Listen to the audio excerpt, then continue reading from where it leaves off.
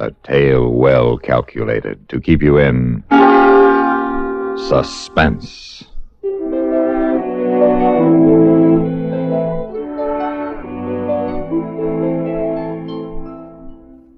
It was a warm summer night in the middle of Illinois country.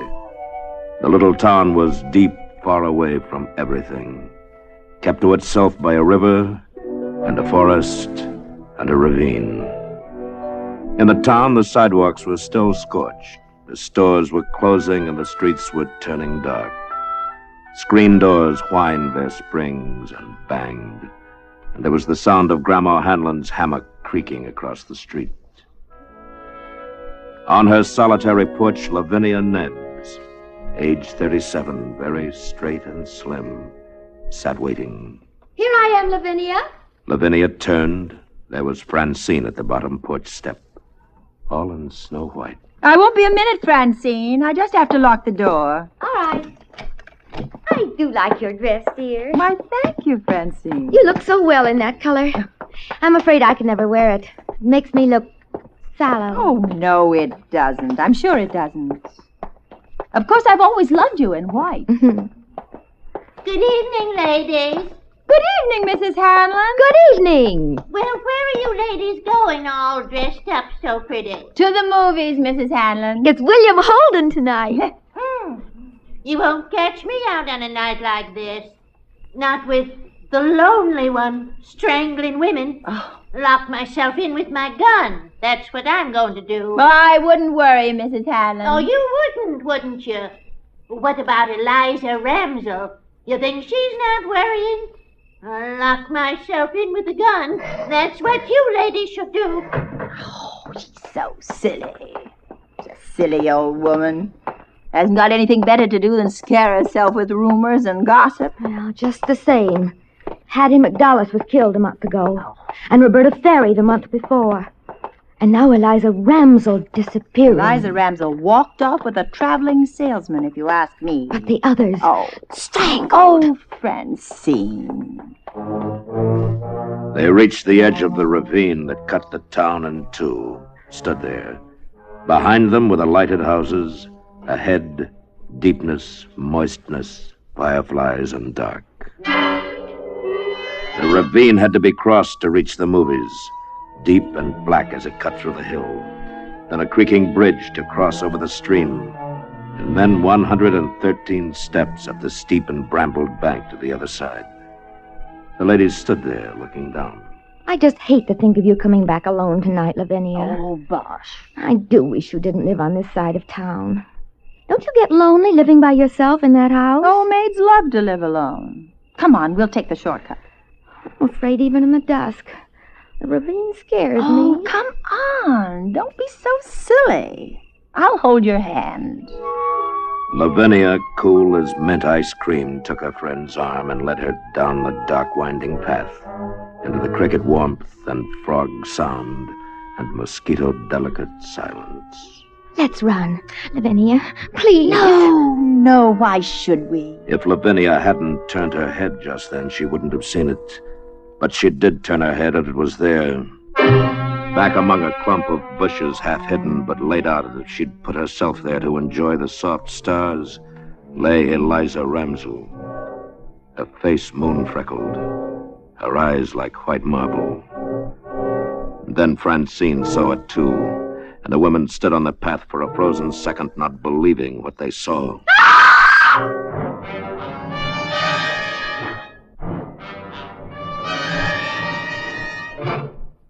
In a moment, we continue with the second act of Suspense. Another visit with Joe and Daphne Forsythe. Joe, Yeah, Daphne. you think I should go on a diet? No. But I'm adding weight. Only in the right places. Flatterer. Seriously, if I put on any more pounds, I'll be out of style. What style? The current one. It calls for that slim, chic look. The beanpole look, you mean. Boy, I don't get it. Here we are, citizens of the healthiest country on earth, with hundreds of different kinds of good food. And what are Americans doing? They're starving themselves. Well, it's fashionable. I don't want you to lose interest in my figure. Don't worry, I won't. Say, speaking of that, look at this. Here's a figure with real interest. Oh?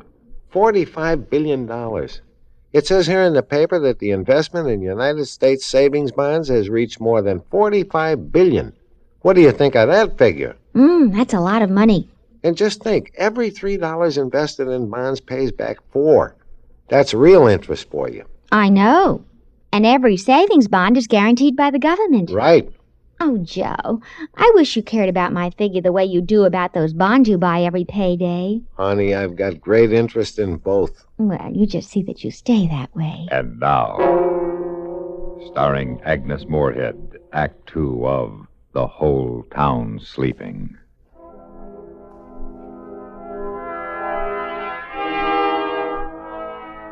And then the police came and darted their flashlights around in the shadows of the ravine. And Lavinia held on tightly to the shuddering Francine.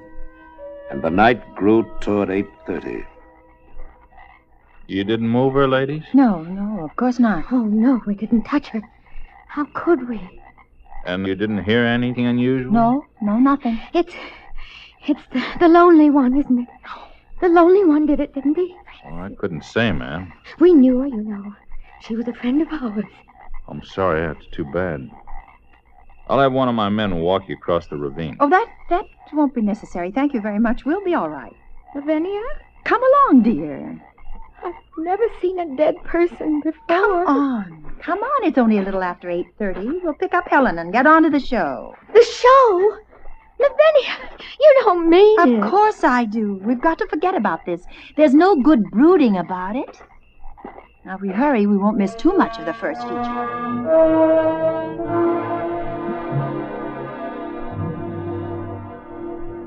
Well, I thought you'd never come. You're an hour late. Well, Helen, you see... Someone found Eliza Ramsell dead in the ravine. Oh, no. Who found her? Well, we don't know. How awful. Oh, I don't think we'd better go to the show tonight. Oh, of course we will. The last showing today, and I wouldn't miss William Holden for the world. Besides, the lonely one can't kill 3 ladies all at once, and anyway, it's too soon. The murders come a month separated. Come along, Helen. Well, all right. I'll get a sweater. Wait for me.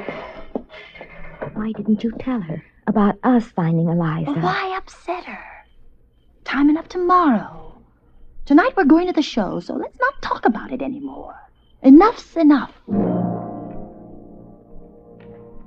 The ladies walked downtown and stopped at the drugstore, which was a few doors from the theater. Lavinia bought a quarter's worth of green mint chews, and the druggist dropped the mints into a sack with a silver shovel. You looked mighty cool this noon, Miss Lavinia, when you was in. So cool and nice, somebody asked after you. Oh? Man sitting at the counter. He watched you walk out, and he says to me, "Hey, who's that?" Just like that, he says it. "Why, that's Lavinia Nebbs, prettiest maiden lady in town," I says. "Beautiful, so beautiful," he says. Where she live? You didn't give him her address. Well, now, I didn't give him the exact address. I said over on Park Street, near the ravine. Hope you didn't mind. Well, that settles it. We're going straight home. That man asking for you, Lavinia. You're next. You want to be dead in that ravine? Oh, nonsense. I'm not going to miss the movie. You two can do what you want. I'm going.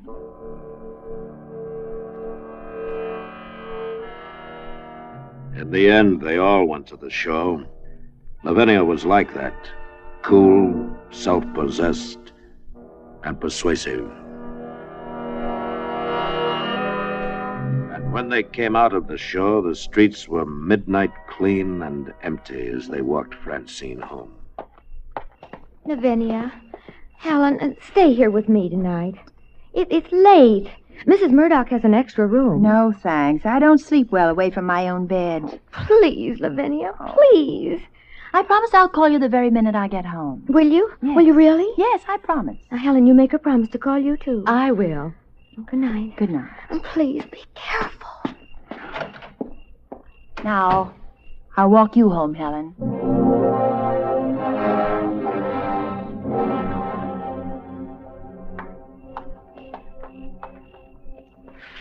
Well, I I don't suppose it's any use asking you to stay with me, Lavinia. There's no reason for me to.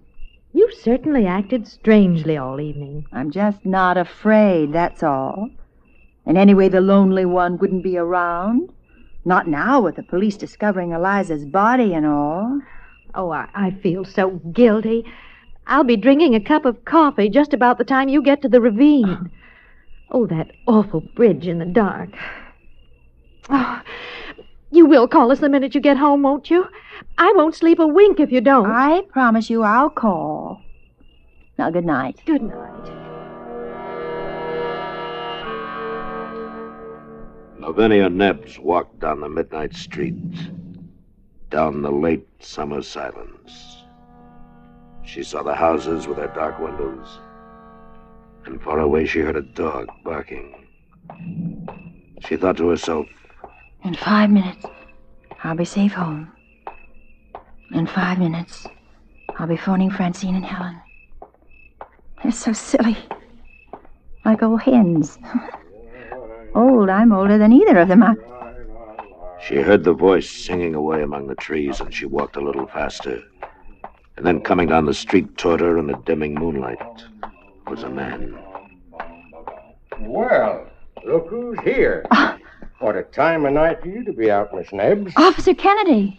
Oh, I'm so glad it's you. Anything wrong, Miss Nebbs? No, nothing at all. I'm just glad it's you. You know you shouldn't be out so late. Yes, I know. I've been to the movies. The Late Show. Well, I'd better see you across the ravine. No. Thank you. I can make it fine. Moon's going to be behind the trees. It'll be pretty dark. Well, I'm not afraid of the dark, Mr. Kennedy. Are you sure you'll be all right? Yes, quite sure. Thank you. Well, I'll tell you what. I'll wait here till you're across. If you need help, just give a yell and I'll come a-running. Oh, thank you. Good night. Good night, Miss Nebbs. As Lavinia walked on, she thought, I won't walk in the ravine with any man. How do I know who the lonely one is? He could be anyone. Then the ravine. She stood at the top of the 113 steps that led down the steep brambled bank and across the creaking bridge. Then 100 yards and up through the black shadows to Park Street and home. 3 minutes from now, I'll be putting my key in the house door. Nothing can happen. Nothing. And she started down the dark black steps into the deep ravine night, counting as she went. 1, 2, 3, 4, 5, 6, 7. In a moment, we continue with the third act of Suspense. We have together ample capacity and freedom to defend freedom. This is NATO, the North Atlantic Treaty Organization. As in many other complex activities, in NATO, too, it's the little things that count. For instance, spare parts for the armed forces equipment of NATO countries. This complex problem is handled by the NATO Supply Center at Châteauroux, France, which assists NATO countries in providing a common system for supply of spare parts. The United States of America is a part of NATO. You should be aware of and alert to the programs and objectives of the North Atlantic Treaty Organization. And now, starring Agnes Moorehead, Act 3 of The Whole Town Sleeping.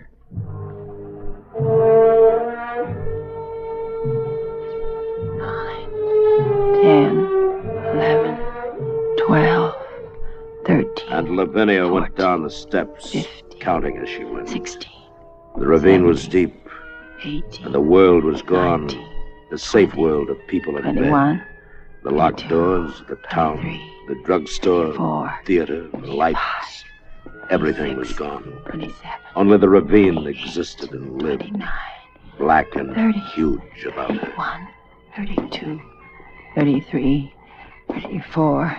Nothing's happened, has it? No one around? Is there? 40, 41, 42, 43, 44, 45. Remember that old ghost story you told each other when you were children? About the dark man coming into your house and you upstairs in bed? And now he's at the first step coming up to your room.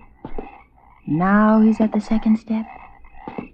Now he's at the third and fourth and the fifth step. How you laughed and screamed at that story. And now the horrid man is at the 12th step, opening your door. And now he's standing by your bed. What? What? There at the bottom of the steps.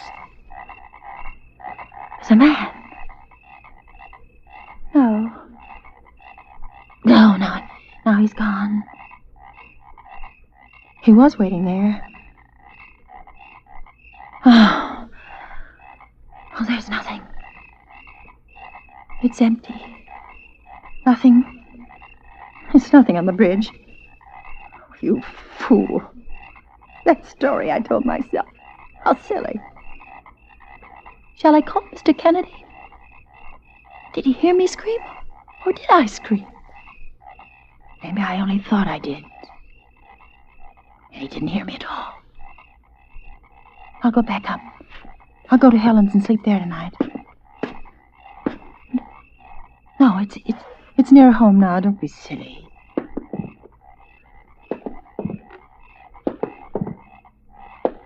Wait. Someone's following me. Someone's on the steps behind me. I don't dare turn around. Every time I take a step, he takes one.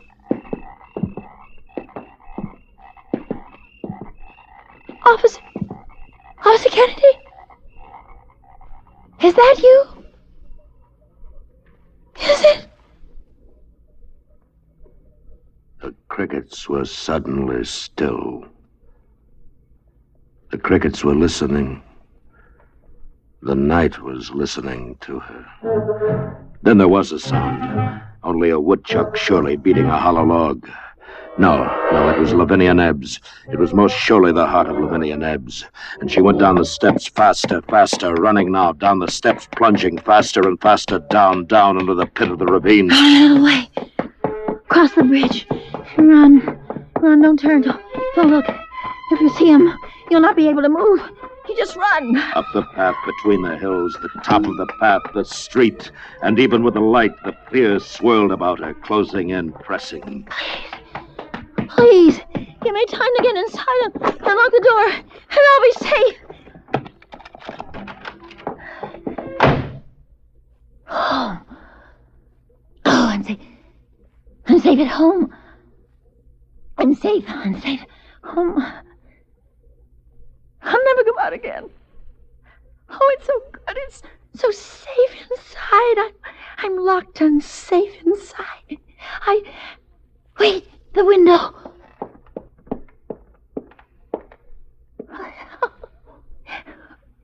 Wait, there's no one there at all. There's nobody. There was no one following me at all. Nobody running after me. How silly. If a man had been following me, he'd have caught me. I can't run as fast as a man. I wasn't running from anything except me. The ravine was safer than safe.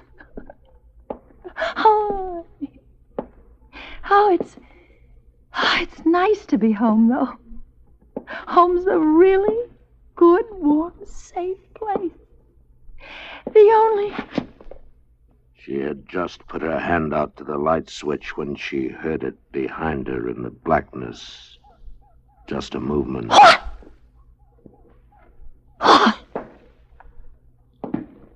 Who is it? Beautiful. So beautiful. Don't come near me. Don't you come near me.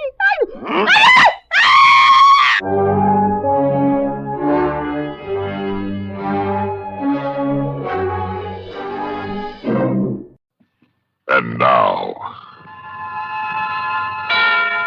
The Wait, starring Maria Palmer.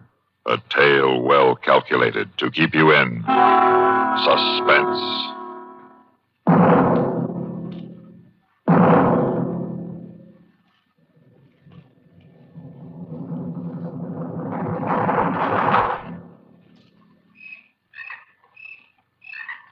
Three, 4, 5, 6. Well, throw it. There. Yeah, you count too slow. Someday a grenade. But not tonight, sir. Well, that would be the last of them. No, someone's running from the house. Well, finish him. You others stand watch. Come, App. Let's check them off. Give me the list. And this one would be the kid, Jordan. Poor fellow. 3 eyes don't look well on anyone. Shame he was so young. He's old now. All right, check off the name Jordan. Yes, that's the finish of it. Delsey, Hagar, Uden, the watchman where their arms were concealed, their truck driver, the girl. The girl. Well, she must be inside. We'll look.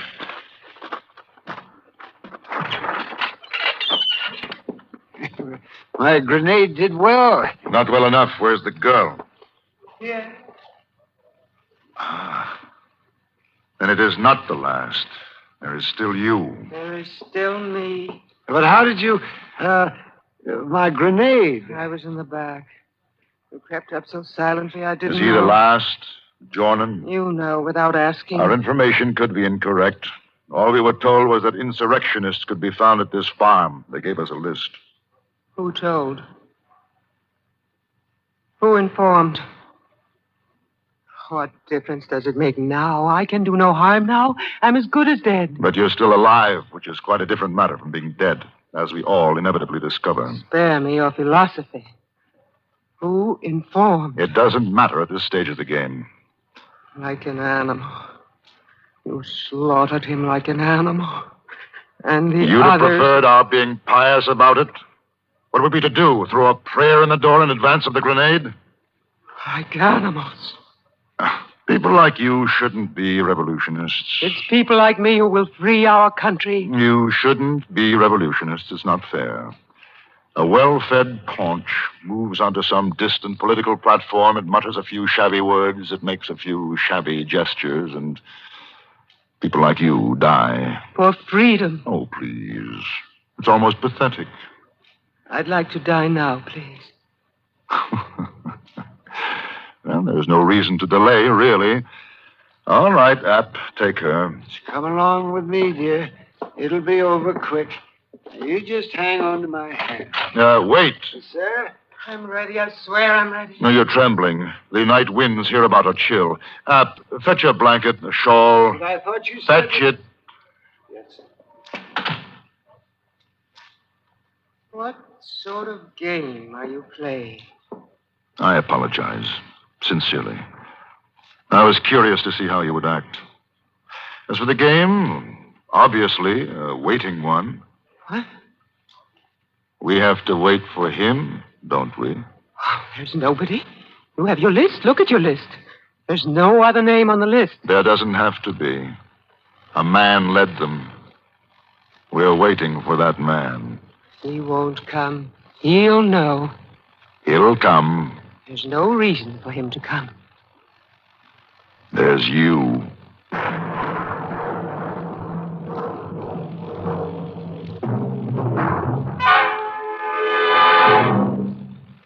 In a moment, we continue with the second act of Suspense. And now, starring Maria Palmer, Act 2 of The Wait.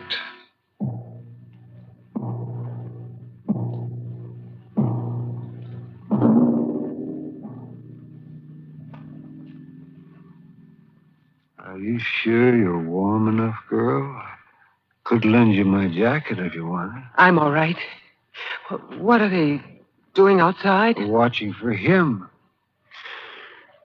It'll be dawn before long. They'll call to him, won't they? I mean, they'll give him a chance to surrender. Well, what will happen will happen. How is it you are one of them? Huh? Oh, you think I'm too old for this sort of monkey business, huh? Perhaps you're right. But I'm one of them, well, for the same reasons that you were on the other side. Political conviction. But they're traitors. They betrayed our government and seized power. They oppress the people. Oh, I dare say that's how it looks to you. That's how it is. You can't deny truth. The truth is the government subsidized the potato crop this year.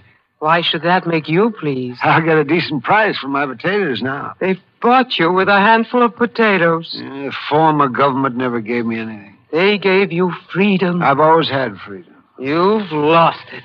Look at yourself, a slave in uniform. Don't you go insulting me. I'm in the uniform because I want to help the cause. What about after? Answer me that if you can. After? After when? Once they're firmly dug in power, what then? Well, I should imagine agriculture and so forth will proceed more smoothly. With a kind of fertilizer you've just planted? Oh, now, watch that. There's no call for that sort of talk. We'll rise again. We'll wipe you and your kind off the map, we will. Perhaps. All I know is somebody's got to be the boss. The stronger the boss, the less trouble there is. And you're the kind of man we die for. No, thank you. I do my own dying. Listen, you've got to let me go. Oh, now that spoils it. But I thought this was a friendly talk we were having. Him, your leader. He said it, and you're saying it. We are common people, us. Why should we harm each other over a parcel of trick ideas while the men whose ideas they are far off and safe? Well, I won't be tricked, girl. If you don't let me escape, it's the same as if you yourself executed me. Well, I may have to do the actual job anyways. And you call that freedom? Being forced to kill a girl young enough to be your daughter? They won't be forcing me. They'll order me to shoot you, and I'll shoot you. You couldn't. They're young, they're cruel, but not you. I could run out the back door into the wood, and you wouldn't touch me. I'd shoot you. I'd have to. No, you're human. Well, now you stop edging toward that door. I could almost be your grandchild. How could you harm your own grandchild? I warn you, leave the door alone. I'll be through the door and gone before you notice. You won't give the alarm. You will be thinking, young enough to be my own grandchild. My rifle is cocked. I warn you, take your hand from the door latch. Remember, your grandchild. For the last time, Not a sound.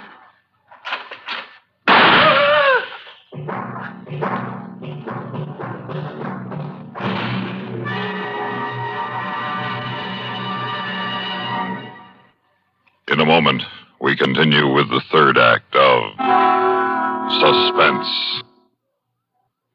And now, starring Maria Palmer, Act 3 of The Wait.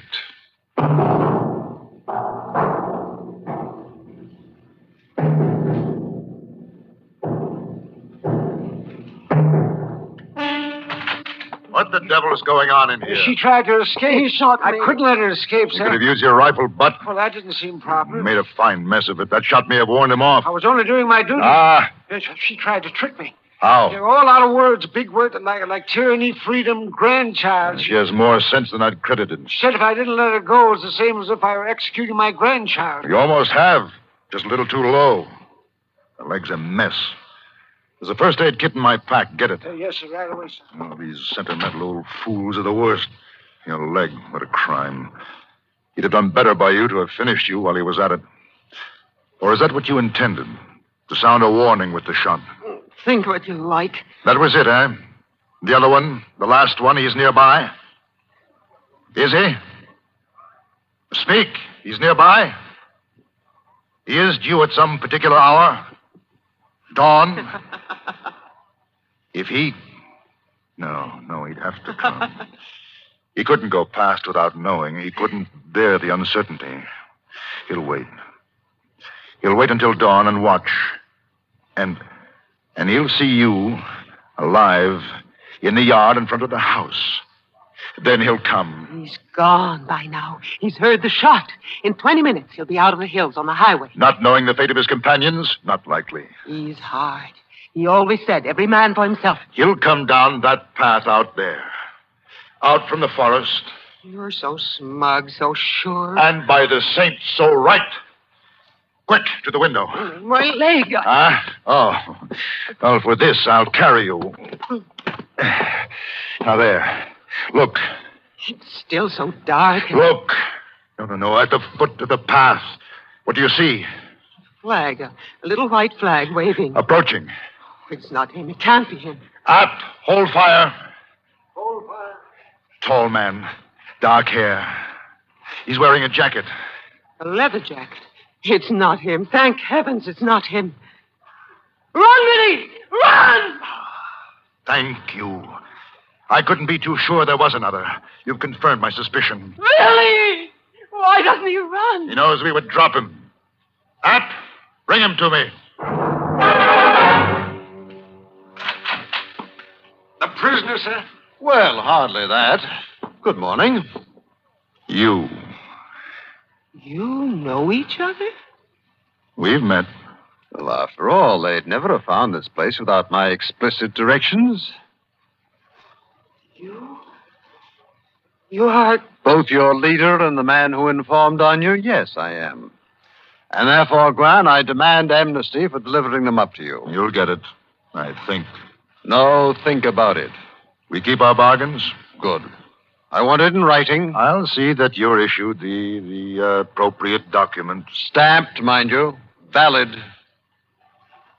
What are you staring at, girl? You. You've seen me often enough before, if you care to remember. I remember. Yeah.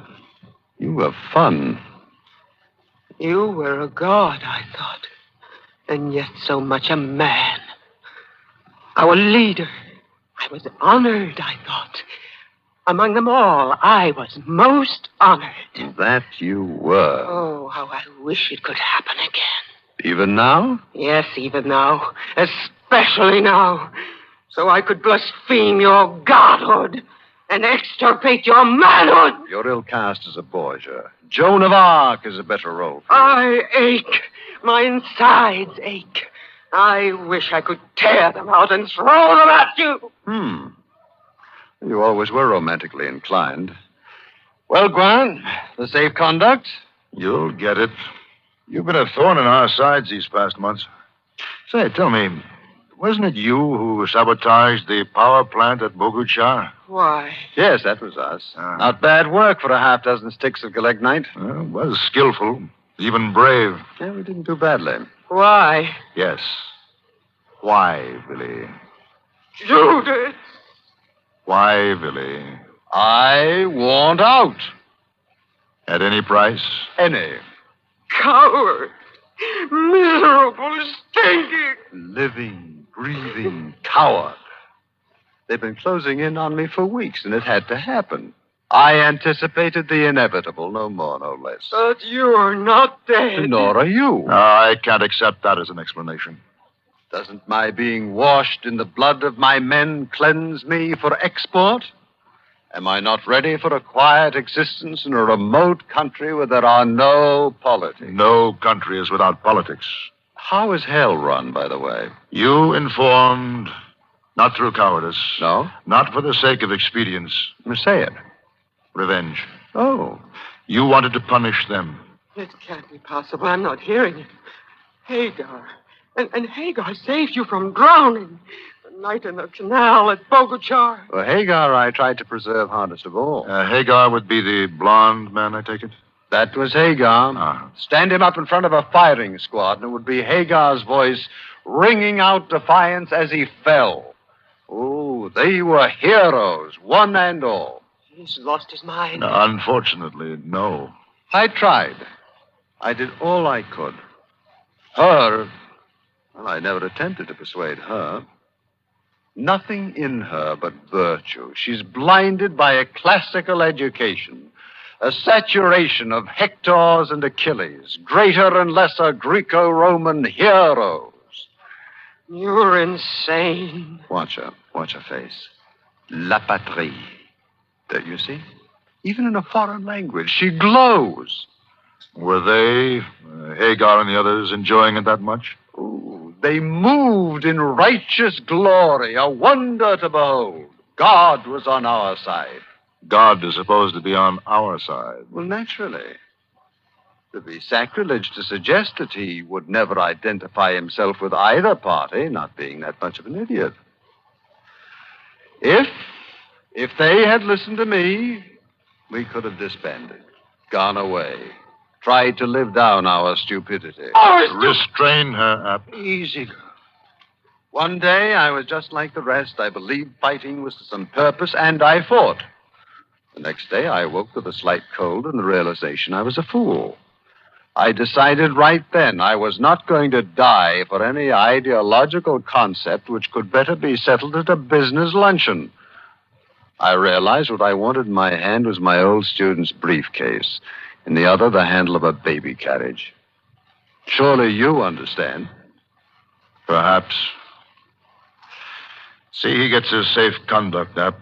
Go. Tell the men to fall in. We leave here in a couple of minutes. Correct, sir. And leave me your rifle.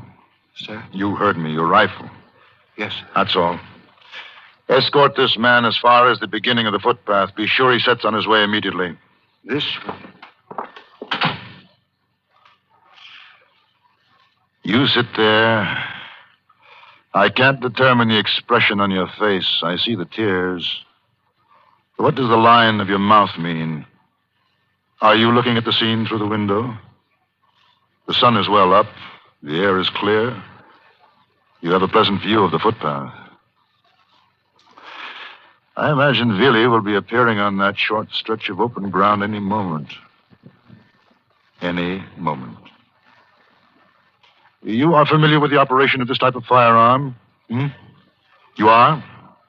Good. There is a cartridge in the chamber. I will leave it on the table in front of you within easy reach. App will come back to this room for his rifle in approximately 3 minutes.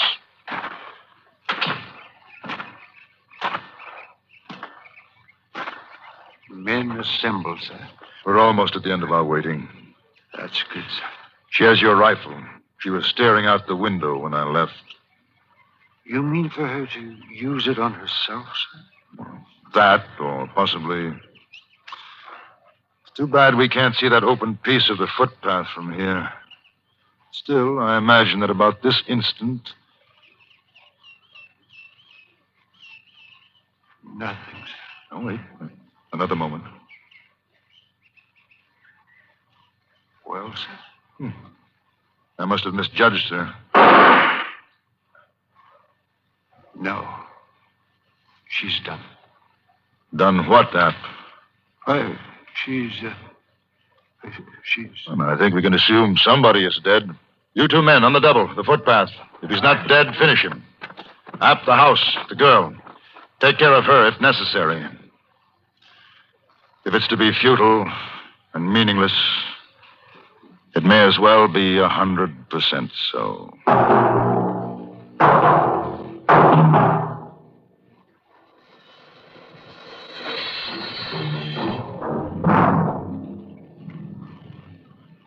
And now, The Treasure Chest of Don Jose, starring Raymond Burr. A tale well calculated to keep you in suspense. I didn't have a map. I had a poem. A curious bit of doggerel.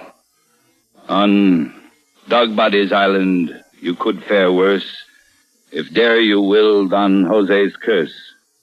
For there, 33 yards, southeast of the Rocky Guards, you'll find a pleasantly fulsome measure of Gasparia's earthly treasure.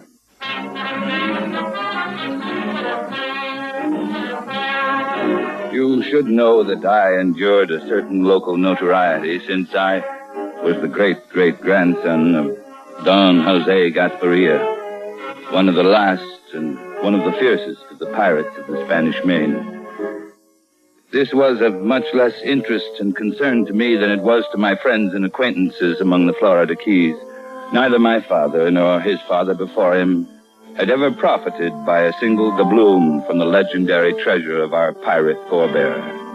But then, they lacked the clue, which I found one day behind the fireplace bricks of my great-grandfather's house. There could be no question about it. That cryptic verse was as good as a treasure map. It would lead me straight to the hidden gold of my ancestor. At first, I must locate Dogbody's Island. 2 days spent among the old charts in the public library in Key West, and I had it. Dogbody's Island was a tiny sand spit near the tip of Cape Cod, more than 1,000 miles north. 2 days later, I was standing on a cold, windy Massachusetts beach, talking to a local real estate agent. No, sir. Ain't heard this called Dogbody Island since I was knee-high to a grasshopper. Where'd you hear it called Dogbody Island? I really don't know. Some friend of mine down in Florida, maybe. Well, it's called Sprague Spit now. Ever since old Captain Sprague bought her up back in 03. Well, here's a house just above that point of rocks. Just a summer cottage. Too danged uncomfortable this time of year. It looks all right to me. I can find you something a heap sight better in town. Got a nice little house just back of the gas station. No, I like it out here. I like to be alone. Yeah, you'll be that all right. Ain't a neighbor in more than a mile and a half. That suits me fine. Well, then let's get back into my office in town where it's warm, and I'll oblige you for a month's rent in advance and give you the keys. Oh, by the way, that point of rocks, is that the only one on the island? I mean, Spit? Yeah. Pirate's Point, folks call it hereabouts. Fella says the Buccaneers used to put in here for water in the old days. Me, I don't put much stock in them stories myself. You sure you want to rent this place? It's just what I'm looking for. Well, it takes all kinds, I always say. The cottage was quiet, secluded, and yet within view of that rocky point, which must be the same one Don Jose's poem called The Rocky Guards. I can tell you I scarcely slept that first night. So great was my eagerness to be up in the morning, pace the 3 and 30 yards southeast of the Rocky Guards, and begin digging for my treasure. 29, 30, 31. Morning. Good morning. Looks like it's going to be a nice day. Yes, it does. I see you got a shovel. Looks like you're going to do some digging. Oh, yes. Clams. I'm going to dig for clams. No clams in the surf. Oh, there aren't? Nope. Find them on the bayside. Oh, then I'll look over there. Don't dig them with a shovel. Got to use a rake. Oh? Is that so? Yeah. Too late now anyway. Tide's coming in. Another low tide to 5 this afternoon. I didn't know. I'm a stranger here. Yeah, I know. I'm chief of police. Anything wrong? Nope. Town limits come all the way out here, though.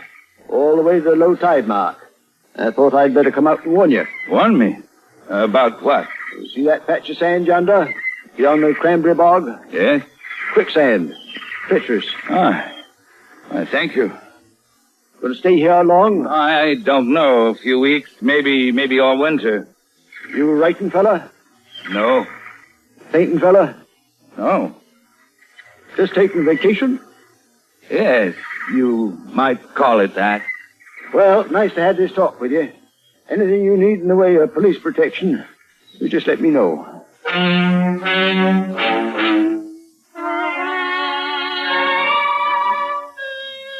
So I waited until an hour after sundown, and then, carrying a lantern, I paced off the 33 yards southeast of the Rocky Guards and set to digging.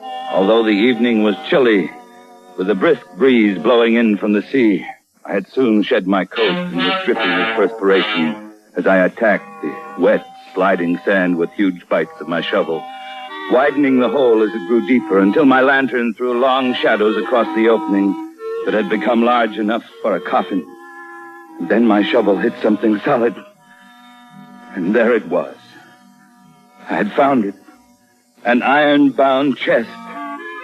The treasure chest of Don Jose. And then I heard voices. Terror seized me. Who came now to violate my supreme moment? Who now threatened to deprive me of what was rightfully mine? I turned the lantern and scrambled from the hole. A few yards away, I could see the beam of a flashlight slowly approaching. I hid behind a ledge of rocks, my heart drumming in my ears, my hell breath screaming in my tightened throat, trying to listen, trying to see. That patch of quicksand has got to be around here someplace. Hey! What's the matter? There's a hole here. Nearly fell in. Huh? Now, this'll do great. There's even a shovel to fill it up. Ready? 1, 2, 3. What are they doing? Did they know? At last, it was quiet, and I watched their light as they made their way across the island toward the bay. And then, after a long time, I heard the cough of a motorboat. Then I lit my lantern and went back to my digging. The hole was half filled. Suddenly, my terror turned to rage. What had they done? I began digging savagely. But almost at once, my shovel hit something. Something that was softer than a chest and yielded to the pressure. Seized my lantern, crouched over for a closer examination, and found myself looking into the vacantly staring eyes of a corpse.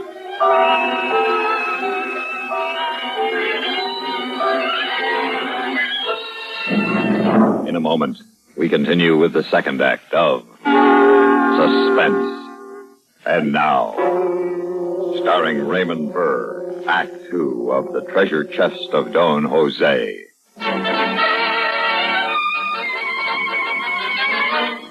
As I looked into the open eyes of the corpse, panic seized me. Surely this was one of Don Jose's men buried with the treasure chest to guard it through eternity. I fled in terror, running blindly across the moor to my little house, tormented by 1,000 fears, 1,000 anxieties.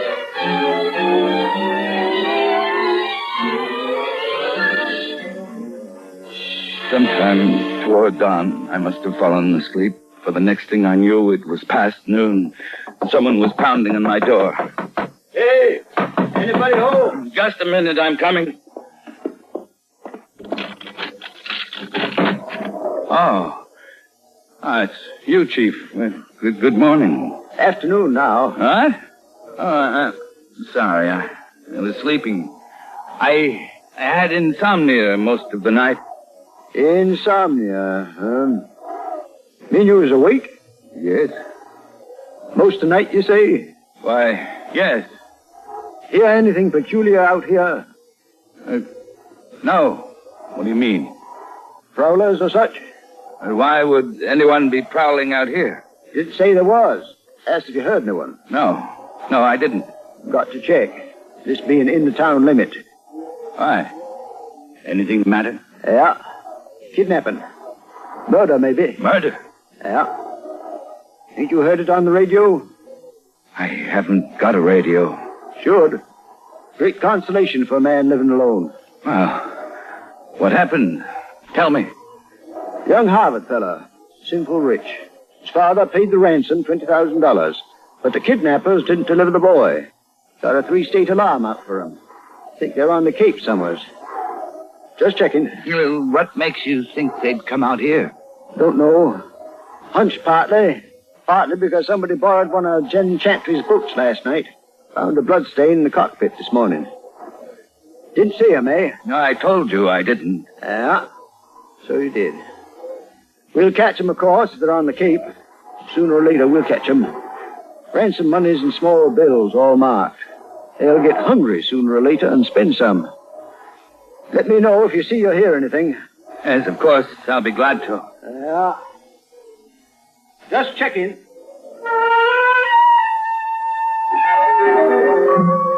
So much for the terrors of last night. I had seen no ghost of the past, or the corpse of the present. I returned to my digging that evening and quickly disinterred the unwelcome visitor from my treasure hole. Unquestionably, he was the kidnapped victim, a young man dressed in the Ivy League manner of a college boy. I dragged him to one side and set to work. By 7 o'clock, I had uncovered the chest and was about to lift it out of its grave. What? He wants to know, do you need a hand with that? Who are you? How did you get here? Low tide, we walked. Get out of the hole. No, answer me. Help him out of the hole, Steve. Come on, pal. Hey, Jeff. What's the matter? The kid's body, it's gone. He got rid of it. What? Get him out of there. Okay, pal, come on. Let me go, please. Let me go. Where is it? What'd you do with it? There. I put him over there. Why did you move him? Oh, he was... Hey, there's a box down there. Yeah. What do you got, pal? Treasure? Buried treasure? Don't laugh. Maybe that's what it is. Well, let's get it out of there. Leave it alone. Leave it alone! Shut up! All right, Steve. Let's get it out of there. At gunpoint, they forced me to help them carry it toward the house. My treasure. They forced open the chest and emptied one of the canvas sacks, its contents cascading onto the table in a golden stream of doubloons. Ah. What do you know? Gold. Well, it's mine. It belongs to me. It's my inheritance. Yeah, I know, pal. Only you're going to pay a high inheritance tax, 100%. Okay, now, I'll tell you what we're going to do. My friend and me are in a little trouble. And you're going to give us a hand, aren't you, pal? Go away. Leave me alone. That's just what we're going to do. We're leaving. And we're taking that bright, shiny stuff with us. The treasure's mine. But we're going to be fair. We're going to give you $20,000 in nice, up-to-date American money. How do we know? Maybe that junk of yours ain't worth half that much. Oh, your money's marked. It's ransom money. That's beside the point. This dough of yours won't work in a cigarette machine, you know. We're going to have to go to a lot of trouble to cash it. What was that? Window blew open. It's raining like crazy outside. We better get started then. No, I won't let you. Take it easy, pal. You got no complaints. You're 20 grand ahead of the game. Come on. We got to get out of here. Grab one under that chest. You forgetting something? What? That sack full on the table. Oh, yeah. Here, pal. Here's one for you. As a souvenir. Come on, Jeff. Yeah, so long. My treasure. My treasure. How long I lay sobbing, bereft of my treasure, I do not know. But finally I became aware that the thin frame cottage was creaking and shaking from the relentless wind. The sound of the storm had a familiar tone. A tone I'd heard many times before in the Florida Keys, and I realized that this was no ordinary storm. This was a hurricane. Outside, the waves were piling up, coming closer and closer to the cottage. Over my head, there was an ominous sound, crunching and ripping. The roof would blow loose any moment. I threw myself against the kitchen door and, crouching low, ran away from the sea.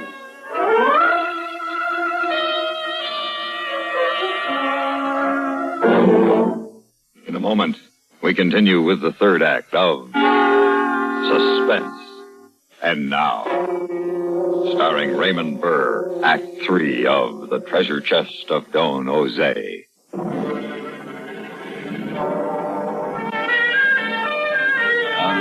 Behind the shelter of a high dune, I stumbled and fell, spread-eagled on the sand.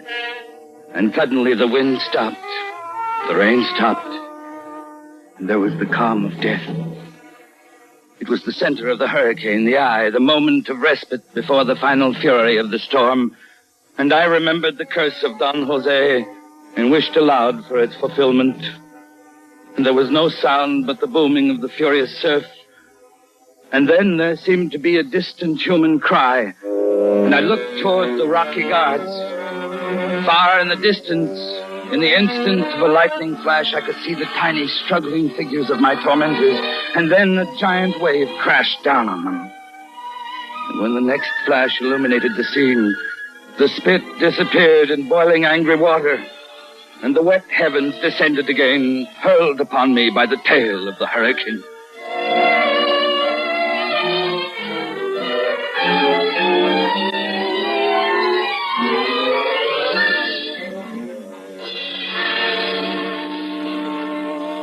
I awoke with a light in my eyes, and I heard a voice. You all right? Who is it? It's me, Chief of Police. Got out here as soon as I could. We was worried about you out here with no radio. You couldn't get the storm warnings. Come up so fast, wasn't time to get you off. Thanks. That's very kind of you. Lucky you got out of the house. Why? Take there no more. Ocean come plumb through, carried the house right into the bay. Made 2 islands out for Sprague Spit. Storms play funny tricks. That kidnapping I told you about? Yes? What about it? Found 3 bodies out near those rocks. The kidnappers and their victim. What do you know about that? Nothing. Nothing at all. You don't believe my story? But look, here is the gold doubloon from the treasure chest of Don Jose. Yes, it still exists. Only now, there is no map, no clue. But I can tell you this. In the rocky surf, near the 2 islands which were once Sprague's Pit, if you will dare the curse of Don Jose, you can find his treasure chest.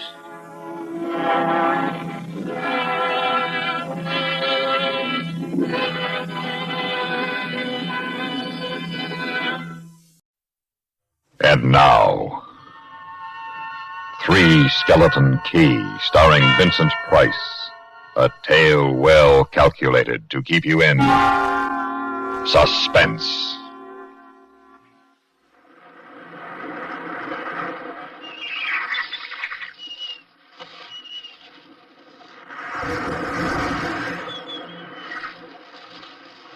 Try and picture this place. A gray tapering cylinder welded by iron rods and concrete to the key itself. A bare black rock 150 feet long, maybe 40 wide. That's at low tide. At high tide, just the light rising 110 feet straight up out of the ocean. And all about it, the churning water, gray-green, scum-dappled, warm as soup, and swarming with gigantic bat-like devilfish, great violet schools of Portuguese man-o'-war, and, yes, sharks, the big ones, 15-footers. And as if this wasn't enough, there was a hot, dank, rotten-smelling wind that came at us day and night off the jungle swamps of the mainland. A wind that smelled like death.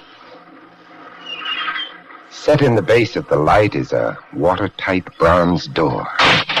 And in you go, and up, round and round. Over the light storeroom is the food storeroom, and over the food storeroom is the bunk room where the 3 of us slept. And over the bunk room is the living and cooking room, and over the living and cooking room is the light.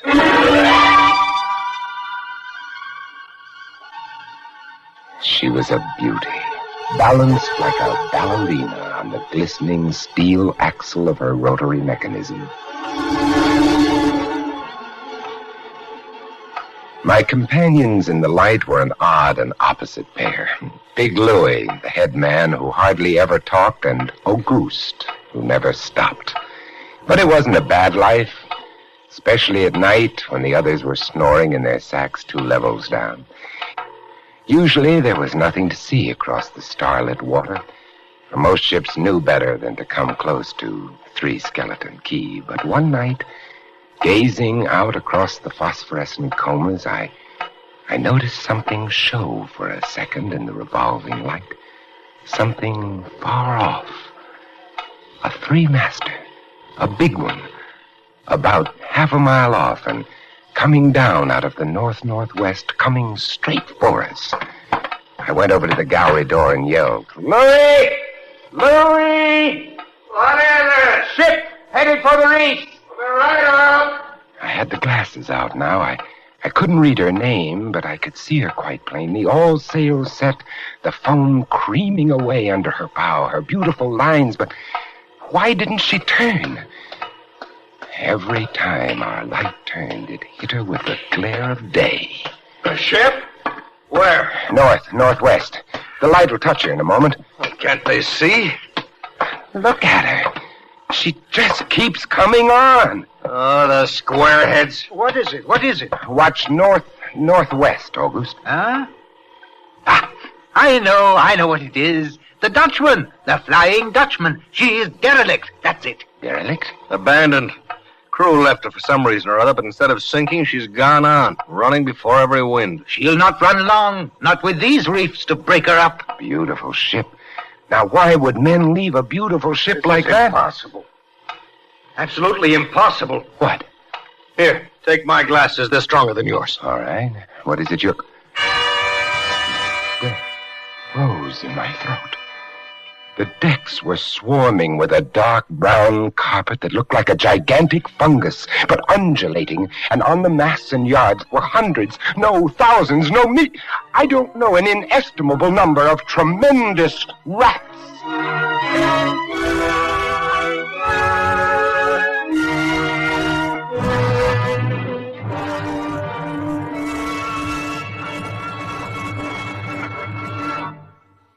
We stood there, the three of us frozen in terror, peering through our binoculars as the rat-covered ship gracefully, relentlessly bore down upon the quay, until at last, with a horrible certainty, splintering and grinding upon the rocks, she ran aground.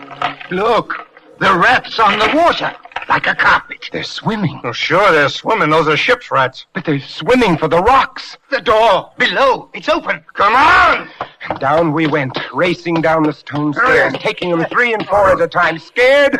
You bet we were scared. Suppose you get the windows, maybe they can climb. We don't know. All right, Chief, but hurry, hurry. You see them? No.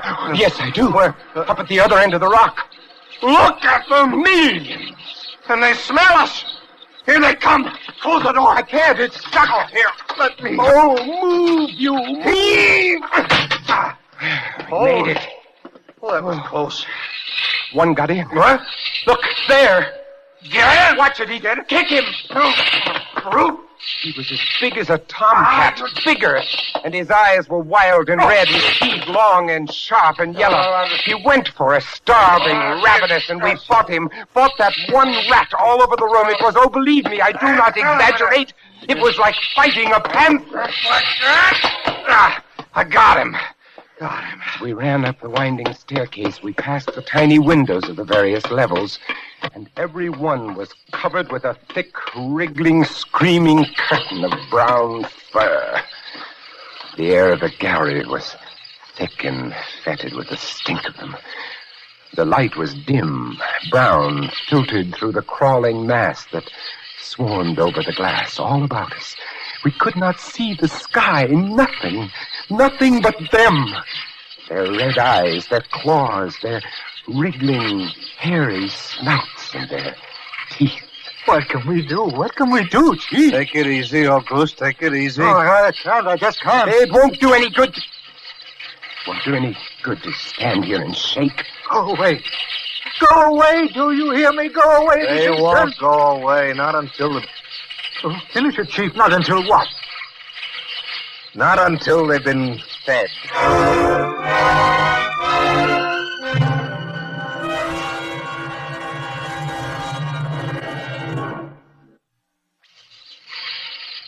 All day long, we sat there in silent horror, watching the writhing mass trying to reach us through the glass, and then at last it began to get dark.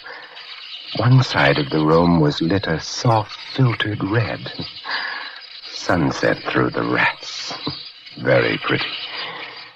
I set the wicks, checked my fuel, and then lit the lamp.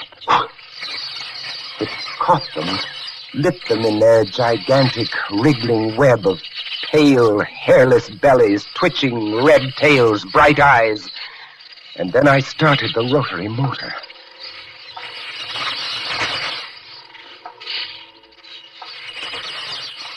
The light drove them mad. As she swung slowly and smoothly about, she blinded them in the fierce, stabbing bar of light, moving continually about, ever turning, ever touching, ever moving around and around, and they twitching and shuddering, eyes flaming when they were struck by the light, blinking and twinkling like the stars of hell.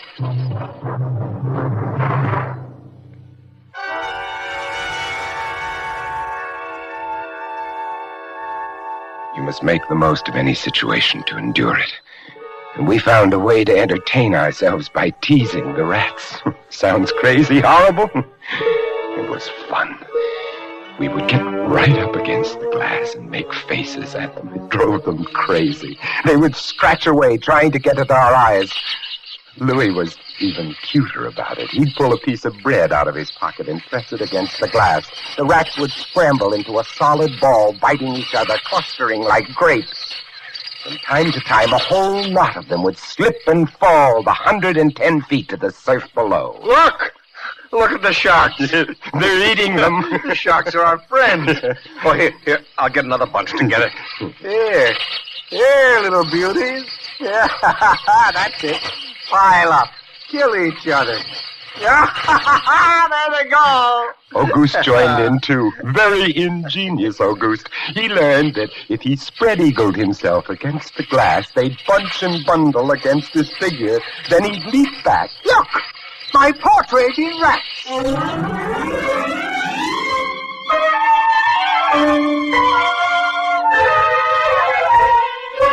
I went off watch about midnight, and I was just falling asleep when I became conscious of a new sound. I couldn't figure it at first, so I got up, lit the lamp, and went to the window. Even as I looked at it, I saw one of the panes begin to sag in. They were eating the wood away. Louis, come quick. They found a way in. I held the glass with my hand. And now they were all going crazy, and assured of the success of this maneuver, they were nibbling away at the frame. Louis ran below and then returned with a large sheet of tin. We spread it against the window and hammered it into place. Even as we did so, we felt the heavy bodies thudding against the other side as the window gave way. That ought to hold. Yeah. If it doesn't, we're done for. Rats can't eat tin. No. What was that? I don't know. Well, that came from below. The storeroom window. They're in. They're swarming up the stairs. Drop the trap door. Right. Two of them got in. Huh? Go after them. We didn't have to go after them. They came at us.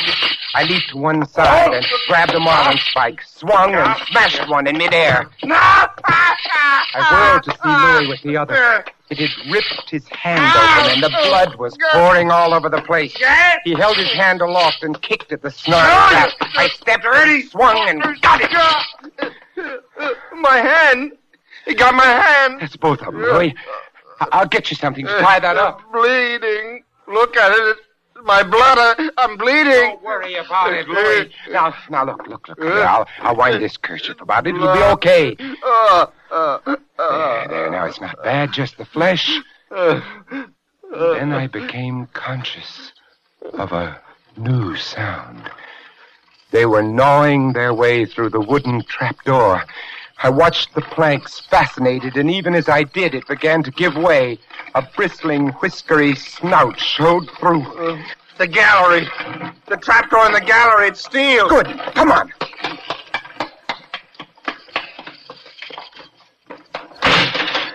We made it. We lay across the trap, exhausted, while below us the rats took over the entire tower. I could hear them howling and fighting over our food supply, our water, our leather, and all about us the others screamed and glared in at us, swaying in a tangled mass, hypnotized by the ever-turning light.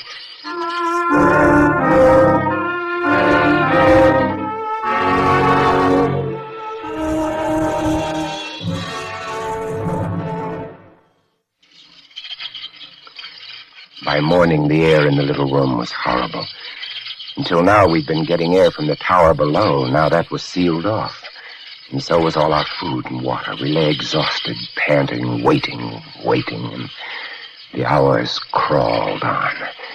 I was almost dozing from fatigue when I heard something that brought me to my feet.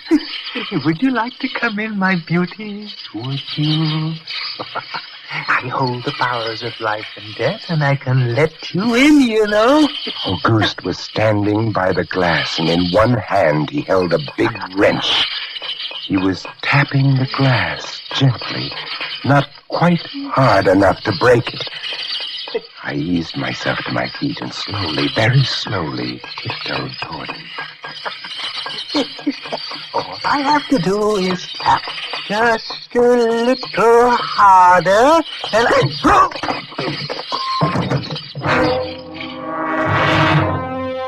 So there I was, a lunatic and a coward for company, and all about watching our little drama, the rats. The following day we lay, thirst-tormented, starving, waiting, and the following night I again tended the light. But the small supply of spare wicking we kept in the gallery had become exhausted, and quite suddenly at about midnight, the light went out. There was nothing I could do. Wicks were stored 3 levels below. Nothing I could do, nothing. From time to time, I'd strike a match to see the clock. And when I did, it lit up the million red eyes about us. All about us, watching, waiting. Below it had grown quiet. They'd cleaned us out, and now they, too, were waiting. All waiting. And then the rats, quite suddenly, were silent. And then I heard it. And then I saw the sky and the stars. The rats were gone. I went to the glass. Out there on the water, a small freighter, a banana boat, came softly and innocently at us. The light was out. They didn't know. I wanted to open the windows, to call out to them, to warn them somehow, but I was afraid. What if the rats were hiding from me, tricking me? And so I waited. She grounded very softly on a reef not 200 yards from the quay. Grounded so gently that the man playing the cornet, was he a passenger, a crewman off watch, didn't even stop playing. They tried washing her back off. I could have told them to save their fuel. The tide was rising, would have floated her free. And I waited.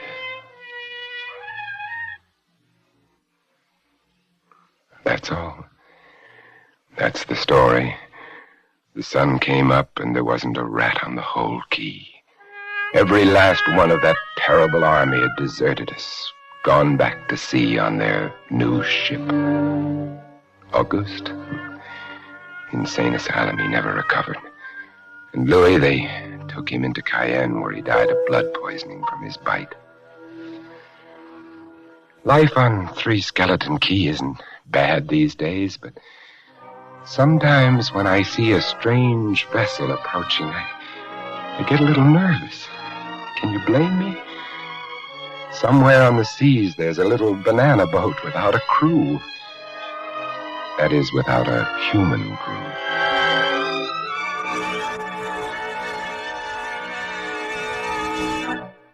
And now, Headshrinker, starring Miss Nina Foch and Mr. Helmut Dantine. A tale well calculated to keep you in suspense.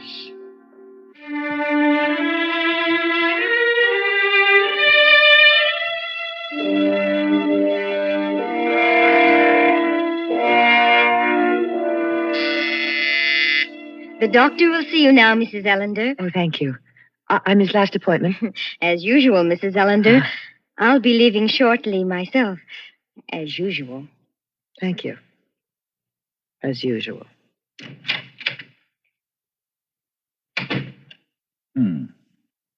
Well, how are you this afternoon? All right, I guess. The couch, or may I sit down? The couch, I think. Your associations seem to flow more freely on the couch. All right. You're the doctor.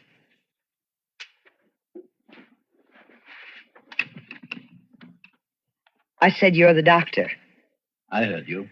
Well, that's supposed to be funny. Is it? Well, you laughed the first time I said it. The first day I came here. I laughed to put you at your ease. I had heard it before. You've heard everything before, haven't you, Doctor? Does it seem that way to you? Everything but this. What? I'm going to kill you. When? before this hour is over. Why? Well, look at your notes, Doctor. You've taken any notes while you've been scratching away behind me all these months? I don't know, maybe you've just been doodling. Maybe you're drawing pictures. Yeah, that's probably it. Dirty pictures. That must be quite a file you have on me. Ruth Ellender, manic depressive, compulsive, obsessoid, check and double check neurotic. How long have I been turning myself inside out for you? How long have I been doing my psychic striptease for you? How many hours have I spent on this couch? How many? You know as well as I. Oh, no, I don't. Once I knew the time of day.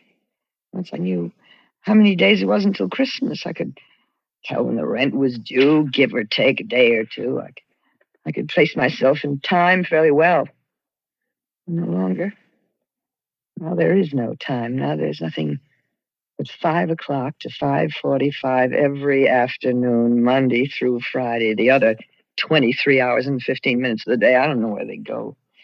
Saturday and Sunday. What do you suppose happens to me on Saturday and Sunday, dear, dear doctor? This is a phase of the treatment. Oh, yes, I know. Transference, it's called, to be followed by counter-transference, and when that's completed, I'll be a whole person. But hasn't that transference gone a little bit too far? I don't know any place where Freud suggests the weekend is a particularly effective time for transference. Nor quiet, out-of-the-way resorts as a substitute for the doctor's office. You shouldn't be reading Freud. I know. I should just take your word for it. If I went to the great man himself, I might find out what a swindler you are. What happened to those weekends, Werner? What happened to the Saturdays and Sundays of my transference? Am I now to expiate your sins in the agony of solitary counter-transference? Each patient requires his own kind of treatment. And some other patient needs the weekends. Is she as pretty as I am? As intelligent? As sick? If you are dissatisfied with the progress of your therapy, you are free to quit at any time. Quit? Oh, no, Werner. I can't quit. You know I can't quit. I love you, Werner. Heaven help me. I love you.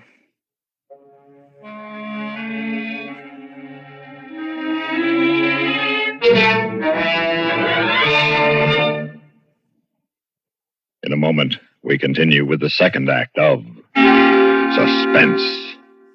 What bothers you most about a cold? For me, it's the choked-up, congested feeling. In fact, science now says to clear away most cold miseries, clear away congestion. Sinus congestion that causes headaches, nasal congestion that shuts off breathing, throat phlegm with its choking discomfort, bronchial irritation that starts coughing. Yes, to clear away those cold miseries, clear away that congestion. And now, there's a specialized new medicine to do that fast. 4-way liquid cough and cold medication.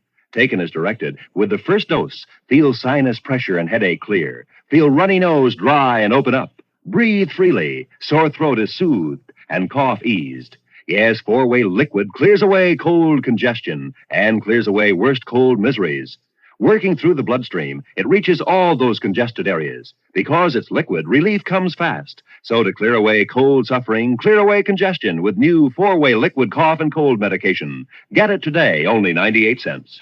And now, starring Miss Nina Foch and Mr. Helmut Dantine, Act 2 of Headshrinker.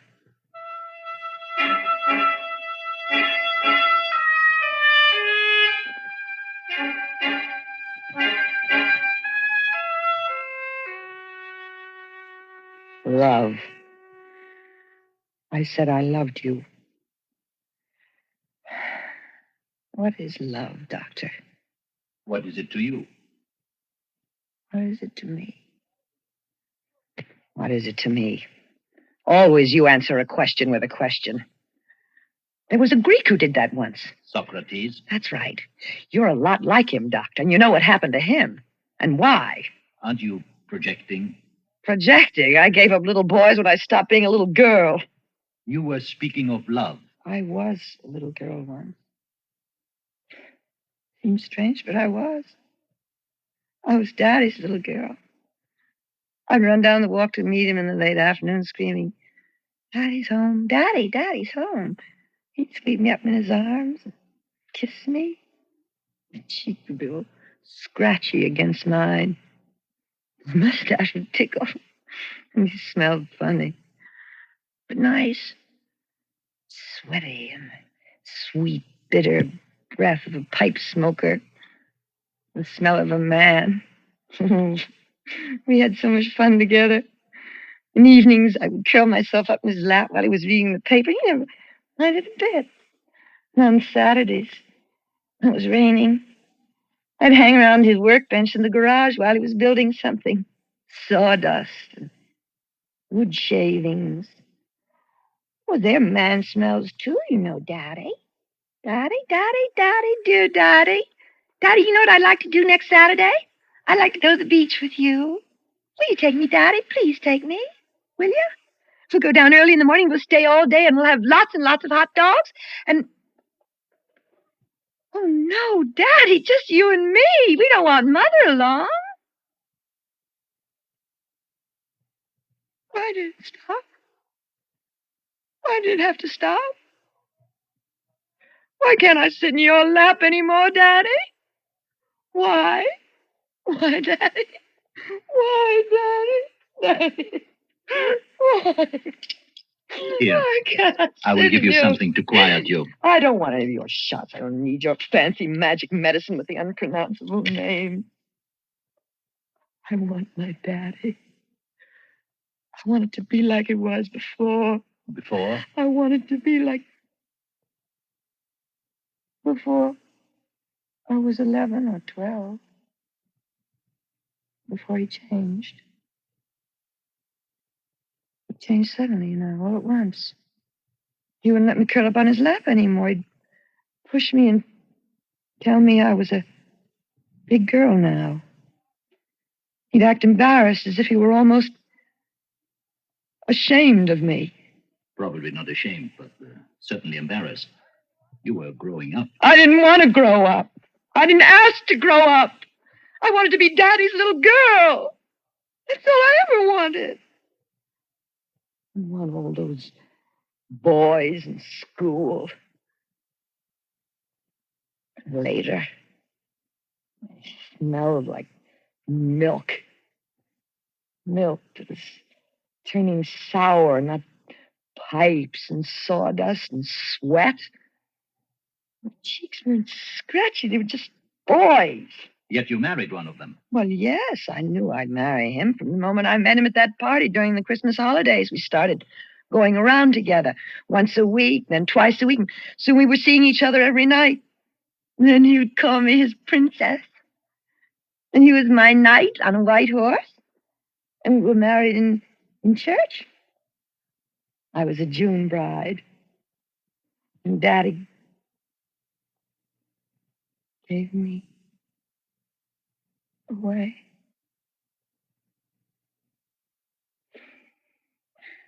And then I was Mrs. George Ellender. I wasn't a princess anymore, and George wasn't a knight on a white horse. It wasn't like the fairy stories where they lived happily ever after. Those stories don't tell about the sinks full of dirty dishes.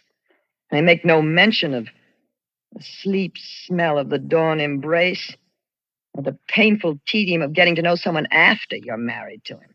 But we made it all right. We got through that first year. We played house. I called him Daddy, and he called me Mommy. He thought it was fun. Well, it was fun, but you changed all that. You awakened me. You taught me reality. You opened my eyes, you and your psychoanalysis. Why couldn't you have left me alone? Why didn't you let this sleeping bitch lie? Who do you think you are, God? No, but perhaps you think I am. Oh, no, not God. The devil, maybe, but not God. Anthropomorphism. The last refuge of the ignorant and the immature. Oh, come off those big words. They don't impress me anymore. Save them for your next victim. Victim? Yes, victim. Lawyers have clients. Storekeepers have customers. Doctors have patients, but you have victims. Why me, though? Why'd you pick on me? There were other women at that party where we met. Lots of them. Nice, juicy, neurotic ones. Why me? You sought me out. Oh, come now. Who lit the cigarettes? Who brought the drinks? Who danced attendance and who told me I was more disturbed than I realized? The fantasies of rationalization. The distinguished psychiatrist, the great healer, concerned with poor little me. The beard, like a messiah. The gentle voice, with just enough of Vienna in it. The compassionate eyes. I arrived at that party in the best of health. I left it a very sick woman who could be made well only by you. You convinced me that I was leading a meaningless life, that I was unhappy and maladjusted and immature. You assured me that I would only realize my fullest potential through psychoanalysis. You practically begged me. No. You seduced me into becoming your patient. You came here of your own free will. Oh, no, I came here of your will and against my husband's. It's only natural for a husband at first. At first? George didn't have a chance. You saw to that. You tore him down piece by piece until there was nothing left of him or our marriage. Your decision to divorce your husband was arrived at by you after you realized the real reasons why you married him. Oh, nuts. I've been on this couch too long for that kind of double talk, Werner. You guided my free association every inch of the way. You led me, oh, so deftly to the water. And then you let me think it was my idea to drink. That first night, when you took me to dinner. I didn't know then, how could I, that no ethical analyst would have suggested such a thing. I thought it was part of the therapy. Oh, I was so easy for you, wasn't I, Werner? It must have been very little fun for you, really, no struggle. Poor Werner, I took away your sense of conquest, didn't I? But I gave you everything else. Everything. Willingly. I loved you, Werner. You were a god. My God. Your pipe, your beard. You were... Daddy? What a contemptible thing to say. What an evil, dirty man you are. You see why it has become impossible for you to continue as my patient? Yes. I told you when I became your lover that I could no longer be your doctor. And you were right. And so that's the last time I will ever lie on that couch. From this moment on, I shall no longer be your patient, and you will no longer be my doctor. A very mature decision. Yes, because now I'm going to kill you.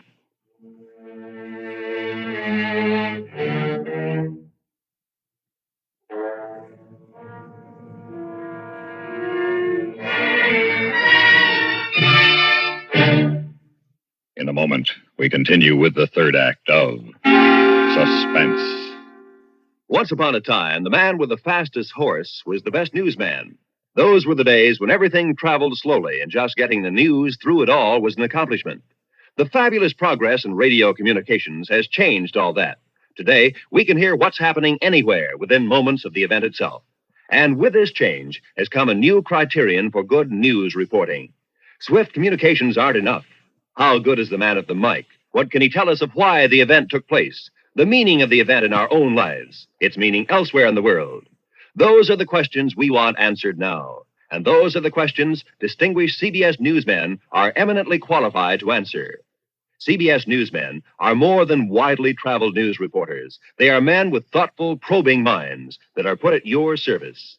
Every news service has fast horses these days, but only CBS News has men like these reporting to you regularly, bringing you more than the facts, helping you to understanding.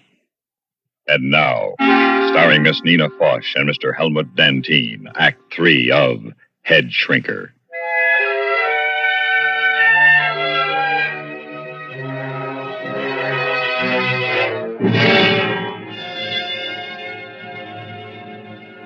That gun is loaded.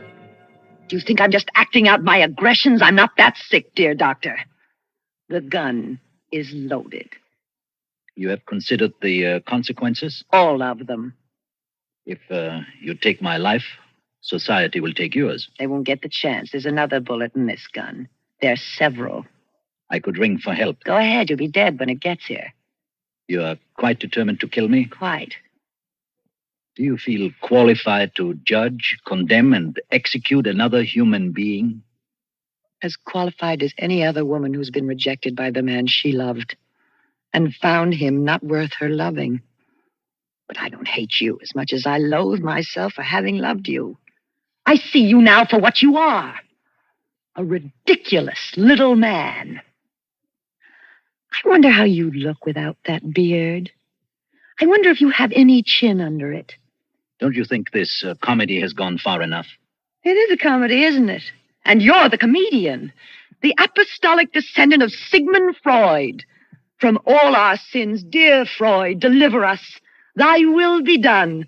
Deliver us not into our id, and forgive our ego. For thine is the power and the superego forever and ever. And little bearded Werner is thy vicar on earth. You're becoming hysterical.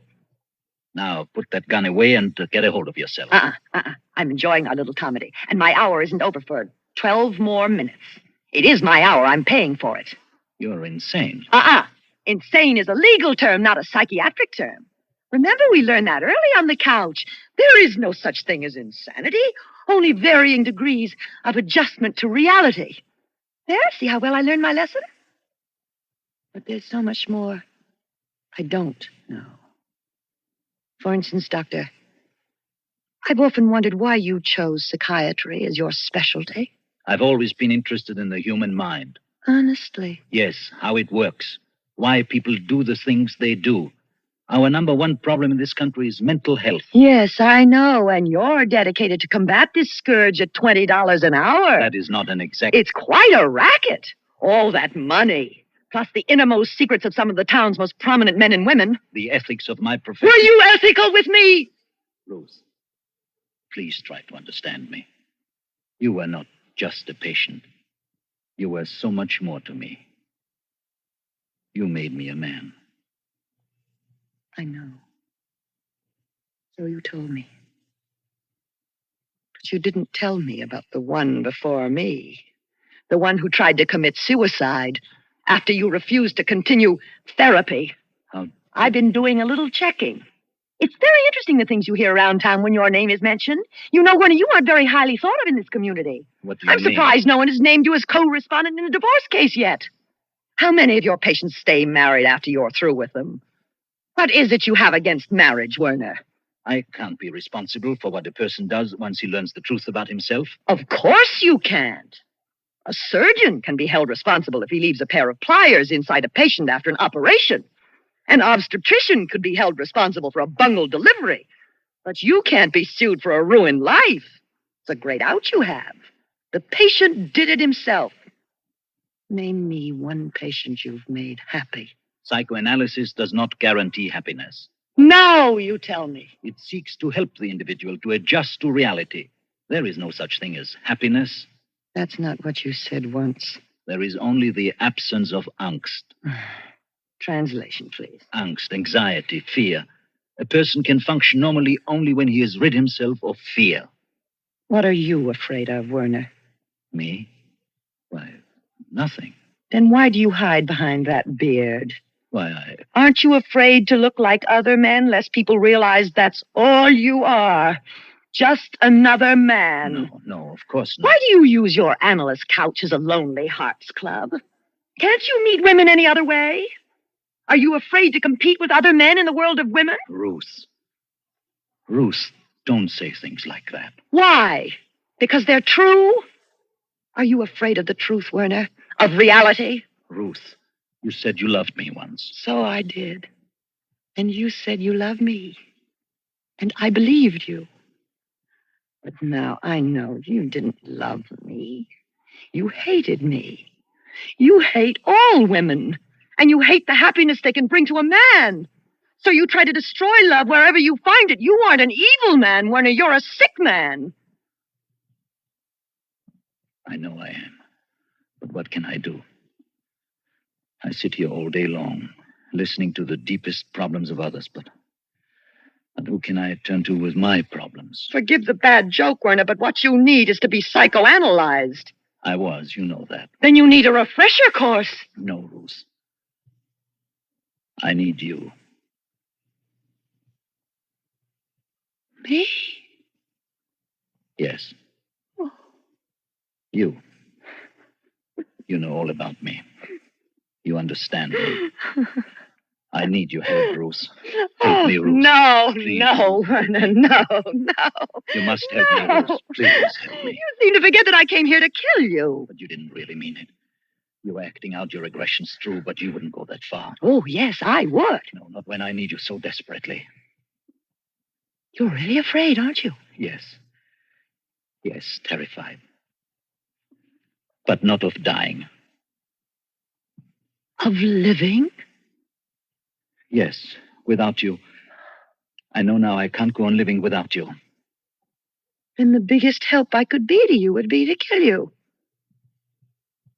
I couldn't do that now. It would be ungrateful of me. Ungrateful? Yes. You see, Doctor, you've cured me.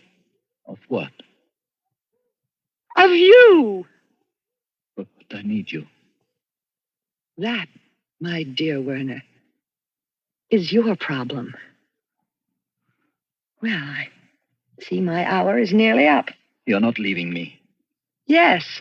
But you can't. No, you can't. Oh, yes, I can. You are no longer my doctor, my father, my lover, or my God. You're just a frightened little man. Ruth. Please, Ruth. Ruth. Oh, I might as well leave this gun with you. I have no further use for it. Good luck, Werner.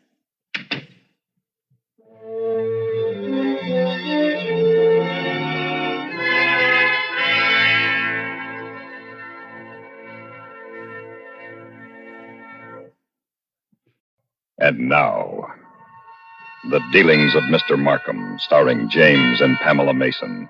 A tale well calculated to keep you in suspense.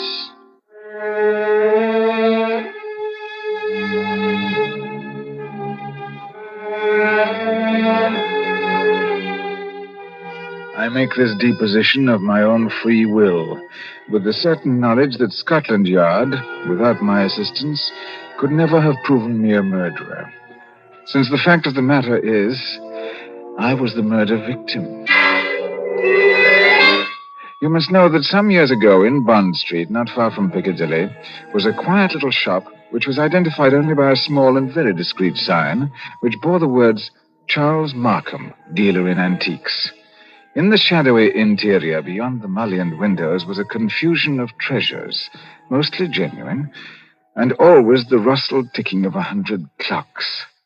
Late one summer evening, when the shutters were long closed on those windows, a hansom cab turned into the foggy, gaslit street and came to a halt in front of the shop. That's all, cabby. You needn't wait. Very good, miss. Good night. Good night. Must be here. He must be. I won't go back to that place. I'll kill myself first. Look here, old man, you needn't... Oh, I beg your pardon. And I beg yours. I'm not the person you were expecting, am I? No, madam. As a matter of fact, I was expecting a police officer. A police officer? Merely an old friend who drops in now and then for some talk and a drink. You are Mr. Markham. Yes. My name is Markham. What can I do for you? I want to come in. I want to buy a present for somebody. Really, madam? It's nearly midnight. Surely tomorrow morning. Oh, that'll be too late. This is a special occasion. It's a birthday present, you see. A birthday present. I've got to deliver it at breakfast. And Sir George Lytell says this is the only place in London to buy antiques. Sir George flatters me. One moment while I put some lights on. No, please. That one little light will be enough. But you won't be able to see very much. Oh, that doesn't matter. I'll trust your judgment. Just as you like. This way, madam. What's that? That noise? You mean the clocks, madam? There are more than 100 clocks in this room. Don't they get on your nerves? Ticking away together like a nightmare? No, I'm very fond of them. Might I interest you, perhaps, in a clock? No, I hate them. All the same, this grandfather clock might amuse you. I didn't come here to be amused. Nevertheless, observe the signature. Johannes Carver, Londini, Fecit, Anno Domini, 1752. You'd see better, madam, if you raised that veil. I'll keep my veil down, thanks. Just as you please. But look at the clock. I open the glass face like this. I push the hand forward like this, and... 11 and all's well. 11 and all's well. What was that voice? Only the clock, madam. Nothing more. The clock spoke. Clever, isn't it? A device of old John Carver, anticipating Mr. Edison's gramophone by more than a century. But then you said you didn't like clocks. Not by the hundreds. Well, then, it's a business. May I ask whether the present you're seeking is for a lady or a gentleman? It's for a gentleman. Has he some knowledge of antiques? No. Yes. I mean... Furniture, perhaps? Porcelain, bronzes, tapestry, weapons? I might be very much interested in weapons, yes. Then I imagine his name is Mr. Ronald Gilbert. Will you tell me, Miss Ray, why you really came here tonight? So you know who I am. Naturally. You're Miss Judith Ray. Why did you come here? I wanted to see what sort of a man you actually were. And you found out? No. But I won't go back to prison. I won't. That's entirely up to you. But since this is a business conference, Miss Ray, and I imagine it is... Yes? Then suppose we go into my office here at the back of the shop. After you. Thank you. You must excuse the dust covers I've put on the chairs here. I'm leaving for a holiday tomorrow, and the shop will be closed.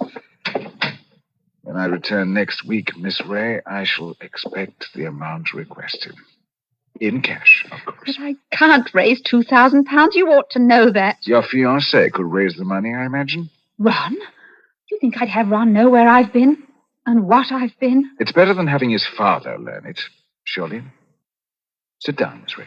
I'd rather stand, thank you. That's a very foolish gesture, but ladies will do it. They think it gives them dignity and shows their disdain of the poor blackmailer. You see, I make no bones about it. I am a blackmailer. You seem rather proud of yourself. Why not? I'm the one person in England, perhaps in the whole world, who's made it a large-scale business. Congratulations. What is all life but blackmail? The little girl says, if you don't give me that, I'll scream. The grown woman says, if you go on behaving like this, I'll leave you. Your sex, Miss Ray, are blackmailers from the cradle.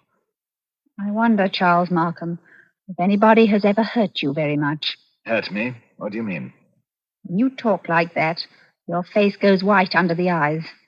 You pick up that letter opener from the desk. Not a letter opener, please, Miss Ray. A Medici dagger. 16th century work. It isn't the money that really interests you, is it? I don't understand. You hate the world. You just want to torture people as you think you've been tortured. Isn't that so? This is a very sharp dagger, Miss Ray. If I throw it down on the desk, it sticks. Like that. Isn't it so, Charles Markham? My motives, Miss Ray, are not in question. I wonder. Whereas your motives are. Now, let me see. 10 years ago, a certain girl called Letty Wilson, your real name, I believe, fell in love with a rather contemptible underworld character named Arthur Akers. Please. No humiliation was too great for her. She worked for him, lied for him, stole for him. I was only 18. I didn't know what I was doing. This girl, for a very shabby theft, was sentenced to 3 years' hard labor in Holloway Prison. 5 months later, she escapes from prison and disappears. And now, after all these years, she pops up in the West End as Miss Judith Ray, fashionable milliner. Haven't I made up for it? Haven't I? No. For one mistake after 10 years? That's the way of the world, my dear. I didn't create it. And I'm forgetting the best part of the comedy. This paragon of virtue next falls in love with Mr. Ronald Gilbert, son of Major General Sir Edmund Gilbert. Such a respectable family, too. Oh, stop it, please. Then shall we say £2,000? Suppose I did raise the money. I don't know how, but suppose I did raise it. Well, What guarantees would I have that you wouldn't ask for still more money? I probably shall ask for more money, Miss Ray. That's my privilege as a blackmailer. And am I never going to be free of you? Is that it? Frankly, that's it. Unless I kill you, of course. What if I did kill you? People have threatened that before, but they haven't meant it. Maybe I mean it. Well, we can easily test you out. There's a sharp knife stuck in the desk in front of you. I'm going to get up and deliberately turn my back on you. Like this. Be careful, Charles Markham. As a student of human nature, I'm curious. How much will you risk to keep this secret? Have you the courage to kill and risk hanging? Yes, I think I have. Oh, what was that? Aren't you glad you held back at the last moment, Miss Ray? I said, what was that? That, my dear, was the front doorbell. Probably my friend Inspector Ross from Wigmore Street Police Station. Come in, old man. Make yourself comfortable. I'll be with you in a moment. You wanted me to try and kill you, didn't you? No, I was merely curious. And in any case, Miss Ray, it would have been useless to kill me. Useless? Why? Because I shouldn't die. Oh, don't talk rot. No, it's quite true. A man in my position must take certain precautions. If you killed me, I should be back to haunt you within half an hour. And I don't happen to be joking. Come in.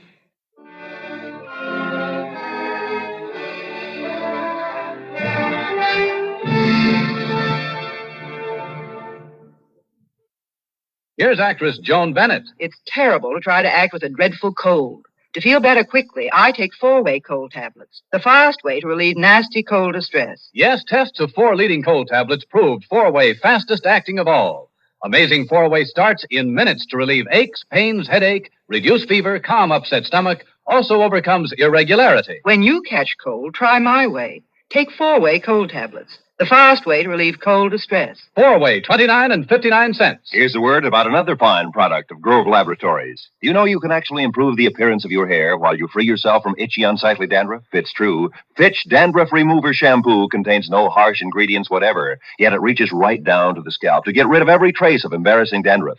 Guaranteed with just one lathering. And note this. Fitch shampoo can also make your hair much brighter, as much as 35% brighter. So remember this about Fitch shampoo. It positively removes dandruff, as it definitely acts to brighten hair. Use it regularly.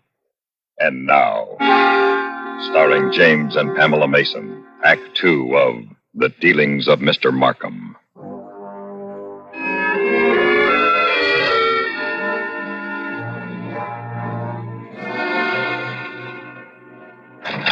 Look here, Markham. Good Lord, Judith. Mr. Ronald Gilbert, what a nice surprise. Ron, what are you doing here? He hasn't got anything on you, has he? Speak up, Mr. Gilbert. Have I? Well, the fact is, Judith, Look at him, Miss Ray. See how he changes color and twists his mustache and altogether resembles a boy caught at the jam cupboard? The perfect picture of a gentleman being a gentleman. Well, no, look here, Markham. I'm not very clever. You can always make a fool of me when you start talking, so let's stop talking, huh? I brought the money. What money? My fee for keeping quiet about you. So you went to Ron, too. You told him about it. Naturally, in my business, it's good business to sell your wares in 2 markets, if you possibly can. How much money? Well, never mind, Judith. I hoped I could do this without your knowing. How much money? 3,000. That's all I could raise. Has he told you who I am and what I've been? Now, look here, Judith. Who the devil cares who you are or what you've been? I happen to be in love with you, and Well, never mind. Let's get out of here. Ron, it's no good. He'll only come back for more money. Well, I know that, but what else can we do? Nothing, I'm afraid. May I have that envelope with the money, please? Here you are. Take it. Thank you. As I explained to Miss Ray, I'm leaving tomorrow for a holiday. I'm glad we could settle this affair before my departure, and as you say, like gentlemen. I don't suppose you can help being what you are, Markham, but never again, as long as you live. Yes? Never even say that word. Gentlemen. Be careful, Ron. Look at his face. Tell me, Mr. Gilbert, how much money is in this envelope? I told you 3,000 pounds. Then take it back. I find we can't make a deal after all. What do you mean? Just what I say. Here's your money. You will now oblige me, both you and Miss Ray, by leaving my shop. But I don't understand. What are you going to do? Tomorrow morning, perhaps even tonight, I'm going to get in touch with the police. I shall tell them where they can find Letty Wilson, alias Judith Ray. You can't do that, Markham. Oh, yes, he can.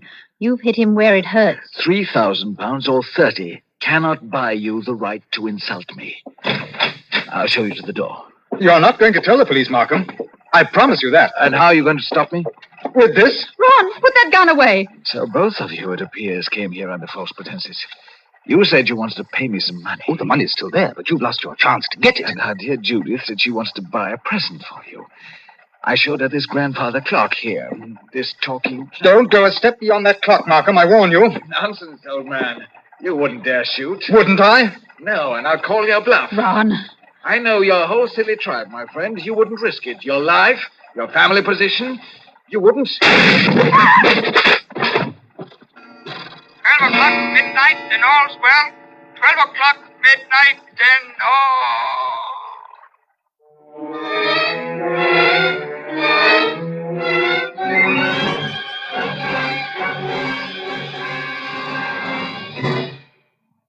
Who's ahead?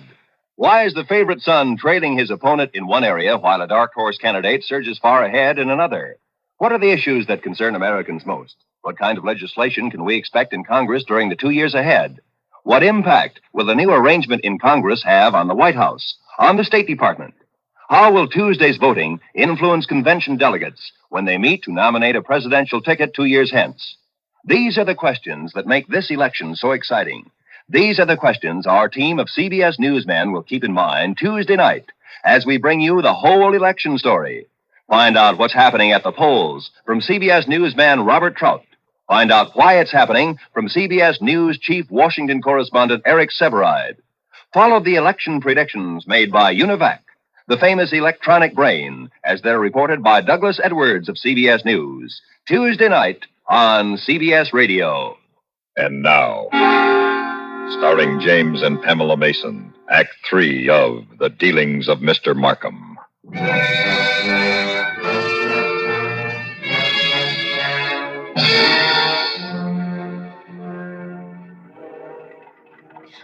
Oh, Ron, what have you done? Steady, my dear. We'll find a way out of this. Oh, maybe he's not dead, Ron. Oh, he's dead, all right. A shot through the heart. The bullet went clean through him and smashed the face of the grandfather clock. What are we going to do? I don't know. Oh, wait a minute. There may be a way out. What way? He said he was going for a holiday. That means his absence won't be noticed. The shop will be closed. Nobody will come here for days, and certainly nobody will come here tonight. Oh! What's that? The police officer. I forgot the police officer. What police officer? A friend of Markham's, Inspector somebody from Wigmore Street. He was expecting him. Well, then we're finished. Oh, could you pick up the body and carry it? Yes, I suppose I could. Why? Well, there must be a back way out of this shop, probably through the office. Yes, all right. I don't like to touch him. Oh, hurry, Ron, hurry. He's as heavy as a sack of meal, and he seems to be looking straight at me. I know. Did you see the expression in his eyes just before you... No, I didn't. He seemed to be looking behind us or beyond us. I don't know how to describe it. He said something, too, that scared me. He said he couldn't die. He said... Will you close the door quickly? Back door? Oh, where? Oh, there it is. Oh, locked. It's locked. Isn't there a key? No. Perhaps in his pockets on a keyring. Oh, there isn't time, Ron. The police, they'll break down the front door. I got it. The dust covers on the chairs. What on earth are you talking about? We used to play a game when we were children. If somebody sits in a big chair, you fit the dust cover over him, and nobody can tell he's sitting there. Don't you see, Judith? That's how we can hide Markham's body. Well, it might work. It's got to work. Take the cover off that big wing chair. All right. Now, fit him into it. I'll put the cover back again and pull it down around his feet. Well, don't let it touch his chest. The blood will show through. That's got it. You can't see anything now, can you? Just in time. Come in. Good evening, Miss Ray. Good evening, Mr. Gilbert. Charles Markham. You're Charles Markham. Correct, Miss Ray. But why should that surprise you? Why do you look as though you were seeing a ghost? Because we are seeing a ghost. If you're Charles Markham, whose body... Judith, be careful. Body, Miss Ray? Did you say body? Miss Ray is upset she doesn't know what she's talking about. If you killed me, I should be back to haunt you within half an hour. That's what you said. No, I tell you, Miss Ray isn't herself. I had bad news today. A relative of hers died, and I've been trying to console her. Did you think it would console her to bring her to my shop? Well, You must agree the situation's a little odd. I come in here and find you two looking as guilty as a pair of murderers in my private office in the middle of the night. Well, there's nothing odd about it. I wanted to buy Judith something. At midnight? Yes, why not? May I ask how you managed to get in? Oh, the front door was open. We just... If you wished to buy something, why not stay in the showroom? Why come to my office? Well, hang it all. You don't think we wanted to steal anything? Well, the thought did occur to me. You said there was nobody else here? Well, there's nobody here, Mr. Markham. Not a living soul. Then you didn't by any chance meet my brother? Your brother? Yes, my brother Robert. You couldn't have mistaken him if you had seen him. He looks so much like me that few people can tell us apart. Oh, then that's it. Poor Robert often deputizes for me. He's learned to act like me, think like me, talk like me, but he doesn't like the work much. Of course, you know what my work really is. Is this part of the game? You're playing cat and mouse with us. Robert is an idealist. He thinks, poor fellow, that my profession is beneath contempt. But he acts the part, acts it very well, because I pay him. And I find it useful to have a double who'll run risks for me. What have you done with the body?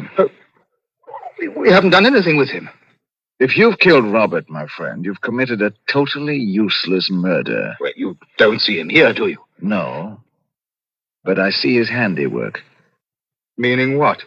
I've warned him many times about throwing a knife down on a polished desktop. Those scratches on the desk are fresh scratches. Of course, if you give me your word of honor that he's not here... Well, of course he's not here. Well, in that case, all we can do is sit down and make ourselves comfortable. You sit over there, Mr. Gilbert, and you, Miss Ray, how about that wing chair by the window? I prefer to stand, thank you. And perhaps you don't mind if I sit in the wing chair. It's a very comfortable one. My brother Don't always sit says... there. So that's it. Yes, that's it.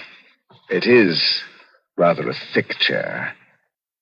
I press against the dust cover. What's the use of going on with this? I killed him. You admit that? Yes, I admit it. But Judith had nothing to do with this. I swear she hadn't. My telephone, you notice, is against the wall. I shall have to turn my back to you when I ring. Ring where? Wigmore Street Police Station. Give him a chance. Please give him a chance. Hello, operator. I want Regent 0586.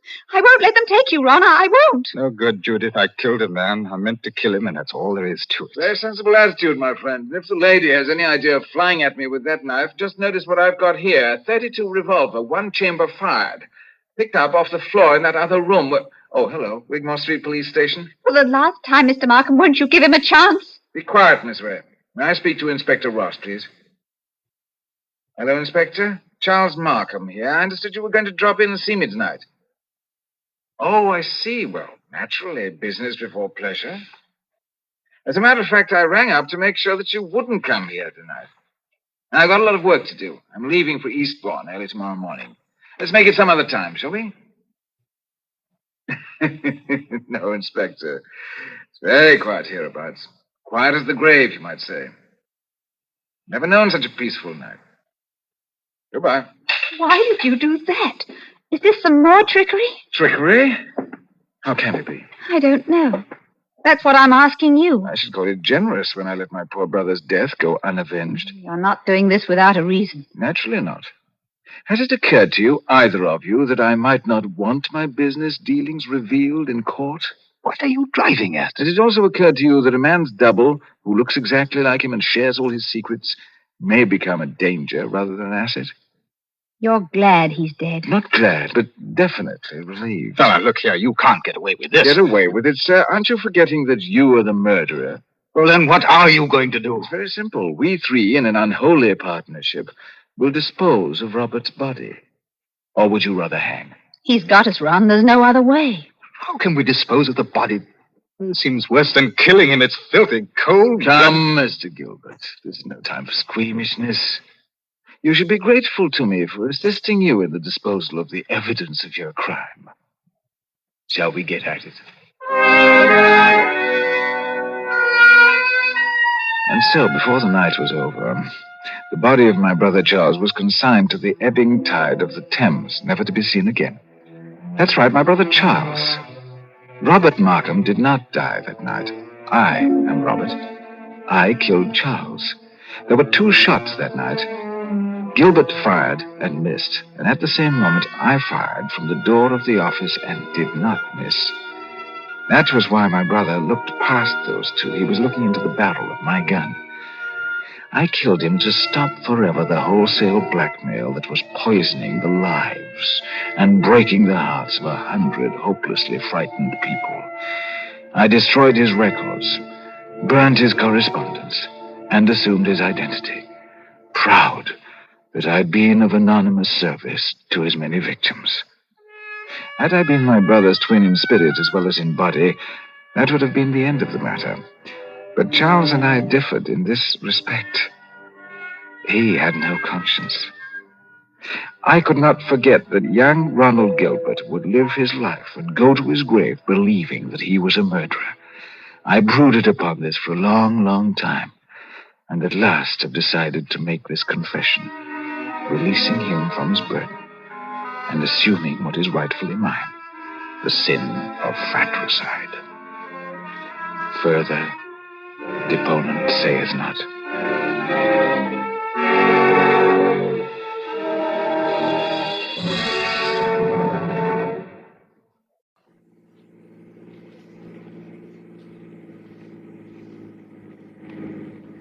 Where are we now, Joe? You've been asleep. Yeah. Where are we now? I don't know for sure. Someplace in Arkansas, I think. Sure is a big country, ain't it? Yeah. Hey, you want me to drive?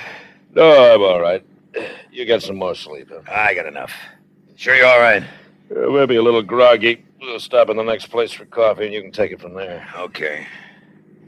Hey, what time is it? Must be past midnight.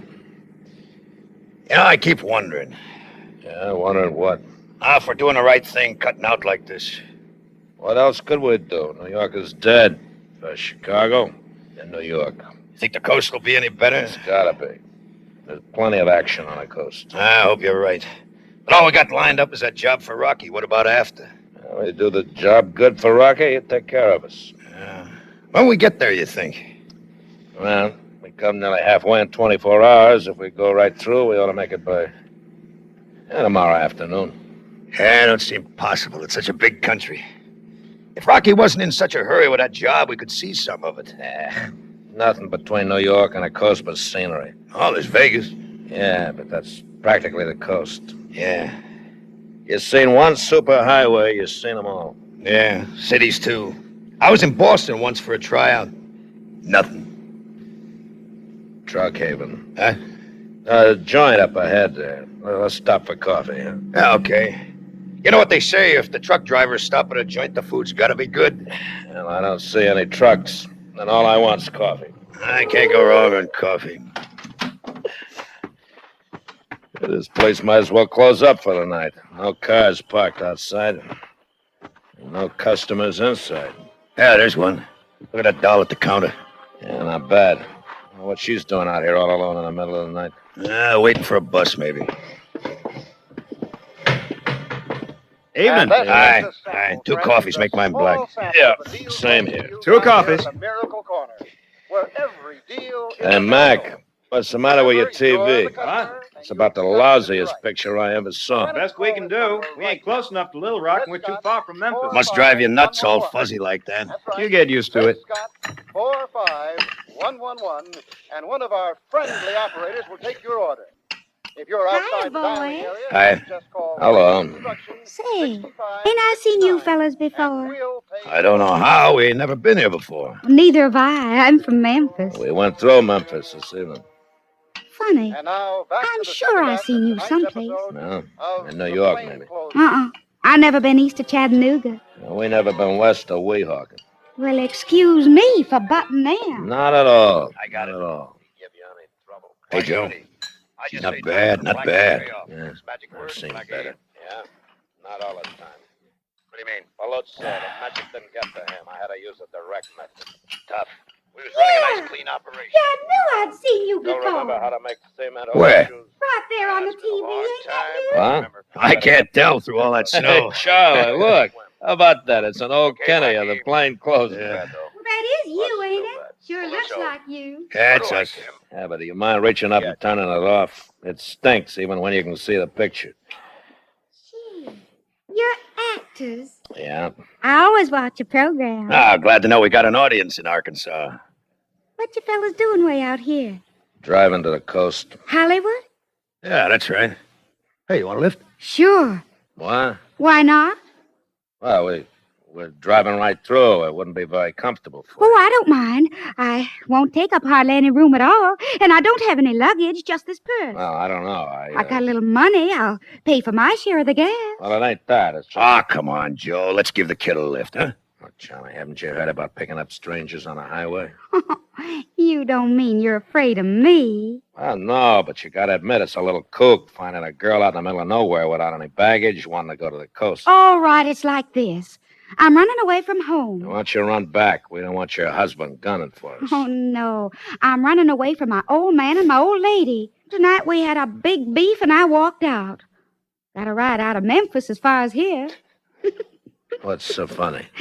You worry about giving me a ride. I'm the one that's got the worries. This fella that gave me a lift out of Memphis wanted me to pay for the ride. The price was too high. That's why I'm out here in the middle of nowhere. Oh. What a dirty, no good... But you guys don't look like that type. Well, we're not. So I trust you and I'll accept your invitation. Well, okay. You finished your coffee, Lothario? Oh, yeah, sure. All right, let's hit the road then.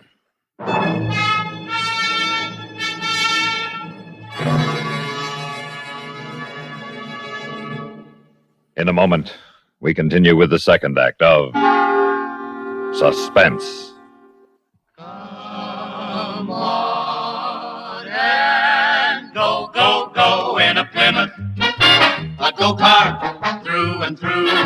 You really go, go, go for a Plymouth, and Plymouth will really go for you. 15 minutes behind the wheel. That's all it takes to convince you that the 59 Plymouth's really got it. Got the newest of new design, new sport car handling ease, new Fury performance, new get up and go. Just tell your Plymouth dealer you want to sample the go. Then you turn the key and Plymouth's new Golden Commando V8 leaps into life. Now you just push a button and go on your way to the most fun-filled 15 minutes of your driving life. See your Plymouth dealer. Take your fun drive in the 59 Plymouth real soon. You really go, go, go for a Plymouth, and Plymouth will really go for you. And now, starring Charles McGraw and William Conrad, Act Two of Two for the Road.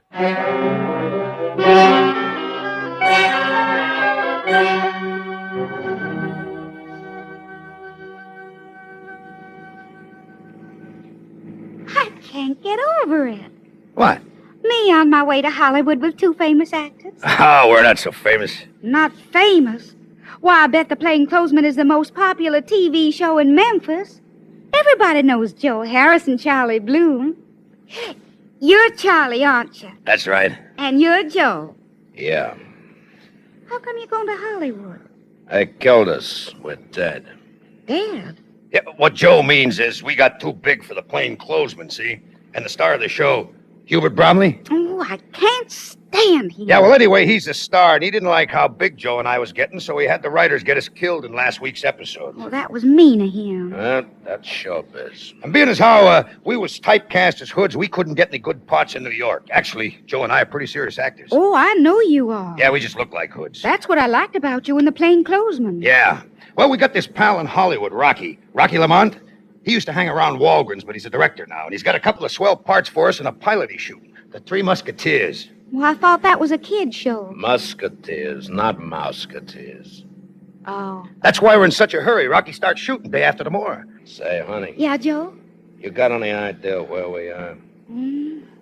Oughtn't to be too far from Little Rock. Hey, Joe. Joe, look, must be a wreck up ahead. All those flashing red lights. Police cars. It's a roadblock. They're signaling us to stop. Hey, what do you suppose they want? Who knows? Don't stop, Joe. What do you want me to do? Barrel right through 'em? Yeah, You crazy or something? They'd shoot us full of holes. we'll shoot back. With what? With this. Hey, don't. Look, she's got a rod. What? You nuts? You put that out of sight. Help! What's the matter with her? Well, don't ask me. She was your idea. Trouble here. Thank heaven you stopped us, officer. These two men are kidnapping me. Okay, they forced me you into the two car out. Memphis. Hey, now listen, officer. This broad's flipped. Yeah, we just met her up the road. Out! Hold your hands up high. Now, look, Sergeant, I'm sure we can explain everything. You better. Now, you, young lady. Hey, Sam. Yeah? The gal ain't here. The door on the other side's open. She must have got out that way. There she is. She's on Jerry's sickle. Hey, stop! Stop! I'll shoot! Look out, she's got a gun. Oliver! Son! Hang off out there! My, how chivalry has fallen in Arkansas. Shooting at women. It'll be children next. All right, mister. It's my duty to tell you that anything you say may be used against you. Frisk 'em, Sam. Right. Where you from? New York. Where you going? Hollywood. Yeah, Sergeant, we're just driving through. They're both clean. Check them against those descriptions. You in Memphis tonight?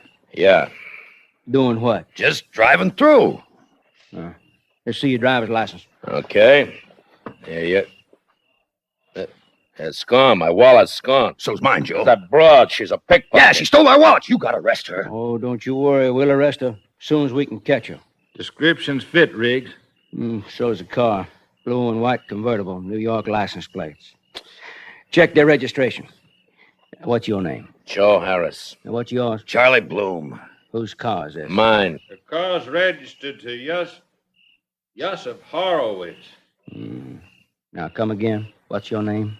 Joe Harris. And that's your car. That's right. And how come it's registered to Yusuf Horowitz? You see, Joe Harris is short for Yusuf Horowitz.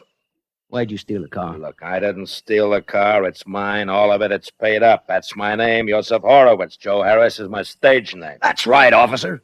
Hey, listen, you don't believe that crazy broad, do you? You don't think we kidnapped her? Nope, not for a minute. I think she was in this here thing with you from the beginning. I think she drove the getaway car. Get away from what? The holdup of the Cotton State National Bank in Memphis this afternoon. What? Snap the cuffs on him, Sam. Yeah. Now, look here. You're making a terrible mistake. You haven't got any charges. Oh, yes, we have. Armed robbery and murder. That bank teller you shot died an hour ago.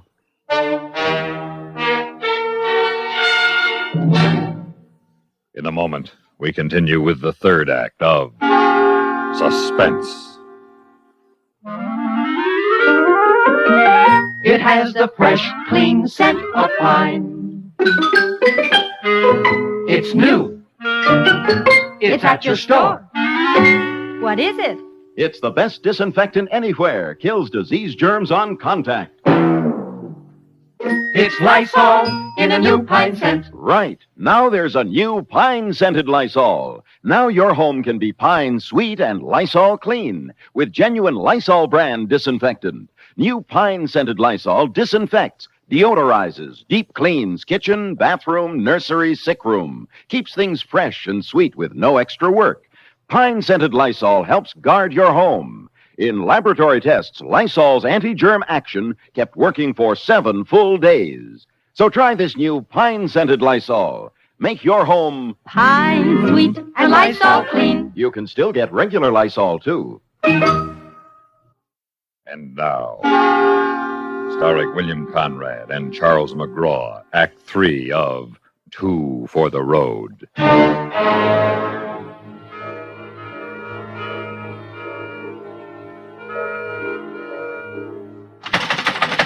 Hey, donkey! Hey! Knock it off down there. I gotta talk to you. I said knock it off. You got no right to rap him across the knuckles. I got any right I want to take. Now listen, where's the sheriff? I told you I want to talk to the sheriff. I know you did. What did you tell him? Maybe I did, maybe I didn't. Now, you can't keep us in jail like this. You're in, ain't you? Where's the sheriff? I wouldn't know. Now, look, listen, we got to get out of here. We got an appointment in Hollywood. You better cancel it. All right, Sam. You can bring in the prisoners. Yes, sir. This way. Sit down, boys. I hear you want to talk to me. You're darn right we do, Sheriff. Well, good. Because I want to talk to you. What about? Can't you guess? That cop last night said something about a bank robbery in Memphis, but we don't know nothing about it. Yeah, we're just a couple of actors. Well, it looks like you're a couple of bad actors. Look, you can check it. I'm Joe Harris. Yeah, I'm Charlie Blue. Now, we've been playing the heavies in a TV series of plainclothesmen. Yeah, we were on last night on Channel 2. Well, I don't look at TV very much, but I look at descriptions of wanted men, and you fit the description of the men who robbed that bank in Memphis yesterday. Well, that was just a coincidence. Well, is it a coincidence that the girl who was with you last night when you were arrested fits the description of the girl who drove the getaway car at the bank holdup? Yeah, that's a coincidence, too. I want to talk to an attorney. You can. Now, we got a right to counsel. You can't hold us I like... can, and I am. Incommunicado for 72 hours, and that's the law. Oh, listen, Sheriff, be reasonable. We got an important date on the coast. We're late as it is. And you're going to be much later. You can't prove that we robbed that bank. Can you prove you didn't? Sure, ask anybody who saw the plainclothesman last night. Yeah, ask that girl. She saw us on TV last night. I'd like to ask her a lot of things. Like, what about the kidnapping? Sheriff, there wasn't no kidnapping. She asked us for a lift, and we gave it to her. Well, until I question her, we'll just forget the kidnapping charge, huh? Thanks a lot. But you can make it easier on yourself if you cooperate with us about that bank robbery. You must be kidding. I don't kid. Now, let's have the story. Look, I told you we're actors. Well, yes. Oh, yes. Well, then act. What? I've got plenty of time. You say you're actors, well, go on, act. Will you believe us if we prove that we're actors? Well, I'm not making any promises. The burden of proof lies with you. Hey, Joe, let me. I'll prove it to him. Remember that closing speech in the plainclothesman that got me the Emmy? All right, you listen to me, copper. You put the roust on me for the last time. I hate cops. I was born hating cops. And cops ain't done nothing all my life to make me like them. I've always promised myself that someday I'd kill me a cop, and today's the day. Will you shut up? Let him go on. I believe him. Well, I believe every word he said. Oh, go on, boy. What are you going to do after you kill you a cop? That's all. That's the end of the speech. So you hate cops, huh? Well, that makes us even, because I hate punks. Hey, now, wait a minute. He didn't mean that. He was acting. He convinced me. That he's an actor? No, that he's a bank robber. All right, listen. Now, if you don't understand Charlie's acting, you listen to this. It's a different kind of acting. Oh, what a rogue and peasant slave am I. Is it not monstrous that this player here, but in fiction and a dream of passion, could force his soul so to his own conceit, and all for nothing? For Hecuba, what's Hecuba to him, or him to Hecuba, that he should weep for her? Well, now, who's this Hecuba? Of course. Hecuba's that broad that swiped that motorcycle. Well, that was from Hamlet, Act 2, Scene 2. That was acting. Oh, that was acting. All right, now, are you ready to talk about that bank job? Look, once more, real slow. We don't know nothing about no bank job. Well, like I said, we got plenty of time while we're waiting for you to make a confession on that bank robbery. Maybe we can find some other charges against you. Oh, but this is crazy. What charges? Well, I don't know yet. I'll know better after the lineup. Lineup? Yeah, a couple of acting fellas like you claim to be. Oh, my, you ought to enjoy the lineup. I'll put you up there on the stage with the footlights on you, and I'll give you an audience. Look, you don't have to do that. That girl, she knows who we are. Ask her. No, I can't not know we pick her up. But it'd be nice to have her in the lineup, too, now, wouldn't it, boys? Yeah. That'd add a little sex appeal to your show. Sam? Yeah, Chief. Got anything on that girl yet? Yeah, Chief. A teletype just came in a couple minutes ago. Oh, they got her? We might say they have. Found her an hour ago in a gully north of Greenville. Oh, she didn't get far, then? Far enough. She's dead. Dead? Yeah. Guess she didn't know too much about driving a sickle. Skidded the thing right through the guardrail last night. Well, thank you, Sam. You hear that, boys? Yeah. Oh, you gotta believe us. I don't gotta do anything. You gotta get a new alibi.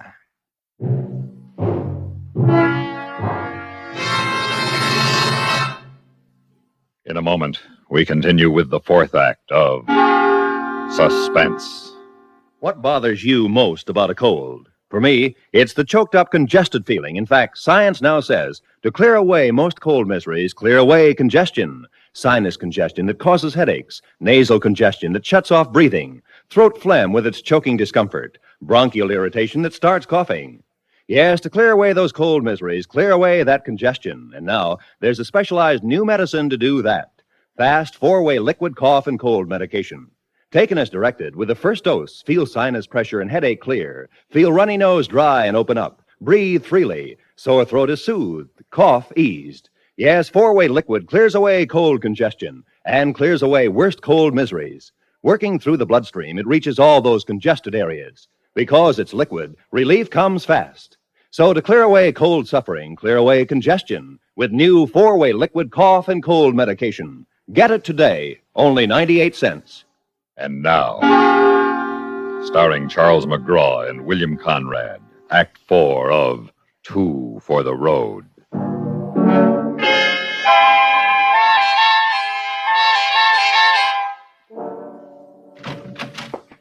All right, get up there on the platform. Stretch out there, arm's length apart. Hit the lights. Wow, they're bright. Yeah, I could use some scrims. Okay, Sheriff, we're ready here. How are we going to get out of this, Joe? I don't know, Charlie. I don't write the scripts. I just act in them. All right, folks. Will you please come in now? That's it, folks. Just take a chair there, anyways. Right there, that's all right. Just sit down right there. Now, that's it. Now, we're holding these men as suspects. Any of them look familiar to you? Well, no, I don't know about that, do you? Well, it's hard to say, Sheriff. The holdup happened so fast. Well, maybe if you heard them speak. What was it that the gunman said to you?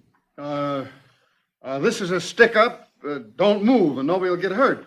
Something like that. Uh-huh. Well, all right, you men. Now, you men up there, let me hear each one of you say that this is a stick-up. Don't no one move and you won't get hurt. Me? This is a stick-up. Don't no one move, and you won't get hurt. Next. This is a stick-up. Don't no one move, and you won't get hurt. Yes. Next man. This is a stick-up. Don't no one move, and you won't get hurt. Last man. This is a stick-up. Don't no one move and you won't get hurt. That's him! That's him! I'll never forget that voice as long as I live. I couldn't see him, of course. It was pitch dark. In the bank? No, in my bedroom. He crept in through the window, and he stood over my bed, and I could hear him breathing. And then he spoke. He didn't say those words, of course. And then I screamed. Yes, well, you can testify to that in court? Oh, yes. Well, thank you, Mrs. It's Miss Freilenhausen. Oh, I see. Well, thanks, ma'am. Yes. Now, Mr. Johnson, about the bank robbery. Well, I'd like to hear that second man again. Okay. You, number 2. Huh? Speak your piece again. This is a stick-up. Don't no one move, and you won't get hurt. Well, Mr. Johnson? Yes, I'm fairly sure that's the voice.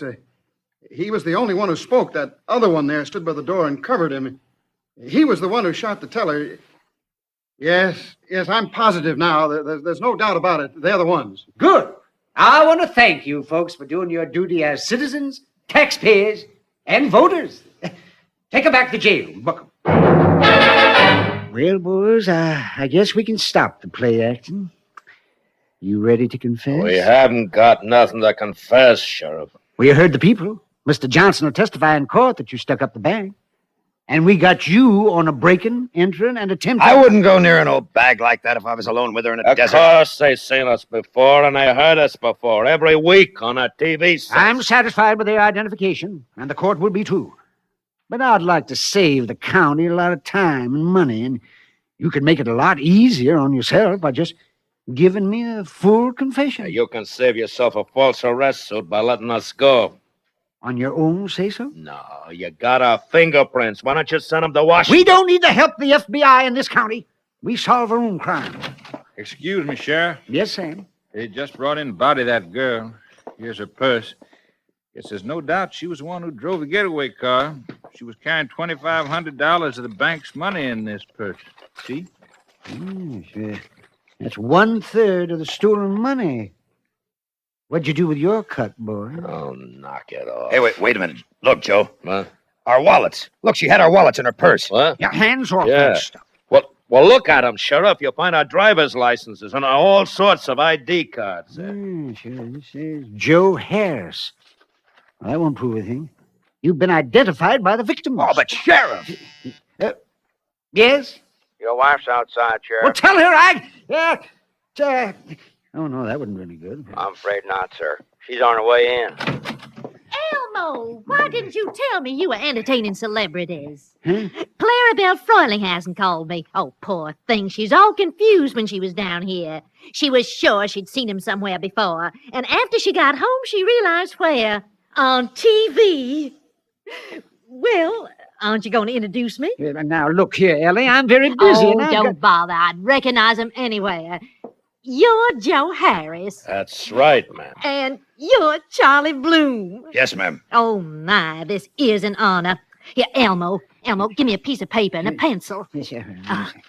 There.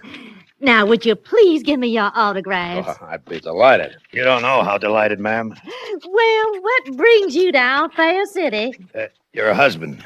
Why didn't you tell me, Elmo? We could have had a parade and a civic celebration. Hope it's not too late for an impromptu reception, at least. I'm afraid we couldn't make it, ma'am. You see, we're under arrest. Arrest? What for? Your husband thinks we're bank robbers, ma'am. He wants to send us to prison for the rest of our lives. Elmo, have you lost your mind? Don't you know that these two gentlemen are famous actors? Not until now. We tried to tell him. Do you want to make yourself the laughingstock of Jackrabbit County? And just before election, too? No. Well, you let them go this instant. But, Ellie, how can I be sure? Just take my word for it. Oh, honest, I don't know what would become of you if it weren't for me. Yes, Ellie. Well, boys, here's your wallets. I guess you can go. Oh, my goodness, I don't know how I can make this up to you, but I'd be tickled pink if you'd come out to the house for supper. Well, thank you, ma'am, but we're in sort of a hurry. Yeah, you see, we gotta make a picture in Hollywood, and we're a little late. Well, don't forget us. I don't think that's possible, ma'am. And when you come back again this way, do drop in to see us. Yes, ma'am. We'll think about that, ma'am. We'll think a long time about that.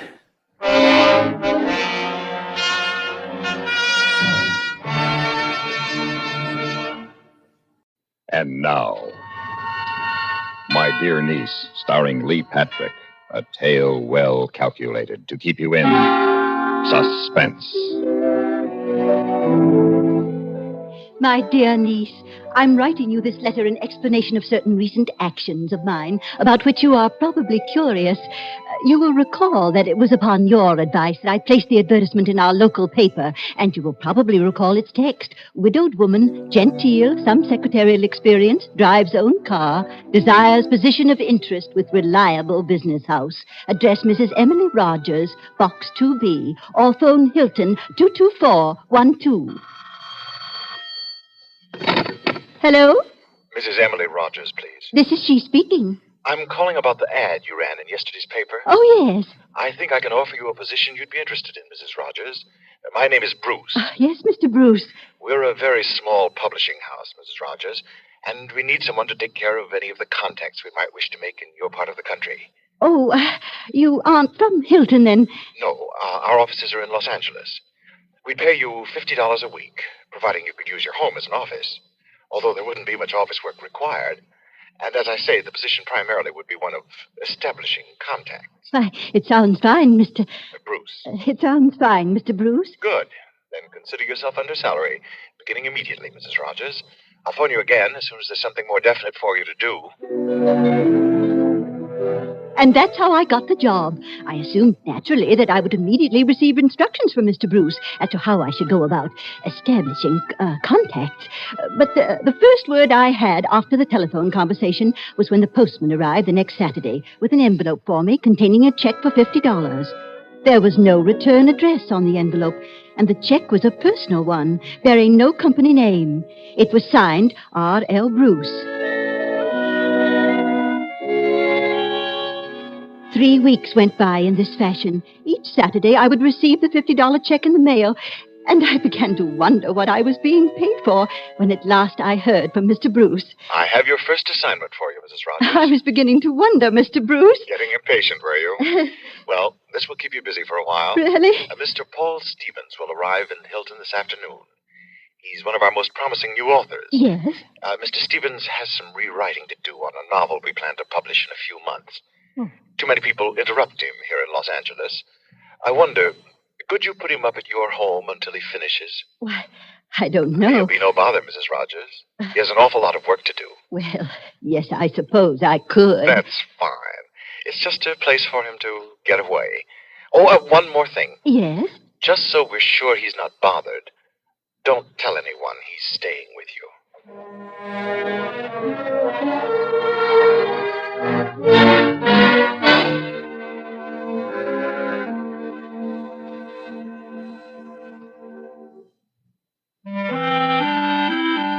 When a cloud bursts and fresh, clean rain falls on a grove of rich green pine, it's so nice.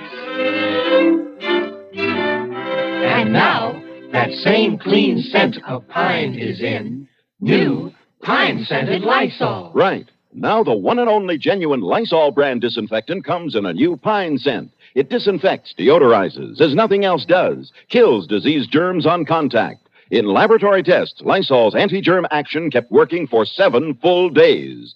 A bottle costs as little as 29 cents, and it's so easy to use. Just add new pine-scented Lysol to your suds when you clean in bathroom, kitchen, nursery, sick room. Use pine-scented Lysol because Lysol deep cleans. Make your home Pine sweet and Lysol clean. You can still get regular Lysol, too. And now, starring Lee Patrick, Act 2 of My Dear Niece.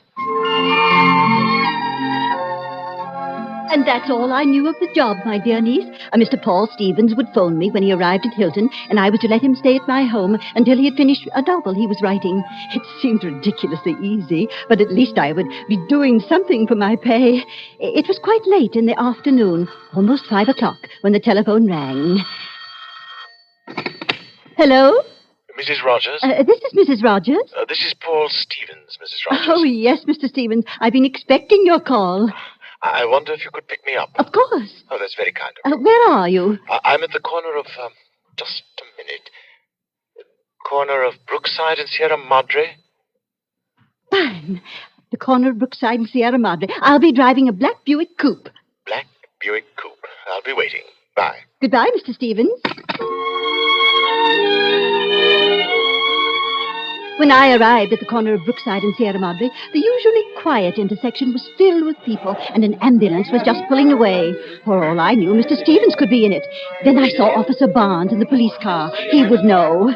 Oh, good afternoon, Mrs. Rogers. What's happened? Hit and run accident a few minutes ago. Who was hit? Man about 35. No identification yet.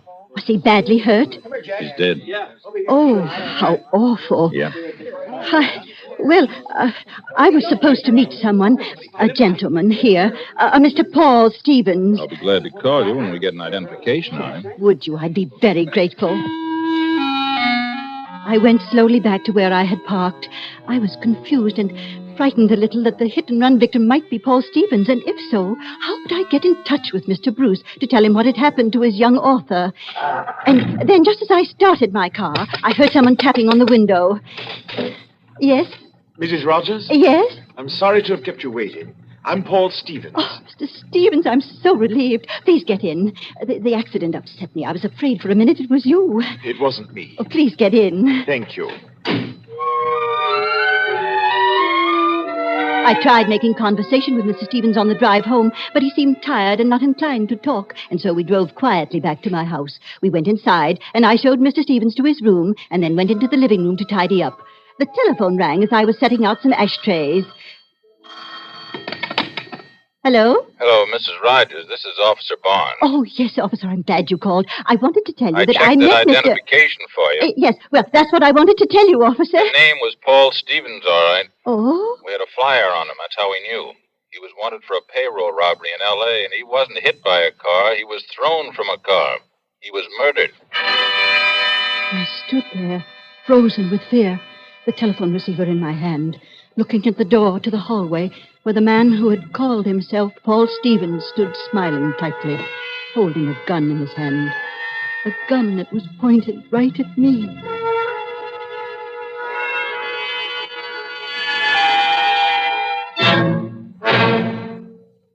Often on Thanksgiving, we're inclined to eat too much. And the result? Well, acid indigestion can very quickly spoil a pleasant holiday. So remember this. Doodle you know about the little white chablets in the little green pocket roll? Just a-waiting for the moment when you need 'em to bring your acid indigestion under control. Tums are the little white tablets in the little green pocket roll. Tums for the tummy, T-U-M-S. Bring relief quicker than you'd ever guess. Best for any kind of acid distress. Keep 'em handy in the pocket roll. Keep your tummy under Tums control. Get Tums, 10 cents, 3-roll pack a quarter. Or get the new 6-roll pack with free metal carrier, only 49 cents.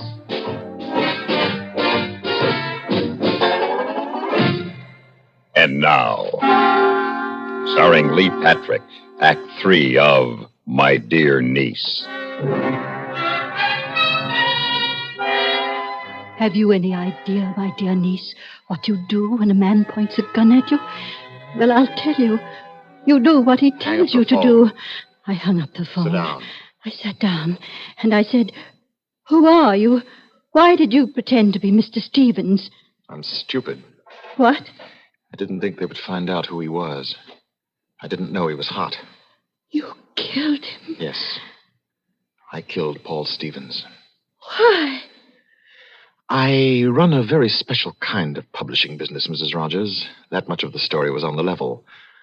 I print, well, pornographic books for a very special clientele. Mr. Stevens somehow got hold of a list of my customers and threatened to use it for blackmail. So, I killed him. Oh, you horrid man. Get your coat on, Mrs. Rogers. You've got some more driving to do.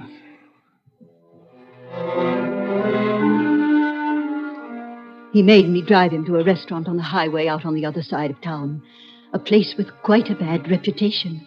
All the while, I was trying to remember who he was. I say remember because there was something familiar about him. But what that something was, I couldn't for the life of me think. There was hardly anyone in the restaurant, since it was not yet dinner time. We'd just been seated at a table when a dark-complexioned man slid into the seat next to the man who wasn't Mr. Stevens. What are you doing here? I had to come. It didn't work. They found out who he was. Why'd you stay where you were supposed to? She knows I'm not Stevens. A cop told her. You could stay at the house anyway, couldn't you? You have to come out where you could be picked up. Al, look, listen. What's the matter with you? Mary figures out a foolproof way for you to get rid of a guy and hide out right under the cops' noses, and you go louse up the whole deal. It's not loused up yet. There will be if you don't get away quick. Maybe. Oh, I don't think you've met Mrs. Rogers. Mrs. Rogers, this is Mr. Al Newholt, who owns this place. Aye. How do you do? Look, how'd the cops find out who he was? How? He was hot. They had pictures and prints on him. I dumped him on the corner just before I met her. Now I remember. You're Mr. Bruce. He did the payroll job that...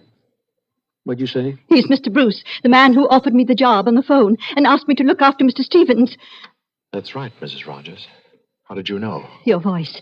I thought there was something familiar about you, and now I know. Your voice. Al, what are we going to do? The cops know the stiff is Stevens, and she knows who I am. What do we do now? You don't panic, and you get out of here.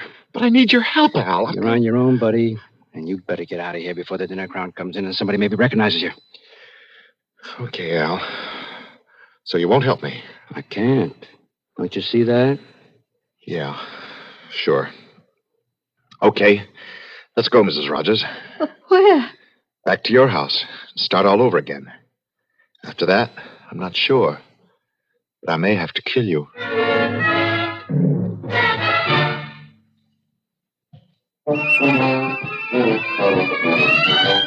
Of all leading filters, cigarettes, Kent filters best, Kent filters best. It makes good sense when you smoke Kent, Kent filters best. Of all of the brands of cigarettes, Kent tastes the best. Kent tastes the best. A richer taste than all the rest. Kent Filter's best.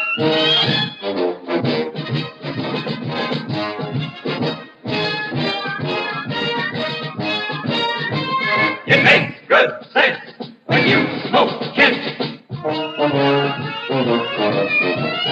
Of all leading filter cigarettes, Kent Filter's best.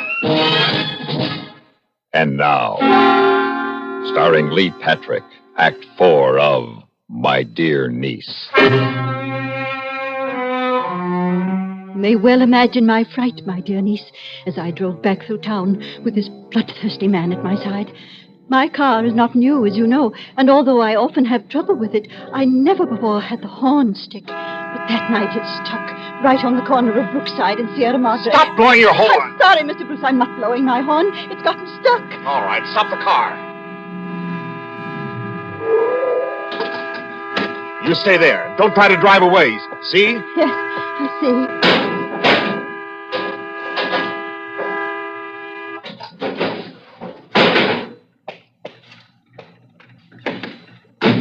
Let's get out of here. You got the horn fixed, Mrs. Rogers? Who's that? Oh. Good evening, Mrs. Rogers. Tell him everything's all right. Want me to fix that horn for you? No, thank you, Mr. Myers. It's all right. Well, it'll only take me a second to fix it so you can use it. Never mind. Mr. Myers, this is Mr. Paul Stevens. How are you, sir? Yeah. I see you pull them wires to stop the horn. I usually take care of Mrs. Rogers' car myself. Makes me feel funny when something goes wrong with it, you know. Of course. I'll bring it in the morning, Mr. Myers. No sense you're bothering, Mrs. Rogers. I'll go along with you now if you like. Take you home. Not safe driving without a horn. Won't take long to fix it, and I'll have the car back to you first thing in the morning. I believe you said you wanted to show me the town this evening, Mrs. Rogers. Wouldn't you need the car? Well, I was looking forward to the drive. You don't mind. No, of course.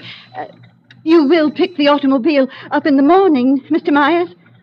Sure, of course. Thanks for your trouble, Mr. Myers. I'm glad to help. This is such a little town. We all know each other and like each other. Like to help each other.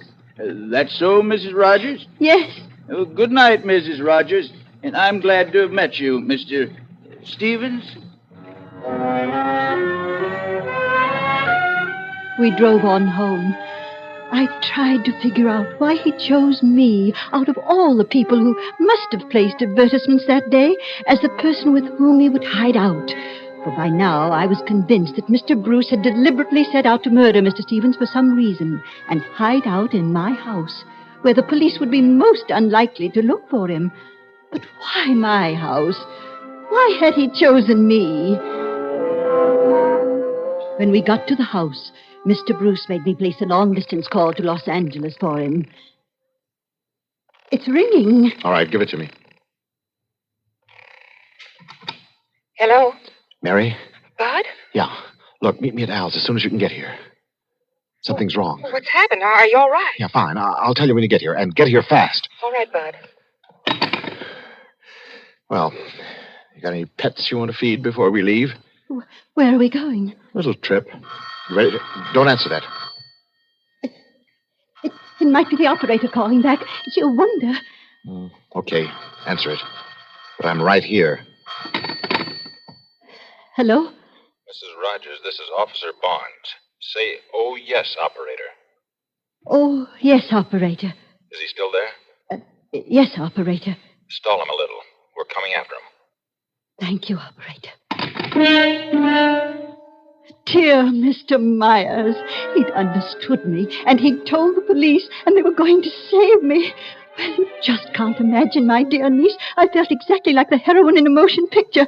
I simply had to prevent Mr. Bruce from leaving the house. Just a few minutes, the officer had said. Just time enough for them to get here. All right, let's get going. I wish I knew where we were going.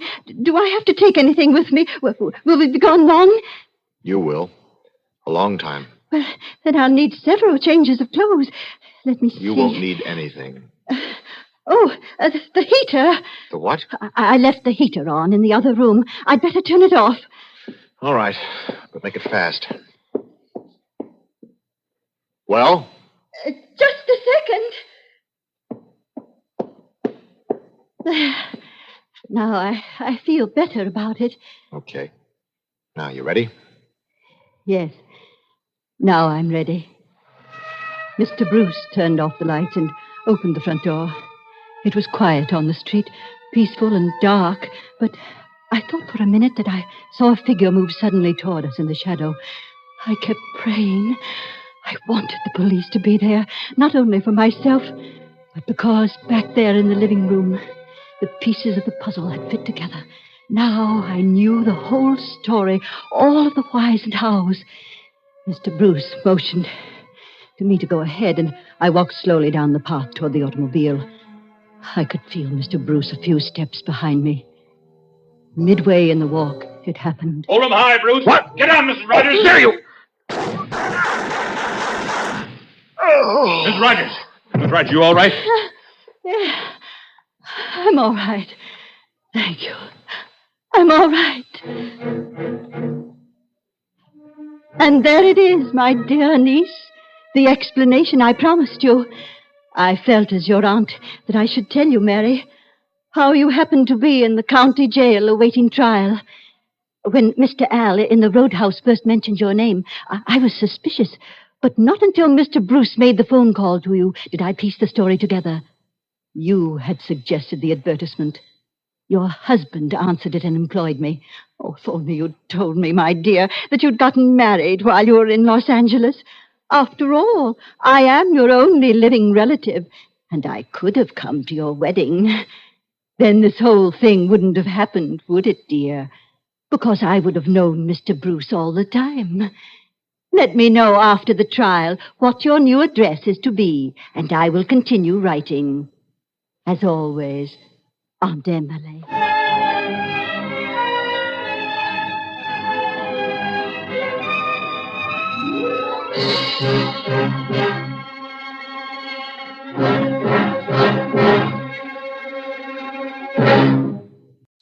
And now, a statement of fact, starring Kathy Lewis.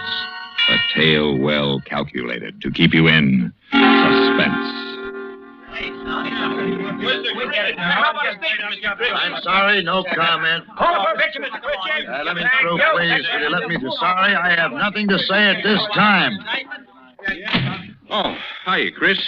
You didn't waste any time. Can't afford to. How'd the press get in on this? The sheriff called him after I told him you were on your way down. Publicity hound, huh? Well, every little bit helps in an election year. Yeah. Where's the prisoner? In there with him. Where's she been hiding these last 3 days? I don't know. She isn't talking, at least to me. She'll talk to me. Just a minute. The sheriff left orders that he's not to be disturbed. What's your name? Deputy P.G. Thaler. Mr. Thaler, I want you to go and stand by that door over there. Huh? No one, absolutely no one, is to come through that door until I say so. I take my orders from Sheriff Morrow. Oh, you do? Thaler, Hey, I thought I told you I didn't want anyone around here. Morning, Sheriff. Who are you? Dale Christian, Deputy District Attorney. Oh, we can handle this situation all right, Mr. Christian. Is Mrs. Dudley in there? Yes. She's guarded? No need to guard. Get in there, John. Don't take your eyes off her. Right, Chris. Now, look here. Now, you look here, Sheriff. You're going to do as I say. Just a minute there, Bradford. He has no right to go into my office. He has every right to go in there, and I'll show you why. Here. You see this? It's a warrant issued yesterday afternoon for the arrest of Ellen Randall Dudley. When you see that seal and that signature, your authority is automatically superseded. No one comes in here and tells me how to run my job. I'm telling you. You're trying to get your name and picture in every newspaper in the country at the expense of this case. I'll have no more of it. This is no pressman's holiday. If you have any brains at all, you'll take Mr. Thaler here and go outside and get rid of those reporters as fast as you can. I'll take action against you for this, Mr. Christian. You just do that, Sheriff, and see where it'll get you.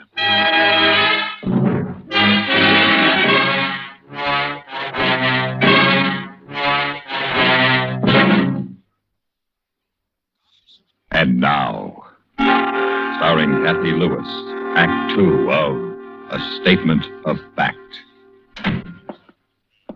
Morning, Miss Dudley. Yes? My name is Christian, Miss Dudley. I am the Deputy District Attorney. All right, John. Okay. What are you going to do? Just ask a few questions, Miss Dudley. What kind of questions? I'm obligated to warn you that whatever you say right now may be used later in the court. To be on the safe side, I shouldn't tell you anything. Miss Dudley, Listen carefully. Yesterday afternoon, I attended a coroner's inquest inquiring into the death of your husband, Robert Ames Dudley. Yes. The coroner's jury determined that Mr. Dudley came to his death as the result of wounds inflicted by you, his wife. A hatchet was presented as evidence and was identified by police experts as the murder weapon. That hatchet carries fingerprints identified as yours.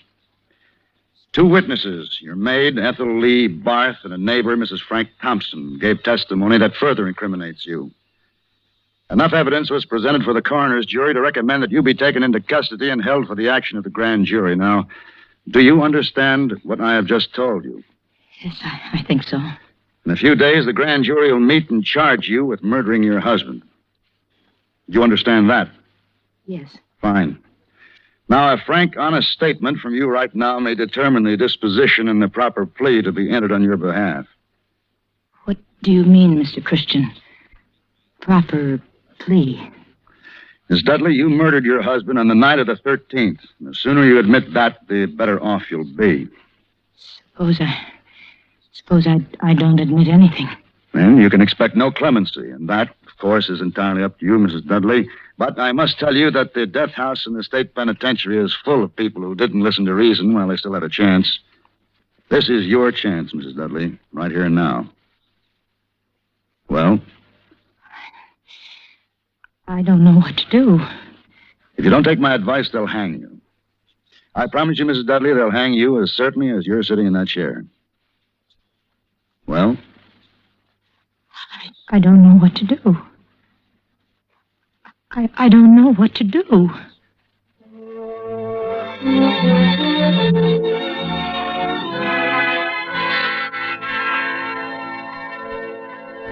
And now, starring Kathy Lewis, Act 3 of A Statement of Fact.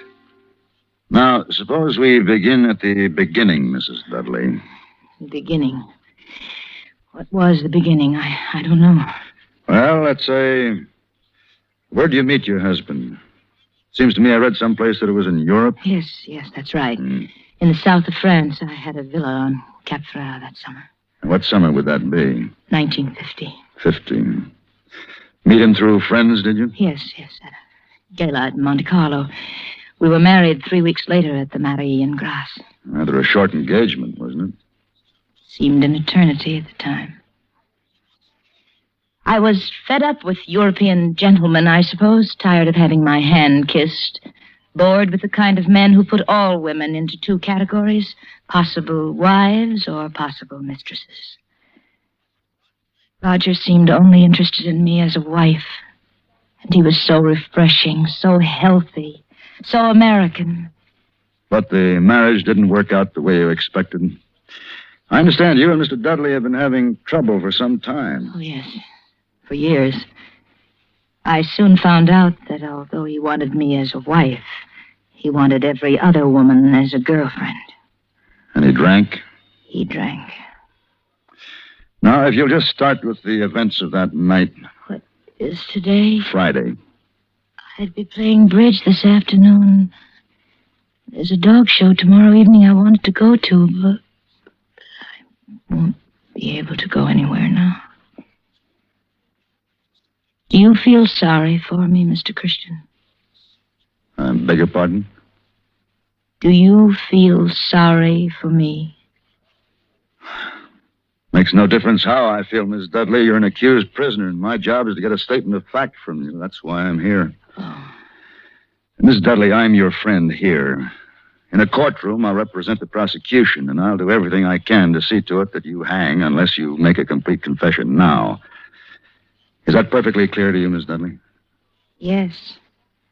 And if you have a record of always getting a conviction, that'll help when you decide to run for district attorney, won't it? Miss Dudley, my professional career has nothing to do with this. If I weren't here talking to you, someone else in my office would be here. It's a job that has to be done, and I happen to be the one who's doing it. But wouldn't it be better for you if you had more of an audience than Mr. Bradford over there?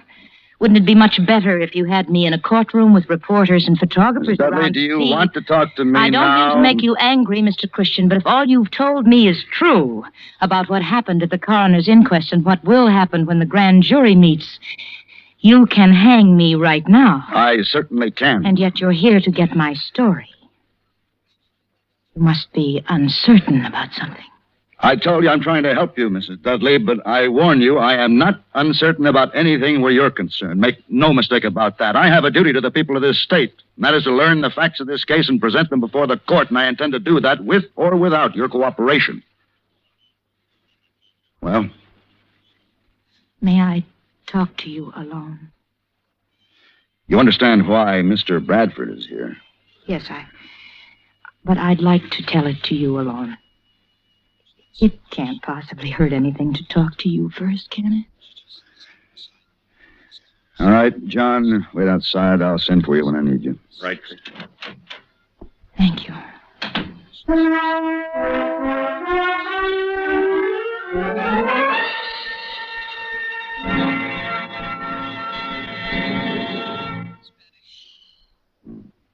And now, starring Kathy Lewis, Act 4 of A Statement of Fact.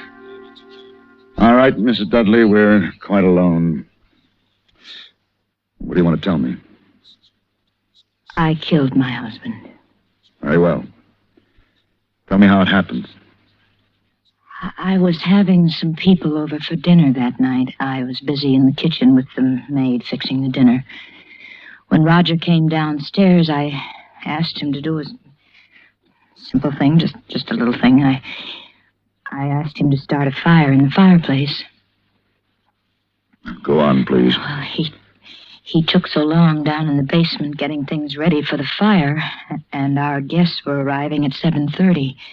So I asked him to come up and make some martinis and let the fire go for the minute.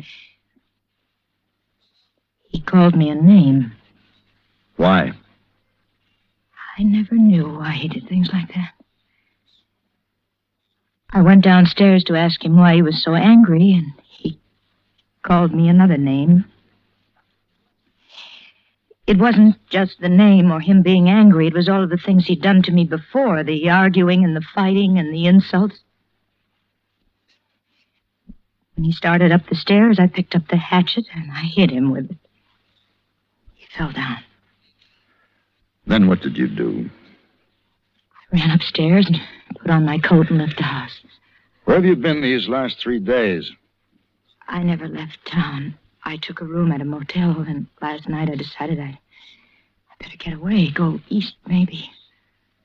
Somebody recognized me at the bus station. Why did you kill him? He took my life away from me, Mr. Christian.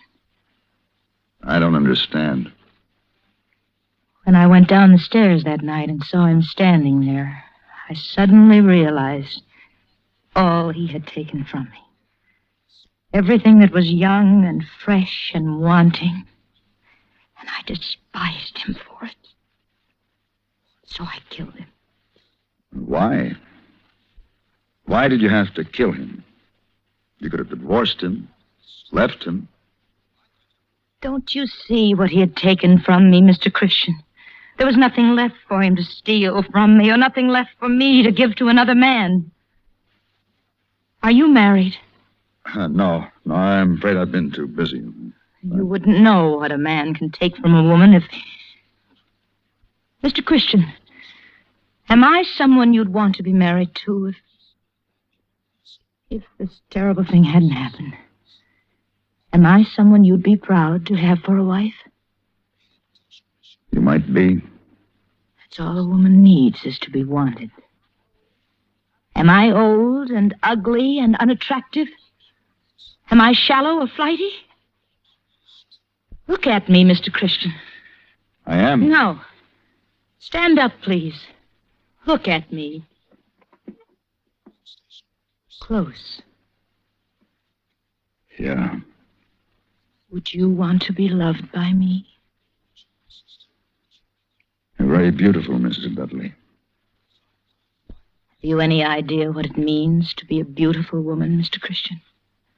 To be admired by every man and envied by every woman, and never to be sure why? How many times have I heard those words, I love you? Wondered what they meant. What was love? My face? My figure? My artificial makeup? My Dior gown? Or me? Maybe you can give me the straight answer, Mr. Christian. I haven't been able to get to the hairdressers recently. I've run out of lipstick. I'm afraid this suit needs pressing. Would you want to be loved by me, Mr. Christian? Yes. Yes, I would. Well, I was nothing to Roger Dudley, nothing. And my love was nothing to him. I was a fixture, a decoration, an animal. And he took all of it. My love and my life, and then he stood at the bottom of the stairs and called me a name. Mrs. Dudley, now, listen to me. Listen to me. Now, no one saw this happen. The maid was upstairs in the kitchen. Mrs. Thompson only heard it from next door. Now, no, listen to me, please. You can claim that you did it in self-defense. He came at you, you picked up the hatchet, and you hit him with it to protect yourself. Now, you tell it that way when Mr. Bradford comes back here. There are a dozen good men in this state who'd be glad to represent you in court with a story like that. I'll be opposite them, but you can get off. In the end, you'll be charged with second-degree murder, and at the most, you'll get a suspended sentence. Don't you understand what I'm telling you? You can be free.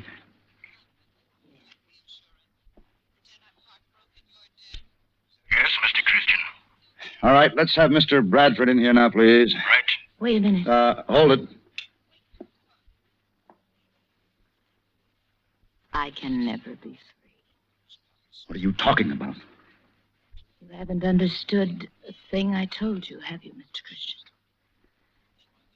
He took my life away from me a long time ago. Can't you see, Mr. Christian, I don't have any life to live now. Mrs. Dudley, you have everything to live for. Look, you're young, beautiful. You want and need all of the things that life can give you. Too late, Mr. Christian. No, it's not too late. You must listen to me. You're too valuable a person. Too desirable, too beautiful to die. You must live. Why? For me. For us. What? You need to be loved. You need me. God help me. I need you. I need you. I need you. A few minutes ago, you were telling me about your duty to the people of this state, Mr. Christian. Tell me about it now. Yes?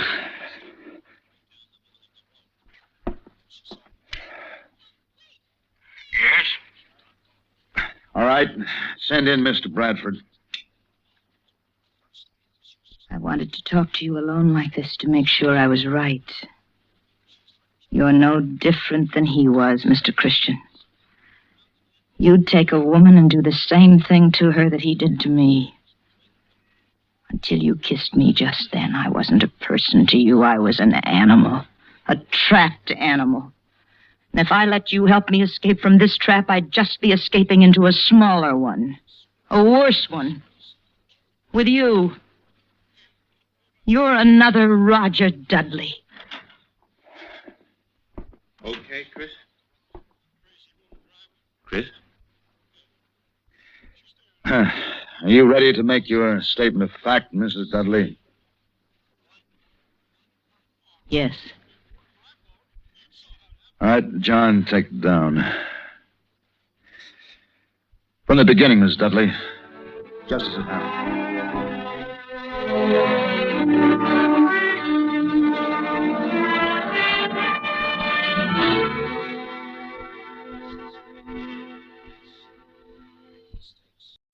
And now, Misfire, a tale well calculated to keep you in suspense.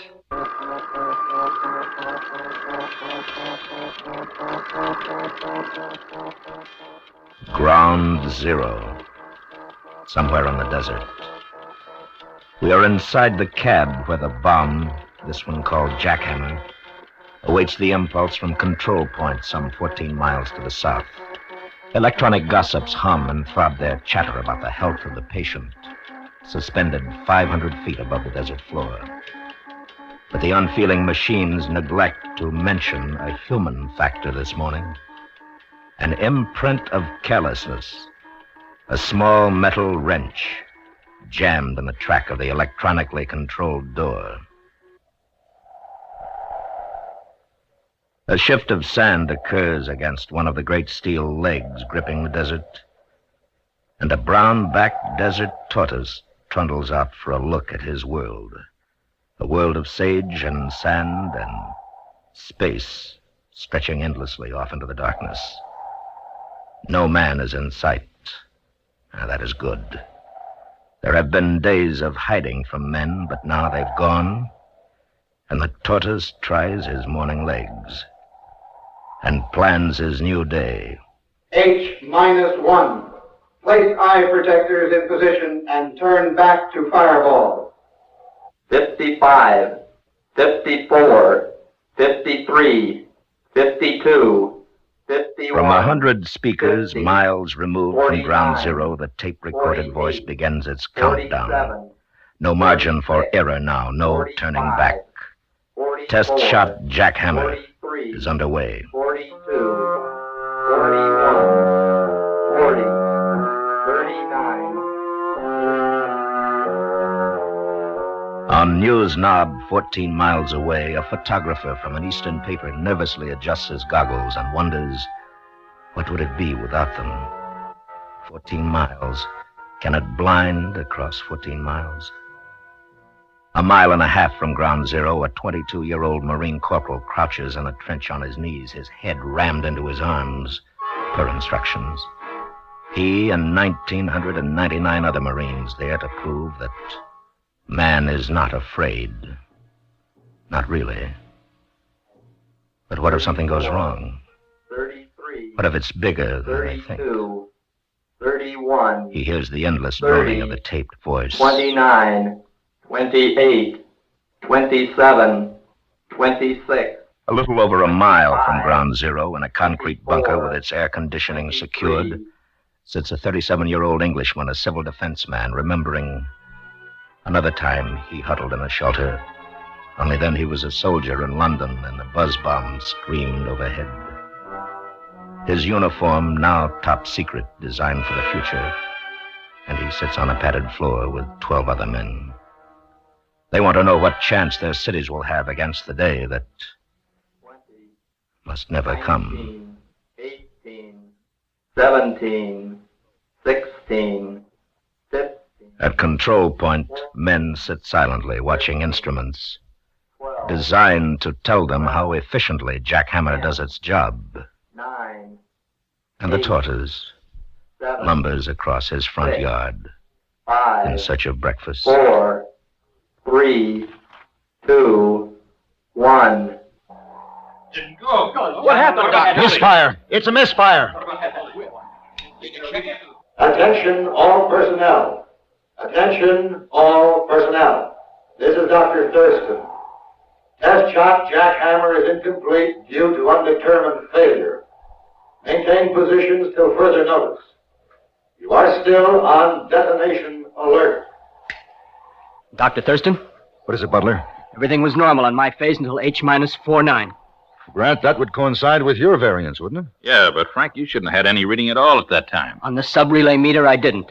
It showed normal, and then there was a complete negative to zero response. Then there it is, Dr. Thurston. It's an on-site rejection of voltage. Huh. In other words, the fault lies at ground zero. According to these data, yeah. Well, can correction be made from here? We can't have anybody going out there. We'll know after we check the monitor lists. There's one consolation, Dr. Thurston. What's that? We put it together. We ought to be able to take it apart. Yes. Yes, we ought to. But can we?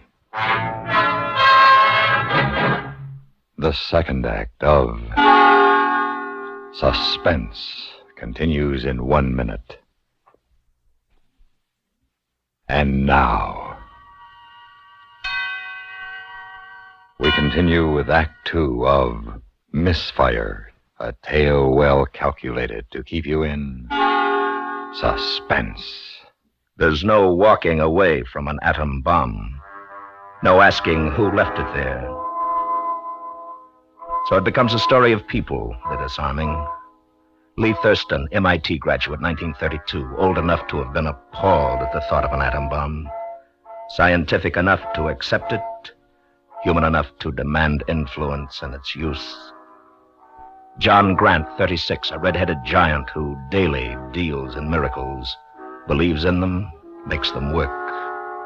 Frank Butler, former child prodigy, grown bald at 28, bachelor, attendant now at the bigamous wedding of electronics, nuclear fission, and power politics.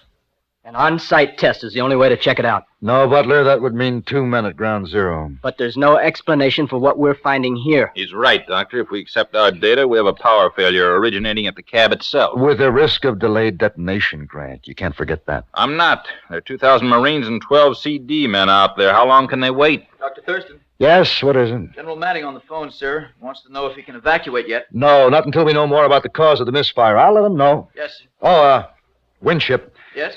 Tell the photo lab I can't wait any longer for those final pictures of the patch bay under the bomb. I will, sir. For now, we'll go over those monitor checklists again, gentlemen. We mustn't have any errors.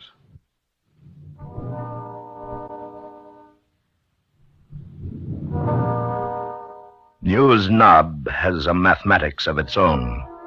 The bomb plus the names of the men in the control point plus a little background data equals a story. Mention that these men were in high school when the first atomic pile was activated. Mention that it would have taken that first pile 150,000 years to make enough plutonium to satisfy the bomb. Point out how the Cold War overcame all that. But tell mostly of the struggle to stop Jackhammer this morning. Hello, New York? Get me Barney, will you, honey? Tell him it's Pierce. Yeah, well, then call him at home. It's important. Hey, where'd you get the coffee? I need some. I'm freezing over here. Here you go. Hey, thanks a lot. Hello, Barney. Now, listen, you better call that off and go on into the office. This may develop into something out here. The bomb didn't go off. No, not a delay. It just didn't take. Well, the rumor we hear is that the last boys to hook it up are going to have to go out and coax it down. How do I know who it'll be? Yeah, I know that's what I'm here for. I know. Yeah, and Barney, don't call me. I'll call you.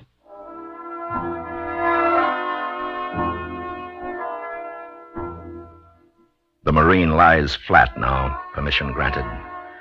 He hears wasted advice from his nearest neighbor on how to run an atom bomb test, but he thinks about Vegas, and he wonders whether he'll ever see her again, that girl with the dark hair, the dark eyes, the wonderful smile, and the Cadillac convertible. In the civil defense shelter, it's hot. No air conditioning for 40 minutes now, these heavy clothes, and sealed up this way. Somebody better call control. They've bloody well forgotten us. But they haven't. More important things. Like the photo lab with the final pictures of the victim, Jackhammer. Pictures of the bomb with its viscera displayed, A to B and yellow to ground. The proper circuit for agony. Well, this one's okay. This one's all right. The pictures show the patch cords are all okay, Dr. Thurston. Wait a minute. Just a minute now. We've always assumed that if we got power to the site proper, that it would go on to the bomb. Of course. The door to the cab completes the circuit. Voltage to the door, voltage to the bomb. All right, then. What if the voltage didn't get beyond the door? Oh, that's impossible. Our monitors show the door completely closed. All right, but what if it didn't? For some reason. What reason? What could go wrong that wouldn't show on the monitors? I don't know, but it's got to be out there. Let me go check it. I can't order anybody out there. I'm asking to go. I'll go with you, Frank. No. Well, if anybody goes, it should be two. You'd need a phone line during the climb in case we found anything here. You'd need test equipment, tools for opening the door manually, radiation test gear, and a wrench. That disconnect would have to be made immediately, Frank. A wrench? What's the matter? You look ill. No, nothing, sir. I've had no sleep, I guess. 500 feet and no power for the elevator, Frank. I'll go with you. All right. But I ought to go alone. Act 3 of Suspense follows in 1 minute. And now, We continue with Act 3 of Misfire, a tale well calculated to keep you in suspense. The afterbirth of darkness is light, that insipid gray light of a desert dawn. And the night animals scurry homeward, and the day things begin their minor motions. And slowly it begins the gradual creep of light and warmth across the land, till its source explodes in the vastness of the desert, and there it becomes the sudden kiss of heat, heat that warms, heat that kills, and the in-between heat, the heat that expands. Man's product, that awkward wrench, lies in its cramped position on the tower. Having severed the connection to the bomb, it tries to make amends by stretching, ever so slightly expanding encouraged by the sun. The electronic condensers on the door await their cue, metal on metal. And that blinding concussion that has no beginning nor any end. And the tortoise, unaware, accepts his gift from the land and goes in search of his image. I better go up first, John. No, you got to man the phone. I'll start first, open the door manually, and check for radiation. Then you shoot in and disconnect the thing. All right. Hey, John? Yeah. You think we'll ever get off the tower? We may never get on it if we sit here and talk. Let's go.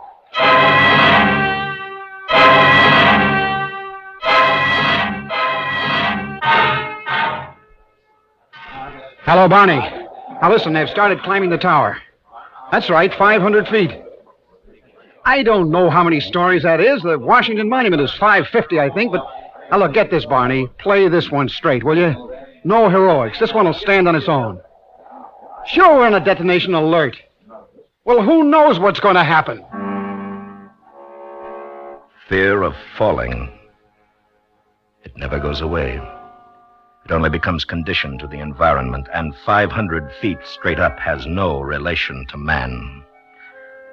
To look down or not to look down, this becomes the problem. Then what do you look at? The eyes of the man below you? No. No, they reflect the fear of two men. The expanse of dry lake, do you look at that? No.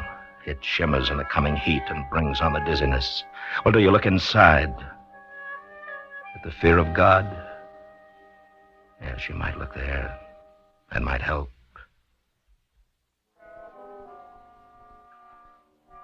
But for the most part, you climb. You lift each aching limb after the other. The next platform is the last. Well, the Irish do it in their land. The traveler never has more than a mile to go. Never. Just beyond that rise, sir. And then it becomes easier. The next platform. And then the next. And the next. Rest a second, Frank. How you doing? Okay. How much further? One more platform, Frank. Just one more. It's murder. There's one consolation, though. What? Going down. We'll have power to the elevator afterwards, and we'll ride down. Maybe. If there is an afterwards. Better get on the phone and tell Dr. Thurston we're here. Okay. Dr. Thurston? Dr. Thurston? Yes. We're at the top. Good. Have you found anything? Grant is at the door now. We'll make a manual entry as soon as we can. Good. Frank, tell him to read the voltage sheet on this door. I don't think it's completely closed. Check the voltage sheet on the door, Doctor. Hey, Frank, come here. What is it? Yes, hello. Were you talking to me? Hold it, Doctor. There, can you see it? Here. Look, from here. There's a small wrench. Oh, no. It's wedged in the door there. You see it? John, it's mine. That's my wrench. I must have dropped it when we were up here arming the bomb. It can happen. Look, through the glass.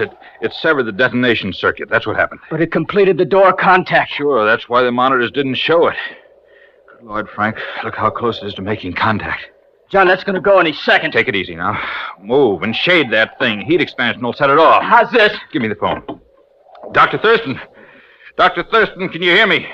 Grant, is that you? Now listen carefully. We've found the problem. A small hand wrench has been accidentally dropped into the door track. Good Lord. Now, apparently it severed the detonation circuit, but it's so close to making the contact now that we've got to have power to the door. Not while you're there. Come off the tower. We'll open it. No, you don't understand. The door condensers are already loaded with enough power to detonate the bomb.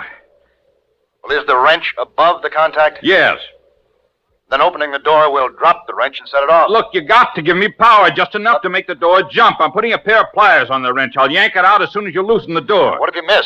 I'll never know about it. John, you got to do something fast. The sun is Thurston, moving. you've got to. You can't leave us like this. I can't risk it. Try to get back. No chance. Now, if you could only see it. All right. I'll do it. Winship, give me ground zero power on my count. Just do it. I can explain now. Grant? Yes. Are you ready? Yes. Grant, I'll give you a 10-second count. Make it 5. All right, 5. Now get a good hold on that wrench.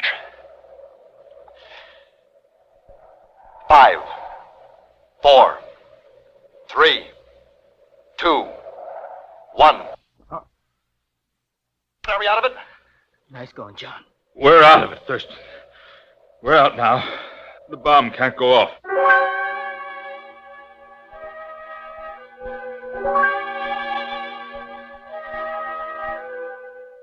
The desert sun works its subtle magic on the wrench, expanding ineffectually on the platform floor. The Marine stands up in the trench.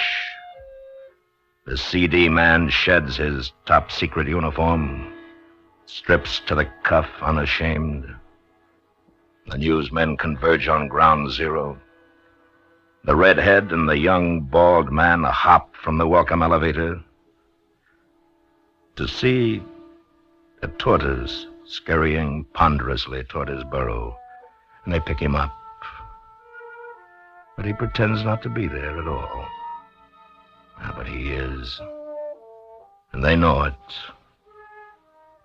So they take him back to control point to live for another day.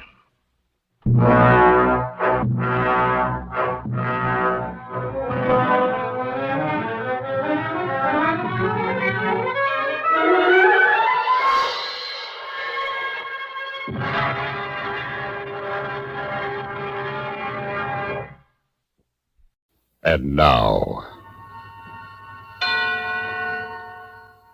Tom Dooley, starring Mr. Robert Horton, a tale well calculated to keep you in suspense.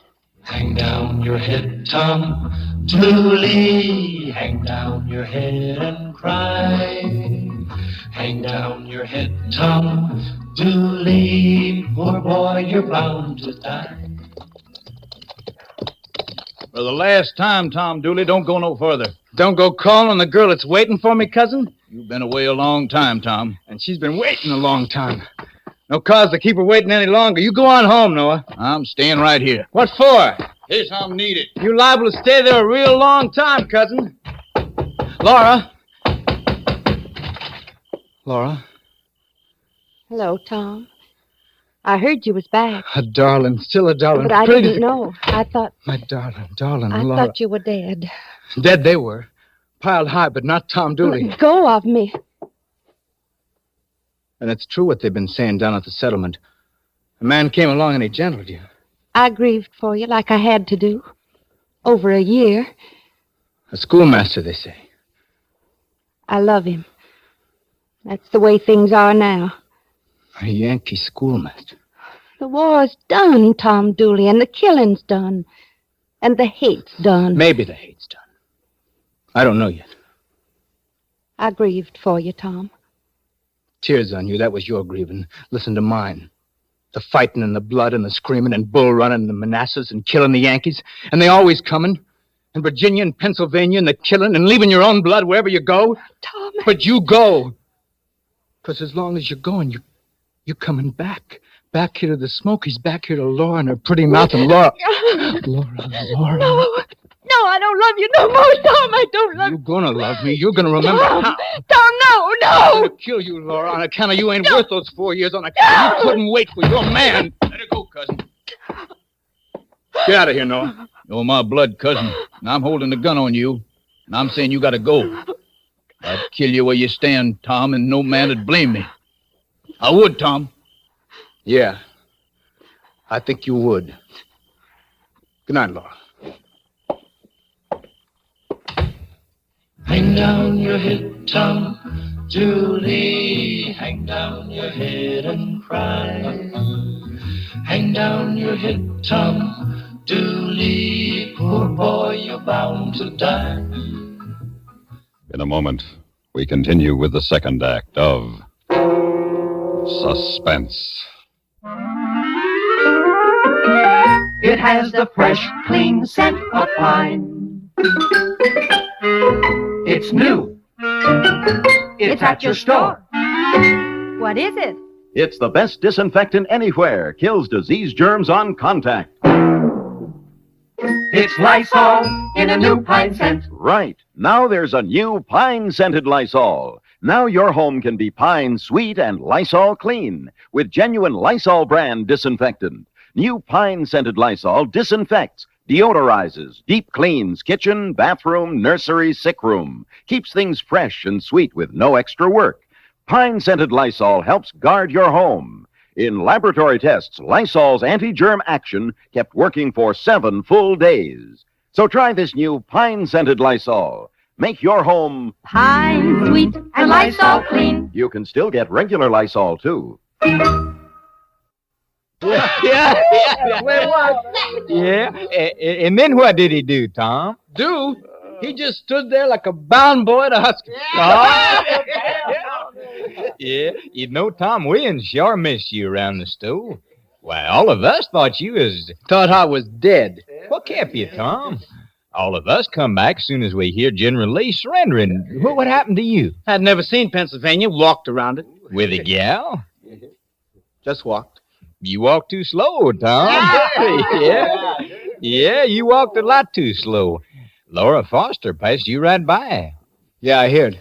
They tell me she's learning how to read and write. I heard that, too. Schoolmaster, Yankee. War's over, Jess. Fighting and hating. Yeah, I reckon so. Hey, Noah. Yeah, what you want, Jess? Oh, Noah, pass that jug over here. Give your cousin a drink. Ain't drinking no more, Jess. Hey, now, that's the kind of reason you ain't doing a lot of things. You changed, Tom. Yeah, I guess I have. You going to learn how to read and write? Schoolmaster says he can teach anybody that wants to learn. I heard tell the gal can learn a lot from that there schoolmaster. I reckon a feller could, too. Better stop it, Jess. Yeah, them Yankees are smart fellers. I reckon that's why they won the war. Yeah, they won everything, them Yankees. You heat up my cousin, your tongue's going to turn real cold, Jess. Be it now. And what you got to say about that, Tom? Keep talking. I don't mind. Well, all I can say is if my gal started cheating with somebody else, I'd sure... We'll speak of the devil. Hi, Yankee. Morning. What you want? Well, I got a list here. Need some groceries. We just been talking about you. Me, and Zach, Hummin, Josh, all of us. Noah Dooley, his cousin Tom, too. Here's my list. Why don't you read it to me, school teacher? I ain't got the learning. Sack of potatoes. Like I said, we've been talking, wondering. Sack of sugar. You like North Carolina, Yankee? The Carolina Knights? Green beans and flour. How about the North Carolina women? Pretty, ain't they? Soft. Wait on him, Jess. And Laura's the prettiest of them all, ain't she? Wait on him. Ain't she? Tom Dooley here used to think so. The man wants to buy something, shopkeeper. Sell it to him. I seen you walking, Yankee. You're trying to get yourself lost. Jess!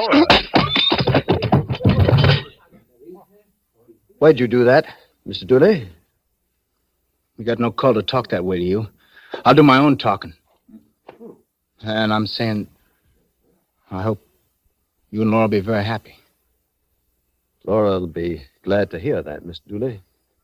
Mr. Dooley? Yes? Laura says you can play the fiddle. That's right. Well, we're having a betrothal party tomorrow night. I'll play the fiddle for you. For you and Laura.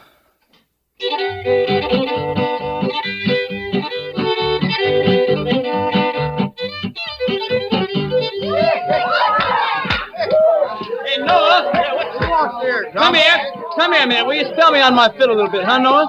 Sure, I bet you're tired fiddling 2 hours without letting up. Spell me, cousin. Just take the fiddle, huh? Where are you going, Tom? Just play the fiddle pretty, cousin. Don't worry about me. All right, all right.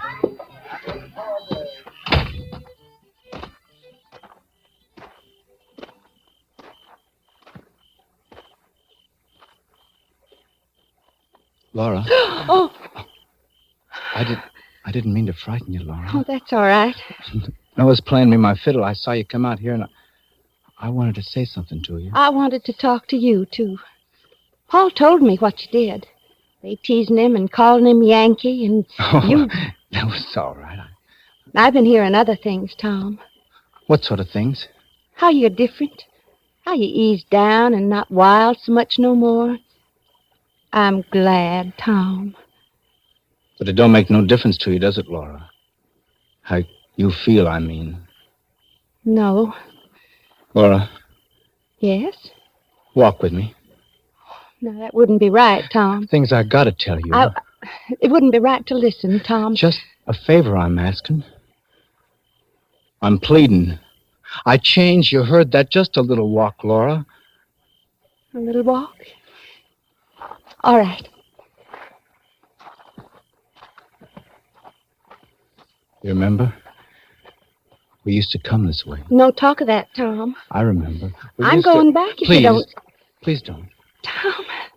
Tom, you'll find a girl. There's no bitterness now, is there, Tom? Tom? The way that water runs. From the top of the mountains to who knows where. You'll find your girl and you'll be happy. A man like me, Laura. A man like me never be happy. Tom. You're the cause, Laura. Tom. Laura, you're the cause! I met her on the mountain. There I took her life. Met her on the mountain. Stabbed her with my knife. Hang down your head, Tom Dooley. Hang down your head and cry. Hang down your head, Tom Dooley. Poor boy, you're bound to die. In a moment, we continue with the third act of Suspense. What bothers you most about a cold? For me, it's the choked up, congested feeling. In fact, science now says to clear away most cold miseries, clear away congestion. Sinus congestion that causes headaches, nasal congestion that shuts off breathing, throat phlegm with its choking discomfort, bronchial irritation that starts coughing. Yes, to clear away those cold miseries, clear away that congestion. And now, there's a specialized new medicine to do that. Fast, 4-way liquid cough and cold medication. Taken as directed, with the first dose, feel sinus pressure and headache clear. Feel runny nose dry and open up. Breathe freely. Sore throat is soothed. Cough eased. Yes, 4-way liquid clears away cold congestion and clears away worst cold miseries. Working through the bloodstream, it reaches all those congested areas. Because it's liquid, relief comes fast. So to clear away cold suffering, clear away congestion with new 4-way liquid cough and cold medication. Get it today, only 98 cents.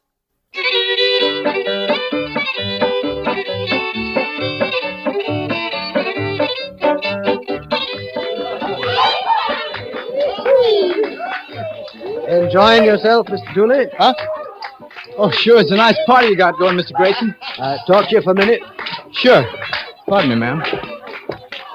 What can I do for you? Have you seen Laura? A while ago when I was fiddling. My, she looks mighty pretty tonight. Well, how long ago was that? Oh, hour maybe. Why, what's the matter? Well, she's not in here. Outside me. Not that I could find. Well, maybe Come she help just... me look for her. Well, she don't need no looking for. She'll be around. I suppose so. Well, enjoy yourself, Mr. Dooley. I'll do that, Miss Grayson.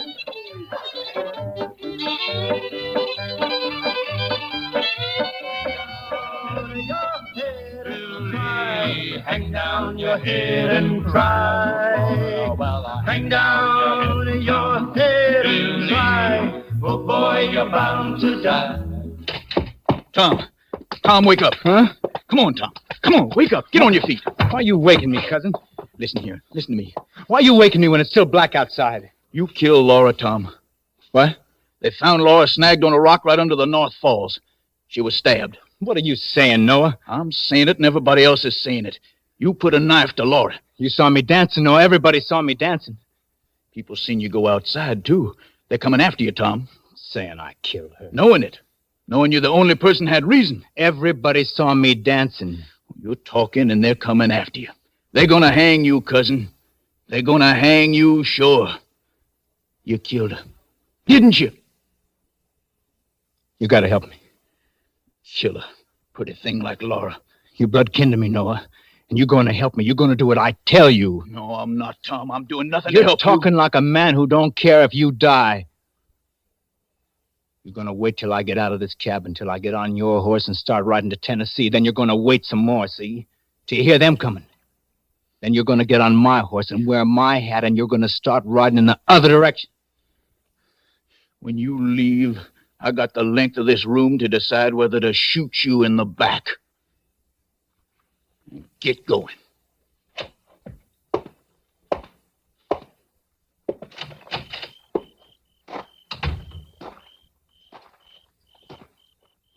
Hit.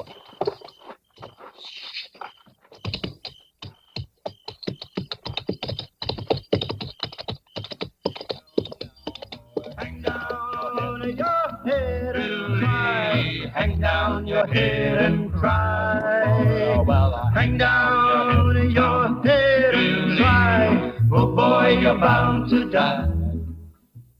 In a moment, we continue with the fourth act of Suspense.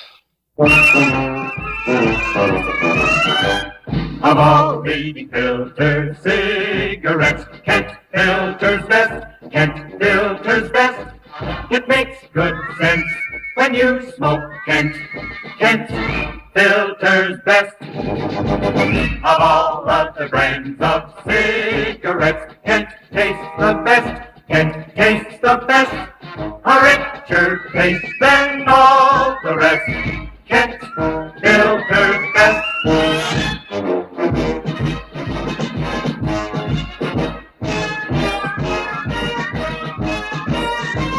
It makes good sense when you smoke Kent. Of all leading filter cigarettes, Kent filters best.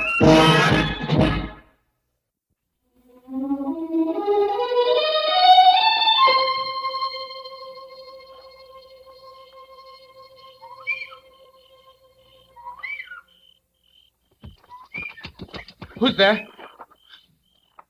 Who's there? I see you. I'm going to shoot. That's my friend Selman, you might see. Me, you can't see at all because I'm at your back. Now, you just stand where you're standing. What do you want? You stand where you're standing and you're going to feel something. Feel it? My gun in your back. All right, Selman, take his gun. Give it to him. Give it to him, that's it. You come out too, George. You too, Dawson. I don't know you men. Who are you? Yankees. What do you want with me? Well, we don't know, Johnny Reb. We're just down here on a visit. You want my money, that's what. Now, there's a thought. Where's your money, Reb? Got none. Got none. Got none! Where you come from, Reb? From back there. Still wearing a rebel jacket. Don't you know the war's over? War's over, but you're still fighting. You're still enjoying it. Living off the fat of southern land. Won a war we did, Reb. And we're enjoying it. I got no more quarrel with you, Yank. Just let me alone. Once you had a quarrel. Yeah. Where did you fight, Reb? Manassas, Gettysburg. Manassas. Look at the wood I wear for a leg, Reb. Change them at Manassas. A Reb bullet. You shoot that bullet? Maybe I did, Jack.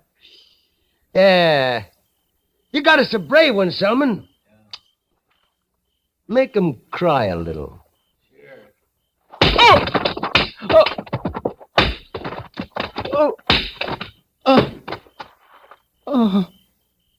Get up, Reb. Get up! Night's entertainment, that's all we're looking for, Reb. You dance, Reb? I bet you do. I'll tell you what. You dance for us. Dawson, get us a rope. You got no cause to hang me. For dancing purposes. You do us a do-si-do on the air from that tree over there. Let him alone. Huh? Who are you? A Yankee. Like you. Isn't that right, Tom? Yes, sir. Yes, sir, Mr. Grayson. I'm a Yankee, gentlemen. A Yankee who says with this rifle that the hating is over. Leave this man alone and get out. All right, men. Get.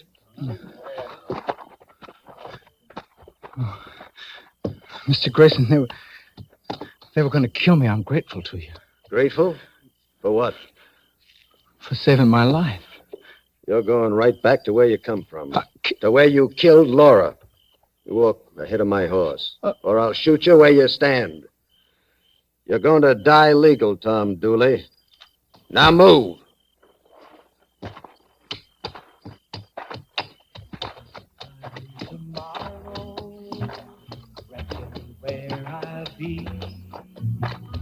Out in some lonesome valley, hanging from a white oak tree. Hang down your head, Tom Dooley, hang down your head and cry. Oh, well, hang down your head, Tom Dooley, poor boy, you're bound to die. Poor boy, you're bound to die. Poor boy, you're bound to die. And now, for old time's sake, starring John Lund, a tale well calculated to keep you in suspense. Now, Mr. Winterfield, if you'll sign above your wife's signature, the house is yours. It'll be a day or two before the escrow will be... Mr. Winterfield? Bert, Mr. Nelson speaking to you. I'm sorry. Just sign here. Bert, you're acting so strange. What's the matter? Nothing, Helen, nothing at all. We don't see you nearly enough, Mr. Winterfield, considering you're one of our prominent businessmen. I don't think he likes banks.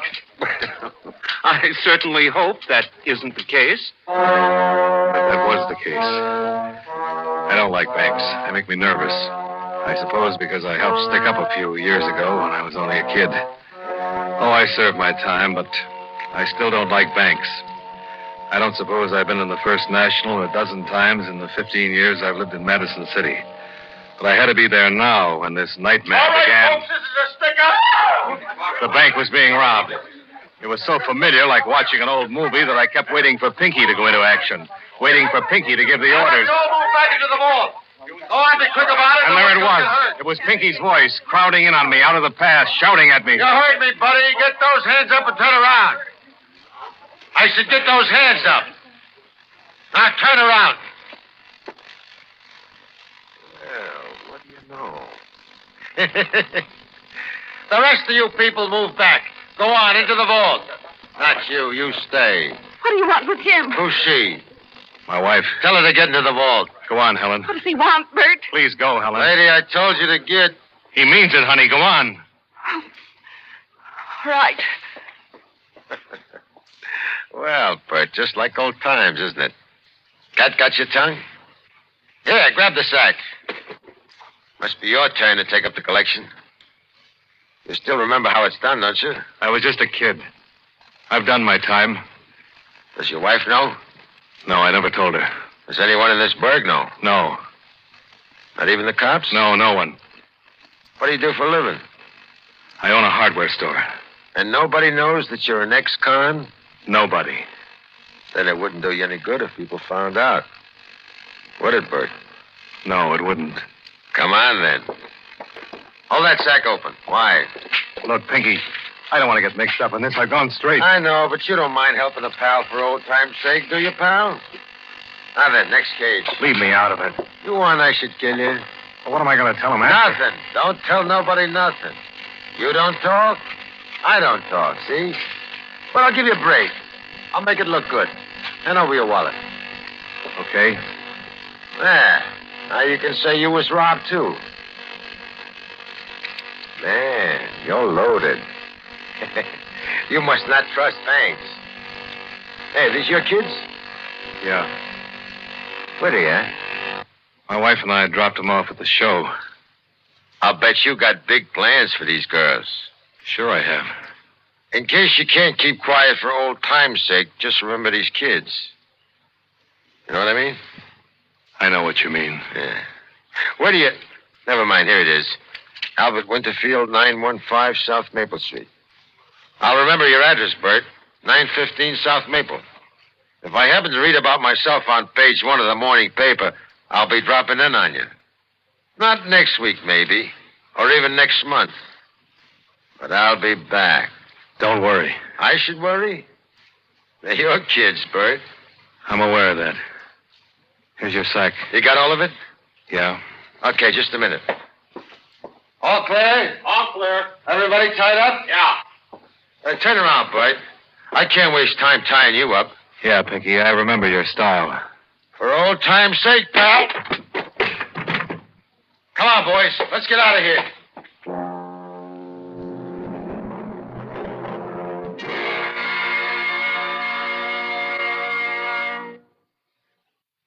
And now, starring John Lund, Act 2 of For Old Time's Sake. I woke up in the emergency hospital at police headquarters with a couple of stitches in my head. The doctor told my wife she could take me home, but first there was a Lieutenant Williams from the robbery squad to get around. You feel well enough to answer a few questions, Mr. Winterfield? No, I don't. Won't take long. Some other time, huh? I'm afraid it's got to be now. Can you think of any reason why you were singled out to assist in the robbery?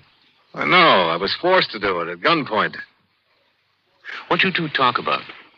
Well, nothing. You didn't talk? No. You didn't say anything to one another? I told you we didn't. Bert, that isn't what you... You started to say something, Mrs. Winterfield? What was it, Mrs. Winterfield? Nothing. It was nothing. Mrs. Winterfield, a few moments ago you told me that you saw your husband talking to the gun. Now, isn't that right? Well, Well, he might have said something. Yeah, in fact, he did. I remember now. He said, Huh? What'd he say? Well, he, Oh, yeah. He said he was going to kill me if I tried anything. He kept saying that over and over. You better sit down, Mr. Winterfield. We might be here for some time. Now, look. I'm not going to play games with you, copper. Bert. I've had enough of it, Helen. Now, unless you intend to book me, I'm going home. I'm not going to book you. And you know it. But I can't help feeling that you're covering up something. I don't care what you think. Am I free to go? Yeah. But you know, Mr. Winterfield, this is going to trouble me. It's going to trouble me until I find out what it's about. Be my guest. Helen, you coming? I guess so. Well, come on, let's go. I'll see you later, Mr. Winterfield.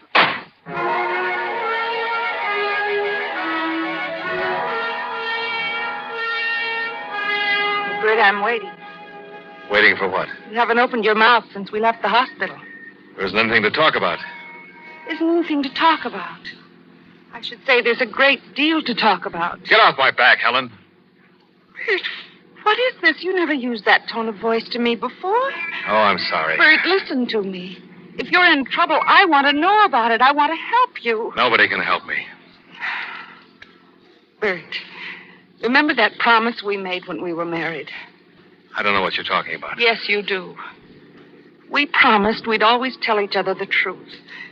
We were awfully solemn about it, and I suppose maybe a little silly. But, darling, I've kept that promise. And I believe you have, too, up until now. I never kept it, Helen. Not from the moment I made it. Bert. I'm sorry, dear. I loved you so much. I wanted you. I needed you so badly. I was ready to promise anything. Yes? I'm an ex-convict, Helen. Oh, Bert, no. Yeah. Don't you see, I couldn't tell you. You wouldn't have married me. Yes, I would, Bert. That wouldn't have made any difference. It doesn't make any difference now. You sure? I'm positive.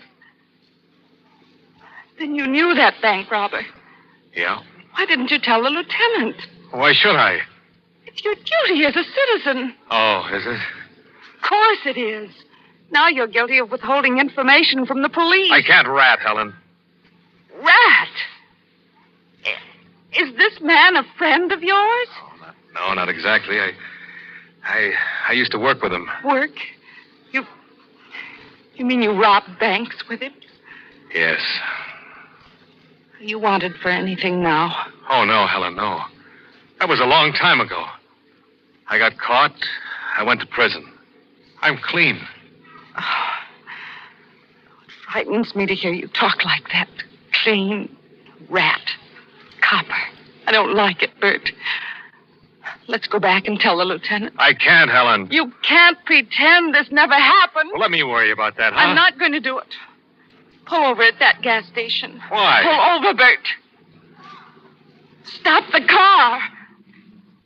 Oh, why, I said. I want you to call the lieutenant, Bert. I'm not going to do it. I can't. Bert, I want you to prove to me that the past is really over with. I have to know that. Please, Bert, call the lieutenant. I can't do it, Helen. Why? I have reasons. All right, then. I will. Helen, don't, Helen.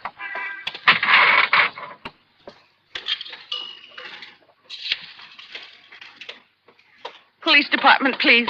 Helen, I told you, you can't do this. Let go of that phone. Helen, listen to me. Do you want to get the kids murdered? What did you say? I said, do you want to get the kids murdered? You're just trying to scare me, aren't you, Bert? Oh, no, Helen, I'm serious. He wouldn't. Would he? He would. Can I still trust you, Bert? This hasn't... You wouldn't say this to... I'll leave that up to you. I'll be waiting in the car.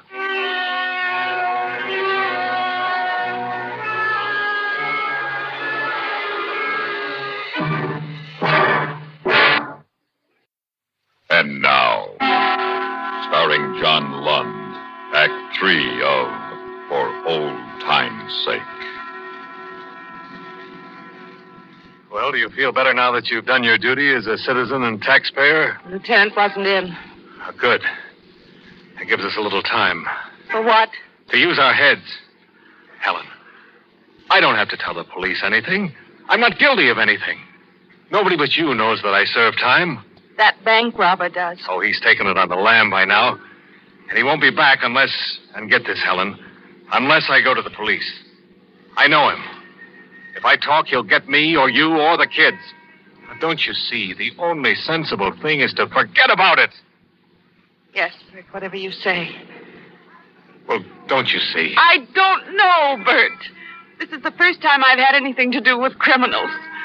I guess I'll have to depend on your wider experience.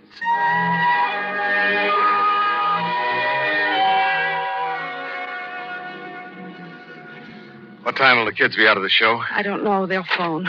Oh, good. Give me time for a drink. I need one. What's for dinner? I haven't the slightest idea. Oh, come on, darling. I'm sorry, Bert. This is one day when dinner is not uppermost on my mind. All right, then. When the kids call, we'll both pick them up and we'll all eat out. How would you like that? Whatever you say, Bert. Hiya, pal. What are you doing here? Well, pal, we had a little trouble getting out of town. They got Bugsy, and I got one of the cops. I'm a little hot, so I thought how nice it is to have an old pal in town. Aren't you going to introduce me to the little woman? Get out of here. I like it here. I want to get acquainted with your family, Bert. Where are the kids? Why, they're... Oh, that's right. You said they were at the show. Be home soon? I don't know. Unless you leave this minute, I'm going to call the police. Get away from that phone. Bert, he's got a gun. Sure, I got a gun. And it shoots. Real bullets. Now sit down and shut up. Don't answer it. But it might be the kids. Oh, yeah, the kids. And they'd think something was wrong if Mummy and Daddy weren't home. Okay, go ahead and answer it, Bert. Tell them to get on the bus and come home. No, Bert, don't let them come here. Tell them to go to the grandmother's. I don't want them here with this hoodlum. Oh, you shouldn't have said that, doll. But just to show you what a nice guy I am, I'm going to let you talk to the kids. Go on, answer the phone. Don't do anything foolish, Helen. You better tell those little kiddies to get on the bus and go home. Or they ain't going to have no mama. Please, Helen. Hello? Oh, hello, honey. No, Daddy won't be able to pick you up. We want you and Cindy to take a bus and go to Grandmother's. Remember, Grandmother! All right, doll, I want you. Wait, Pinky. You're going to need us. I'll still have you. No, listen to me a minute. I can pick up the kids at the bus stop. Don't do it, Bert! One more word out of that woman and I'll kill them both of you. I'll kill you right now. Let me handle it, Helen. Lady, you got anything more to say? Come on. Just one word. Any word.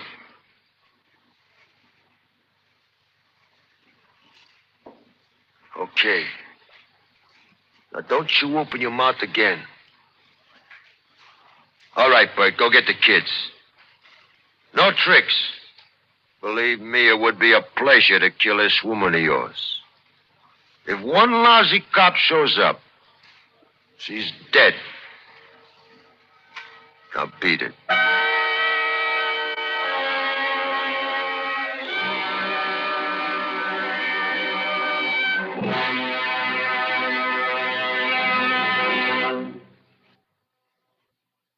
And now, starring John Lund, Act 4 of For Old Time's Sake. I left the house not knowing what to do. It wouldn't make any difference to Pinky how many people he killed. If I picked up the kids, there was a good chance they'd get it, too. But if I didn't, Helen would get it for sure. I was walking to my car when a squad car pulled up with 2 cops in front. Lieutenant Williams was one of them. Going somewhere, Mr. Winterfield? What do you want? I want to talk to your wife. The officer said she tried to call me. She hasn't anything to say to you? Well, as long as I'm here, I might as well hear it from her. You got a search warrant? I don't need a warrant to ring doorbell. You're not going in, Lieutenant. Let go of that door. Well, don't, Lieutenant. You'll kill her. Who? The guy from the bank. He's in there with my wife. Get that on the radio, Joe. Tell the boys to close in. Winterfield, get out of the way. Give me a break, Lieutenant. You've had all the breaks you'll get from me, mister. For my wife's sake, listen to me. Now, what's on your mind? Give me a gun. Give you a gun? Are you crazy? I'm the only one who would get close enough to save her. Even so, I can't give you a gun. How do I know you're not in this up to your ears? Believe me, I'm not mixed up in the robbery. Sure, I'm an ex-con, and I know the guy. We work together. But I'm not mixed up in this one. Please, Lieutenant, for my wife's sake. Are you sure he'll kill her? Might be bluffed. Oh, no, Lieutenant. I know this man. All right, Winterfield. I'll take a chance on you. I hope I won't live to regret it. You won't, Lieutenant. Oh, those idiots. Joe, tell them to shut off the sirens. Probably did it. Sorry, Winterfield. Give me the gun, Lieutenant. The guy can hear the siren. He's going to know that something's up. I got to take that chance. Give me the gun. Okay, Winterfield. Here you are. Good luck.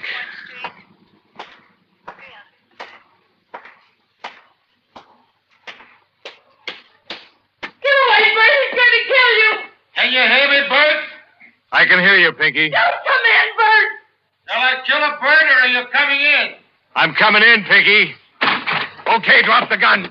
Are you dirty rat? Are you all right, Bert? Yeah, I'm all right. Is he dead? Are you two okay? Yeah. But Pinky's dead, Lieutenant. I had to kill him. Yeah. He's dead, all right. I guess a lot of things died with him. Well, that's up to you, Lieutenant. Well, why don't you come in and tell me the whole story one of these days? Why, I'll be glad to. I got nothing to hide now, have I, Helen? Nothing, darling. Well, then, let's go find those kids of ours.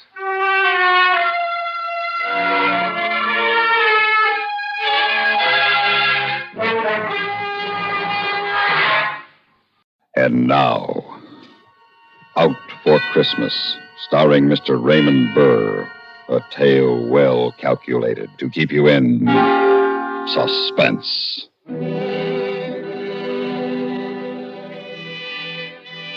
I hadn't figured on being out for Christmas, but my prison record paid off. Takes a lot of good behavior to knock time off and an armed robbery and assault rap, but I was a good boy, model prisoner.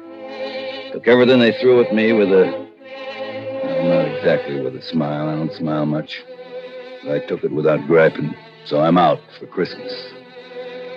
And Christmas is as good a time as any for what I gotta do.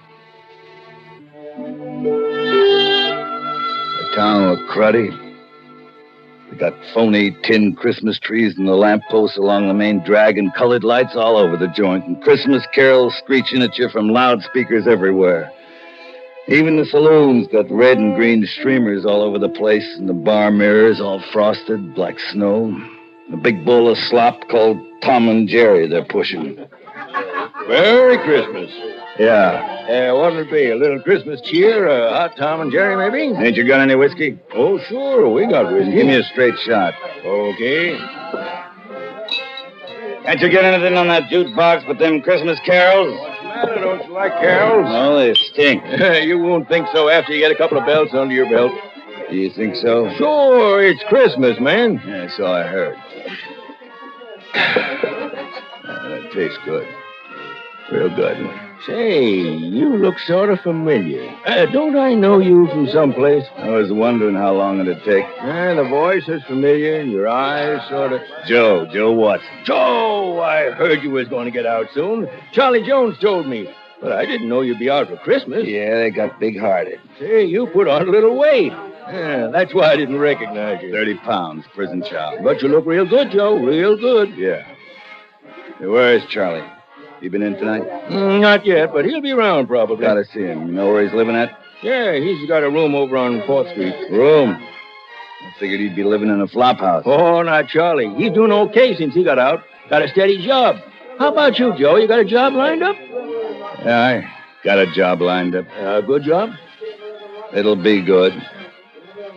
As good as I can make it.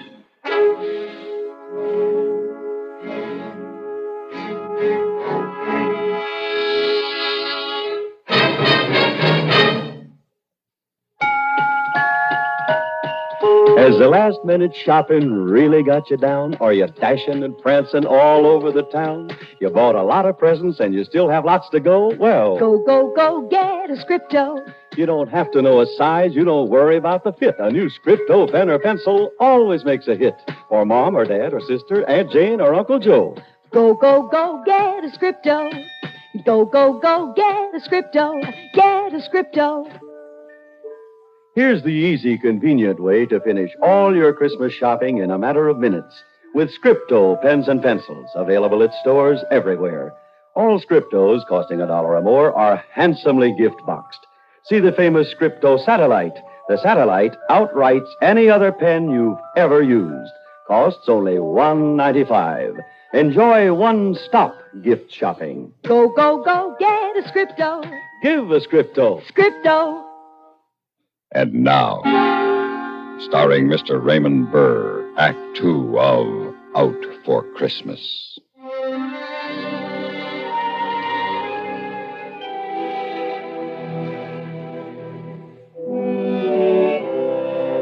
They even had this rooming house where Charlie was staying, loused up for Christmas. There was a moth-eating poinsettia wreath in the door and red and green lights in the landlady's window. Charlie's room was on the 4th floor at the back. Joe! Yeah. Oh, so they let you out for Christmas. Yeah. Well, come on in. Gee, it's good to see you, Joe. Good to see you, Charlie. Say, what you got there? Oh, that's an electric train. Just a minute, I'll turn it off. Electric train, what for? Oh, my sister's kid. That's all he talks about for Christmas, an electric train. So I got him one at a discount at the place where I work, but I wanted to see if it works okay. You know how it is. Yeah. So what's the idea of the Christmas tree? Well, living by myself and all, I thought I'd have my own tree. It's just a little one. You lost your marbles? Well, it's Christmas, Joe. Guys in cell block 4 ought to see you now playing with electric trains into your own Christmas tree. And I bet they'd like to be doing the same thing. Not me. Did you check up on Malloy like I asked you to? Yeah? Yes, he's still on the police force. Good. You got a gun? No, I don't have no use for guns anymore. Know where I can get one? Well, sure, I guess I could locate one. Well, I told you to. In my last letter, I told you. Get a gun for me, I said. I know, Joe, but look, pal, I thought that... Well, I hope maybe you'd change your mind. Charlie, from the day he testified against me, I swore I'd get him.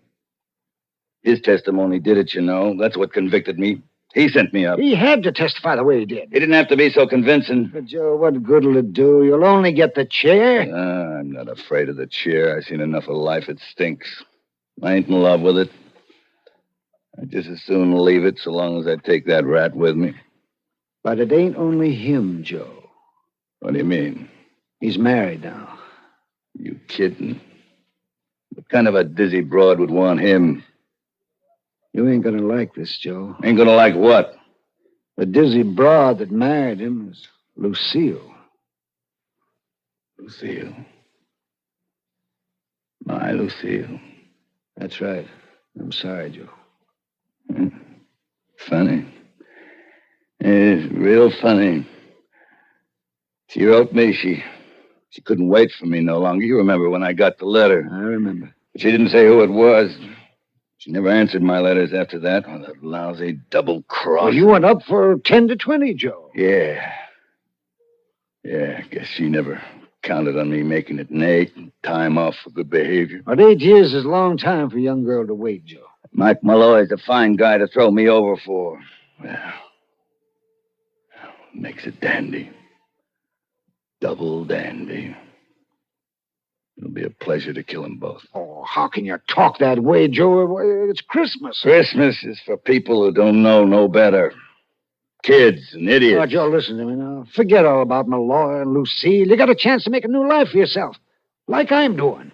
I can get you a job where I'm working. I'm sure I can. What are you doing? I'm Santa Claus in the toy department at Brighton's department store. Ain't no future in that. You're going to be out of work day after tomorrow. No, I'm not. They promised to keep me on. Doing what? Minding the reindeer? Well, Mr. Brighton believes in giving guys like us a chance. Well, that's why I'm sure that you can get a job there. You come down tomorrow and talk to him. I'll talk to him after Christmas. Hey, good. Or say, how about coming over to my sister's house for Christmas dinner day after tomorrow? Yeah. Yeah, I might even do that. Good. You see, Joe, there ain't no sense in carrying around hatred in your heart, especially at Christmas time. So let Malloy and Lucille have their Christmas in peace. Oh, they'll have their Christmas, all right. Their last Christmas. But then it'll be your last one, too. I just got it figured different. Never mind the gun. I'll get my own gun tomorrow. But there is one thing I want from you. What's that, Joe? Tomorrow night, I want to borrow your Santa Claus suit.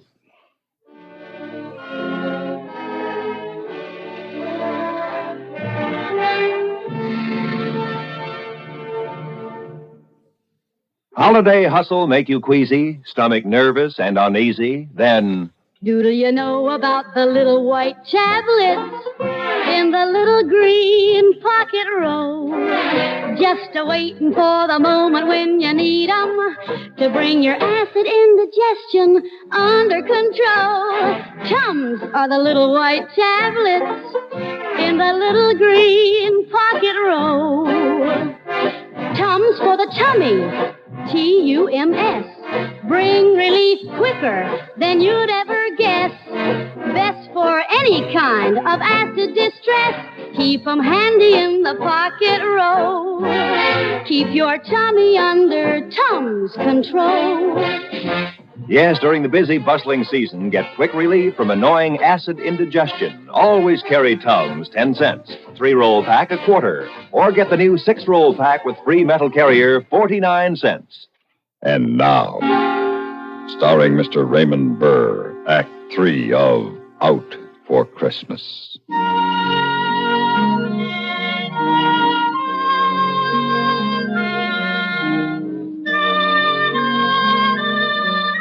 Next day, I did my Christmas shopping for a gun.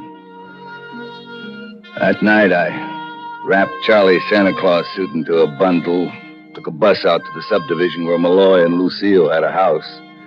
I ducked into an alley behind the supermarket and pulled on the red suit, whiskers and all. It was going to be so easy I had to laugh. You couldn't want a better disguise on Christmas Eve for murder.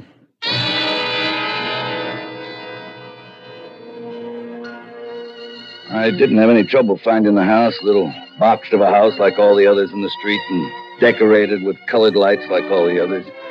Nobody saw me, even if they had. Who has a better right than Santa Claus to be on the streets Christmas Eve? The gun felt cold in my pocket as I closed my fist around it and pushed the bell. Even it was wired for Christmas. Yes? Merry Christmas. Why, it's Santa Claus. Aren't you going to ask me in? Well, my husband isn't home yet. That's all right. I'll come in and wait for him. I don't understand. You don't believe in Santa Claus anymore, Lucille? You ought to.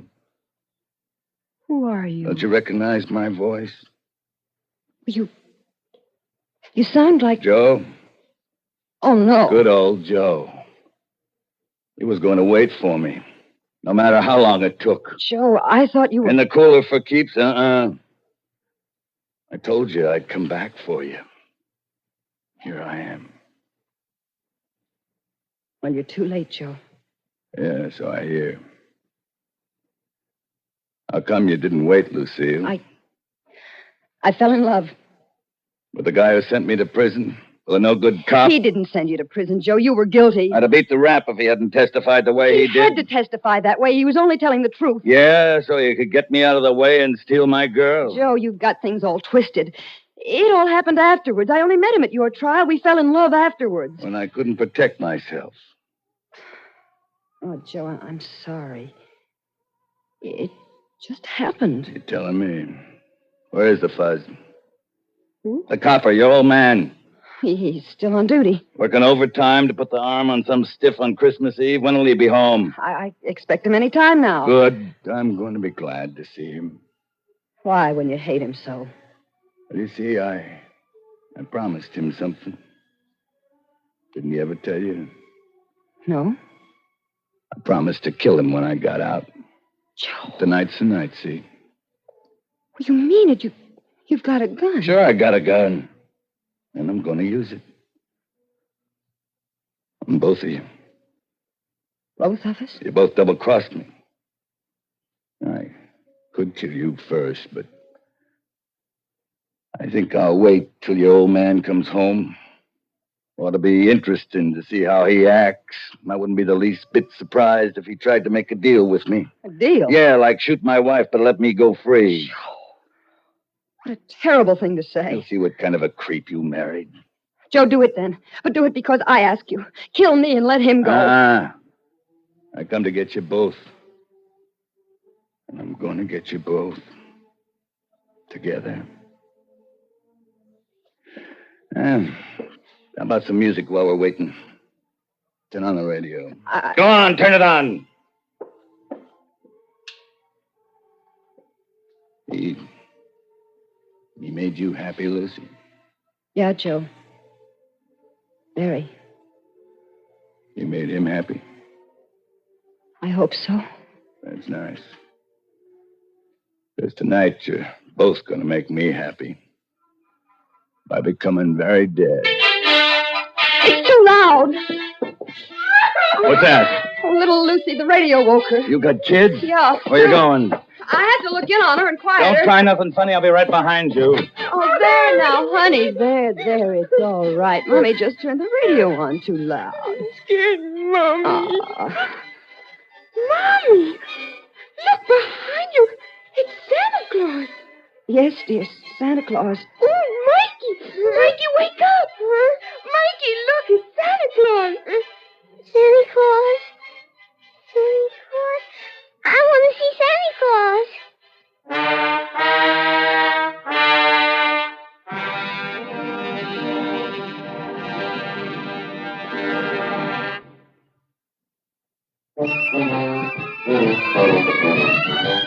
Of all leading filters, cigarettes, Kent Filter's best. Kent Filter's best. It makes good sense when you smoke Kent. Kent Filter's best. Of all of the brands of cigarettes, Kent tastes the best. Kent tastes the best. A richer taste than all the rest. Kent Filter's best.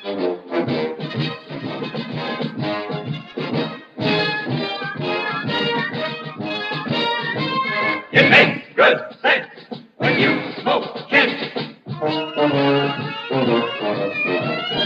Of all leading filter cigarettes, Kent Filter's best. And now, starring Mr. Raymond Burr, Act 4 of Out for Christmas.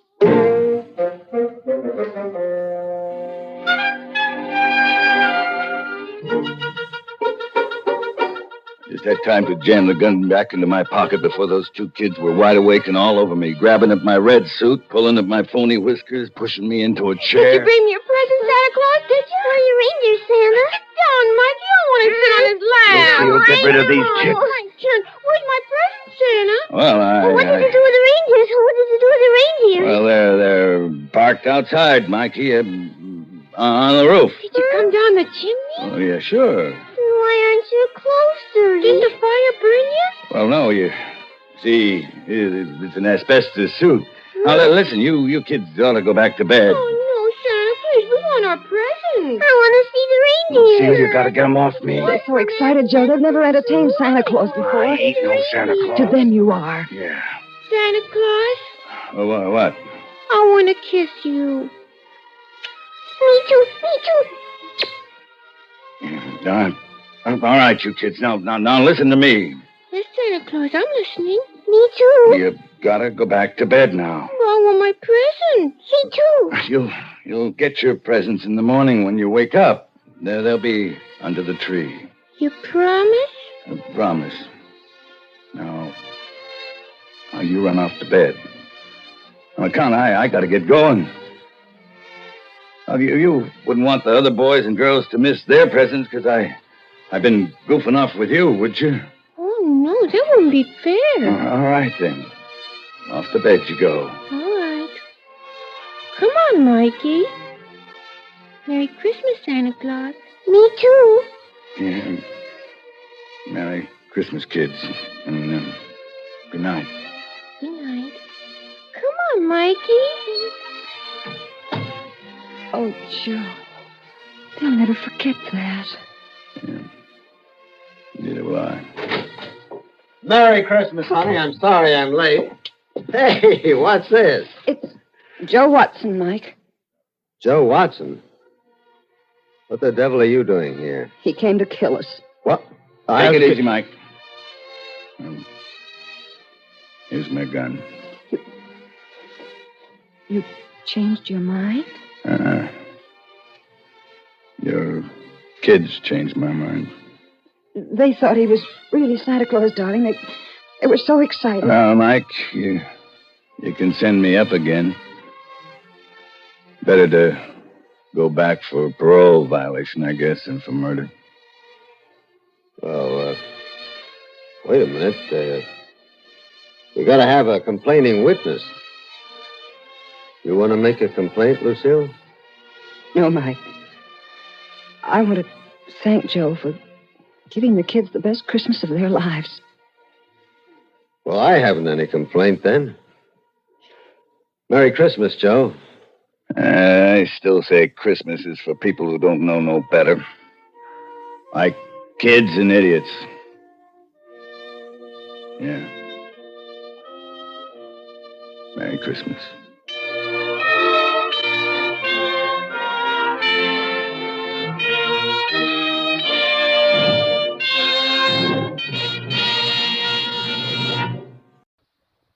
And now, the 32nd of December, starring Mr. Frank Lovejoy, a tale well calculated to keep you in suspense.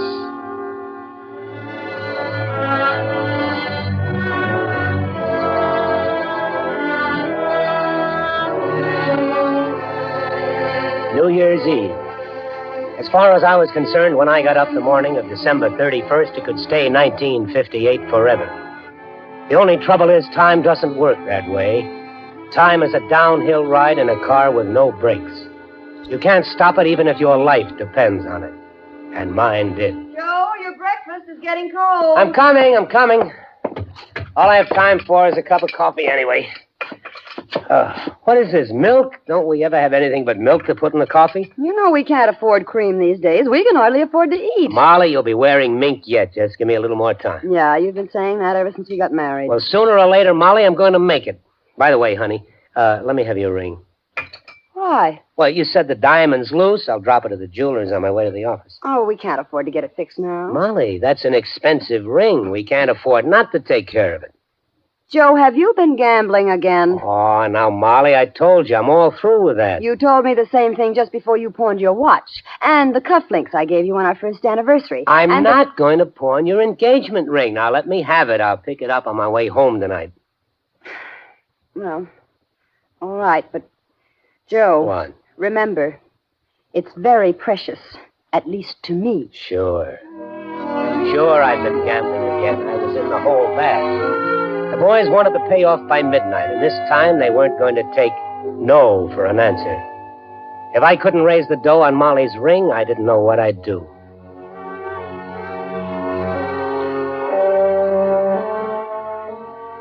The pawn shop was like any other pawn shop, dirty and gloomy, full of junk, with clocks ticking all over the place. One thing caught my eye as soon as I came in. In the front case, a watch, curiously ornate, obviously very old. It sort of glowed in the case. I couldn't take my eyes off it. You like to look at the watch? No. No, it's very interesting, but, how much can I get on this ring? On this, I can lend you $150. $150? The guy I won it off claimed it was worth more than $1,000. $150?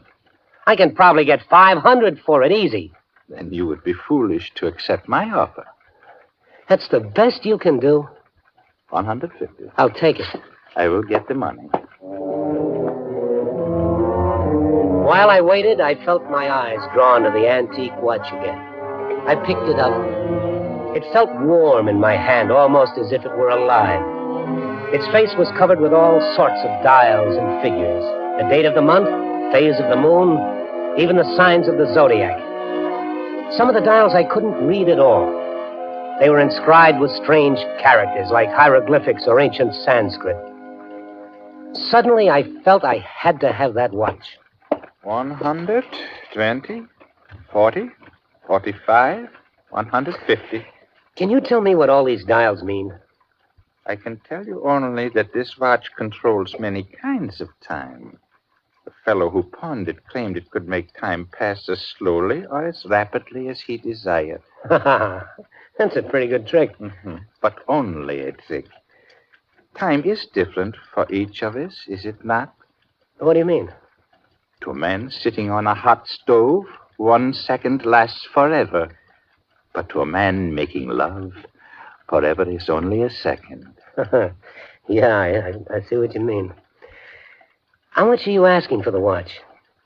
$150. Excuse me. Hello. Yes, one moment, please. Is your name Joe Adcock? Yeah, why? Yes, Mr. Adcock is here. Who is it? Who is calling? Hello. Hello? That is odd. Nobody knew I was coming here. Who was it? He did not identify himself. He just said, I would not believe him. Then he hung up. It's funny. Say, now what about the guy who pawned this watch? Any chance of him wanting it back? No, Mr. Adcock. He will not return for it. He has no further use for the watch. Okay. Well, then I'll take it. I don't know why, but I've got to have it.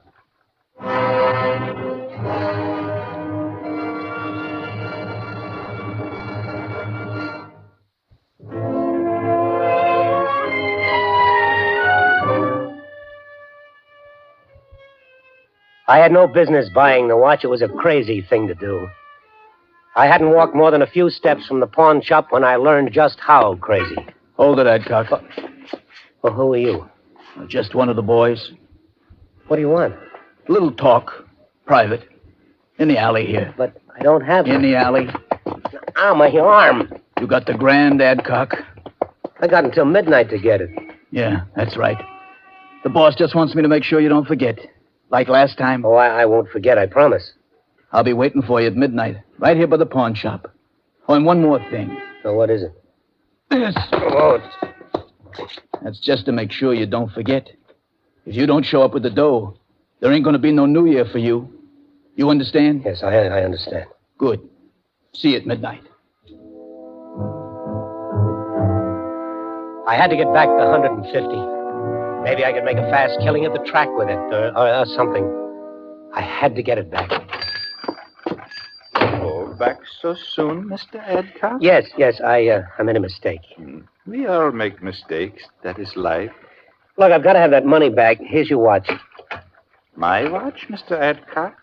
This is your watch. You bought it. But I don't want it. I want the money. A deal is a deal. But you don't understand. It is you who do not understand, Mr. Adcock. To sell the watch, you must find a buyer. I am not buying. Look, you got to help me. Well, will you take the watch and pawn? Of course. That is my business. Well, how much can I get for it? $5. $5? Just a few minutes ago, I paid $150 for it. It is unfortunate that I do not value it so highly now. $5? No, thanks. $5 wouldn't help me. I had to have money, big money. My only chance now was to try to borrow it. I know you've had an account here for years, Mr. Adcock, and of course we like to do what we can for our regular customers, but unless you have some collateral. Well, what kind of collateral? Oh, stocks, bonds, real estate. If I had that kind of stuff, I wouldn't need the loan. 500? Joe, you're crazy. Hey, bartender, another beer. All right, Harry. Make it a C note. Anything. Yeah, well, what about the C note you borrowed last August? Oh, I'll pay you back. Honest. Yeah, I heard that last August. Oh, Harry, how long have you known me? 10 years, I guess. All right, 10 years. Doesn't that count for anything? For a C note, it don't. Oh, but Harry. No. Not a dime. Not a lousy dime. Only one thing left to do.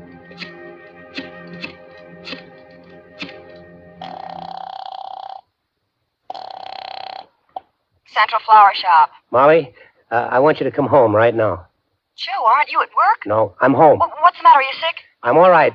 Just come home and hurry. Joe, what's wrong? We've got to get out of town. Fast.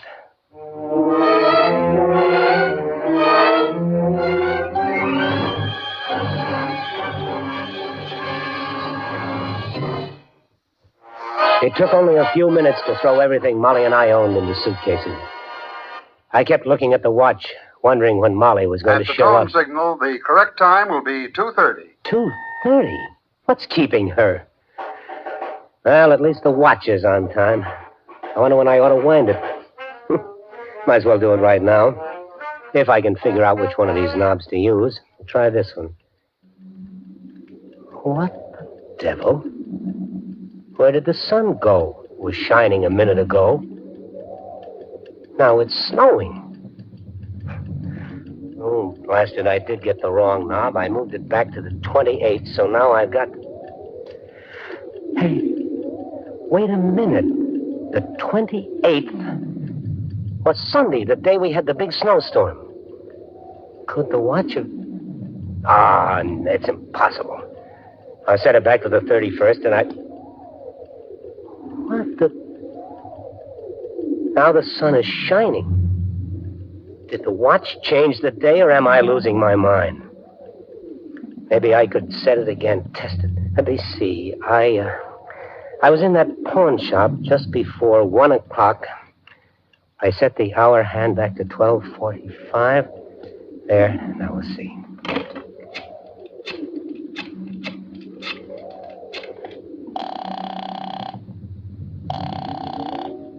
Hello? Is this the 3rd Avenue pawn shop? Yes? Is Joe Adcock there? One moment, please. Is your name Joe Adcock? Yeah, why? Yes, Mr. Adcock is here. Who is calling? You wouldn't believe me if I told you. I could hardly believe it myself. But there was no question about it. The watch did control time.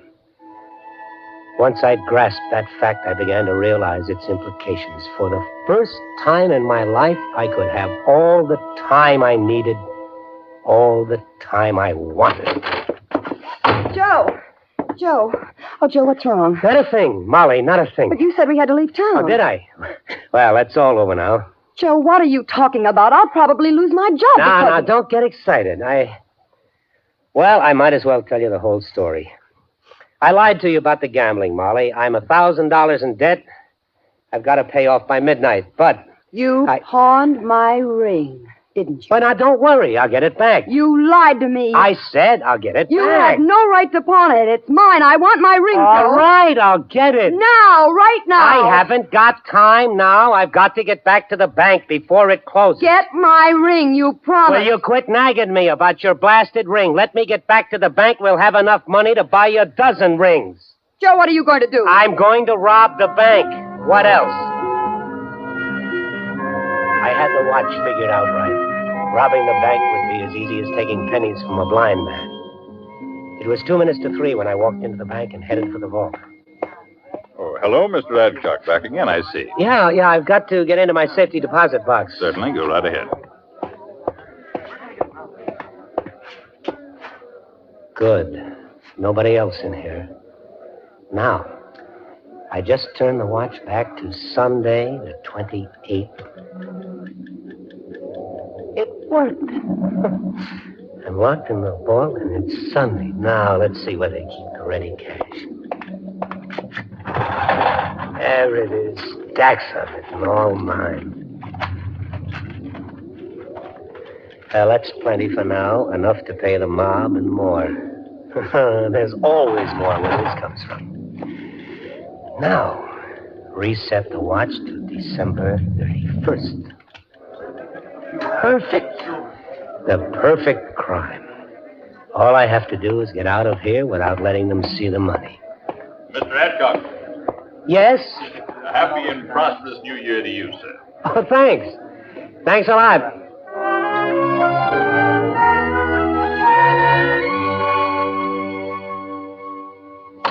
Molly!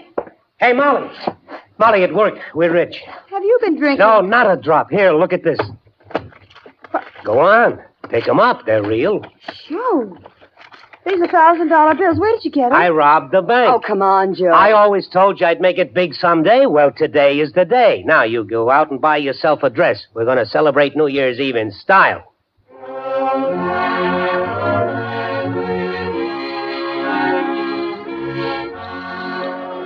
Happy New Year, Joe. Happy New Year. Yeah, come on. Let's get out of this crowd. It's almost midnight. I thought we were going to celebrate. You were going to take me to a nightclub. Yeah. But first, I got to meet a guy at midnight. Come on. Who? A guy. I got to pay off that gambling debt. Well, where are you meeting him? It's just a block away in front of the pawn shop. The pawn shop? My ring. Joe, you forgot my ring. Oh, for Pete's sake. I'll get your lousy ring back. Just give me a little time. Oh, a little time. That's the story of your life, isn't it, Joe? Just give me a little time. Well, all right, I'll give you all the time you want, all the rest of your life. I'm through with you, Joe. I just can't take it anymore. Molly, don't leave me. Molly, come back. Happy New Year. Well, what happened? Molly just disappeared. The street is deserted. Molly! Hey, where is everybody? I wonder if this crazy watch had anything to do with the 32nd. It should have clicked over to January 1st. Oh, no wonder everybody disappeared. There isn't any 32nd of December. I'll just reset it. It's stuck. It won't budge. Oh, it's got to move. It's just... Oh, no. It can't be broken. I can't stay in the 32nd of December forever. I've got to fix it. I've got to get the back off. I've got to get it to works. There. But there's nothing inside. It's the 32nd of December. And it will always be the 32nd of December.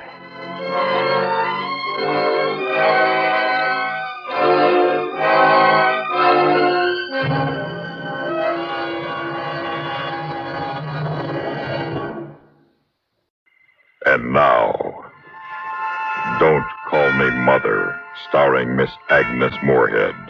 A tale well calculated to keep you in suspense.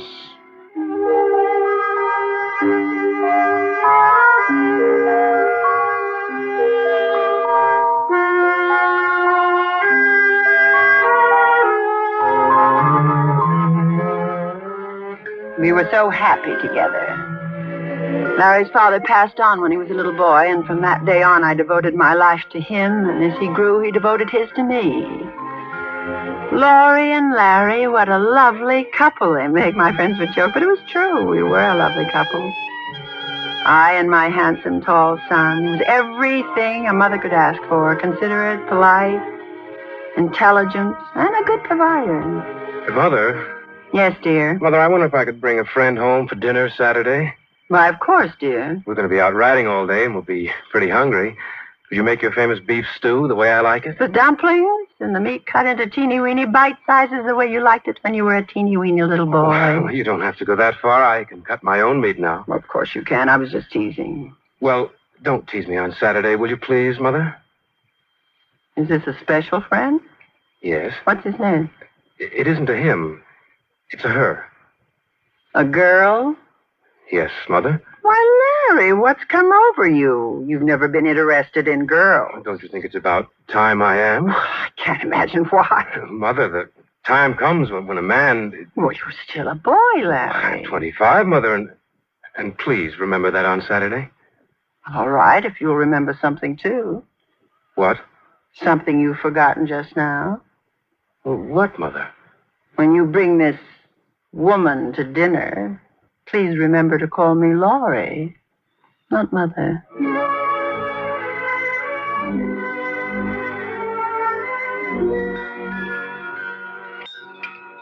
Do have another piece of persimmon pie, Roberta. Oh, I really couldn't, Mrs. Ryder. It's delicious, but I couldn't eat another bite. Larry, you will. No, thank you, Mother. Laurie? But you've hardly eaten a thing, dear. I've had 2 pieces, Laurie. Such a wonderful dinner. I don't think I could ever learn to cook a meal like that. Oh, I don't know. It just takes practice. Oh, I could never find the time. What with my job? Well, no matter what, I've always managed to have a hot meal on the table for my Larry, haven't I, dear? Yes, Laurie. Some more coffee, Roberta? Thank you, Larry. You're older than Larry, aren't you, Roberta? A little. I'm 28. Larry always seems younger than his age. He's led a very sheltered life. He doesn't seem too young to me. Really? Well, I mean, Larry is a man. Is he?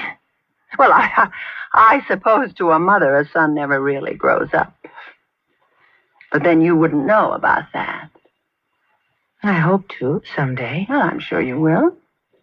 When the right man comes along for you. Mrs. Ryder, the right man has come along for me. He has? Well, congratulations, my dear. I hope you'll be very happy. We expect to be, don't we, darling? Yes, dear. Larry, is this true? Well, yes, Mother. Roberta and I are going to be married. Oh? Oh, no. You can't. You can't, Larry. Mother, what is it? What's the matter? Roberta, hand me a glass of water. Here, Mother. Take some of this. Mother, what is it? Oh, Larry, I didn't want you to know. Know what, Mother? And now you do. I don't know what you're talking about. My heart, Larry. I have a heart condition. Sudden shock. The doctor said I must be careful. Oh, Mother. I'm sorry, Mrs. Ryder. I shouldn't have sprung it on you so suddenly. Well, the doctor warned me again. You just lie down on the couch and rest for a few moments. No, I'm all right. I'm all right now. Well, as you see, Roberta, I need Larry. So do I, Mrs. Ryder. I love him. Well, so do I. And anyway, my dear, you're much too old for him. So are you. What do you mean by that remark? Merely that it's time you let him go. It's time you let him grow up. Larry, are you going to let this woman insult me and you? We've talked it all over, Laurie. She's right. I will give you my permission. I'll never give you my permission. I'd like your permission and your blessing, Laurie, but I don't need it. I am of age, you know. You mean to say you'd walk out on your poor sick mother, leave her alone to die? Yes, literally to die of a broken heart. Of course not, Mother. We'll take care of you. Of course, if you're really sick, you can live with us. Never. So long as I'm alive, Larry belongs with me. Mrs. Ryder, I've got to say this. Larry and I are going to be married. Even if it's the death of you. Then listen to me, Roberta, and you listen carefully. If you try to take Larry away from me, it'll be the death of you.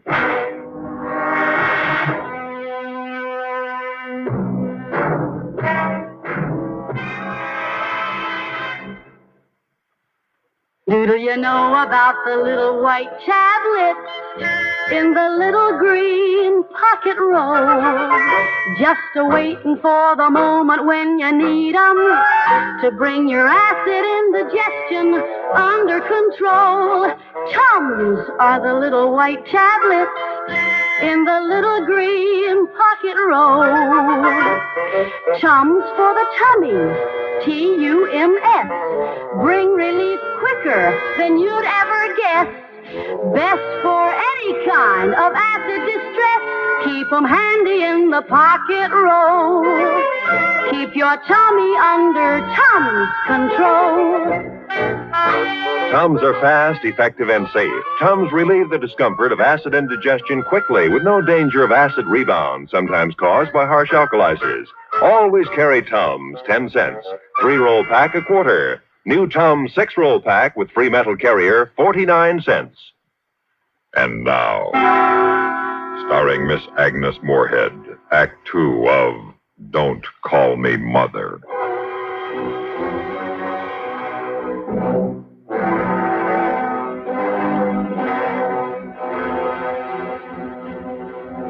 It was wrong. All wrong for Larry to get married.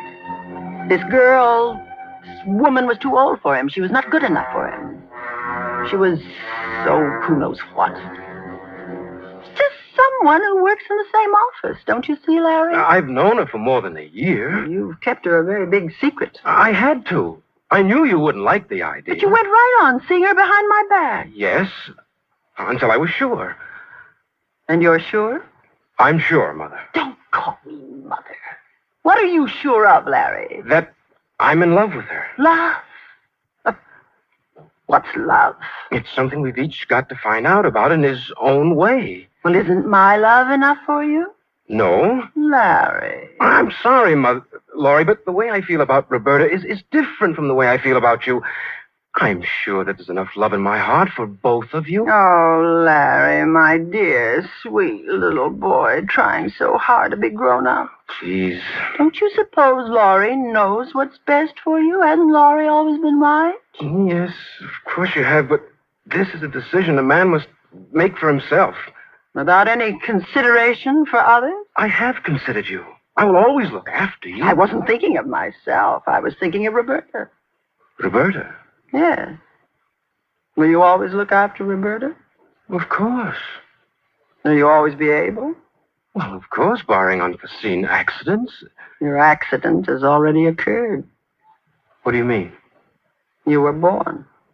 What? You never should have been born, Larry.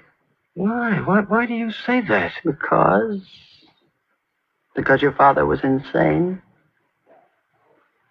Mother. Don't call me Mother. Why didn't you tell me before? Well, I hoped I never would have to. I've always told you he died when you were a baby. Well, he didn't die. He was taken away to an asylum. He lived a long, long time, until quite recently. He's insane. Hopelessly insane. Have I inherited? No one can be sure. The doctors don't know. But do you want to take that chance? Do you want to put Roberta through what I've been through? Don't you see, my dear, if you really love her, you'll give her up. Yes, I suppose so. And you will? Won't you, dear? I don't know, Mother. I don't know what to do now.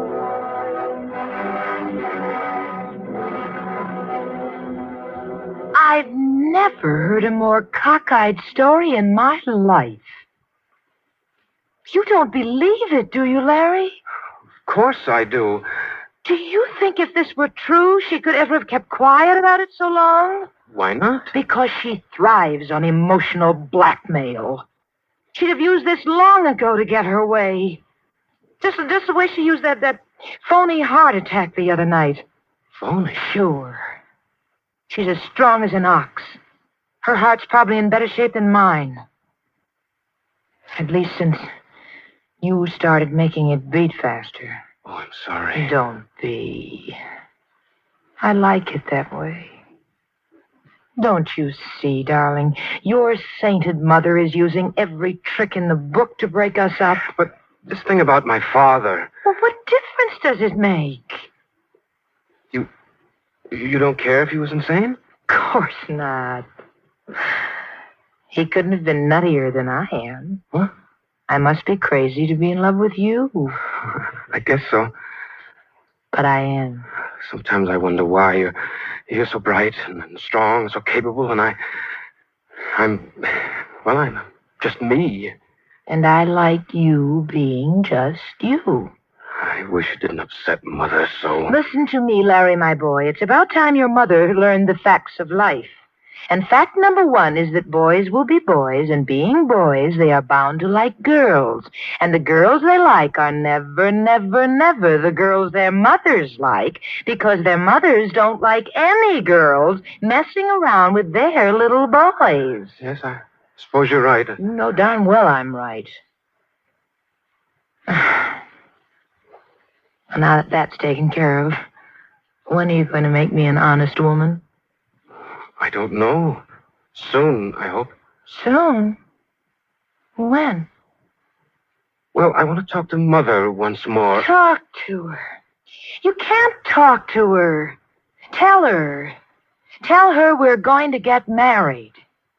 And then tell her for me to drop dead.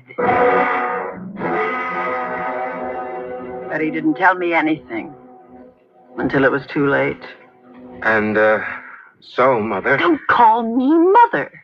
Laurie, we just dropped by to tell you we were married this morning. What do you expect me to do? Well, I'd like to know that you don't hold any hard feelings against me. You know my feelings in this matter. They haven't changed. This may sound corny, Mrs. Ryder, but it would be nice to begin our married life with your blessing. You get no blessing from me, you kidnapper. Oh, come now, Mrs. Ryder. You're a witch. Strumpet, you're a thief. Well, let's go, Larry. We're not getting any place. You can't take my son from me. He's mine. He'll always be mine. Nothing you can do will ever change that. Love him. Go on. Love him as much as you know how. Give him everything you have. It'll mean nothing to him because you aren't me. Go on, take him away. Take him to the ends of the earth and he'll come back to me. Because he was meant for me and I was meant for him. Laurie and Larry. And everybody's saying what a lovely couple they make.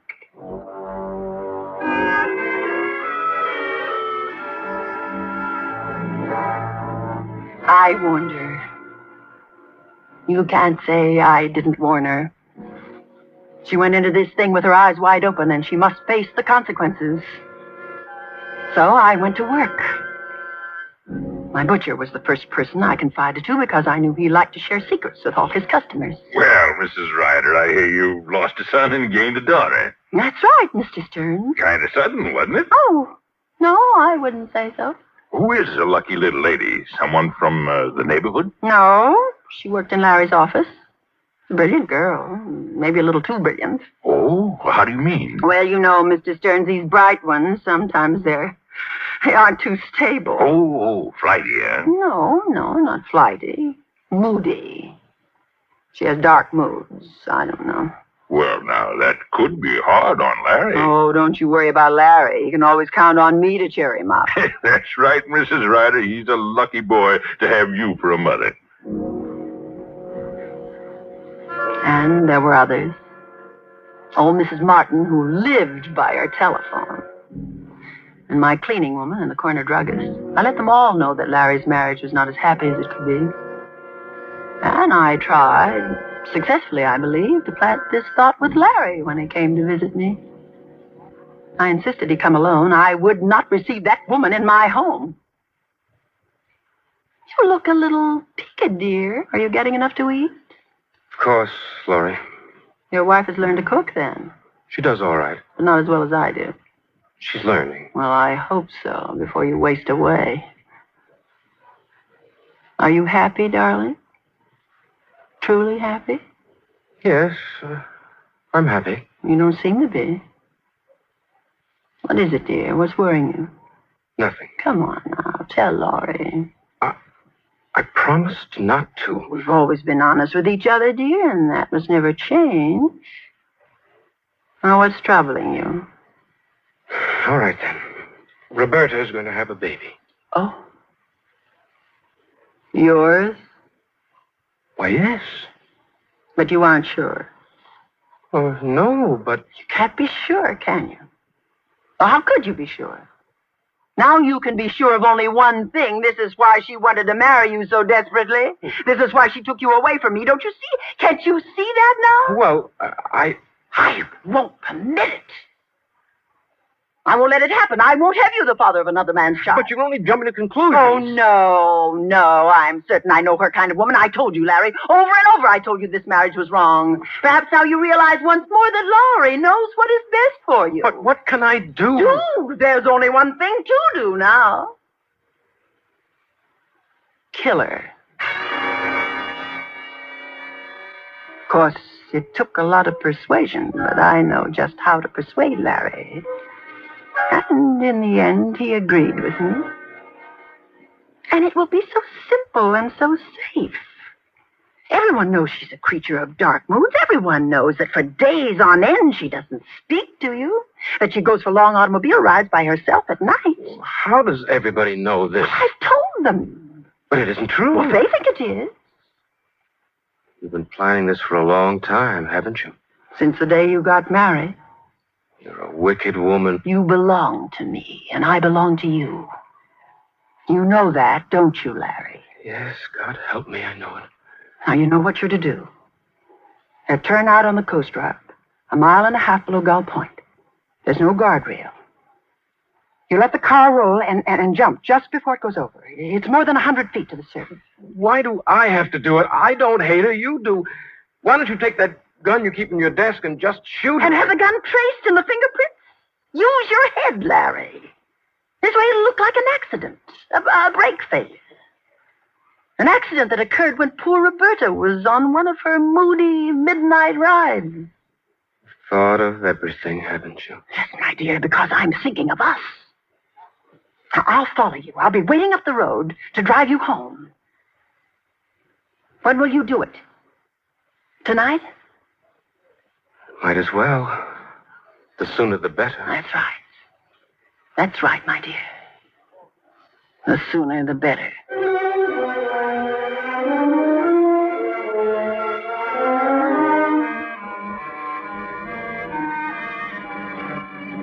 What are you stopping for, Larry?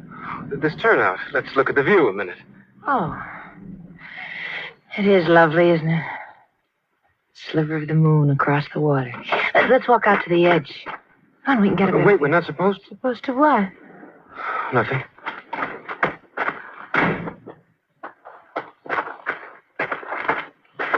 Larry,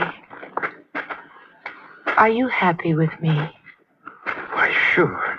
Sure I am. What makes you ask? You seem so strange all evening. You saw your mother today, didn't you? Yes. I can always tell when you've seen her. You come back to me different. I'm sorry. What terrible things has she told you about me this time? Oh, nothing. Don't tell me. I don't want to hear. I don't care. So long as I have you. Isn't it lovely out here? Be careful. Don't get too close to the edge. Oh, it's perfectly safe. Listen. You can hear the surf. And see it way down there foaming in the moonlight? So beautiful. Tell me, Larry. Tell me. Tell you what?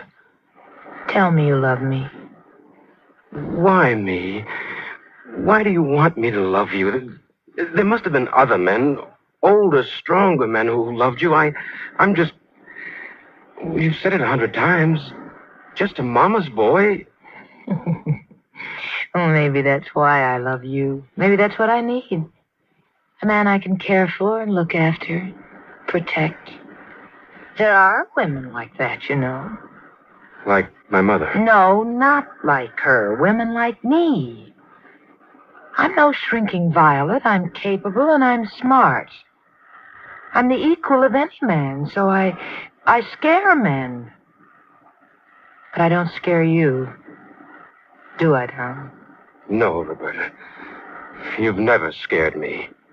And I never will.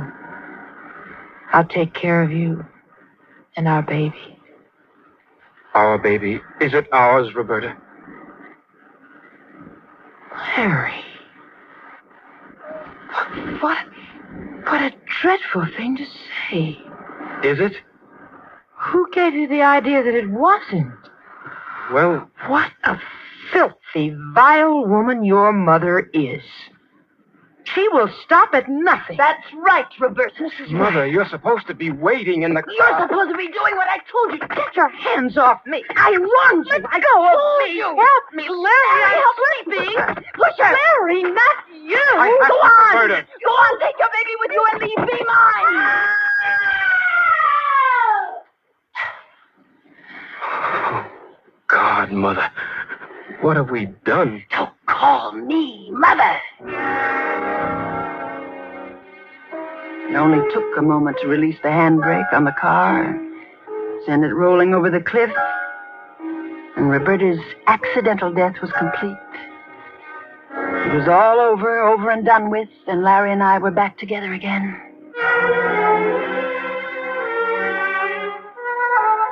We slept late the next morning, and we were dallying over our brunch in the sun-filled breakfast room, still in our robes and slippers when the doorbell rang. Yes? Mrs. Ryder? Yes. Want to talk to you, ma'am. Well, I'm afraid I'm not dressed. It's all right. We don't mind. Well, just a minute. You can't come in here like this. Who are you? Police? Police? Lieutenant Ross, homicide. This is Sergeant Abbott. Morning, ma'am. What is it? What's happened? What do you want? Just want to ask a few questions. You have any idea where your son is, Mrs. Ryder? Yes, he's in the other room. Well, he'd better hear this, too. Will you call him? Larry? Yes? Some men are here. They want to talk to you. The police. Police? What do they want with me? Mr. Ryder, when did you see your wife last?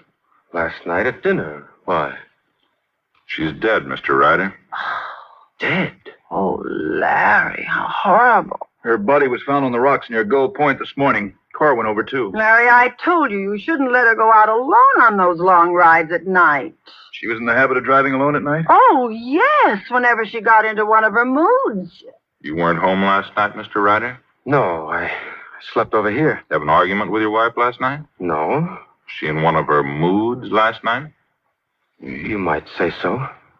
Where were you last night, Mrs. Ryder? I was right here with Larry. We watched TV until quite late. You sure of that? Well, I can prove it. Larry was with me. Just what are you driving at? This. You recognize it, Mr. Ryder? It's a wristwatch. I gave it to her for a wedding present. Do you know there was a message engraved on the back of this watch? No. The letters are so tiny, it looks like a design until you put it under a magnifying glass. Message? What does it say? It says, I have only one enemy in the world. If anything should happen to me, my mother-in-law will be the cause. Oh, that vicious witch. Why can't she let us alone? Why does she have to come back from the dead to haunt us? No, Mother. Don't you call me Mother. All right. I won't call you Mother. The word is too good for you. You're the vicious witch. You're the one who's evil. Why couldn't you have left us alone? Why couldn't you have let Roberta and me live our own lives? Oh, my heart. I'm going to faint. Go ahead, faint. Drop dead. I'm smelling salts. It's in the desk here. Gentlemen, the inscription on my wife's watch is correct. My mother murdered her. All right, up with your hands, all of you. Drop that gun, Mrs. Ryder. Oh, no, and don't either of you. Put it away, madam. Somebody's liable to get hurt. Indeed, yes, someone's liable to get killed. But I won't put it away till I hear my son out. Well, Larry, did you have something else to say? Not much. Only that you killed her, and I hope you hang for it. This is your last word to your mother. You haven't been a mother to me ever. Parasite, a leech, a selfish, aging hag, but no mother. That's all you have to say. That's all. And this is my reply, dear Larry. Hey, grab her, Let me go. I got the gun. Let me go. Let me have it. Let me use it on myself. I must join Larry. We've always been together, Larry and I. You mustn't separate us now. You don't realize how it is with us. Laurie and Larry, such a lovely couple, people always say.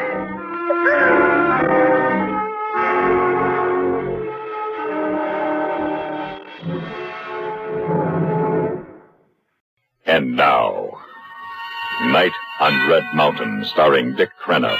A tale well calculated to keep you in suspense.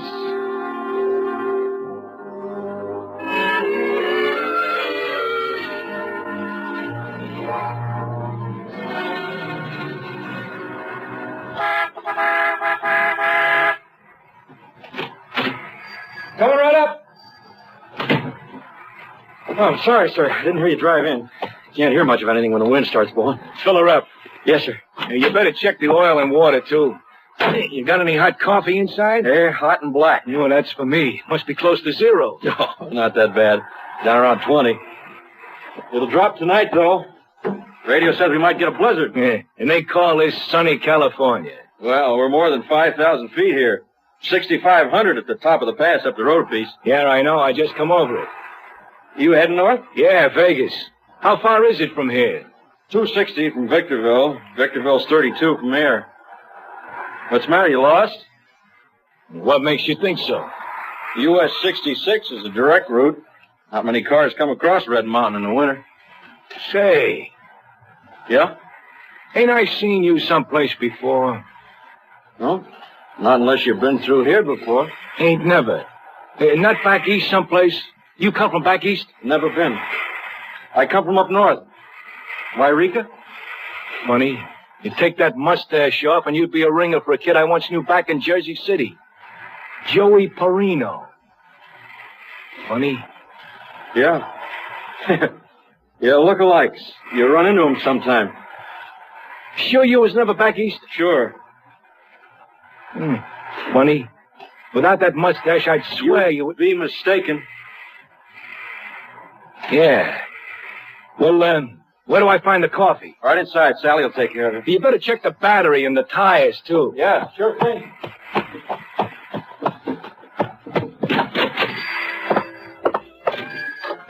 Good evening. Give me a cup of black coffee. Huh? Yes, sir. The State Highway Patrol has asked us to make this announcement. Chains will be required on all cars in the mountain regions. Tonight's storm is expected to bring... Sounds like you might be snowed in. Won't be the first time. Yeah. That might be dangerous, considering your condition. Oh, no. I'm not expecting till April, and we never get any snow that late. Not even when the weather's unusual, like they say out here? Well, it's never that unusual. You better get Walt to put on your chains. Ain't got any. Oh? Then watch your step going down the hill, particularly Mule Shoe Curve. It's bad in snow like this. Oh, I'll remember that. Is he your husband? Who? The fella gassing me up, this wall. Oh, yeah. You two all alone up here? No, that's my dad. And he better get a move on or he won't get back up the mountain tonight. Where is he? Went down to Victorville this afternoon for supplies. You born around here? No, up north. Wairika? Yeah, how did you guess? Well, your husband said that's where he came from. He did? Yeah. Doesn't he? Well, he said he did, didn't he? Yeah. You ever hear of a guy named Joey Perino? No. Why should I? Your husband looks like him. Well, what if he does? Nothing. You ever been back east? Never been outside the state. Gee, you ask more questions than a cop. Don't worry, I ain't no cop. He's all set to roll. How much do I owe you? 12 gallons, that'll be $3.95. Plus the coffee? Oh, compliments of the management. Eh? It's a policy of the establishment. Free coffee during blizzards, isn't it, Sally? Yeah, sure. Here you are, $4. I'll get you change. Don't bother. $3.95 for the gas and 5 cents for the coffee. I got a policy, too. I don't take handouts. Oh, look, what was I don't want to be owing anybody anything, sister. Particularly rats. Be seeing you, Joey. Joey? What did he mean, Walt, calling you Joey?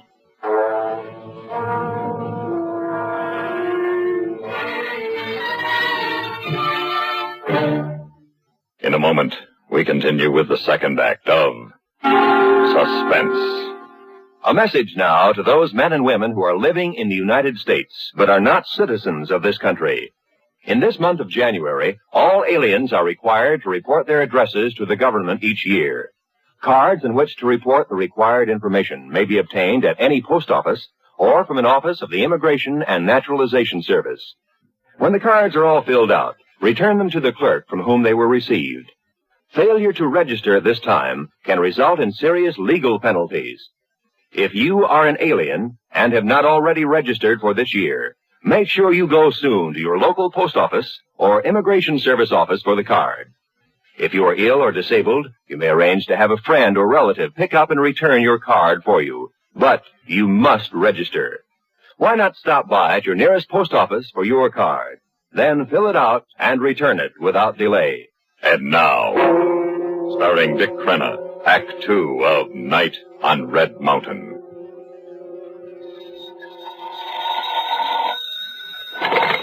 Yeah? Mr. Pirelli? Yeah. I have a long-distance call for you from Victorville, California. Who's calling? Just a moment, please. Who's calling Mr. Pirelli? Mr. Battalion. Okay, operator, put him on. Go ahead, sir. Hello, Big Pete? Yeah, Bat. What are you doing down in Victorville? You were supposed to be here in Vegas by dinner time. Yeah, I know. But I sort of got lost in the mountains. Figures. I know you to get lost in Jersey City. Yeah, but where do you hear what I found? A gold mine, I suppose. Nah, Joey Perino. You're kidding. Where? In a gas station back in the hills. You sure it's Joey? Positive. He's got a mustache and he's got a wife and he calls himself Walt something or other, but it's Joey, all right. They recognize you? Sure he did, but he didn't let on. I thought I'd better tell you. Wait a minute. If he recognizes you, he'll take it on the lam. Not a chance. He's up there all alone with his wife. She's in a family way and it's blowing up a blizzard. He wouldn't risk getting her out of there in this kind of weather. Where are you? In a joint called the White Spot. Sit tight. I'll be there in a couple hours. How you gonna do that? Charter a plane. But, boss, I'll be glad to handle him for you. I'm sure you would, Bat. But this one I want to take care of myself. In my own way, if you get what I mean. Oh, yeah, I get what you mean. I'll wait for you here. Hey, what's the name of this place where he's at? Walt Summit Service. Why? Thought I might give him a ring before I leave. I tip him off? No. Offer him another chance. Are you kidding? What do you think?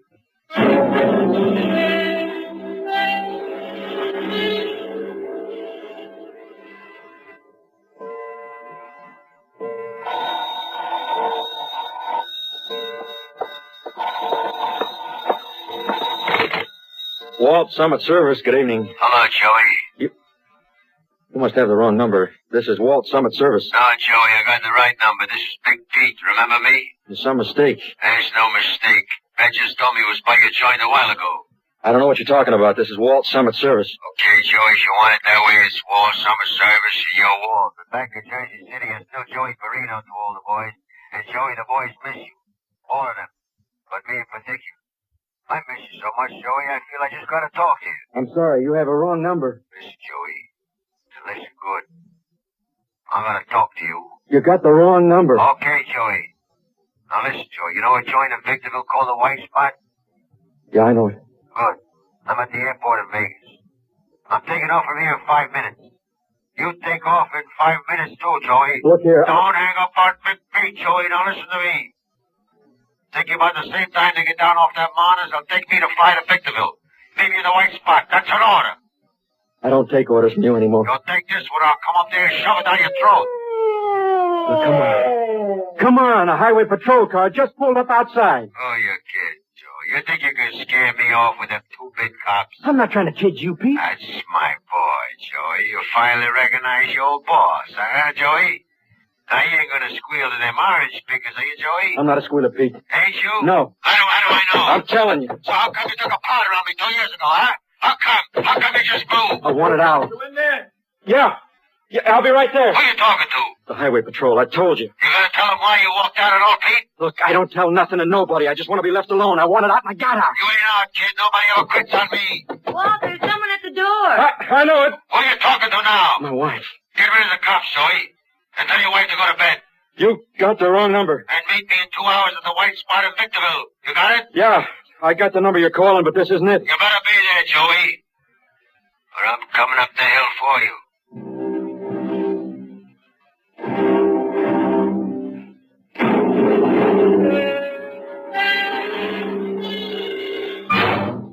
In a moment, we continue with the third act of Suspense.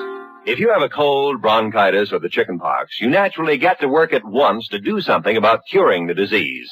If the symptoms of some physical illness appear, you try to prevent the illness from getting worse. But far too many of us look upon one of the most serious and most prevalent of illnesses, mental or emotional disturbances, as some sort of a stigma.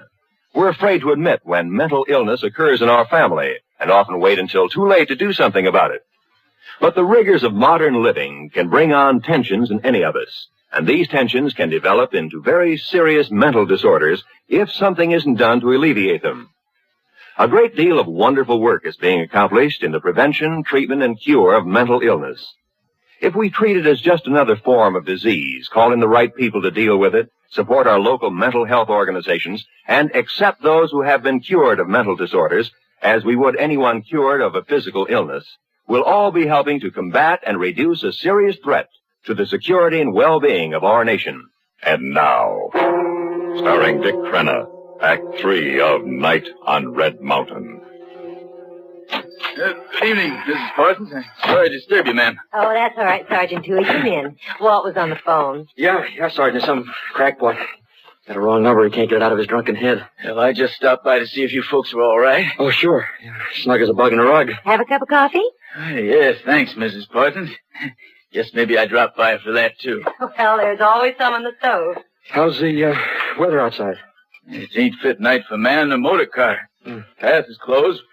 Won't be able to get plows through from the other side of the mountain until tomorrow forenoon. Yeah, well, that's what you can expect in February. There you are, Sergeant. Sugar, cream, and hot, I hope. Yeah, wonderful, Mrs. Parsons. Thank you. Oh, Sally. Yes, darling? Like the sergeant says, it ain't a fit night out for man nor motor car. Yes? I thought we might put him up for the night. Oh, of course. No, I don't want to inconvenience you. Oh, but it wouldn't... No, not at all. No inconvenience at all. We'd sure like to have you stay. Well, that's right nice of you, believe me, but I've got to get on down the road. But it's after 10 now. You're off duty. In a storm like this, nobody's off duty. Well, thanks for the coffee, Mrs. Parsons. I'll say I got something to thank you for, Walt. Oh, what's that? The only laugh I had this evening. Oh? Well, I'd like to hear it. What's the laugh, Sarge? Well, that car out front. What car? A couple of hours ago, when I was going up to the pass, that two-tone job standing out front with the big tail fins. What about it? Gold and white, covered with mud and snow piling on it. Well, it sort of reminded me of a bathing duty on a ski slope. Cars like that weren't designed for this kind of country. No, I guess they weren't. Well, good night, folks. Well, and thanks again for the coffee. You're welcome. Good night, Sergeant. I'll get it. No. Oh, I will. Well, some at service. You ain't left yet, Joey? Get going. You got the wrong number. Again? Yeah, again. Darling, what is it? Oh, screwball. Well, what's he want? Who knows? He's drunk. Let's go to bed. I'm not very sleepy. I know what. Let's sit up and wait for Dad. Oh, he won't make it now. Well, he might. Let's go to bed, I said. All right, honey. We'll go to bed. We'll go then. I gotta lock up. All right. Walt. What? What's the matter? Nothing. Nothing's the matter. I gotta lock up, that's all. Now get to bed and stop asking a lot of stupid questions. That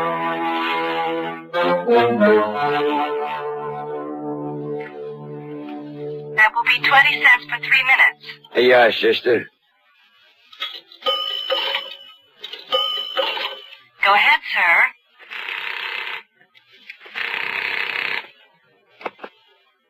Yeah, Pete. Well, how'd you guess it'd be me, Joey? Oh, look, let's cut the kidding. I ain't kidding, Joey. I'm disappointed, real disappointed. I fly all the way down here to Victorville just to talk to you, and what happens? You ain't got the courtesy to come down the hill to see your pal. How come you ain't here, Joey? I'm not coming, Pete. You ain't, huh? No. Well, then I guess I'll have to come up there. Nobody's asking you. Now, Joey, that ain't no way to talk. Lay off, will you, Pete? I've done nothing to you. You walked out on me, Joey. Nobody walks out on Big Pete. See you in an hour. And, Joey. Yeah? Don't try taking a powder. Fella at the bar just told me the pass is closed. The only way out is down the hill. I know it. You want to change your mind and come on down, Joey? Joey. Joey! Were you flashing, sir? Yeah, I was cut off. Just a moment. I'll try to connect you. I'm sorry, sir. There seems to be trouble on that line. Probably the storm. Okay, sister, thanks. Is he coming? No, but it couldn't be better. The line just went out in the storm. And the pass is blocked. Oh, what a sweet setup. Yeah, ain't it? Let's go. A pleasure.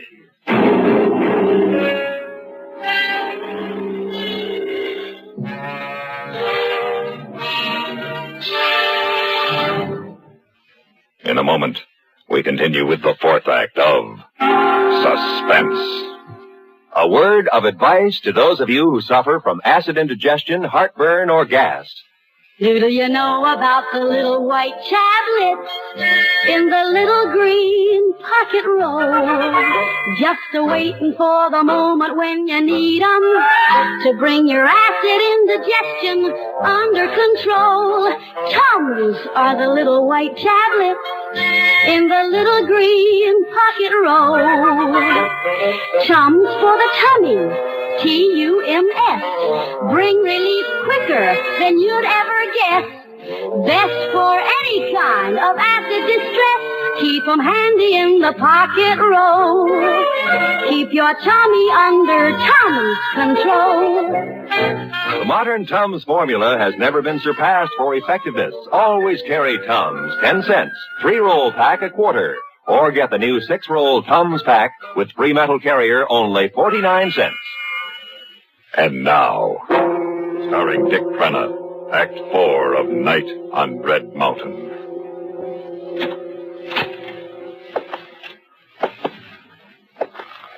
That you, honey? Yeah. Oh, come to bed, darling. I can't. Where are you going? What are you putting on your coat for? I gotta go down the hill. Oh, Walt, what's the matter? I'm worried about your dad. I'm gonna go look for him. Oh, now you know he's probably staying in town at the Rances. If you're worried, telephone them. I tried the lines out. I gotta go down the hill. But, Walt, you can't leave me here alone. I got it, honey. I got it. Walt, I'm afraid. There's nothing to be scared of. You'll be safe here. Your gun. Why are you taking your gun? I feel better with a gun. Walt, you're keeping something from me. You gotta tell me. There's nothing to tell. Get back in bed, honey, please. If you promise not to go out. I can't. I gotta go, and I gotta go alone. And it isn't Dad. It's something else. Look, don't make me try. Hey! How come the place is all lit up like a Christmas tree? Can't be that much business tonight. Oh, Dad, thank goodness you're here. That silly husband of mine was just going out to look for you. He was afraid you'd skidded into the canyon or something. An old mountain man like me, fiddlesticks. I'm glad you're dressed, though, Walt. I promised Sergeant Toohey I'd send you down the road with a tow truck to give him a hand. An accident? Yep. Some darn fool was driving without chains. Went through the guardrail at Muleshoe Curve. One of these fancy new two-tone jobs with airplane fins. Gold and white? Hardtop convertible? Toohey didn't specify, but he recognized the driver. A big-shot gangster from back east, he said. Name of Big Pete Pirelli. I didn't know the other fellow. Were they hurt? Hurt? They're both as dead as last week's hamburgers. Okay, I'll get going.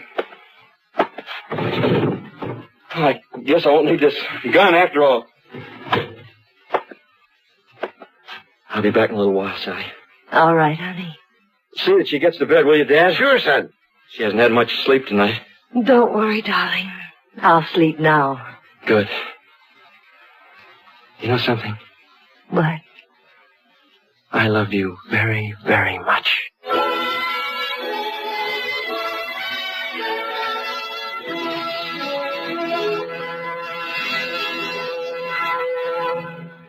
And now, Ride Down Cajon, starring Mr. William Bishop. A tale well calculated to keep you in suspense.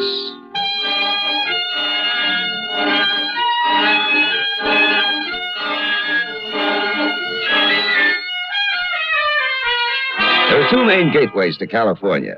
Route 40 over Donna Pass in the north and Route 66 over Cajon Pass in the south. I don't know anything about Donna, but Cajon Pass, I know. You see, I'm night man at Ella's Tip Top Cafe at the summit of the pass. And I live down the hill in Badu. That's San Bernardino. Down the hill. You drop 3,000 feet in 20 miles on a 4-lane divided highway that's so well designed drivers hit it like it was the Indianapolis Speedway. Which is okay, if your wheels are working okay. If they're not, you can get killed on Cajon. Fast. By all rights, I should have been the other night. And I just went along for the ride. It was along about 2 a.m. and I was waiting for my relief man when Phil dropped in for a cup of coffee. Phil rides the pass for the highway patrol. He also is my brother-in-law-to-be, seeing he's married to my girlfriend's sister. Don't forget, Andy, we're supposed to take the girls to the beach tomorrow afternoon. Don't worry, Joni's reminding me at least twice a day all week long. What time you want to get started? I'll be over as soon as I can get my car out of the garage. They promised it before noon. Oh, that's right. I forgot your car's tied up. How you getting down the hill tonight? What do you care? You wouldn't give me a lift. You know I can't. Regulations. You might break a regulation or two. You're practically my brother-in-law. Andy, my boy, the only way you can ride that patrol car is to break the California Vehicle Code. Then I'll be glad to give you a lift. To jail. Thanks a lot. I'll hitch a ride. Much action on the pass tonight? No, it's been pretty quiet. A couple of drunks, 2 or 3 speeders. No blood. That's good. That's the way I like it. Hiya, Phil. Oh, hi, Dave. How you doing, Andy? Okay, Dave. Hey, where'd you blow in from? Yeah, Colorado. And I could eat a horse. Fresh out. How about a cow, medium well? I'll buy it. And a side of fried eggs. And a gallon of coffee. Coming right up. Andy's car is in the shop, Dave. He's looking for a ride down the hill tonight. Can you fix him up? Well, sure, why not? Here's a starter on that gallon of coffee. No. Dave will give you a ride down the hill, Andy. Crazy. Providing you're ready by the time I finish eating. Well, sure, I'm off in 20 minutes. Hey, Dave. What? Whatever you're carrying in that rig, it's leaking. Yeah, I know. Ice water. Ice water? You carrying a load of ice? No. Chickens. Chickens? All the way from Colorado? Sure. Where do you think the Los Angeles housewife gets her fresh-killed spring chickens? Colorado, Louisiana, Mississippi? No kidding. Sure. 10, 11 days from the axe to the dinner table. Aren't they a little spoiled by that time? No, they're okay to eat. They may have lost a vitamin or two on the way. Well, it's time to head down the pass. I gotta check in at the weighing station. Don't be too late tomorrow, Andy. Don't worry. I'll be there around noon. Take it easy, Phil. Yep. Never take it.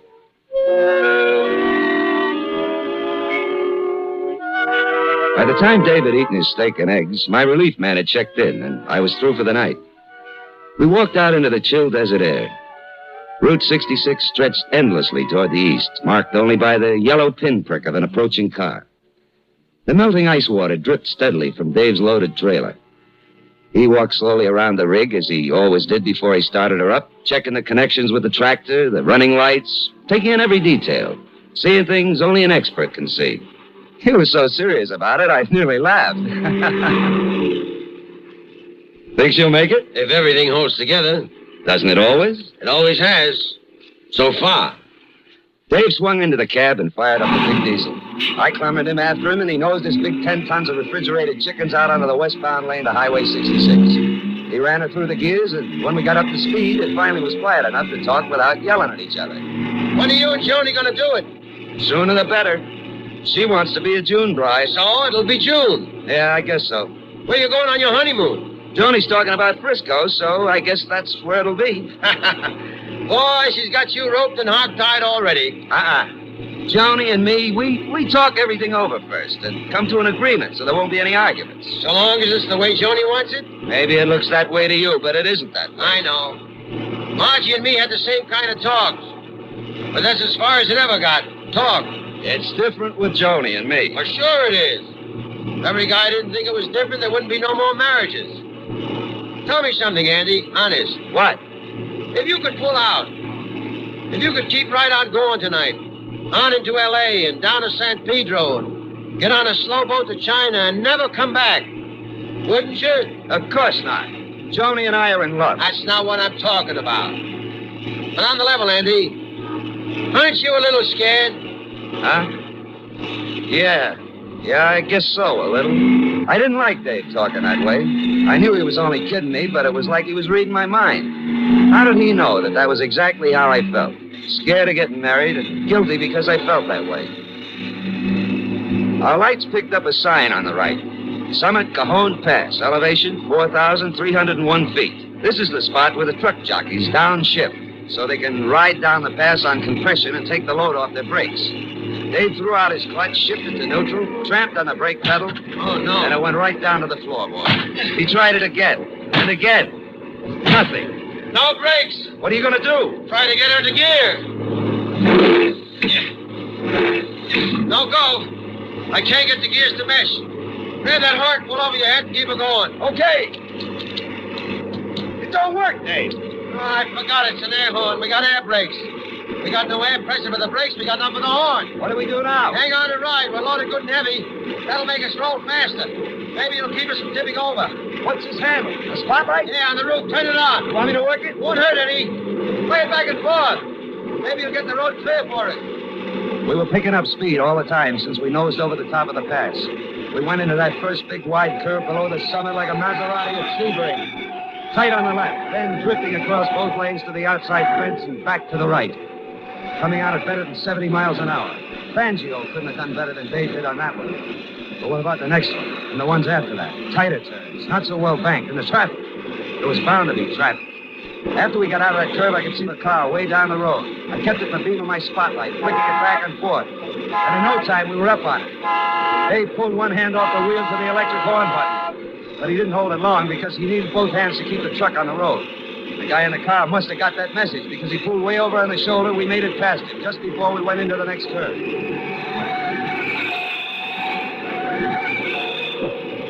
Came out of that one at 75. But a slight dip and an incline slowed us down a little. Then we came over the top. My heart stopped. A half mile down the road with two cars, one in each lane. Neither one was giving way to the other. Put your light on the left one. We'll need that lane to make it. I kept my light in his back window, but he didn't move. Dave hit the horn. Still, the moving roadblock didn't break. We were getting closer. Why wouldn't they move? Why wouldn't they move? Get over! Get over! I can read the license plates clearly now, too clearly. Colorful Colorado, New Mexico, land of enchantment. Why didn't they move? The distance was closing. 20 yards, 15, 10. Why don't they move? 5 yards now. Get over! Get over!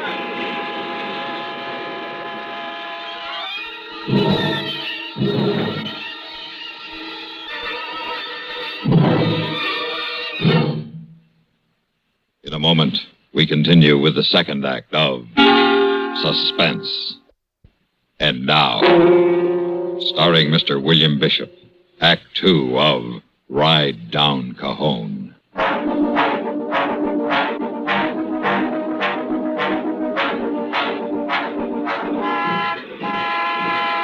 We were not more than 4 feet from him when colorful Colorado got the idea.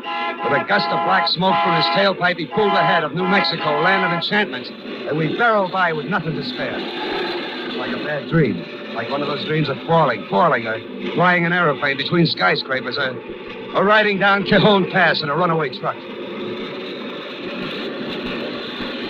I knew that next curve. Just last week, I stopped there to see what was left of the truck that had gone through the guardrail. The truck half the size of ours. There was nothing to do, nothing. Hold your breath, shut your eyes, and pray if you remember how.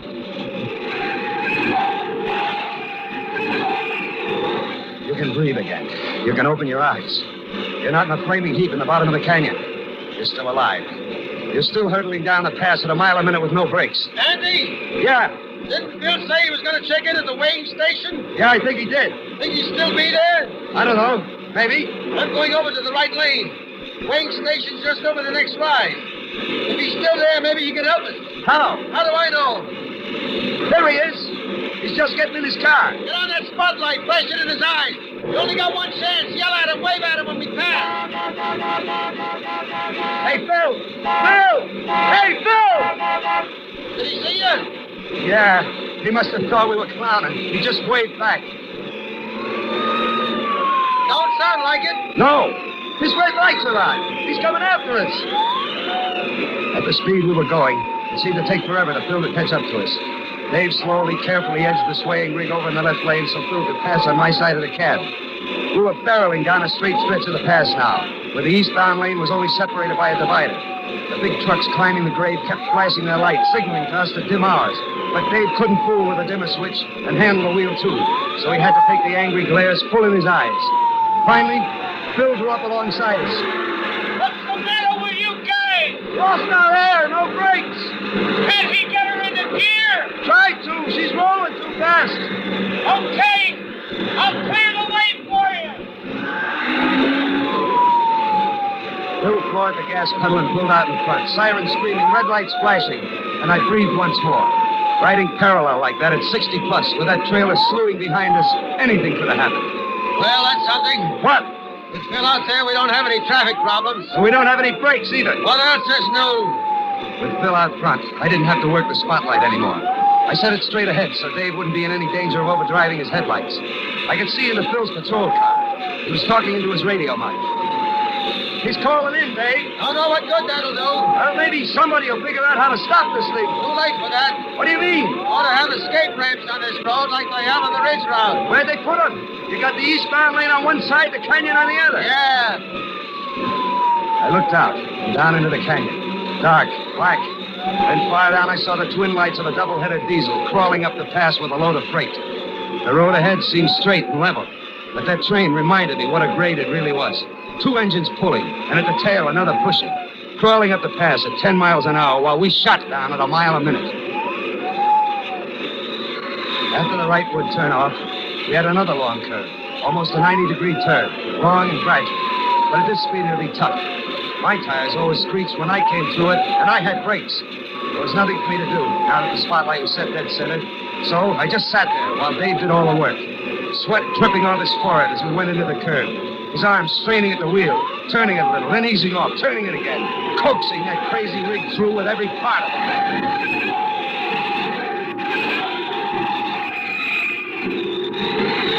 Came out of that one, almost at right angles to the road.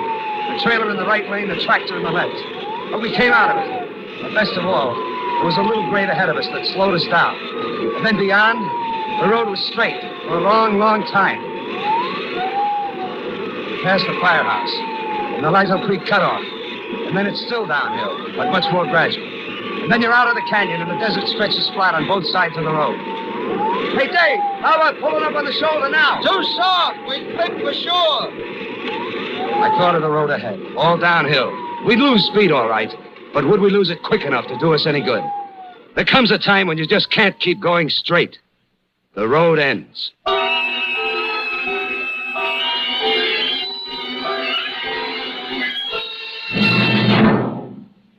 a moment, we continue with the third act of Suspense. And now, starring Mr. William Bishop, Act 3 of Ride Down Cajon.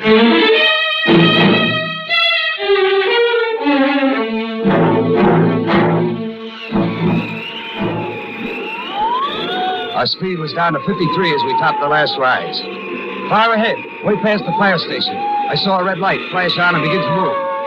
Another patrol car. Bill's got reinforcements, but I don't know what good they'll do. We rode on and on, all the time going faster. Our 53 was back to 60, 65. And as we hit the bottom of the pass and on into Purdue, we were doing better than 70. Also, as we hit Purdue, we were joined by a fourth in our parade. But this member wasn't as encouraging as the rest. He followed us with his siren blaring. It was an ambulance. Have you ever driven through a fairly large town at 70 miles an hour? It's quite an experience. Up ahead, I saw the first police car ride over a dip and bob up and down like a teeter-totter. There's something I hadn't thought of. Hold on to your head, Andy. This dip may send you through the roof. The dip was bad, but it slowed us a little. And so did the next one. And the next. As we approached the bridge over the railroad yard, they got worse, and the creaking of the couplings between the cab and trailer screamed more each time. The dip on the bridge did it. There was a sudden surge. 10 feet ahead, there was a jerk, a horrible noise. The trailer came loose! It's going over the railing onto the tracks. Well, at least now we don't have to worry about that load landing on top of us. Up ahead, Phil had seen what had happened. We were both in the left lane, and then Phil moved to the right, stuck his arm out the window, waved us on. Wonder what he wants. Looks like he wants us to come alongside. Yeah. Phil slowed down, and when we got alongside him, I leaned out the window. Got an idea. I'll pull ahead of you. You ease into me. If we can connect at the same speed, I may be able to stop you with my brakes. You hear him, Dave? Yeah. What do you think? Might work. We got to do something pretty quick. This road ends, and we can never make a turn at this speed. We'd roll for sure. Okay, Phil, let's try it. Phil got out ahead of us by about 5 yards and stayed there for half a block. Then he slowed down. He's going too slow. That's better. Still too slow. We pushed him away. And look at his rear end. Here we go again. You almost got it. Just a little faster this time, Phil, and we won't push you away. Here he comes again. We did it. I think it may work, Andy. I think it may work. Once more, we smashed into the rear of the patrol car. And each time we slowed a little more. And the third time we connected and stayed connected. And Phil's brakes held us and brought us to a slowing stop. Less than half a block from where the street ends. We crawled down from the cab.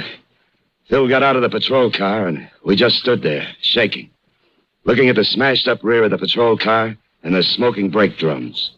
And then I started laughing. I couldn't help it. It struck me as funny. What's so funny? I just thought of something. Well, let us in on it. We could all use a laugh. Do you know why my car's in the shop? I'll bite. Why? To have the brakes relined.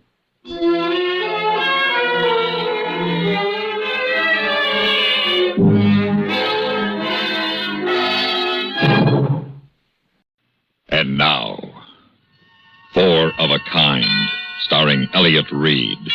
A tale well calculated to keep you in suspense.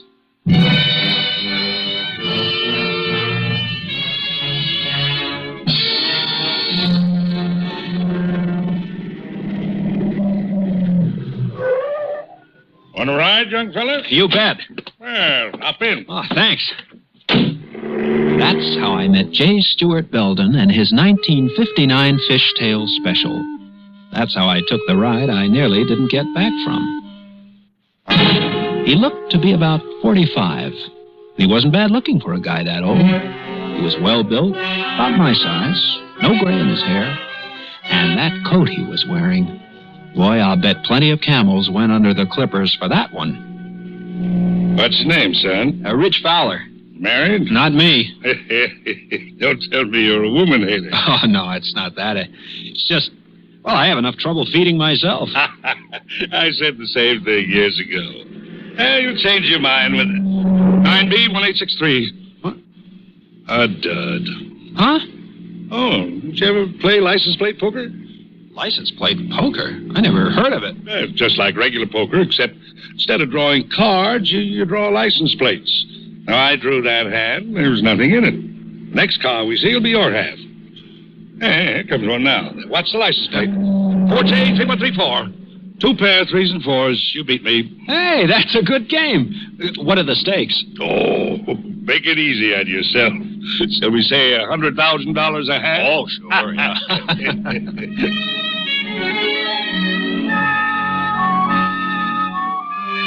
See what I mean? A good joke. A lot of laughs and small talk, and all the time that big convertible eating the miles up. What a car. And when we got hungry, he stopped not at a drive-in, but at a real fancy restaurant, where he picked up the check. Oh, boy, what a meal. The trouble is, they give you too much food in there. I gotta quit eating like that. My clothes are getting tight, especially this coat. Hey, that coat sure is a beauty. Yeah, but I'm getting to be too much for it. Oh. Say, I've got an idea. Why don't you try it on? Oh, no, Mr. Belden, I didn't mean Go ahead. You're just enough thinner than I am, though, to fit you fine. Well, gosh, Go on. Try it on. Well, all right. Well, does seem to fit okay. Why, it looks like it was made for you. Feels like it, too. Son, you just got yourself a coat.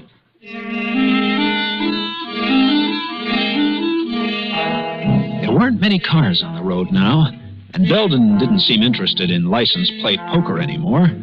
So I just sat there, wrapped up in my new coat, and thinking what a lucky guy I was. We were whipping along a road full of treacherous curves when I turned to thank him again, and the word stuck in my throat. He changed. He was no longer the smiling host. Instead, he was fastened to the wheel like a hawk. That's what he looked like. A hawk, ready to strike. Then suddenly he threw open his door, twisted the wheel. So long, Sonny. And jumped clear. When the car hurtled into space, I was alone in it.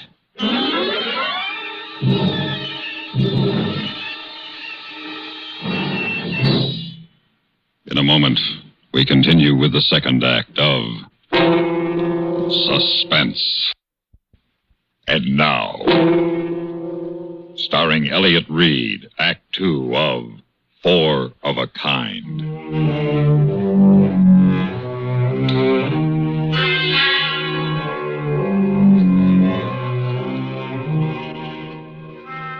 I came to hurting bad.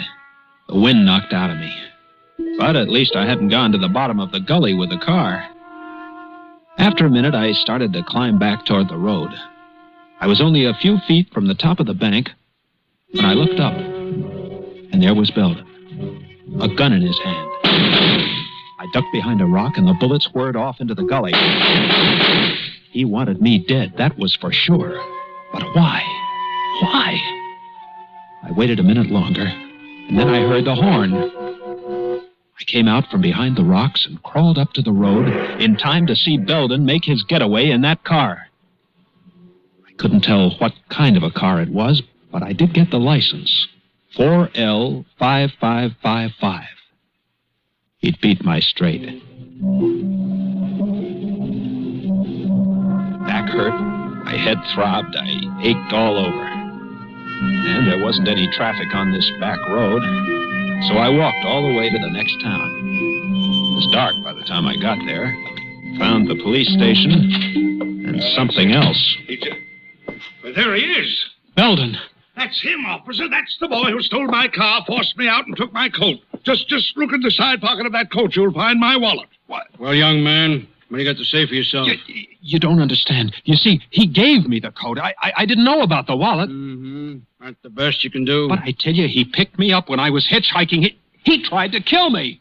He headed his car off the road and jumped out. And when that didn't work, he shot at me. Sergeant, let the boy go. Mr. Belden. I've changed my mind. I don't intend to press charges. No. Lock me up. please don't believe him. He wants to kill me. It's up to you, Mr. Belden, if you don't think he'll cause you any more trouble. I'm positive that after tonight, this young man will be no trouble for anyone. No trouble for anyone. After tonight, I had to get away from there. I had to run. Hey, Hey, come back here. Come back.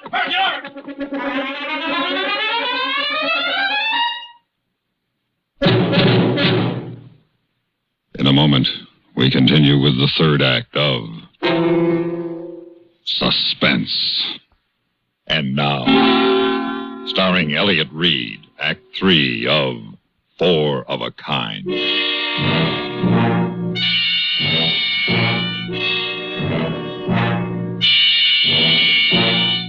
I don't know how long I ran, and I didn't know where I was, except that the town was behind me. And then I saw a bright, glaring neon sign. Max and Al's, Wayside Rest, trucks welcome. Just a dinky service station and a lunch wagon, but it was sanctuary to me. Howdy. Hey, what's the matter, bud? Nothing. You sure look messed up. You been in an accident? Look, mister, I've got to get a ride south.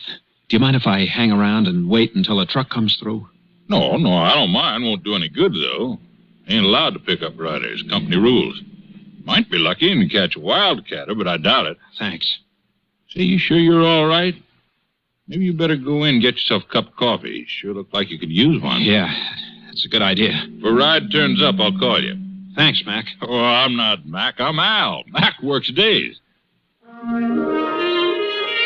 I felt halfway decent when I came out of the lunch wagon. I had cleaned myself up and reduced my capital to 15 cents. Al had a customer. Yes.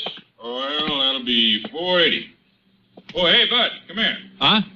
I got your ride south. You have? Who with? Little lady here. She's been driving all day, got an awful headache. She's going straight through. Here's the fellow I was telling you about, ma'am, the one that's going south. Oh, well, I'm afraid you misunderstood. I just said I wished I had somebody to drive me. Oh, well, I don't blame you for not wanting to take a rider, ma'am, but I'd appreciate it if you change your mind. I'm in an awful big hurry. Well, I am tired. Oh, go ahead, miss. He's a nice fella.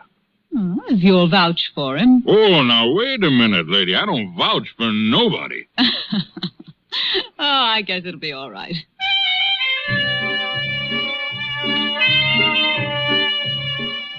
It was a pleasure to drive for her. She didn't say much, and I didn't feel like talking. She just sat beside me, her eyes closed, resting. Once in a while, I snatched a quick look at her. Long, dark eyelashes resting on her marble-like cheeks. Maybe this terrifying day would end up all right. Feel better? Much better. I'm ashamed of myself hesitating to let you drive my car. Afraid I'm overcautious. Oh, I wouldn't say that. Can't be too careful. One reads of such awful things happening on the road. Awful things. I hadn't thought of Belden since we left Al's gas station. Now he was back in the front of my mind, and unconsciously I tramped on the gas pedal. You're going awfully fast. These curves are treacherous. Oh, I'm sorry. Look out! Do you want to kill us both? You almost sideswiped him. I'm sorry, What are you honking now for? He's gone. Your horn. What about it? Oh, nothing. I thought I'd heard it before. Before? Look, maybe I'd better drive. No, I mean, I'll be all right. I'm sorry. Pull over and stop. Huh? Pull over. I'm going to drive. She drove about a mile, I guess. Neither one of us said anything. And then, without any warning, she took an abrupt turn off the highway and down a rutted dirt road. Hey, what's the idea? We better stop a while. You don't look so well. I'm all right now. You don't look it. Better have a drink. Reach in the glove compartment and find some scotch. No, really, I'm all right. Maybe I need a drink. Maybe it was the drink. Maybe it was the girl. Maybe it was just relief. But I felt calm for the first time that night. I watched her as the glow from her cigarette lit her high cheekbones. I couldn't see her eyes until she turned her head. What's your name? Ridge. Mine's Virginia. Hi. Hi. You must think I'm pretty much of a jerk the way I've been acting. It's all right. Things like that happen to everybody. Yeah, I guess so. Well, look, I'm all right now. I could drive. What's your hurry? Well, I thought... What's the matter? Don't you like to sit here with me? No, it's just... Well, I thought you were in a hurry. I'm not now. Are you? No. No, I'm in no hurry at all. She didn't seem to be moving. It was so gradual. I caught a trace of warm perfume in her hair. She smiled at me, one of those elusive smiles. Half innocent, half... Her head touched my shoulder. I accepted the invitation. Oh, I like you, Rich. I like you a lot. Yeah. You know, tonight back in the filling station when I first saw you, Oh, no. What's the matter, Ridge? That miniature license tag on your keyring. Yeah? 4L5555. Four of a kind. Four of it. You play license plate poker? Mm-hmm. It's fun. 4 5s. The license of the car that picked Belden up after he tried to kill me. That's right, Ridge. Then you're in it with him. That's right, Sonny. Oh.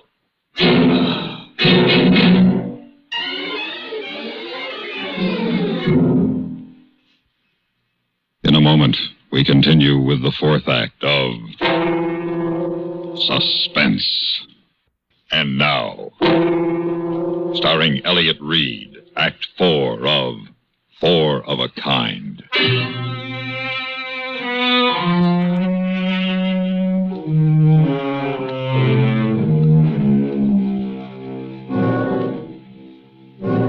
I fell out of the car, hard. I didn't black out. I could see and hear, but I couldn't move. Well, you took your time getting here. I couldn't help it. You were supposed to be here waiting. What if I hadn't been able to keep him? Oh, I knew I could depend on you, darling, to detain him. What's that supposed to mean? Did you have to go as far as you did? Did you have to let him kiss you? Do you know a better way to keep a man on ice? The perfect wife, the little helpmate. Oh, shut up. Put him in the back seat and let's get out of here.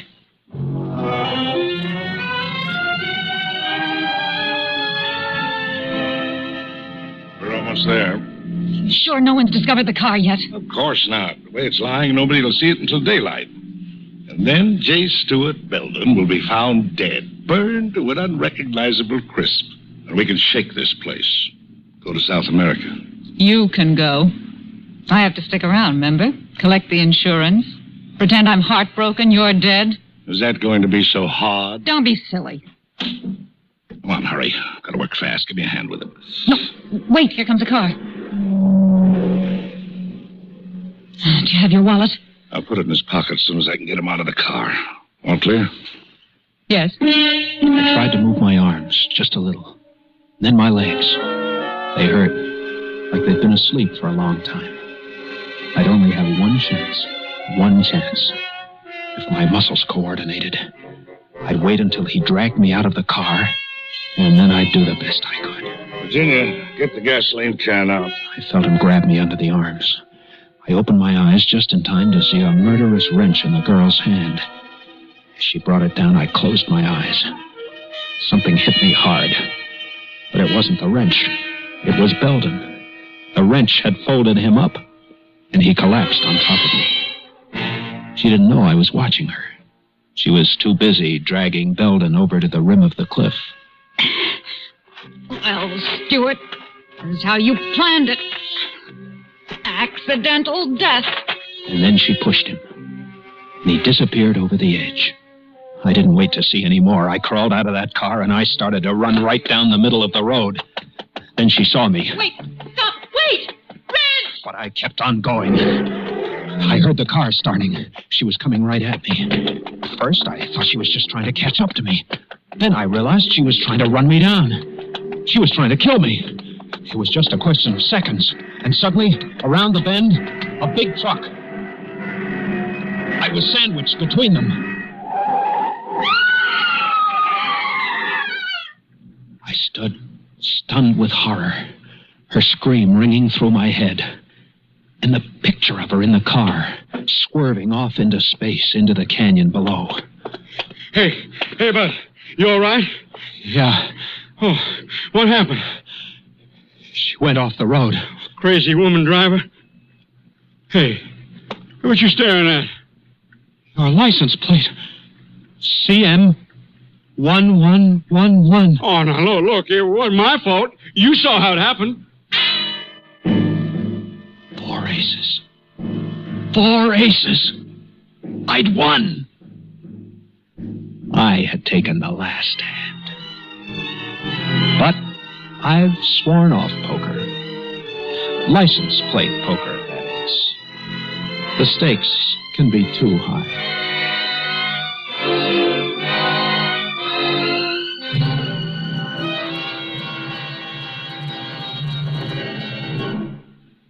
And now, Return to Dust, starring Mr. Richard Beals. A tale well calculated to keep you in suspense.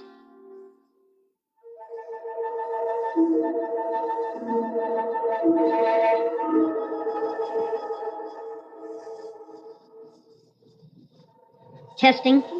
1, 2, 3. Testing. Testing. Attention, Dr. Warren Bader, Department of Pathology, School of Medicine, State University. This is James Howard, Research Fellow in Pathology speaking. At the moment, I am seated on the tape recorder that is recording this message to you. As a point of fact, by the yardstick on my desk, I stand exactly 12 inches, and I am steadily decreasing in size. I calculate if I continue to shrink at the present rate of speed, it is possible that I will become invisible to the human eye sometime before midnight. I've been trying to reach you by phone since 8 this morning, but you are not at home and have not yet arrived at your office. Since you are the only person with an adequate scientific background and technical knowledge to save me, it is imperative that my last whereabouts is known to you in the event I cannot contact you by phone. Thus the precaution of this recording. As you will have discovered by now, I have gone against your orders and pursued my theory of cancer cell growth by working in the lab at night after my regular duties. I have been trying to prove that the biochemical agent not only stops abnormal cell division, but reduces the existing cells in physical size until the neutralizer is induced. The fact that I have shrunk from 5 1/2 feet to 1 foot should be proof beyond refutation, though my condition is the result of an accident. While trying to introduce a more powerful catalyst in the laboratory last night, I inadvertently created an uncontrolled reaction which manifested itself as a white mist which filled the entire lab. The mist lasted no more than a few seconds, and as I observed no effects other than this, I continued working. When I got home, I descended into one of the deepest and blackest sleeps I have ever experienced. I woke this morning to discover myself literally lost in a sea of blankets. I had shrunk 4 feet 8 inches during the night. Naturally, my first reaction was one of panic. But I soon realized that my only salvation was to remain calm until I contacted you. You'll find a more complete report of my theory and the experiments which I've conducted to prove it in the uncompleted thesis here on my desk. This thesis, Dr. Bader, will open a door to a cure for man's worst disease, cancer. As for myself, you'll find detailed instructions on how to reverse the action which I've accidentally initiated. You'll find this on pages 79, 80, and 81. No matter how small I shall become, even microscopic, you will be able to reverse the process if you follow the instructions on those pages. Now, I had better place another telephone call to your office, Dr. Bader, while I'm still big enough to dial the phone. It is just possible that your efficient secretary forgot to tell you that I called. The phone has grown almost half as tall as I am. A strange sensation.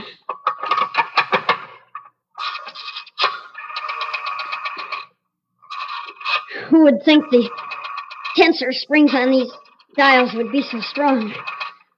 And who would think I would have to use both hands to dial the telephone?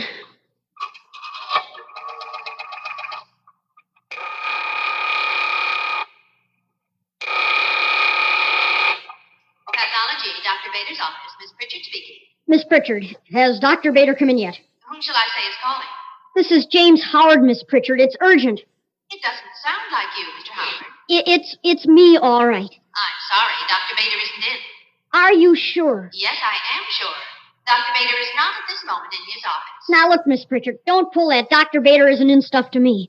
You tell Dr. Bader I have to talk to him. I'm sorry, Mr. Howard. Dr. Bader is not in. Look, this is a matter of life and death. I'll tell him when he comes in. In the meantime, is there anything I can do? There's nothing anyone can do but Dr. Bader. He's the only man in the world that can help me. Well, I'll tell him as soon as he comes in. Yes, you do that, Miss Pritchard. Why, Dr. Bader? Why, of all days, did you have to pick today to change your routine? For the last 20 years, you've been in your office from 9 until 12. Why did you have to pick this morning to change?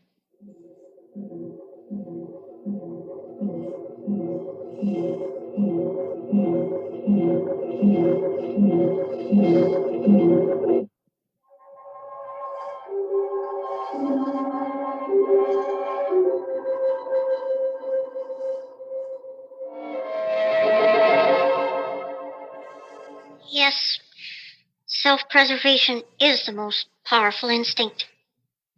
It is now 3:30 in the afternoon, and I have shrunk to the unbelievable height of 6 inches. And I'm continuing to shrink. Yet I'm taking every precaution to guarantee that I stay alive. What have I got to live for? What am I? A 32-year-old old man that's losing his hair? Walks with a stoop from years of hunching over microscopes? What have I got to show for it? A cheap, furnished room, a meager position as a research fellow, which doesn't pay enough to live like other people. Not enough to have a wife or children, and no dignity, certainly. All that I can call mine is in this room. A couple of suits, some socks with holes in them, piles of heavy books, a microscope on my desk, and a tape recorder to record my notes on. That's all that will be left of Mr. James Howard, research fellow. Oh, excuse me, Dr. Pasteur. And one green and gold parakeet with the name of Pasteur. To pose a hypothetical problem, Dr. Pasteur, who's going to change the water in your cage if I return to dust? Certainly not Dr. Bader. He might steal what little water you had, but he wouldn't change it. Oh, well, if I don't contact the doctor, it may be a week before the landlady comes up here to clean. He'd starve to death. I've got to open that cage and let him loose. But how? The yardstick. I can push the latch open with that. Yes. Yes, I can just reach it. There. You're free, Dr. Pasteur. You're free. The window is open across the room. There's a whole world. Fly away and make a name for yourself. The whole world. I've got the whole world ahead of me, too, if I live. after I publish my thesis, I'll be famous. I'll have everything I ever dreamed of. But not unless Dr. Bader gets the instructions. So, we resume taping. But I can't reach the start button on the recorder. These books, they're like a grand staircase to the tape deck.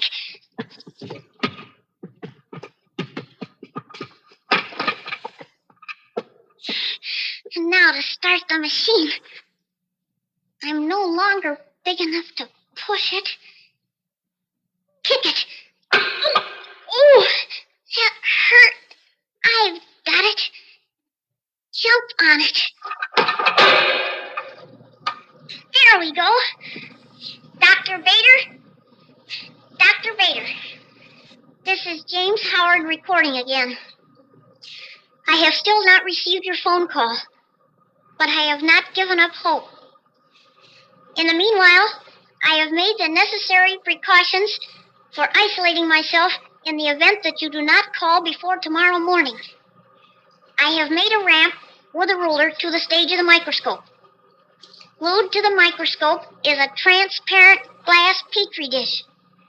As soon as it becomes apparent that I'm in danger of being lost from view on the desk, I will make my way to the petri dish. But what if you haven't called by the time I could be lost in the petri dish? I could prepare a slide for myself. If I diminished to the size of a one-celled organism, I would have no difficulty in crawling under the cover glass and taking up a position directly under the lens. Perhaps I should prepare a slide now. You've called, Dr. Bader! You've called at last! No!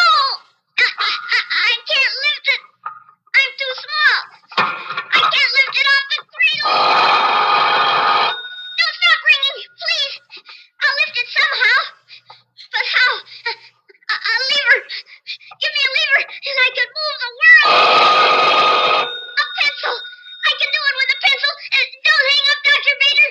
I'm looking! I'm looking! Please don't hang up, Dr. Bader! I'm coming! I'm coming!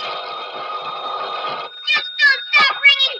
Please don't stop ringing! Please! Just don't hang up, Dr. Bader! I've almost got it! Just a little more! Oh, no! Hello? Miss Pritchard! Mr. Howard? Can't you hear me? Get Dr. Bader! Hello? Miss Pritchard, I'm on top of the desk. The phone fell on the floor. Hello? I'm only 6 inches tall. You've got to get me help. Hello? Are you there, Mr. Howard? Yes, I'm here. I'm here.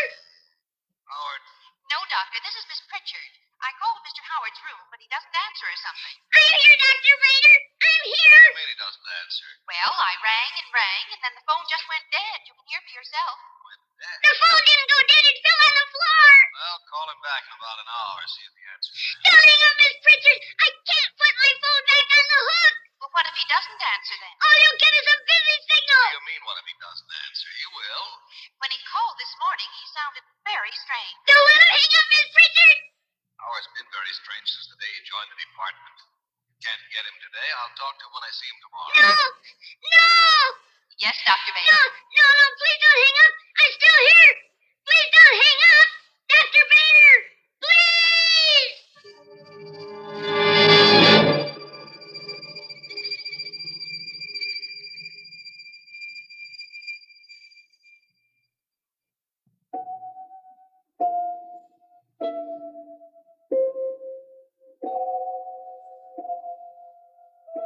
I almost gave up when you hung up, Dr. Bader. But then I remembered a simple law of mathematics. No matter how often you divide a thing, there's still something left. So I went ahead with the preparation for my survival. And a good thing, too. It's not yet 6 o'clock and I am now only a half an inch tall. But everything is now arranged. In the center of the petri dish on the microscope stage is a prepared slide complete with slipcover and label. The only thing lacking is the specimen. And that is me. If I become so small that I am in danger of being lost in the petri dish, I will make my way to the exact center of the slide and take up a position there. You should be able to see me for some time to come because I focused the microscope. All you have to do, Dr. Bader, is look. Just look to see me. My world is such a different place now. Books are as huge as buildings, and pencils seem like telephone poles. I wonder what my world will look like if no one ever finds me. Oh, yes, Dr. Bader. The slide under the microscope is labeled carefully. Of all the slides I've labeled in my lifetime, I hardly thought the last one might become my epitaph. Specimen, James Howard. Species, Homo sapiens. Condition, excellent. Oh, Dr. Pasteur, haven't you flown the coop yet? Is your loyalty so great that you refuse to leave so long as the last particle of me remains? Or are you hungry? What an ugly monster you are from this perspective. Your feathers are like scales of armor, infested with lice, I see. And that beak. No! No, Dr. Pasteur, no! Get away! I must back up slowly. Don't run. Slow. Back between the books and the microphone. Slowly. Now, I'm safe here until he loses interest. I should have let him starve to death in his cage. I wonder if the tape's still recording. I can see the spool still turning. High above me, the clear plastic reflecting the last rays of the sun setting outside my window. But I can't see if there's tape. Are you there? Am I recording, Dr. Bader? This is James Howard. As soon as the bird loses interest, I'm going to make a break for it. I'll make the microscope, Dr. Bader, don't you worry.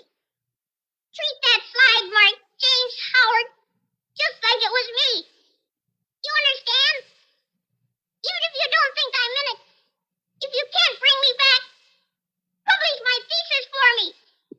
You hear me, Dr. Bader? Publish my thesis. I can't die smaller than dust unknown. I have nothing left, Dr. Bader. Not even my body. Give me my thesis. You wouldn't dare publish it in your name, Dr. Bader, would you? All you'd have to do is change the name on the title page. You wouldn't stoop that low, would you? No. No, give me my thesis, Dr. Bader. Give me that much. Do you hear me? Give me immortality, Dr. Bader. I want the world to know I live. Publish the thesis in my name. Do you hear me, Dr. Bader?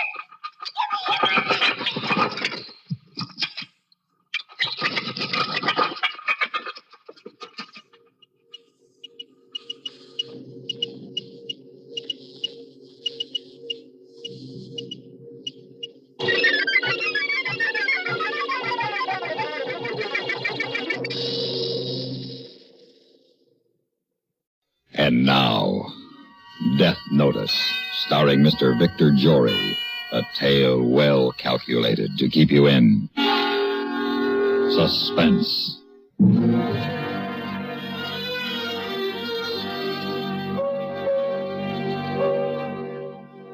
All right, Charlie, you can put on your shirt. Well, Doc, what's the verdict? Not bad, not bad. Not good, huh? Well, Charlie, at your age, you've got to expect to slow down a little. Take it easy. You forgot that other one, didn't you? What other one? Cliché, the daddy of them all. You're not as young as you once were. Well, who is? You are, Charlie, and just as difficult. Listen, Doc. If there's something the matter with me, I've got a right to know it. I can't remember how bad it hurt to be squeezed into life. That first gasp of air must have been a pretty painful experience. I don't know whether the last breath will be a welcome relief or a final agony. But I do know that in between there's been plenty of pain. Not the kind wonder drugs can cure, but the pain of living. It's been pretty well balanced by the joy of living. And the exact depth of agony and the exact height of ecstasy are known only to me. They can't be communicated to any other person. I've lived with them alone. As alone I came into the world, and alone I will leave it. Now, what's the matter with me? You're going to die, Charlie. When? Anytime. Today, tomorrow, next week. Painfully? No. There's no hope? No, not really. It's leukemia. It's advanced. That's why you've been slowing down, and you'll continue to slow down until you stop. I see. Of course, I could hospitalize you, but that wouldn't stop the process. No, thanks. You won't make a terminal case out of me. I'll live it out. Well, it's your life. That's what I've been trying to tell you. So why were you trying to keep my death a secret from me? I wasn't sure how you'd react. But you'd tell my wife, and she'd tell my kids and my friends, and everybody would know but me. And the rest of my life, for as long as it lasts, would be one long wait. Why should the survivors suffer prematurely bereaved? This is my death, you know, and I insist on dying my way. And how are you going about it? By living. By living each day as though it were my last on earth. Which it very well may be.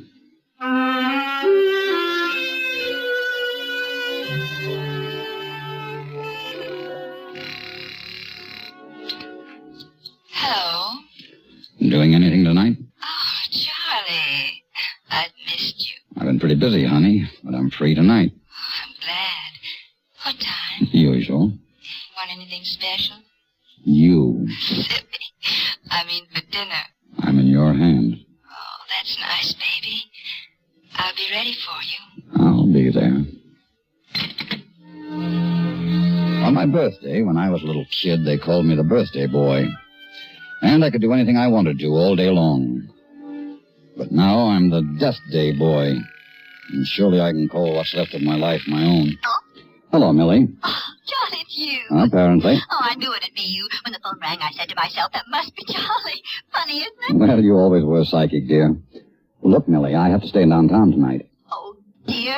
We were supposed to play bridge with the Duffields. I'm sorry, but this came up unexpectedly. Bob Elliott's in from Chicago tonight, and I've got to go over the new sales campaign with him. Oh, will you be late? Probably. Don't wait up for me. How many times have I done this, feeling guilty, wretched, like a thief? But not now. What difference does it make now? Eat, drink, and be merry, for tomorrow we die. Or the next day. Or the next.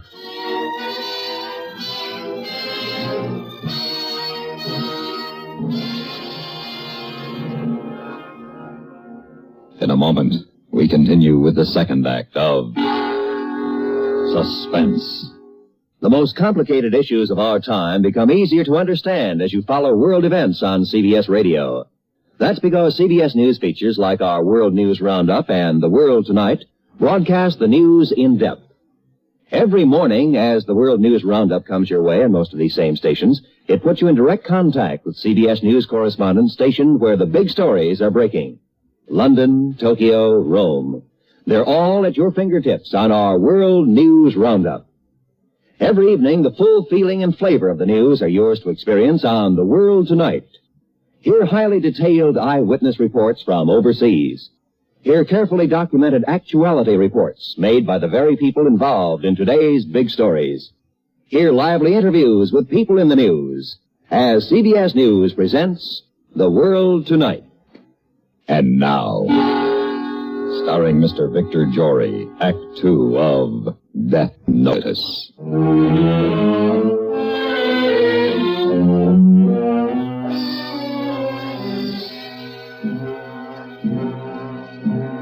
I drove across town through a bright new world. It was as though I was hearing and smelling and seeing for the first time.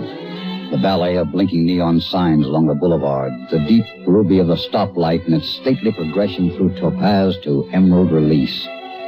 Even the smell of the exhaust broke into a myriad of fascinating odors touched with the clean scent of newly fallen rain. Thus does the familiar, soon to be left behind, become precious and exotic, to be savored lingeringly. And with this richness of sensation, the keen, appetizing anticipation of the evening to come, Sandra's candlelit apartment filled with soft music. The superb dinner with wine and sparkling goblets. And Sandra herself, warm, silken soft. Baby, Mommy's missed you. But Sandra had changed. I had never noticed before that her gorgeous red hair was not red all the way to the roots. Her perfume was too obvious. Under her plunging gown, she was softer than I had remembered. Too soft. How about a drink, baby? The drink didn't do anything. Neither did the next one. The candles held back the dark. Held back the light, too, from the ridiculous boudoir prints on the wall. Mercifully subdued the clashing colors of the mound of tiny satin pillows on the love seat. Why don't you get into something more comfortable, baby? Any time, the doctor had said. Next week. Tomorrow. Tonight. If it's to be tonight, then it must not be here in the arms of this aging, eager, merry widow. I've got to go, Sandra. Baby, you're not going to eat and run. I'm afraid so. It's early yet. Now, you just relax, baby. Put your head on Mommy's lap, like always. I'm sorry, Sandra. I've got to go. Where? Home. What's there that isn't better here, baby? That's not the point. It's just that I've got to go. What do you think I am, a public convenience? Just snap your fingers and Sandra's right there waiting. Just pick up the phone and Sandra drops everything. What's there in it for me, Charlie, baby? Sitting around this crummy dump waiting for you? I don't know, Sandra. I don't know what there has ever been in it for you. I guess I never thought about you. You're so right. So long as you got what you wanted, that's all you cared about. Well, it's going to be different from now on. I'm getting out. The next time you're hungry or thirsty or misunderstood, don't bother calling me, because I won't be here. I won't either, Sandra.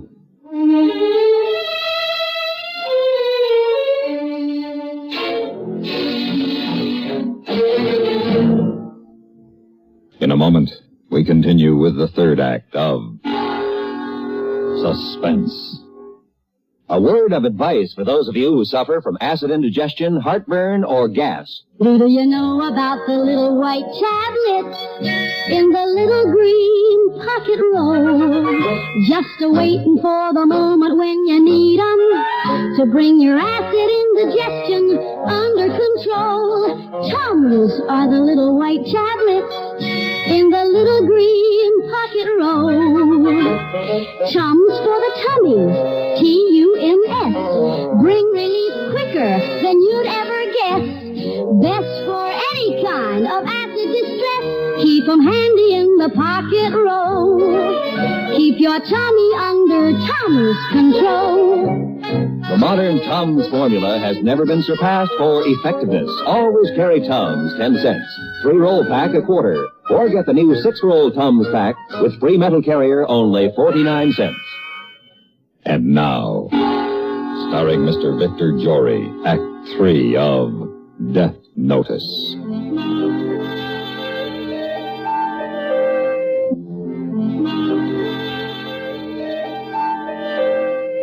I had no trouble finding the champagne.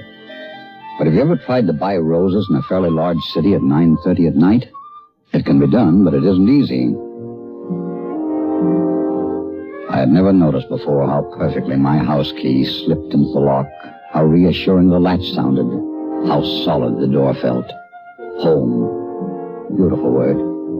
A soft word. A strong word. Home. Not man's castle, man's sanctuary. This home have I built against the world. Here I brought my bride, here we raised our children. Here I belong. Here is peace. Is that you, Charlie? Yes, Millie, it's me. Well, you're home early. Yes, I cut it short with Bob. We could almost have gone to the Duffields after all, except I'm nearly ready for bed. I'm glad you are, Millie. Here, these are for you. Roses? American Beauty roses? What, Charlie's lady, you been up to something? Can't a man bring his wife roses once in a while for no reason at all? And champagne? Champagne? What on earth for? To celebrate? Celebrate what? Nothing, just celebrate. To declare, I haven't seen you act so crazy in 20 years. I know. I'm too busy earning a living. Too busy to live. Now run get some glasses while I change to my robe and slippers. Yes, my lord and master. And let's have the wine and the roses in our bedroom.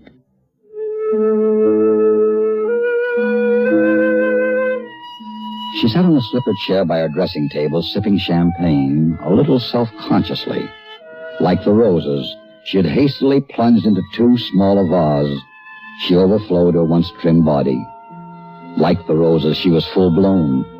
And like the roses, she was beautiful.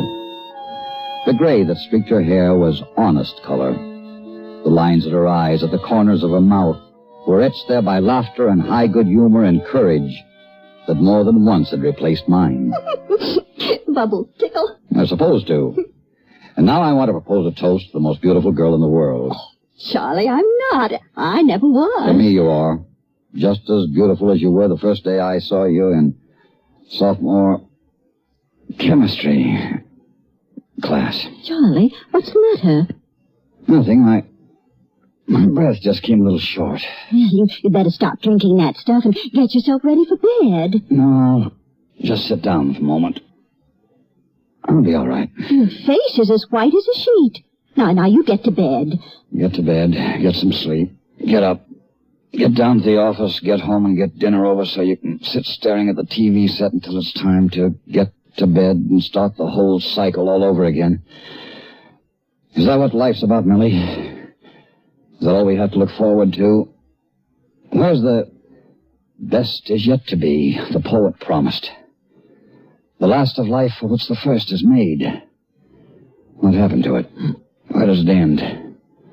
In flat champagne and a pile of rose petals under an empty stalk? Maybe. Champagne and roses can't make us a bride and groom again, Charlie. This isn't our wedding night, you know. The moment was gone. Mildred pushed aside a champagne glass, and a rose petal fell into it as she turned to the dressing table mirror and started to cream her face.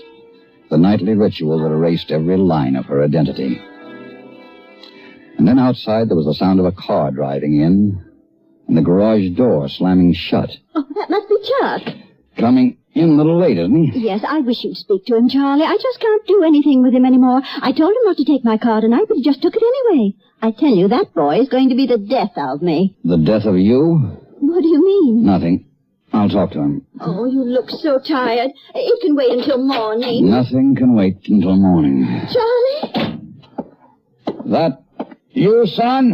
Huh? Yeah, that's me. Have any idea what time it is? It's not midnight yet. Not quite. Well, I gotta hit the sack. Sit down, son. I'm going to talk to you. I'm tired, Dad. I gotta get some sleep. I said sit down. Oh, all right. What do you want? Mother tells me you took the car after she told you not to. Oh, gee, Dad. Did you? Yeah. I won't have disobedience, son. Well, get me a car my own. And I won't have rudeness. I got some rights. Rights, yes. But privileges, no. Not until you earn them. Why should I go out and work for a car? All the other kids' dads buy them. When I was your age... Yeah, I know. When you were my age, everything was different. You walked 10 miles to school through blizzards. You studied by the firelight, and you got all A's. Well, this isn't the horse and buggy age, Daddy-o. The cat's got to be with it these days. I won't have this kind of insolence. Go to your room. Sure, Pop. That's where I was headed in the first place. This rude, shambling lout was once a pink and tiny thing full of promise. My son. My only son for whom I dreamed so many dreams. My son whom I loathe. Yes, loathe as my father must have loathed me. For children never seem to understand their parents until they become parents themselves. The bedroom was sweet and sour with dead wine and dying roses. And on the bed in the pale nightlight, Mildred's faceless body rose and fell in gentle rhythm.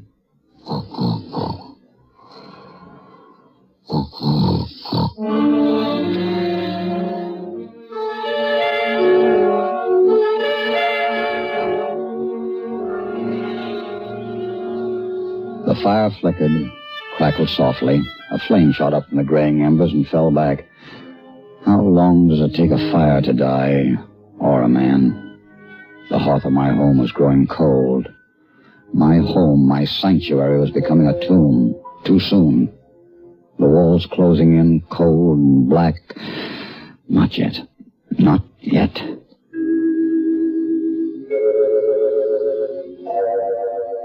night was friendlier. The cold, dead stars of heaven were warmer. Heaven? Where now do angels dwell since man has sent metal into the sky to join the planets in their ceaseless journeying through eternity? Has God been evicted by Sputnik and Mechtar, an explorer? Are the pearly gates now milestones in the missile race? I walked under the cold, silent stars, and they gave back no answer. I walked the black and empty streets slowly, ever more slowly. I walked through the night and into the dawn, and there at last in the sky before me, silhouetted against the graying east, was a cross. And beneath it the open door, and beyond the altar, and the warm red glow of the votive candles. And I went in. Me, Charlie Slade, modern man. I went into the church because there was nowhere else to go. And I was tired. So very, very tired. And I sat down, and I bowed my head. And after a long time, I heard a voice. Can I help you, my son? No one can help me, Father. It's too late. It's never too late to confess your sins. My only sin was living. It shall be expiated by my dying. They'll cancel each other out. The account will be closed. The account is never closed until the day of judgment. For the faithful, perhaps. But I have no faith. You need only to know that God has not abandoned you. Perhaps not. But I abandoned God long ago. I have no right to seek him now. His son said, "Come unto me, ye who are heavy laden." I am not heavy laden. I am empty of feeling, of hope, of faith. Alone I came into this world. Alone I lived in it. And alone I leave it. No man is ever alone in the sight of God. Oh, dear God. If only I could believe it. If only I could believe it.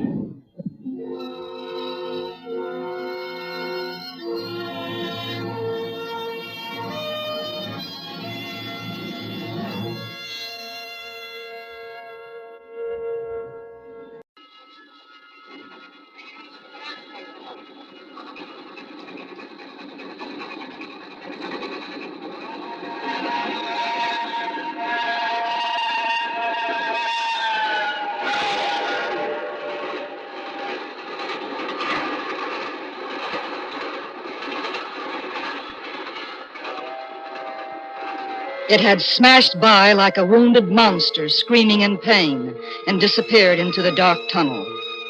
In those brief seconds, I had relived the emotions of my childhood. I still trembled with the child's terror and fascination that had surged through me the many times I stood here 20 years before. Nothing had changed.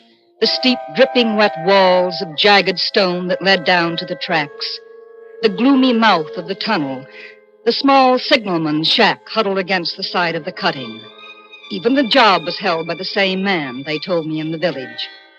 He stood there in the glow of an angry sunset, furling a signal flag around a short pole. I called to him. "Hello! Below!" Instead of looking up at me, he turned tensely to stare toward a red signal light that glowed at the mouth of the tunnel. "Hello! Below there! I would like to speak to you. May I come down?" He finally looked at me and silently pointed his flag to the path and the embankment. I climbed down quickly and walked toward him with a casual smile. He watched me suspiciously, almost fearfully. "Hello. I'm Amy Sayers. I'm sorry if I startled you when I called down." Why would you think that, miss? Well, you stare at me as though you had a dread of me. Yes, miss. I was doubtful whether I had seen you before. Well, if you have, it was when I was 8 years old. Standing on that bridge over the tunnel up there. I used to love watching the trains. Then my family moved to the city, and this is my first visit back in 20 years. Well, you don't believe me. Well, I'm not certain. But where could you have seen me? Don't you know? Why, no, since I'd been away for 20 years. Up there, by the red signal light at the mouth of the tunnel. Oh, that's why you turned and stared there when I first called. Yes, miss. Well, what would I be doing at the signal light? Well, I don't know. I wish I... No, it's a mistake, miss. What is it you wish to speak to me about? Well, I'm a writer. I wanted to interview you. Me? Well, why me, miss? Well, my magazine does a weekly biographical piece on interesting people and unusual occupations. It's called Close Up. Oh, yes, miss. I've read them. Oh, you have? Oh, you seem surprised. Pleased, perhaps. That one so unsophisticated. Well, I didn't really mean it that way. Well, there's a bit of a fire in my shack. It'd be more comfortable for you there. Won't you come on in? Oh, thank you.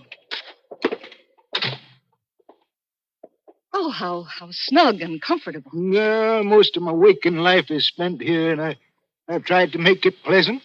My, you have a fine collection of books. They've given me much companionship in the long nights. Pretty weighty companions.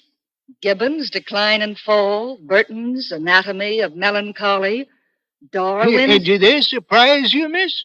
Well, I can't help wondering why a man with a mind capable of absorbing these subjects would stay on a desolate job like this. Well, why would a pretty lady reporter come here for a story?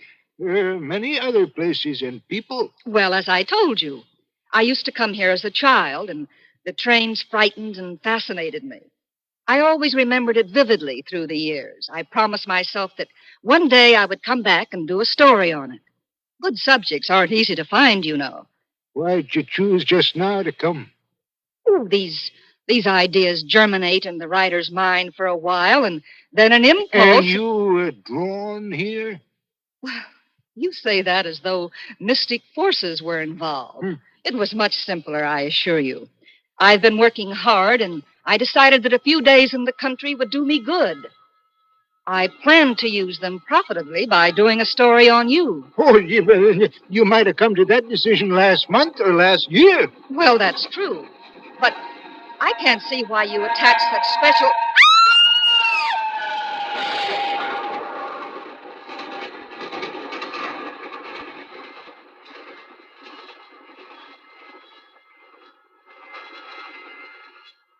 Why does the train frighten you so?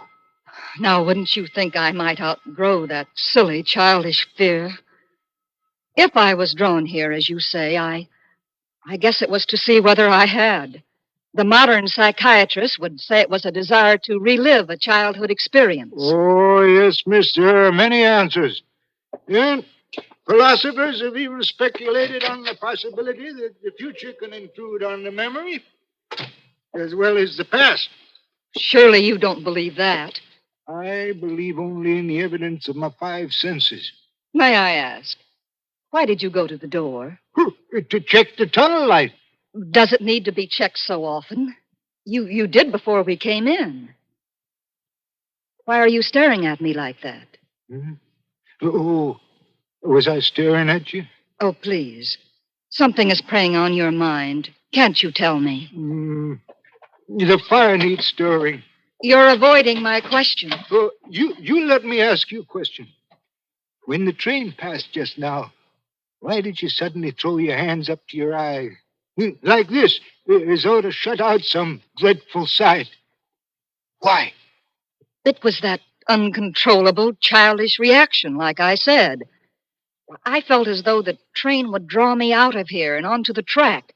I covered my eyes like a child not to see it. And you had no feeling that the action was conveyed to you for some reason? No, why should it? Because there's been someone at the red light at the mouth of the tunnel each night for a week now, holding its hands up to its eyes like you did, as though to shut out some terrible sight. And you have actually seen it? Oh, every night. Was it there just now when you went to the door? Yes, I saw it quite clearly. Who was it? You.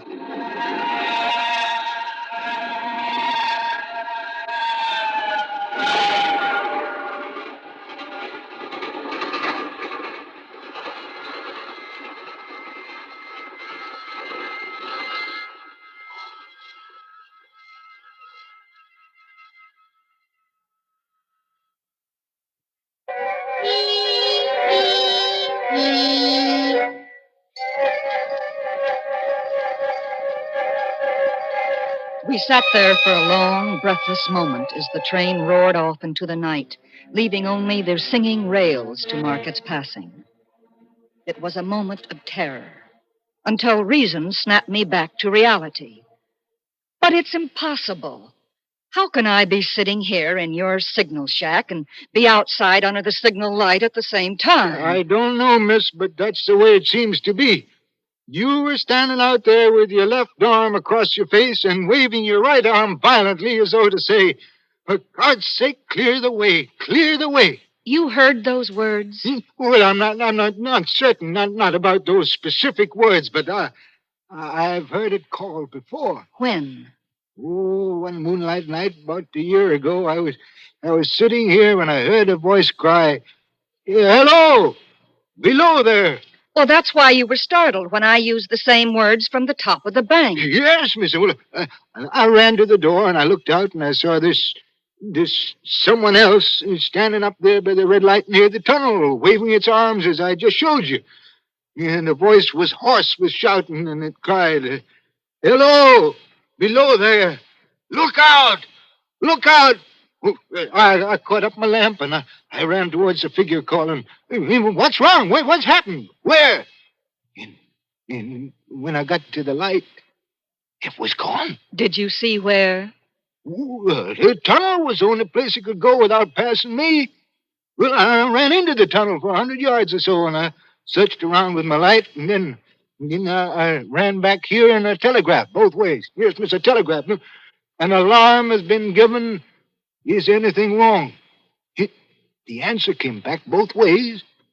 All's well. Of course, with that wind moaning through the tunnel and the wild harp it makes of the telegraph wires, it's understandable that you could have the illusion you heard a call. And anyone staring at the dark long enough, as you did from the door, could imagine seeing something. You've let it prey on your mind so long it seems real. I was not finished, miss. I'm sorry. Within 6 hours after it first appeared, the main line flyer crashed and derailed at the far end of the tunnel. And within 10 hours, the dead and the wounded were being brought through the tunnel over to the spot where the figure stood. Coincidence. A tragic, remarkable coincidence. But I can't see... There is more, miss. Please forgive me. 6 or 7 months passed, and I'd recovered from the surprise and the shock when...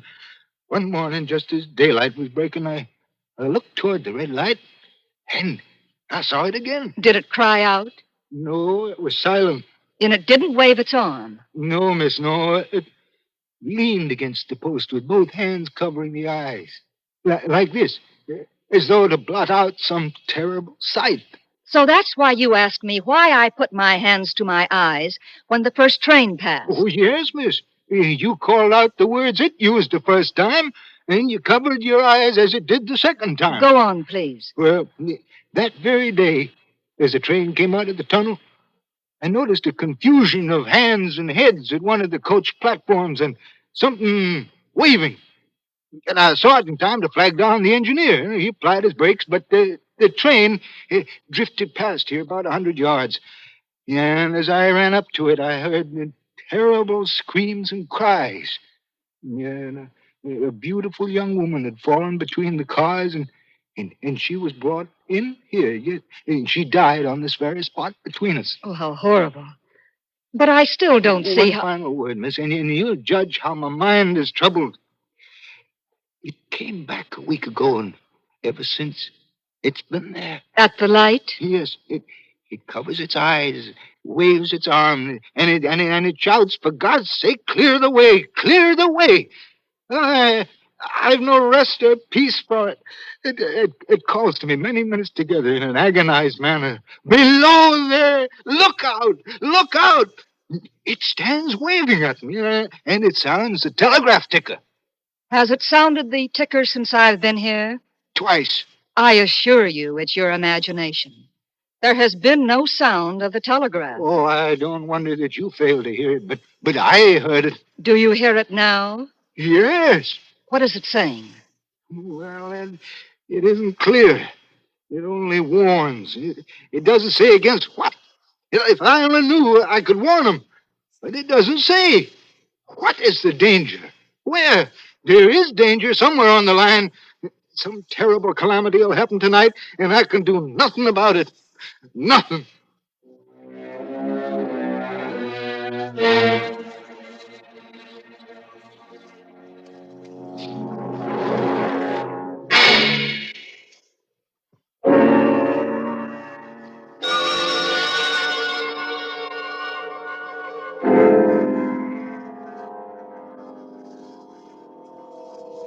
It was obvious that this poor, tortured signalman was the victim of hallucinations and delusions. The loneliness of his post and the tedium of his duties were certainly enough to derange anyone. But certainly a man of his intelligence could be convinced that it was only his mind playing tricks on him. Well, how can you say that in the face of what I just told you? Listen, you were positive when you first saw me that I was the specter you saw at the light, weren't you? Well, you used the same Well, word. now listen carefully. I appeal to the intelligent, well-read, reasonable man. 3 words. Hello, below there. I was more than 100 feet away at the top of the embankment, and you were here below with darkness falling, and 3 words made you positive you had seen me before. Can't you see? You were trying to fit something to what you already believed. But then you put your hands to your eyes. Further proof. You have allowed yourself to believe some disaster is about to befall. When I covered my eyes because of a childish fear, you fitted that to what you already believed. Well, the telegraph ticker was... You must hear me out. Would you at any other time, or would anyone at any time, believe that a telegraph ticker could sound in a room this small and be heard by one person and not another? But I told... And now the most important proof.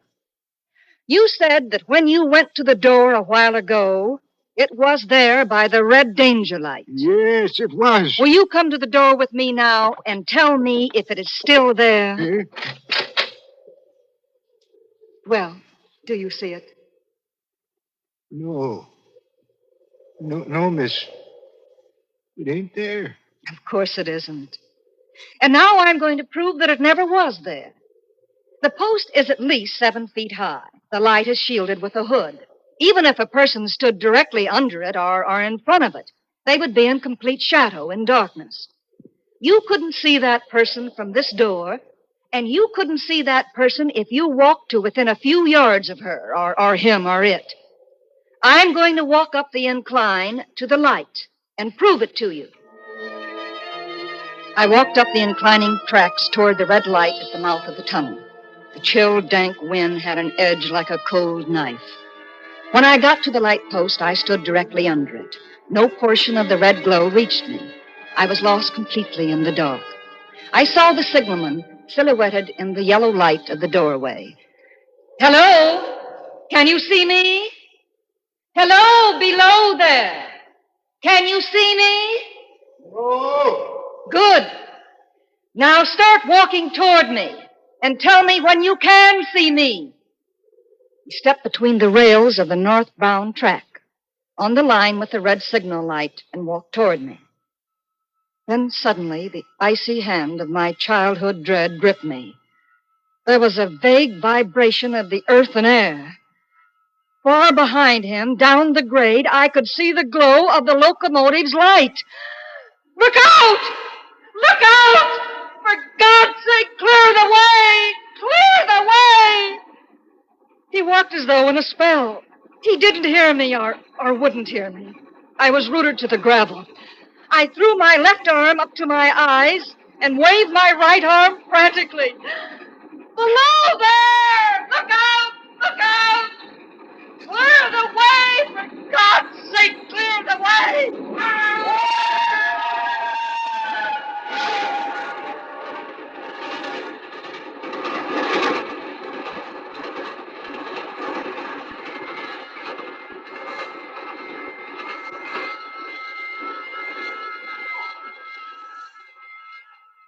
Long after it was over, they found me, still standing there, both of my hands up to my eyes to shut out the terrible sight.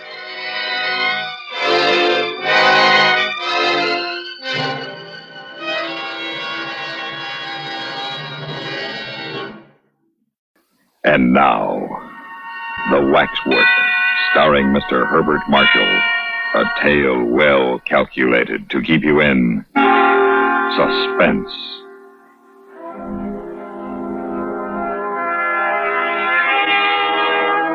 While the uniformed attendants of Mariner's Waxworks were ushering the last stragglers through the exit, the manager sat in his office interviewing Raymond Hewson, a young journalist somewhat down in his luck. The manager was speaking. It used to be said years ago that Madame Tussauds would give a man £100 for sleeping alone in the Chamber of Horrors. I hope you don't think that we have made any such offer, Mr. Hewson. By the way, what is your paper? I'm freelancing at present. However, I should find no difficulty in getting the story printed. The Morning Echo would use it like a shot. A night with Mariner's murderers. Very well, Mr. Hewson. I must warn you, it's no small ordeal that you're proposing to undertake. I own I shouldn't care to take it on. I should hate having to spend the night alone in the murderer's den. Why? Well, those waxworks represent the lowest and most appalling types of humanity. The whole atmosphere of the place is unpleasant, and if you are susceptible to atmosphere, I warn you that you are in for a very uncomfortable night. Hewson had known that from the moment the idea had first occurred to him. His soul sickened at the prospect. But here was a chance not to be missed. The price of a special story in the Morning Echo. Besides, if he wrote the story well, it might lead to an offer of regular employment. The manager smiled and rose. Well, I think the last of the people must have gone by now. Oh, one condition I'm afraid I must impose on you. I must ask you not to smoke. We had a fire scare down there this evening. I don't know who gave the alarm, but whoever it was a false one. Fortunately, there were very few people down there at the time, or there might have been a panic. And now, if you're ready, I'll take you down to the murderer's den.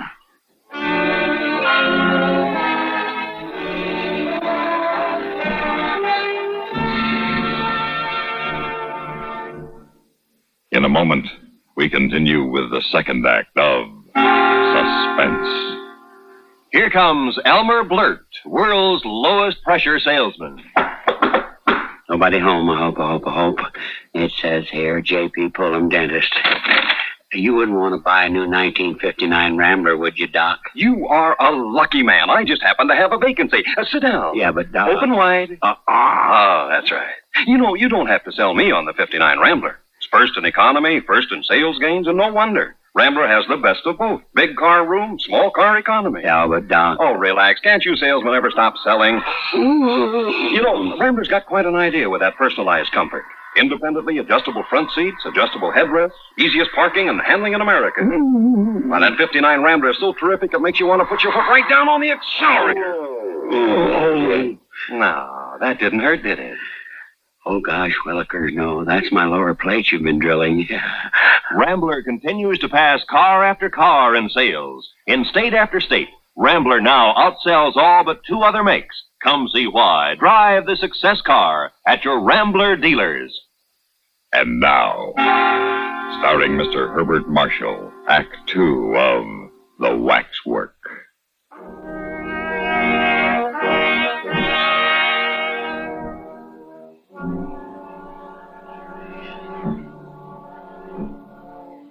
The murderer's den in Mariner's Waxworks was an eerie and uncomfortable chamber. A chamber whose atmosphere invited its visitors to speak in whispers. The waxwork murderers stood on low pedestals. Recent notoriety has rubbed dusty shoulders with the old favorites. Thurtell, the murderer of Weir, stood as if frozen in the act of making a shop window gesture to young Bywaters. There was Lefroy, the poor half-baked little snob who killed for gain so that he might ape the gentleman. Within a few yards of him sat Mrs. Thompson, that erotic romanticist hanged to propitiate British middle-class matronhood. Charles Peace, the only member of the vile company who looked uncompromisingly and entirely evil, sneered across at Norman Thorne. The manager pointed out several more interesting of these unholy notabilities. That's Crippen. I expect you recognize him. Insignificant little beast who looks as if he couldn't tread on a worm. That is Armstrong. Looks like a decent, harmless country gentleman, doesn't he? There's old Vaquier. You can't miss him, of course, because of his beard. And this one. Who's that? Hewson asked in a whisper. Oh, have a good look at him. This is our star. He's the only one of the bunch that hasn't been hanged. The figure which Hewson had indicated was that of a small, slight man, not much more than 5 feet in height. It wore little waxed moustaches, large spectacles, and an opera cape. There was something so exaggeratedly French in its appearance that it reminded Hewson of a stage caricature. He could not have said precisely why the mild-looking face seemed to him so repellent. Who is he? That, said the manager, is Dr. Burdett. Hewson shook his head doubtfully. I think I've heard the name, but I forget in connection with what?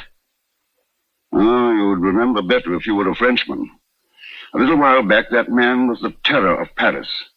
He carried on his work of healing by day and of throat-cutting by night.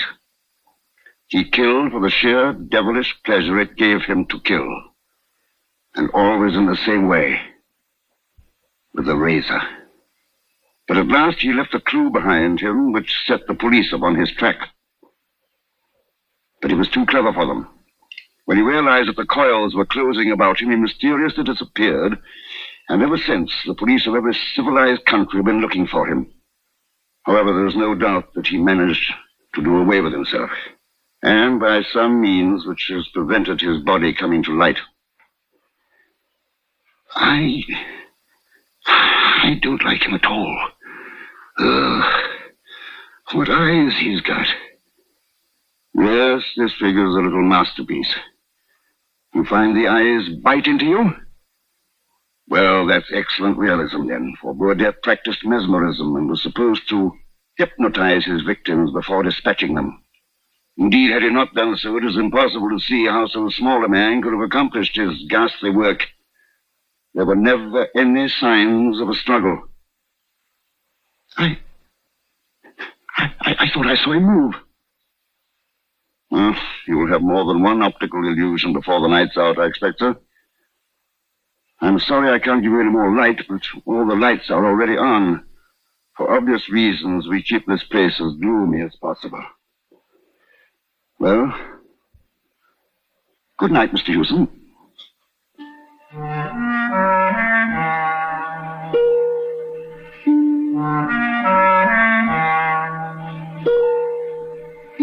The manager had provided an armchair for Hewson, who immediately turned it so that his back was towards the effigy of Dr. Burdett. For some undefined reason, he liked Dr. Burdett a great deal less than his companions. The dim, unwavering light fell on the rows of figures, which were so uncannily like human beings that the silence and the stillness seemed unnatural and even ghastly. He missed the sound of breathing, the rustling of clothes, the 101 minute noises one hears when even the deepest silence has fallen upon a crowd. And the air was as stagnant as water at the bottom of a standing pond. It must be like this at the bottom of the sea, he thought. He faced the sinister figures boldly enough. They were only waxworks. So long as he let that thought dominate all others, he promised himself that all would be well. It did not, however, save him long from the discomfort occasioned by the waxen stare of Dr. Burdett, which he knew was directed upon him from behind. The eyes of the little Frenchman's effigy haunted and tormented him, and he itched with a desire to turn and look.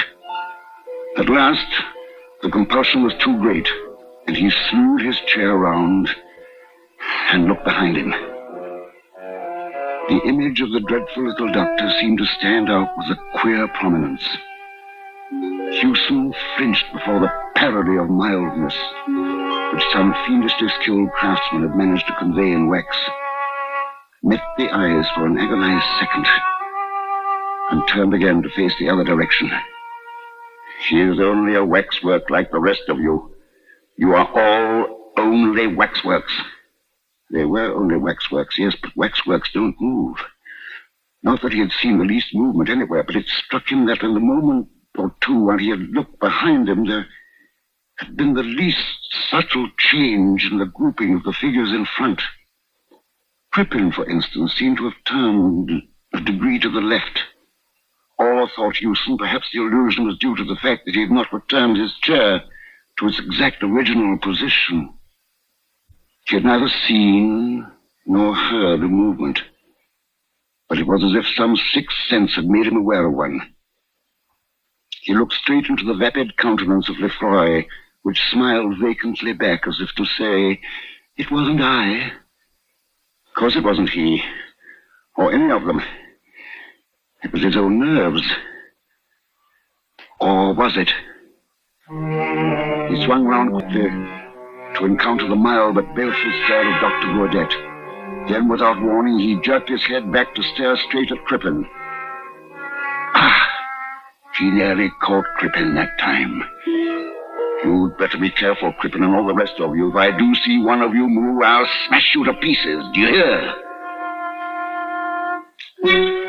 This would not do. This distinctly would not do. These figures grouped around him were only dummies made of wax and sawdust. They stood there for the entertainment of morbid sightseers and orange-sucking trippers. But it was no good. He knew the effigy of Dr. Gourdet was staring at him. He could feel the two places where the gaze of those piercing eyes pressed into his back. He turned halfway and tried to steal a glance at the figure, but instead he felt himself whirled around to face those dreadful hypnotic eyes. You moved! Yes, you did. You moved. I saw you. You moved. Then he sat quite still, staring straight before him like a man found frozen in the Arctic snows. Dr. Gourdet's movements were leisurely. He stepped off the pedestal with the mincing care of a lady alighting from a bus, and then quietly sat down on the edge facing Hewson. Bonsoir, monsieur. Something tells me that you are nervous. My dear sir, have no illusions. I am not one of these contemptible effigies miraculously come to life. I am Dr. Gourdet himself.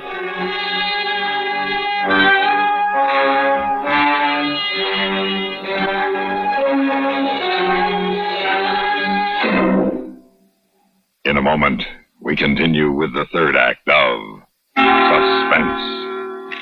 Do you know about the little white tablet in the little green pocket roll? Just a-waiting for the moment when you need 'em to bring your acid indigestion under control. Tums are the little white tablets in the little green pocket roll. Tums for the tummies, T-U-M-S. Bring relief quicker than you'd ever guess. Best for any kind of acid distress. Keep 'em handy in the pocket roll. Keep your tummy under Tums control.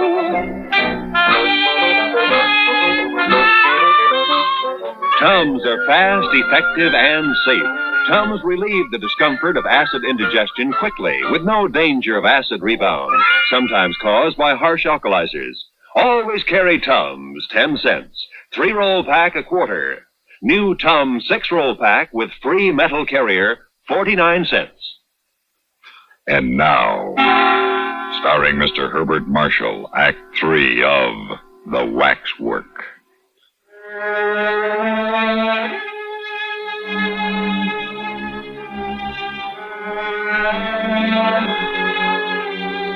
Hewson sat immobile, staring at the mild little murderer.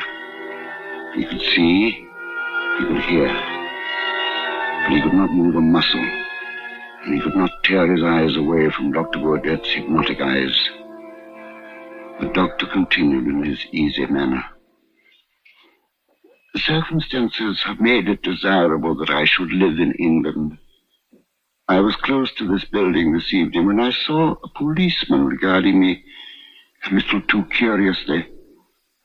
I guessed that he intended to follow and perhaps ask me embarrassing questions, so I mingled with the crowd and came in here.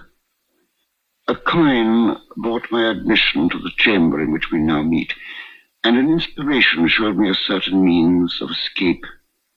I raised a cry of fire, and when all the fools had rushed to the stairs, I stripped my effigy of the cape which you behold me wearing, donned it, hid my effigy under the platform at the back, and took its place on the pedestal.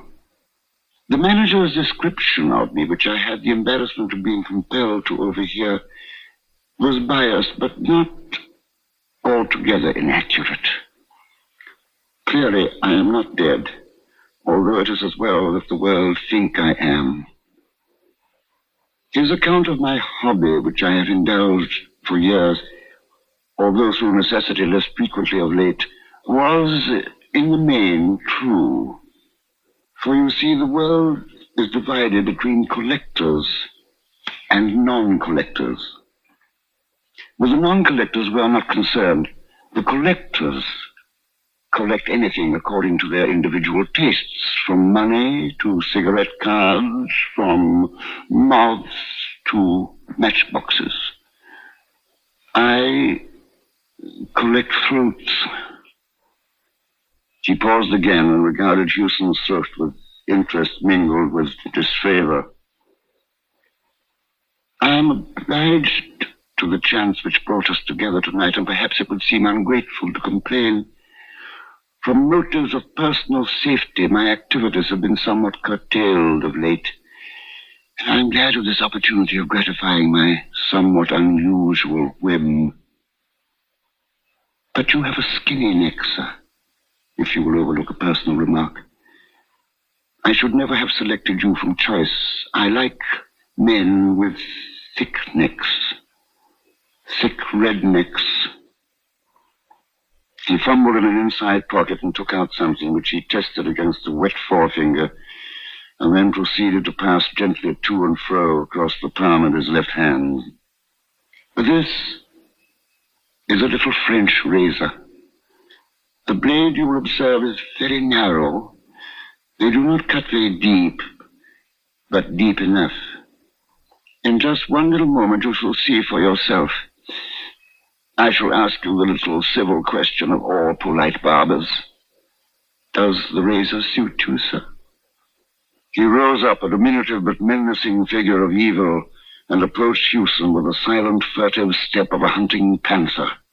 You will have the goodness to raise your chin a little. Thank you.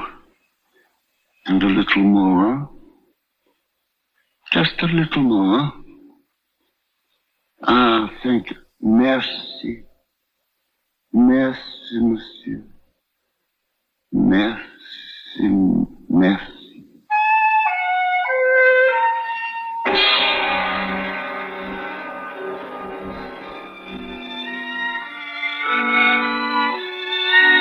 Over one end of the chamber was a thick skylight of frosted glass, which by day let in a few sickly and filtered rays from the floor above.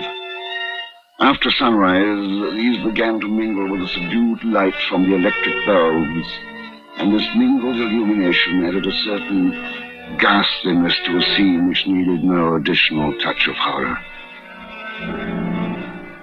The waxwork figures stood apathetically in their places, waiting to be admired or execrated by the crowds who would presently wander fearfully among them. In their midst, Hewson sat still, leaning far back in his swivel chair. His chin was up-tilted as if it were waiting to receive attention from a barber. And although there was not a scratch upon his throat, nor anywhere upon his body, he was cold and dead. Dr. Baudet on his pedestal watched the dead man unemotionally. He did not move, nor was he capable of motion. But then, after all, he was only a waxwork.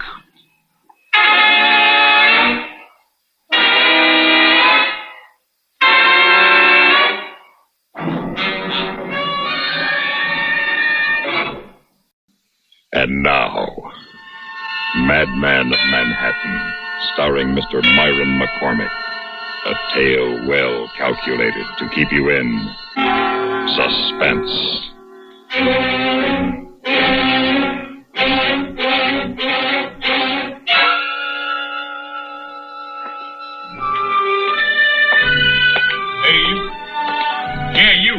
Position of authority. Come here.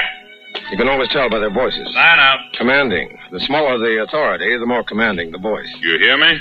Yes, sir. Sign out, you said. Here? Right below where you signed when you came in. What? Oh, perfect forgery. Beg your pardon? Oh, I mean your signature's an almost exact copy. You object? No, sir.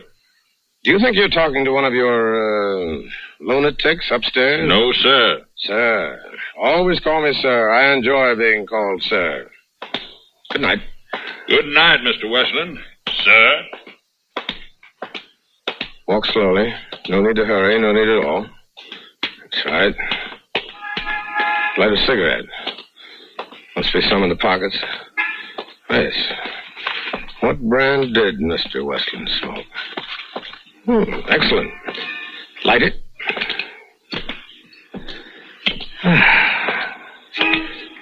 No need to run.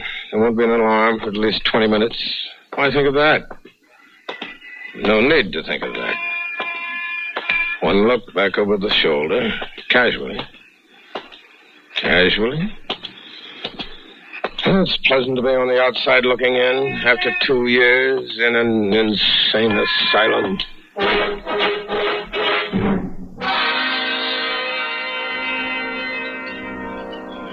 And now what do you have? This is a restaurant. Are you kidding? And you're a waitress. Lovely waitress. Look, do you or don't you want something to eat? I'd much rather look at you. Look, mister. I'm going to take you out of all this. Oh, sure. Furs, diamonds warm against your skin.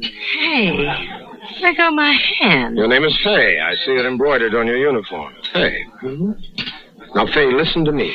The manager's looking over here. I'll tell you something you can tell to your children. To your children's children and their children's children's children. Oh, a comedian. Now, listen, this will be the biggest thrill of your life. I just escaped from Bellevue.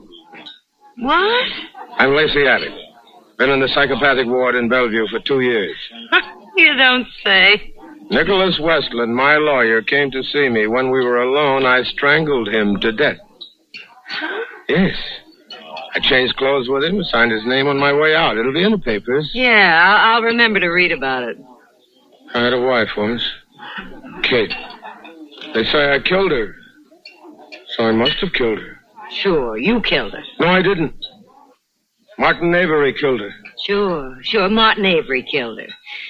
And now, what are you going to have? Martin Avery. That's what I'm going to have.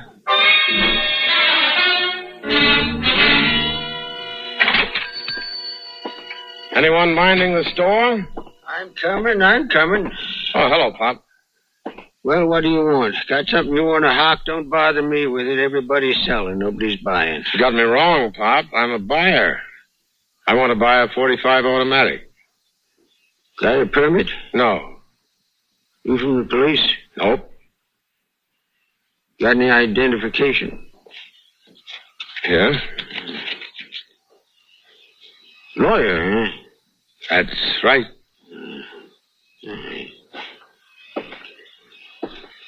There you are. Be $35. Thanks, Pop. I won't forget this. Neither will, a friend of mine.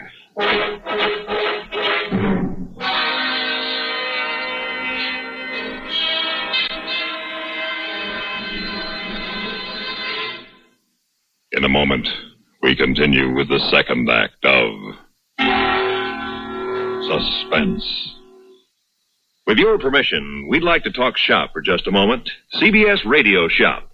Recently, one of the foremost publications in the broadcasting field polled 465 critics and editors. The question, which radio network programs do you rate tops? When the answers from these 465 experts were tabulated, the final ratings were overwhelmingly one-sided. Total honors accorded CBS radio programs exceeded those of all the other networks combined. Let's put it another way. The final verdict of hundreds of critics, reviewers, and editors was that CBS Radio had more top shows than all other networks put together. CBS Radio was pleased, naturally, at the result of the poll, but not surprised. Great programming is no accident. It's long been a policy of this network to devote every effort to maintaining the highest broadcast standards. Whatever listening fare is for you, you can be sure you're hearing the best when you're tuned to CBS Radio.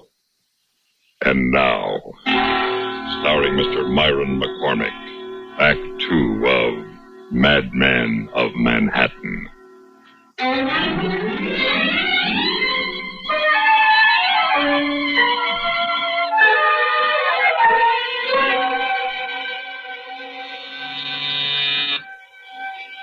A little late to call on Martin Avery, but our business won't wait. May I blow your brains out, Mr. Martin Avery? Thank you, sir. How do they say it in the movies? Do you want it in the belly or the back? Your choice, Martin. Your choice. Lacey. May I come in?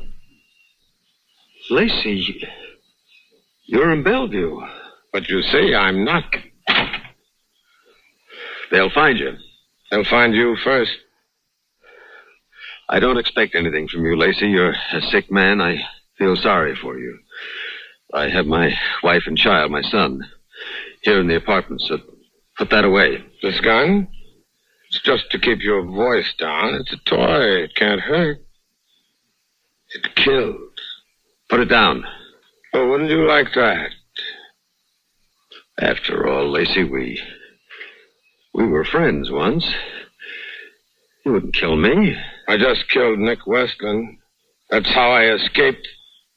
Westland? You killed Westland? You can always find another lawyer. It shouldn't upset you. Anyway, he wasn't your lawyer, it was mine. He never liked you.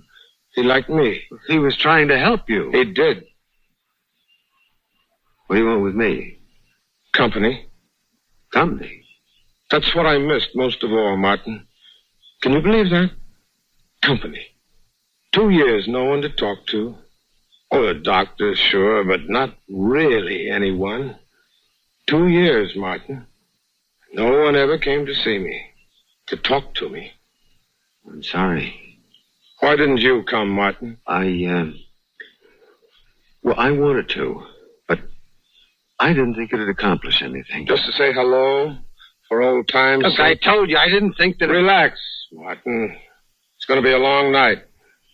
Maybe you won't see the end of it, Martin. Depends, we'll see. Depends on whether you say things I want to hear, whether you do things I like. It's up to me. Yes. I waited a long time, and now it's up to me.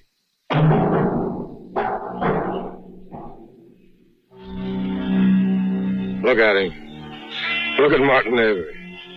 Standing alone in the study of his Better Homes and Gardens apartment. Alone with only me to keep you company. Yes, everything must be going exceptionally well for you. Everything must have paid off for you. But I notice as I move about the study, turning off the lamps, that there's a trace of perspiration on your forehead. Does it affect you? Just a little? Being alone with a madman and a gun at night? What's taking place behind the steady eyes, Martin? You're thinking? That would be fatal. That was my mistake, thinking too much. Watch me, Martin. That's right. Never take your eyes from me. I want you to keep watching me. For then you can't help but think about it. What did you say? I want you to think about it. Think about what? Whatever comes into your mind as you watch me. The police will come here looking for you, Lacey. Police? You know that. Why should the police want me? Well, you killed a man. Yes, but you killed a woman. Now, Lacey, I can help you. I'll get you some of my clothes. Call a cab, get you to a small hotel somewhere where they won't recognize you or care if they do. Now, don't talk to me like that. Everybody talks to me like that. You just come along with me. We know best. Lacey, it's just a matter of time. Remember, Martin, I'm crazy. I'm not responsible for what I do. You're as responsible as anyone. You know what you did when you killed Westland. Now you're saying I'm not crazy? You know what I mean. I'm either responsible or I'm not. If I'm responsible, then I'm a murderer. If not, then Nicholas Westland's death was an unfortunate accident. But the question of my responsibility was all taken care of in court 2 years ago, remember? You testified against me? I told the truth. Did you? Yes. I was the only one that knew you were lying, Martin. You knew I told the truth. Where are your wife and your boy sleeping, Martin? Answer it. Go ahead, but hold the receiver up so I can hear. Go ahead. Hello. Mr. Avery? Yes. This is Lieutenant Creekmore, police. What is it, Lieutenant? Is everything all right up there? Yes. Everything is all right. You sure? Yes. Have you heard that Lacey Abbott escaped from Bellevue tonight? Yes, I heard. Then you know about Nicholas Westland. Yes. Poor guy never had a chance. We thought Abbott was getting better, but... Yes. It's too bad. The reason I called you, you know how Abbott feels about you. He may try to get you. You think so? He might try, but you don't have to worry, Mr. Avery. I have 4 of my best men covering the front and rear entrances to your apartment house. Well, if he shows up, we'll get him. Good night. Aren't we fortunate in having such a solicitous police force? Look, Lacey, let me get you out of here. You go down to the second floor landing, and I'll call the men up from downstairs and tell them you're up here. See, that'll give you a chance to get out. You didn't answer my question, Martin. Where are your wife and son sleeping? In the back bedroom. Through that door and? Straight back. Down the hall. And the nursery? Look, why do you... The nursery. Just off of the bedroom. Does she have black hair? Like Kate? No. She's brown hair. It's almost blonde. How old's your boy? A year and 6 months. Yes, I remember. Someone told me you were married while the trial... My trial... was in progress. Yeah, that's right. 1 year for the trial, 2 years in the insane asylum. I wish there was something that... Oh, there is. All right, what? Just tell me.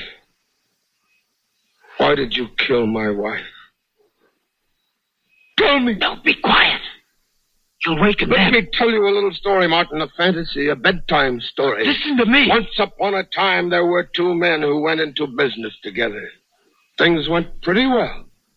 The business prospered and things looked pretty good. Everything was 50-50. Each partner had 50% of the stock in the company. That's fair enough. Then along came a big bad menace. A corporation that wanted to buy them out at a nice, round, fat figure. One partner wants to sell, the other partner no. The partner that said no had a wife. Let's call her Kate. And it seems his stock was negotiable in Kate's name as well as his own. If you'd only... Shut up. The partner that wants to sell, that's you, pulls a fast one while I'm out of town and gets Kate to sign away everything. But before I got back, she saw what you were doing. And right there, was where she disappeared. No. And I wonder who it was that saw to it. I wonder who it was that killed her. You're still out of your mind. It's just a fantasy, Martin. A fantasy that with your few well-chosen words at the inquest started them looking at me. Wondering about me, wondering why I was away. What I'd done with the body. Lacey. Such nicely chosen words. Such as, I'd noticed he hadn't been himself lately, but I just thought it was overwork. Look, you've got to listen. Thanks, partner. I do thank you, and I stand ready to repay you, Martin.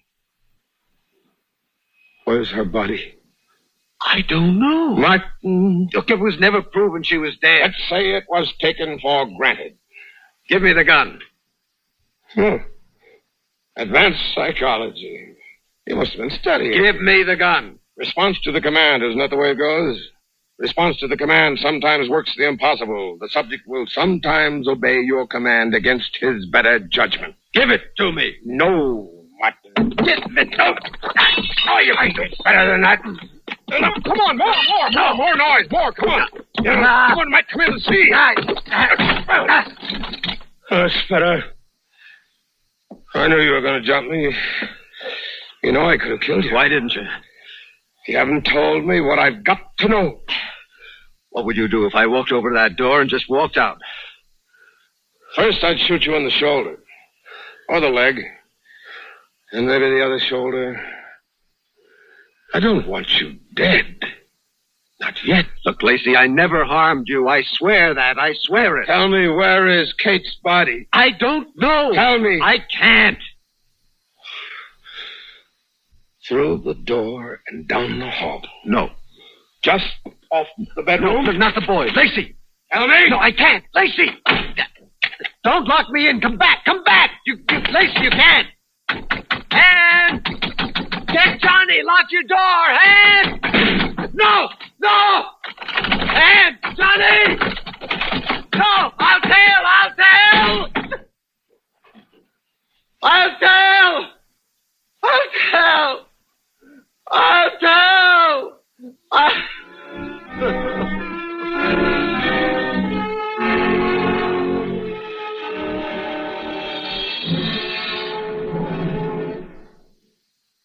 In a moment, we continue with the third act of Suspense. A word of advice for those of you who suffer from acid indigestion, heartburn, or gas. Do you know about the little white tablet in the little green pocket roll? Just a-waiting for the moment when you need 'em to bring your acid indigestion under control. Tums are the little white tablets in the little green pocket roll. Tums for the tummies, T-U-M-S. Bring relief quicker than you'd ever guess. Best for any kind of acid distress. Keep 'em handy in the pocket roll. Keep your tummy under Tums control. The modern Tums formula has never been surpassed for effectiveness. Always carry Tums, 10 cents.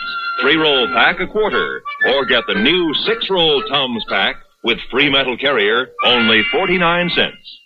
And now, starring Mr. Myron McCormick, Act 3 of Madman of Manhattan.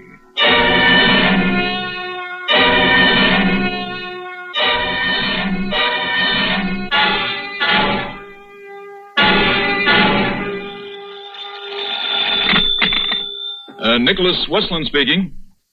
Yes, I know, sir. I'm glad you had the faith to play along with. Yeah, I know. It was pretty extreme. Here, I'll let you talk to Lieutenant Creekmore. Hello, Commissioner. Avery's wife and child, they're okay. Got a little scared when Abbott fired those 2 shots in the ceiling. Yeah, I know, but that's what got the confession out of Avery. I know he shouldn't have brought the gun. We didn't bargain on that. Yeah, we got it. It's all on tape. Listen, play it back, boys. I'm just playing the good part. It doesn't matter now. Nothing matters now. You were wrong, Lacey. See, Kate came to me months before you took the trip. She wanted to leave you. She thought she wanted me. And it was her idea to sign the stock over to me. Everything. And I kidded her along. Why not? And then when you were away, she signed the stock over. She found out about Ann and me. It doesn't matter now. I tried to talk to Kate. Argument. We had a fight. I didn't mean it. It was an accident. killed her. I fixed it so they'd suspect you. That wasn't hard. It was better than I thought. You seemed to be out of your mind. Where did you put her? I kept... That's nothing. Until they... Did you get it? Yeah, well, we'd never have cracked Martin Avery any other way. They wanted to release Lacey Abbott 6 months ago. Said he was as sane as I am, but I'm glad we waited till he had this worked out in his head. Yeah, you'll have my full report tomorrow. Good night. And thanks, Commissioner, for letting us try it. Well, Lacey, you should be feeling pretty good about all this. Your plan worked out great. You're clear. What difference does that make? He said Kate came to him. Kate came to him.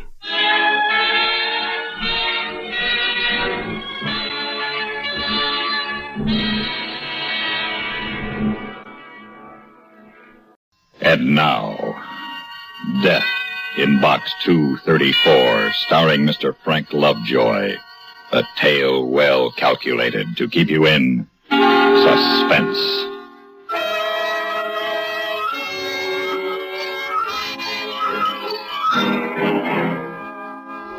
I'm sure you'll agree the best way to rob a bank is from the inside. Well, I was on the inside. I was the guy you had to sign in with before you could get into your safe deposit box. It sort of gave me a sense of importance and power. Made me a little dizzy, too, thinking of all the loot in those 2,000 boxes. Jewelry, bonds, and cash. And it taught me patience. I had to wait a long, long time before I could put my plan to work. But finally, one day, a little old man walked into the bank carrying a covered birdcage. Is this where I can get a safety draw, young fella? If you mean a safety deposit box, this is the right place. Bank, ever been robbed? No, sir. Don't trust banks. But I got to unload this cage somewhere. You want to put a bird in a safe deposit box? No, I got my money in the cage. Always keep it there, have for years. I own a pet store. Lots of bird cages, some covered, some uncovered. You want to hide something, hide it in the open. But now, I don't know. There's been so many stick-ups lately. Tell you what, I'll take one of the safety drawers.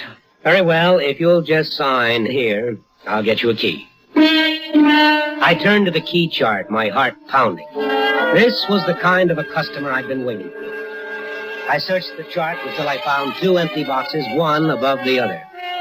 I gave Mr. Jensen 234, and I mentally reserved box 233 for myself. After the old man had left with the empty bird cage, George, the guard, confirmed my suspicions. Man, you know what that old guy had in that bird cage? He told me it was money. Huh? Said was that cage was stuffed with dough, and not a bill less than a C-note. George, I'm amazed that anyone who worked in a bank as long as you would be impressed by $100 bills. In a bird cage? George, you know it's against the bank's policy to discuss the contents of the customers' safe deposit boxes. What are you barking for, a vice presidency? Merely reminding you, George. It would never do for me to betray my excitement to George. Just as it would never do for me to take out the box above Mr. Jensen's in my own name. For this, I needed someone else. Someone who needed money desperately. Someone with larceny in his heart. But not grand larceny, just petty larceny. I began to search the classified ads, and a couple of days later I found one that sounded just right. Young man wants work, it said. Will do anything for money. Phone UL23742. Hello? Are you the man who placed the ad in the paper? That's right, Dad. You got a job for me? If I told you that for just 3 hours a week you could earn $30, would you be interested? Crazy. What's the gimmick? Well, it might involve a little risk. I've taken risks before. What do you want me to do? I can't discuss it over the phone. If you'll meet me at the sandwich mill on the corner of Van Buren and Gilbert Streets tomorrow at 1:30, there's a $10 bill in it for you, whether you take the job or not. I'll be at the table by the door. I'll be there. I hadn't been in the sandwich mill for more than 5 minutes when he showed up. His name was Gil. He looked like he could use a buck, so I didn't waste any time putting my cards on the table. 3 times a week, I'll meet you here. I'll give you $20. You'll come to the bank, you'll put $10 in a deposit box and keep 10 for yourself. It's too easy. What's in it for you? Well, that's beside the point. If you do as I say, you'll have $30 a week. If you don't, you'll have nothing. First time you don't show up, the deal will be off. Have you got that straight? Yeah. How long will this go on? Well, that depends when I no longer need your services. All the money you leave in the deposit box will be yours, plus a $1,000 bonus. Still interested? Are you kidding? What have I got to lose? Nothing. He couldn't lose. I couldn't lose. Nobody could lose but Mr. Jensen. And any old man who carries his dough around in a bird cage deserves to lose it.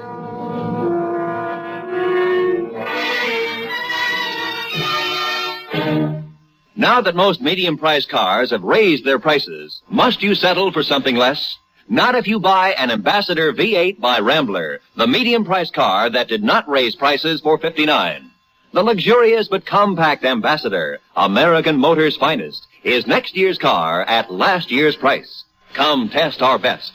See how Ambassador gives you full hat room, shoulder room, and leg room for all 6 passengers.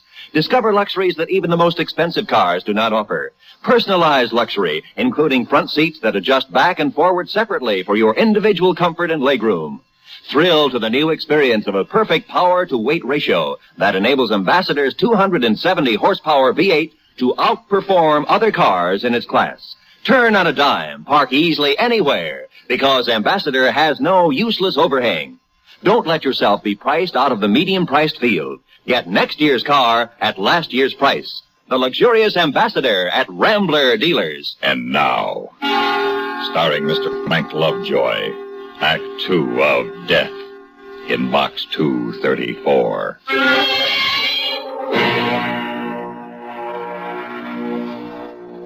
Like I said, robbing a bank takes a good plan and lots of patience. I had both. 3 times a week, Gil, my hired stooge, deposited $10 in his safe deposit box. And once a week, Mr. Jensen deposited a birdcage full of $100 bills in his. There was only one hitch in the whole beautiful setup. I began to like the old man. Everything under lock and key, young fella? Safe and sound, Mr. Jensen. That's the kind of talk I like to hear. How's it with you? Well, not so good. Oh? What's the matter? I'm having trouble with Priscilla. Somehow I didn't think you were married. I'm not. Oh? Then Priscilla's your girlfriend? At my age? Thanks, young fella. No, Priscilla's a parrot. A lady parrot? I think so. Never been sure, though. Had her for 10 years, and I'm still not sure. Hard to tell with parrots. What kind of trouble has Priscilla been giving you? Well, I worry about her. She's been off her feed. Hasn't had a single seed for nearly a week now. Usually eats right out of my hand. Now she just sits in a cage and droops. Well, I don't like it. I don't like it at all. Well, if I were you, I wouldn't worry about it. If you were me, you would worry about it. What do you suppose I run that pet shop for? Ain't the money. I got more than I'll ever need. It's for friends. Friends? Sure. Priscilla and the other birds and the puppies, even the goldfish. Friends. They're all the friends I got. But it's more friends than most fellas my age has got left. You see what I mean? He's a nice old guy. As George the guard escorted him and his birdcage into the vault, I couldn't help feeling like a heel. But only for a moment. On his way out, Mr. Jensen stopped at my desk again. Well, young fella, I won't be seeing you so often anymore. Oh, you're going away? No. No, but you got all my money here now, so I'll just drop by every month or so to check up on you. Now you take good care of it, young fella. Don't you worry, Mr. Jensen. I'll take care of your money as if it were my own. Now, only one thing stood between me and Mr. Jensen's money. My friend George, the guard. George knew Mr. Jensen. George would blow the whistle if he saw Gil emptying Mr. Jensen's box. So George had to be put out of action during our action. But how? Well, in order to get anywhere in this world, you've got to use the other fellow's weakness. Gil's weakness, like mine, was that root of all evil, the love of money. And George's weakness was alcohol. He kept a pint stashed in the glove compartment of his car, and every day after lunch, he sneaked out to the parking lot for a quick belt. And a Mickey and George's pint would put him in the emergency hospital for the afternoon. That night I called Gil to make sure he'd meet me at the usual time and place. And the next morning, on my way into the bank, I doctored George's booze. Dragged by slowly. 10:30, 11, 11:30. Everything was set for the big heist, the perfect bank robbery. I'd covered every detail. Nothing could go wrong now. I'd thought of everything. Good morning, young fella. But this. There stood Mr. Jensen, looking like death dug up, a dirty bandage around his right hand. I come in to look at my money. Of course, Mr. Jensen. What happened to your hand? It's that Priscilla. She bit me. Finally got her appetite back and had a piece of my hand for breakfast. Have you seen a doctor? No, but don't believe in doctors. But you never can tell. A thing like that might be dangerous, give you blood poisoning. Don't you worry about me, young fella. Nature'll take care of it. Always been a great believer in nature. It ain't the bite that bothers me. It's Priscilla. I can't understand why she turned on me. She was my oldest friend. Mr. Jensen was in the vault for a long, long time, and I began to wonder if I'd missed my date with Gil. I couldn't leave, of course, until I was sure he was out of the bank. But at last he came back to the desk and returned the key. Young fella, you're doing a good job.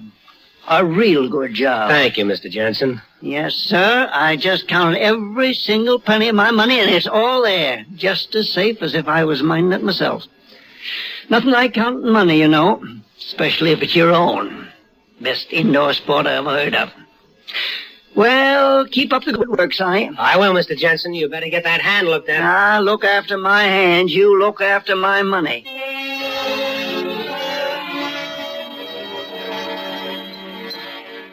Look, Dad, you know how much dough I got in that safe deposit box? Yes, Gil. Do you? $240, and I could use it. You know, there ain't nothing that can stop me from going in there and taking it out. That's right, Gil. It's your money. Yeah, well, and that's what I'm going to do. And lose your bonus? What bonus? $1,000. $1,000? Who do I have to kill? No one. I don't dig you, man, but I learned a long time ago you don't get something for nothing. That's right. Now, here's what you have to do for your $1,000. Go, man.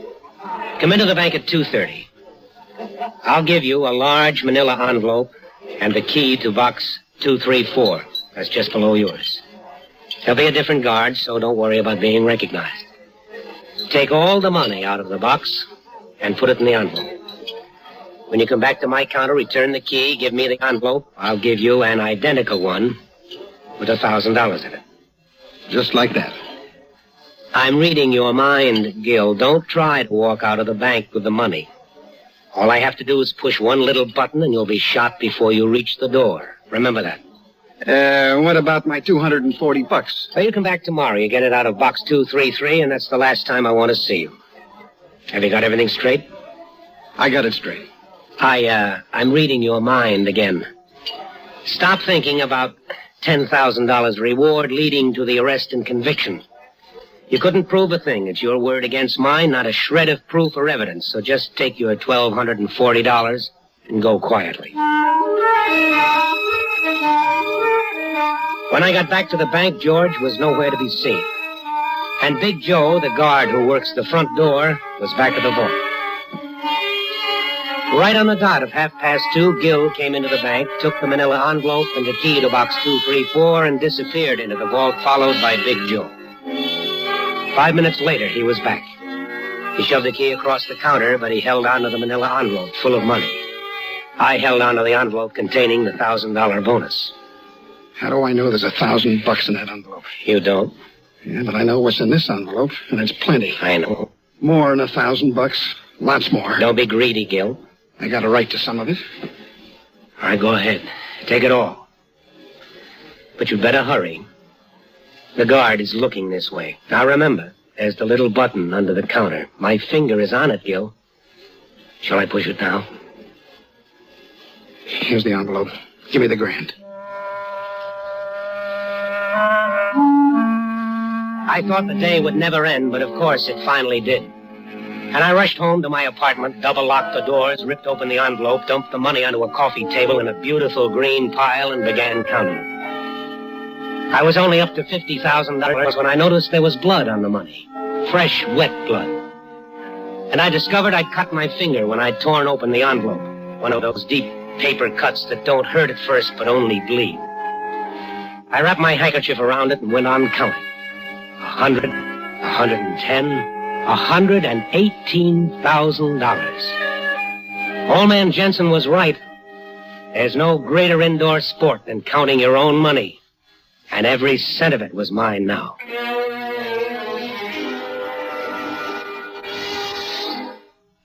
Now here is where the story should end. With a bank robber skipping the country with his ill-gotten gains to spend the rest of his life in luxurious ease in some Central American banana republic. But this was no ordinary bank job, and I was too smart a bank robber. I didn't need to make a getaway. I went back to work the next morning.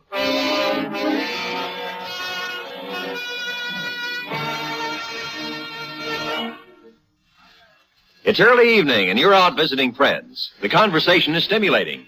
Perhaps a pleasant game of cards has started. You're relaxed and enjoying yourself.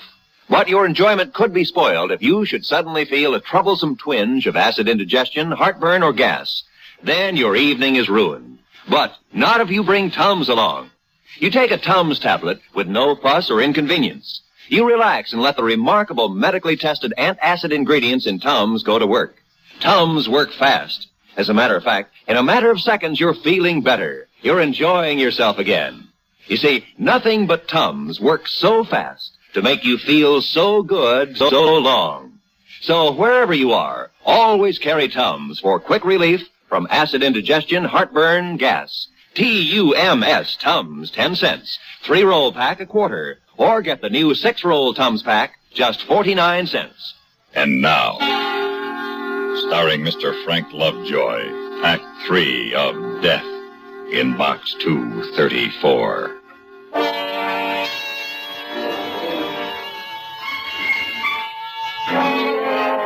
Yes, I went back to work the morning after I knocked off Mr. Jensen's safe deposit box for $118,000.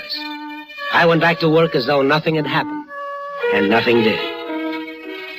George was back, too, looking peaked and blaming his illness on the lousy luncheon meat his wife put in his sandwiches. Gil came in and emptied box 233 and left without a word. And days went by without a sign of old Mr. Jensen. I gave my notice to the bank and made my plans to move out to the West Coast. But I began to feel lousy. And then I began to look like I felt. George noticed it first. Hey, Harry, you look bad. I mean, real sick. Gee, thanks. I mean, bad. Like old man Jensen last time he was in here. George, you say the nicest things. But I knew he was right. I had looked at myself in the mirror. I was flushed. There was a hollow look I'd never seen in my eyes before. I got scared. I couldn't figure it out. Somehow counting the money wasn't fun anymore. Finally, I woke up one morning with a raging fever. Going to work was out of the question. I was weak as a kitten. It was all I could do to pick up the morning paper from under my apartment door. I slumped back into bed, and then I saw it. A couple of paragraphs tucked away on the back page. A diagnosis of my illness. And I knew then I would never leave this bed. A cut. If I only hadn't cut my finger on that envelope when I counted the money. Oh, yes, the newspaper. Here's what it says. Bird bites, man dies. Mr. A.J. Jensen, 75, was found dead last night in the back of his pet shop at 8957 Tulane Avenue. Cause of death was determined after examining a serious wound on his right hand. The wound had been inflicted by a parrot which was infected by psittacosis, a deadly disease for which no cure is known. Every article of Mr. Jensen's clothing and personal belongings had to be destroyed as they were highly contaminated. Mr. Jensen died without any living relations or close friends, and apparently without any estate. By the way, I've got Mr. Jensen's money right here under my mattress, if you'd like to have it.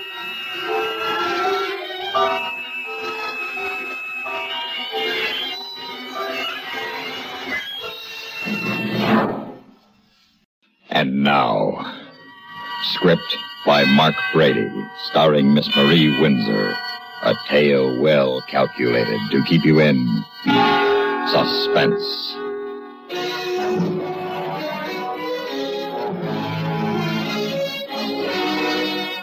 Within the next few minutes, I will commit murder. Cold, premeditated murder. Why? Well, since I'm a writer of murder mysteries, perhaps the simplest way to explain is to dramatize my story. Hence this script, my last, to be delivered to the studio after my arrest. Cast of characters: Mark Brady, a writer in his early 30s. College graduate, easygoing, intelligent. Mary Brady, his wife, beautiful, with a bright, unused brain. Jason Roberts, his best friend, an intellectual snob. The scene, the Brady's comfortable book-lined apartment. The time, a few months ago. But, Mark, couldn't you get one of the girls from the office? Why all the fuss about even numbers?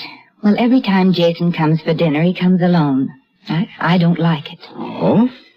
I should think you'd welcome the undivided attention of two adoring men. It makes me uneasy. Well, then, why don't we invite Jane Stanley? The lady writer? Yes, with the horn-rimmed glasses, flat shoes, and an abiding belief in Zen Buddhism. She shouldn't give you much competition. I'm not worried about competition. Jason thinks I have a mind, even if you don't. Oh, he does he? Well, that's par for old Jason. He always did like my taste in women. He says I'm unlike any woman you ever went with. That's right. You're also the only woman I ever married. Don't muss my hair, you beast. You're such an animal. And aren't you glad? I suppose so. Only, somehow, sometimes I don't feel married to you. Why? Why, you're so self-sufficient. You don't need me. You don't need anyone. Oh, yes, I do. I need you very much. Why, who'd take care of me? Send out my laundry, defrost my dinner. You're not being serious. Oh, but I am. You can hire someone to do all that. As beautiful as you, I couldn't afford it. Mark, did it ever once occur to you that I have ideas? That I have thoughts? That I'm interested in things? Of course. Haven't I heard you and Jason ramble on far into the night about Freud, Jung, Marx, Engels, and the plight of the Navajo Indians? Jason understands me. He likes the way my mind works. Oh? But he ought to have a girlfriend of his own. Now, will you please try to get him someone for tonight? From the way you talk about old Jason, I think I'm the guy who needs a girlfriend. We were so civilized, we budding intellectuals, so sophisticated, so sure of ourselves. We shared each other. If Mary's ballet class or her mosaics or her lute lessons conflicted with the opening of an art exhibit, Jason and I would gaily go off together to view the paintings. If something kept me from attending an opera or a ballet, Mary never missed it. There was always Jason to escort her. But last summer, my work began to pile up. And every time there was an attraction at the Greek Theater or an especially interesting concert at the Hollywood Bowl, I was stuck with a script to finish. I was really grateful for Jason then. He relieved me of my guilt about not entertaining my beautiful wife. Until one night, I discovered that it was he who owed me a debt of gratitude. Oh, why, hello, darling. You still up? Apparently. Have you any idea what time it is? No, not the slightest. It's nearly 2:30, and why are you in your bare feet? Oh, Mark, we had such a silly, wonderful time. Suppose you tell me about it. Well, the concert turned out to be never-ending dull, and those seats in the bowl are so hard. Finally, Jason suggested we take a ride down to the beach. Is that why sand is dripping from your skirt? Is it? Oh, well, you see, I've been swimming. Swimming? In what? In the ocean. I mean, what did you swim in? What did you wear? Nothing, Mark. I just went swimming in the moonlight. I see. Do you realize that it's 3.5 hours since that concert ended? Do you realize I've been going nearly crazy with worry that I was just about to start calling the police and the hospitals when you float in off Cloud 8 and calmly announced that you've been swimming in the nude? I didn't say I'd been swimming in the nude. I said I'd been swimming in the moonlight. Mark, stop looking at me that way. What way? Like I was some broad. Well, aren't you? No. Apparently Jason thinks so. It's late, Mark, and I'm tired and suddenly very cold. Now, please let me by. I want to take a hot shower. It was as much my fault as it was hers. It wouldn't have happened if I hadn't thrown them together. So after that, I paid more attention to my homework, and the midnight swim was forgotten by tacit agreement. And by tacit agreement, we saw less and less of Jason. Mary satisfied my craving for beauty, and for the rest, I had my work. I got very busy on a new show I dreamed up based upon police files. I wish now I'd never thought of the idea. Part of the job was to ride the prowl cars for background color. And the second night out, we were cruising around the twisting streets in the Hollywood Hills. Now, this looks like El Dorado Drive. Yeah, that's right, Mr. Brady. Friend of mine lives along in here, just around this bend. At his house we're coming to?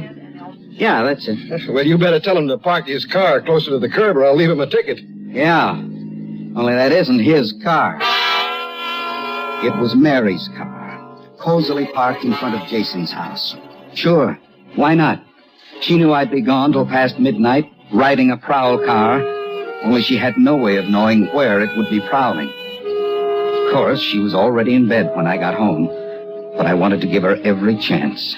Oh, I was sound asleep, darling. Did you have an interesting evening? Not very. Not much action. What did you do? Oh, nothing much. Looked at TV for a while.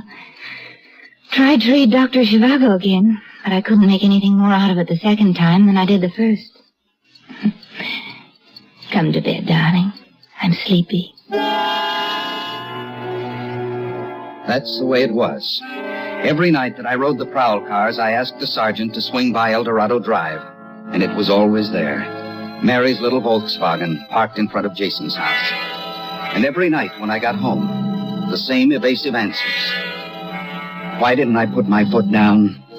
I was afraid, that's why. Afraid of losing Mary. I needed her. She was the most beautiful woman I had ever seen. My ego needed her. She was a bright adornment, a mark of success. And if I lost her, I felt I, too, would be lost. Sergeant, I wonder if we could swing by El Dorado Drive tonight? Again? If you don't mind. Well, I don't mind. It's in our area, but I don't get it. You, checking up on your friend? No. My wife. That Volkswagen belongs to her. Oh, I see. Now, look, Mr. Brady, you say the word, we can make an awful lot of trouble for that guy. It's awfully kind of you, Sergeant. Oh, I'm serious. I'm sure you are. Only it's not your problem, it's mine. You stay out of it. Let us handle it. No, thank you, Sergeant. That would be too easy. If anything's to be done about it, I'm going to have to do it myself.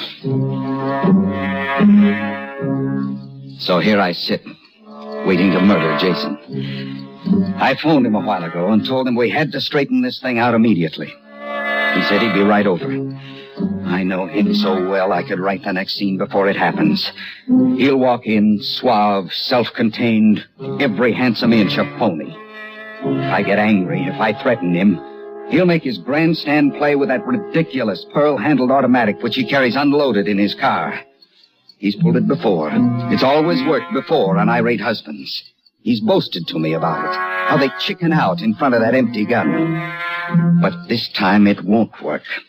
This irate husband isn't going to chicken out. He's going to shoot it out. This irate husband has a gun, too, and he's going to use it in self-defense. There he is now. Coming up the walk. Now he's at the door. Come on in, Jason. The door's unlocked.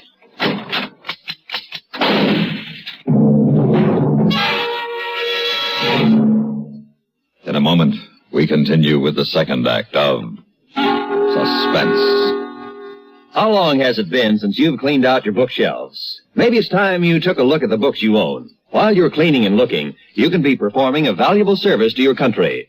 The United States wants books, lots of them, to send to interested students and readers abroad. Good books are needed to combat the flood of literature being circulated in free countries by the Russians and Chinese communists. Each year, the Russians alone publish and distribute well over 100 million volumes of all kinds. But each volume is a messenger of mischief, full of propaganda and lies. These books are sold at ridiculously low prices or given away free. You can help counteract communist propaganda with unneeded books now on your bookshelves. Most desirable are literary classics, new or old. Up-to-date American histories and geographies. All books should be in hard bindings and in good condition. Send them to Books from America, Box 1960, Washington 13, D.C. And now, starring Miss Marie Windsor, Act 2 of Script by Mark Brady.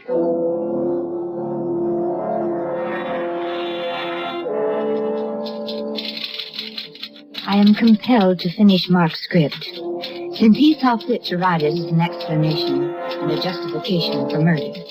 I feel I must complete it as a vindication of myself and a requiem for Mark. Yes, Mark is dead. Jason shot him in self-defense. That's what the coroner's jury called it. Self-defense. And now I must defend myself from the things Mark thought about me. I was innocent. That night on the beach, I was innocent. Oh, Jason, isn't it beautiful? Unto thy very feet, bright damosel, the westering moon this night has flung his carpet bright. How lovely. Who wrote that? I did, just now. I know. Let's go swimming. Why not? I would if I brought a suit. What difference does that make? None, I suppose, really, only... You worried about what people will say? Why, there isn't anybody within 5 miles of this cove. Go ahead. All right. You can undress behind that rock. Oh, not me. That water looks too cold. Oh, come on, Jason. I'll watch. You will not. I mean after you're in the water. Well, all right. Now turn your back and close your eyes and don't open them until I tell you to. Jason was right. It was cold. But it was wonderful and strange and terribly exciting. And it was over all too soon. Like Botticelli's Venus rising from the sea. What did you say? Like Botticelli's Venus rising from the sea. You peep! Man can be tempted only so far. Oh, look, my skirt's all full of sand. What did you expect? You can turn around now. Oh, a naiad glittering with moonlight. A sea nymph crowned with cockle shells and with a kirtle of kelp begirt. Oh, lovely Mary, make me immortal with a kiss. Oh, come on, Jason. And doth not the moon make lunatics of us all? Stop it, Jason. I'm Mark's wife. And you're his best friend, remember? Yes, I'm trying not to. Well, save the soft sell for somebody else's wife. I'm not buying any. Now, come on, let's go home. That's all there was to it. Except I caught a cold. Mark never mentioned it again after that night. It was as though he didn't care. As though he wanted me to be with Jason. And he got so busy with his new show and riding the police cars at night. Well, what did he expect me to do, sit home and knit? Jason was more interesting than a night alone with the TV. And I wasn't taking anything away from Mark. I was innocent. I couldn't help the way Jason felt. I didn't know that it would get out of hand. So, my beautiful goddess, that's how it is. I am hopelessly in love with you. What are you going to do about it? Have it out with Mark. Oh, no, Jason, you can't do that. Why not? Mark's got a gun now. Well, what of it? He's been practicing at the police pistol range. He keeps boasting to me about how good he's getting. Almost as if he were threatening. Oh, now listen, my dear. We're all three of us civilized human beings, and I think Mark and I can solve this problem without bloodshed. I'm afraid. I wouldn't want anything to happen to either of you. Now, you listen to me. Jason, look at the time. I've got to run. Naturally. I'll call you tomorrow, darling, when I find him in alone. That'll be nice. Now, honey, don't be that way. You know I've got to go. Jason. What? Look out there in the street. Now, what is it? A police car driving by. Do you suppose it could... I haven't the slightest idea. Well, aren't you worried? If Mark found out... I think it's time he did. As always, I was in bed and pretending to be asleep when Mark came home. He didn't say anything, and I couldn't tell if he'd been in the police car that drove by Jason's house. But I didn't worry too much, because before I went to bed, I had taken all the bullets out of his gun.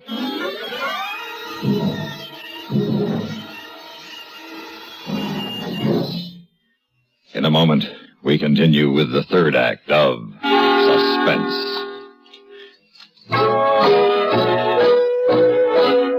Be sociable, look smart, keep up to date with Pepsi, drink light, refreshing Pepsi, stay young and fair and debonair, be sociable, have a Pepsi. When friends drop in, let your hospitality show you're sociable in the modern manner. Pepsi, you know, is the favorite of the smart and young at heart. Be sociable, look smart, keep up to date with Pepsi, drink light, refreshing Pepsi, stay young and fair and debonair, be sociable, have a Pepsi. Have you tried a Pepsi lately? And now, starring Miss Marie Windsor, Act 3 of Script by Mark Brady.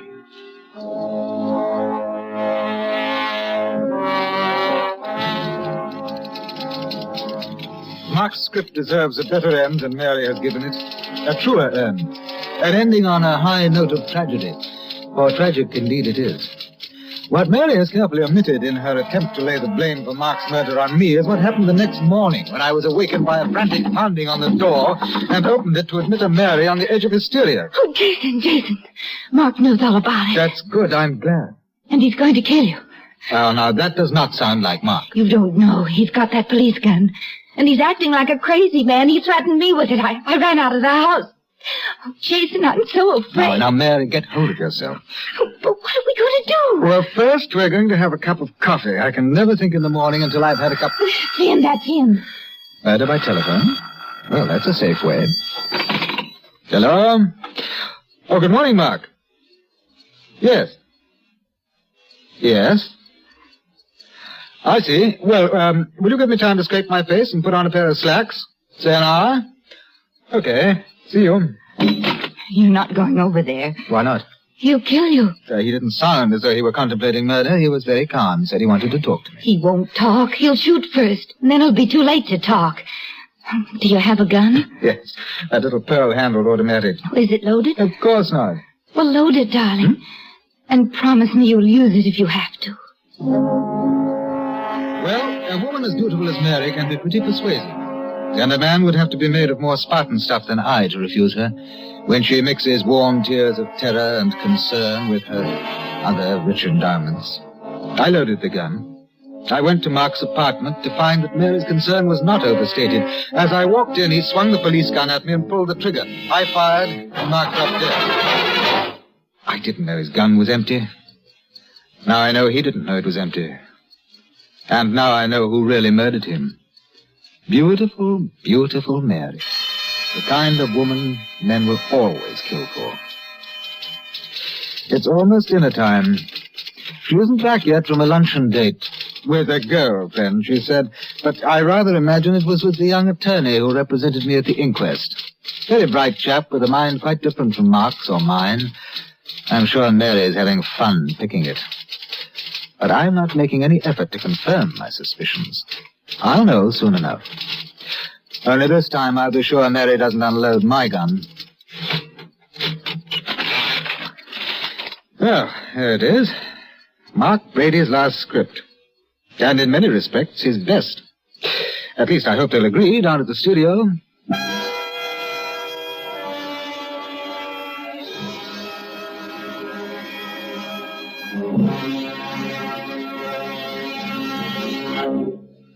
And now,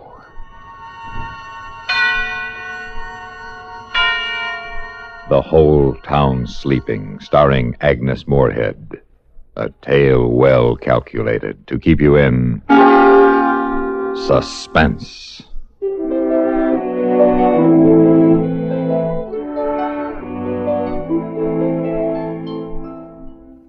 It was a warm summer